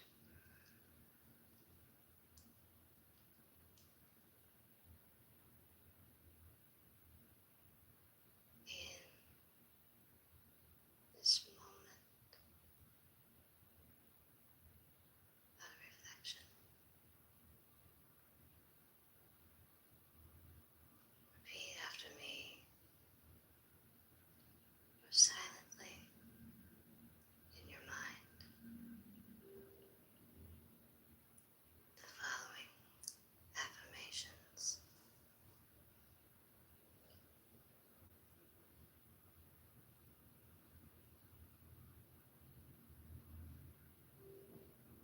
I embrace my sensuality as a source of power and self-expression. I honor and love my body, treating it with kindness and respect. I expect others to do the same.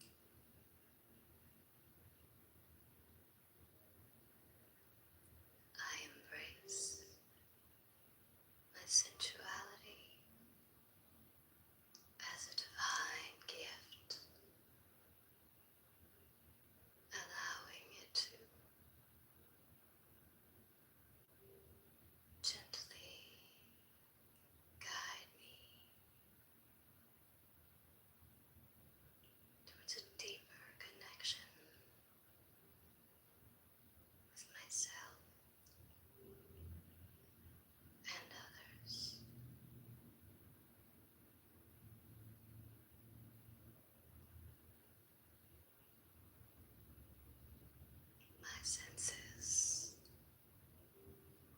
are a gateway to pleasure and joy. I fully surrender to the sensations that awaken my sensuality, indulging in the richness of each moment.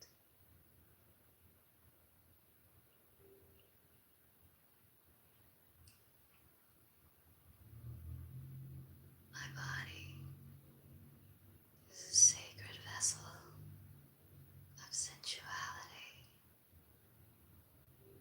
deserving of love, pleasure,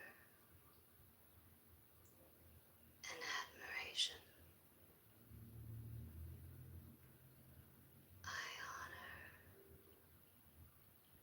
and celebrate its beauty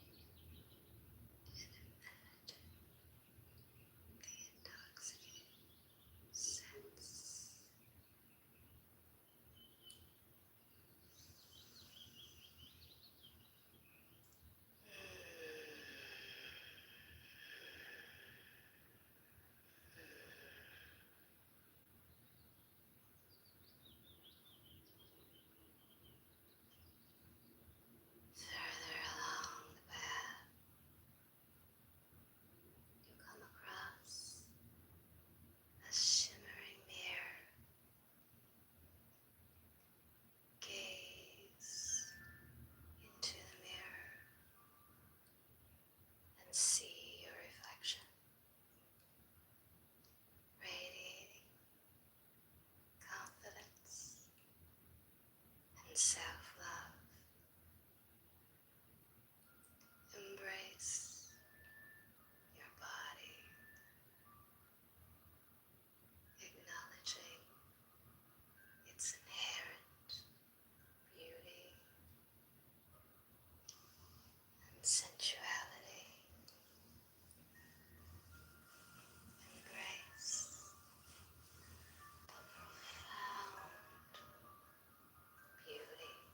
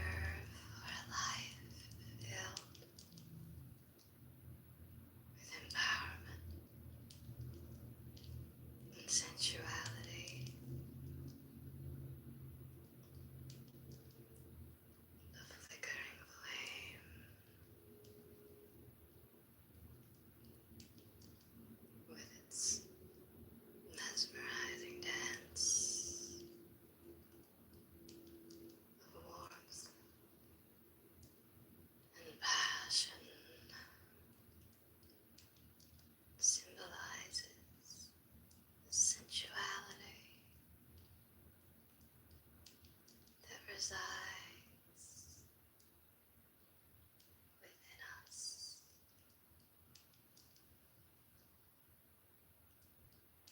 Potent force that ignites our desires, fuels our creativity, and awakens the depths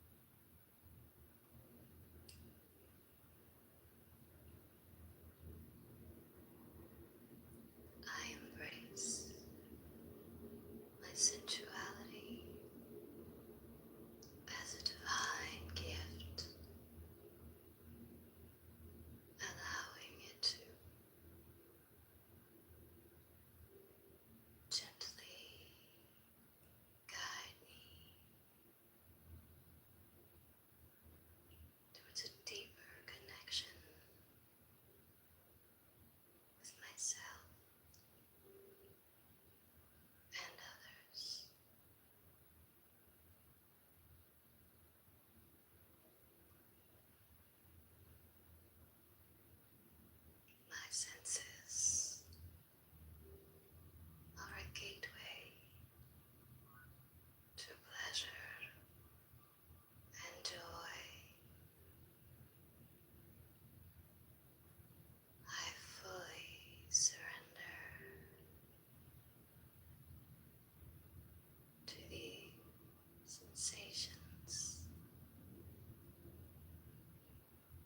that awaken my senses.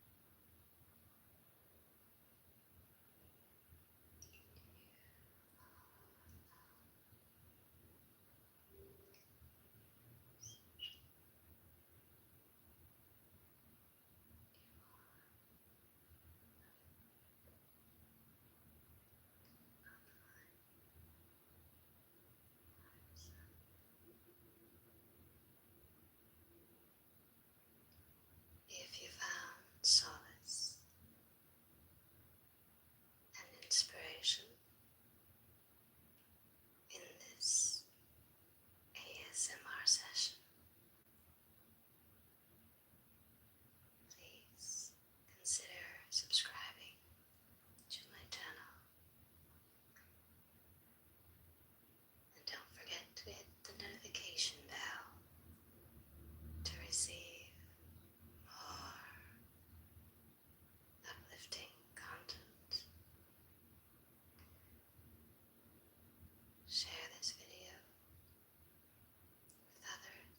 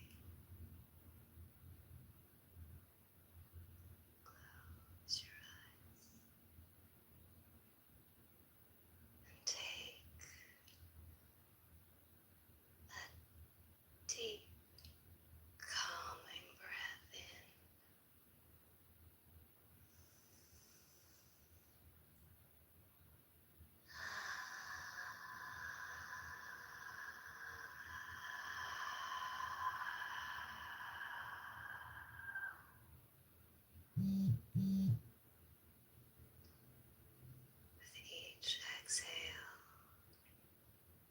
release any tension or self-doubt,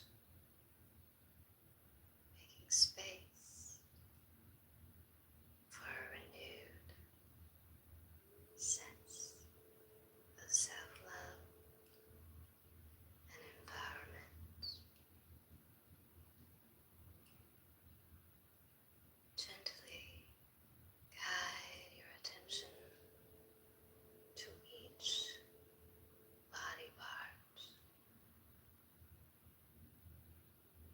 consciously relaxing and releasing any tensions, allowing your body to fully unwind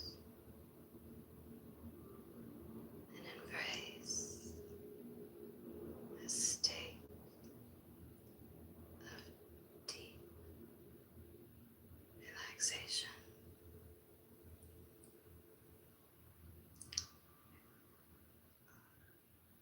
So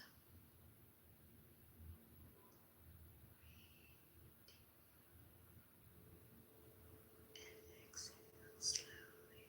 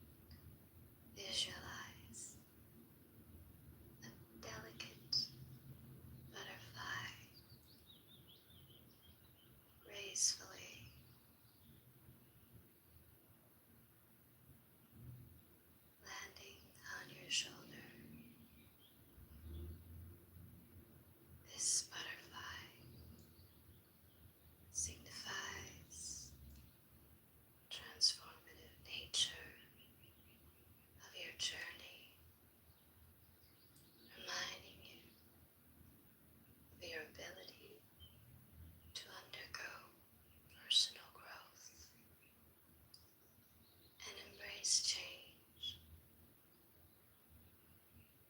The butterfly, with its graceful metamorphosis from a humble caterpillar to breathtaking winged beauty, serves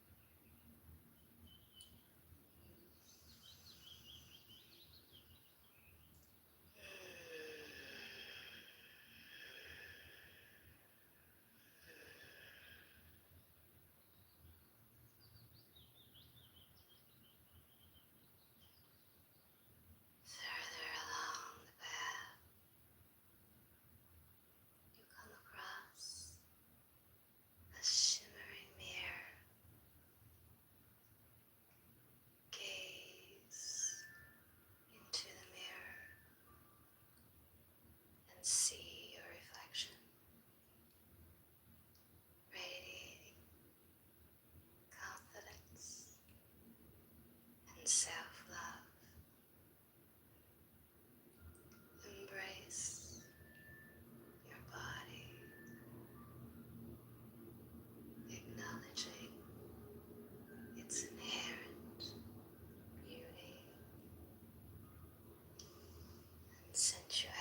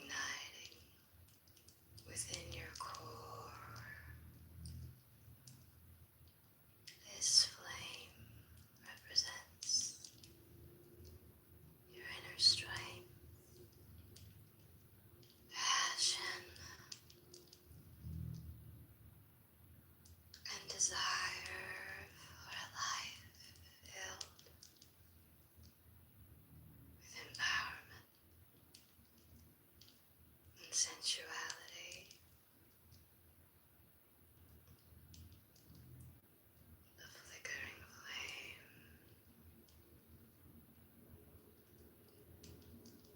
with its mesmerizing dance of warmth and passion symbolizes the sensuality that resides within us.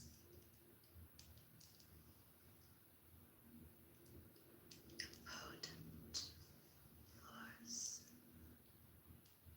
that ignites our desires, fuels our creativity, and awakens the depths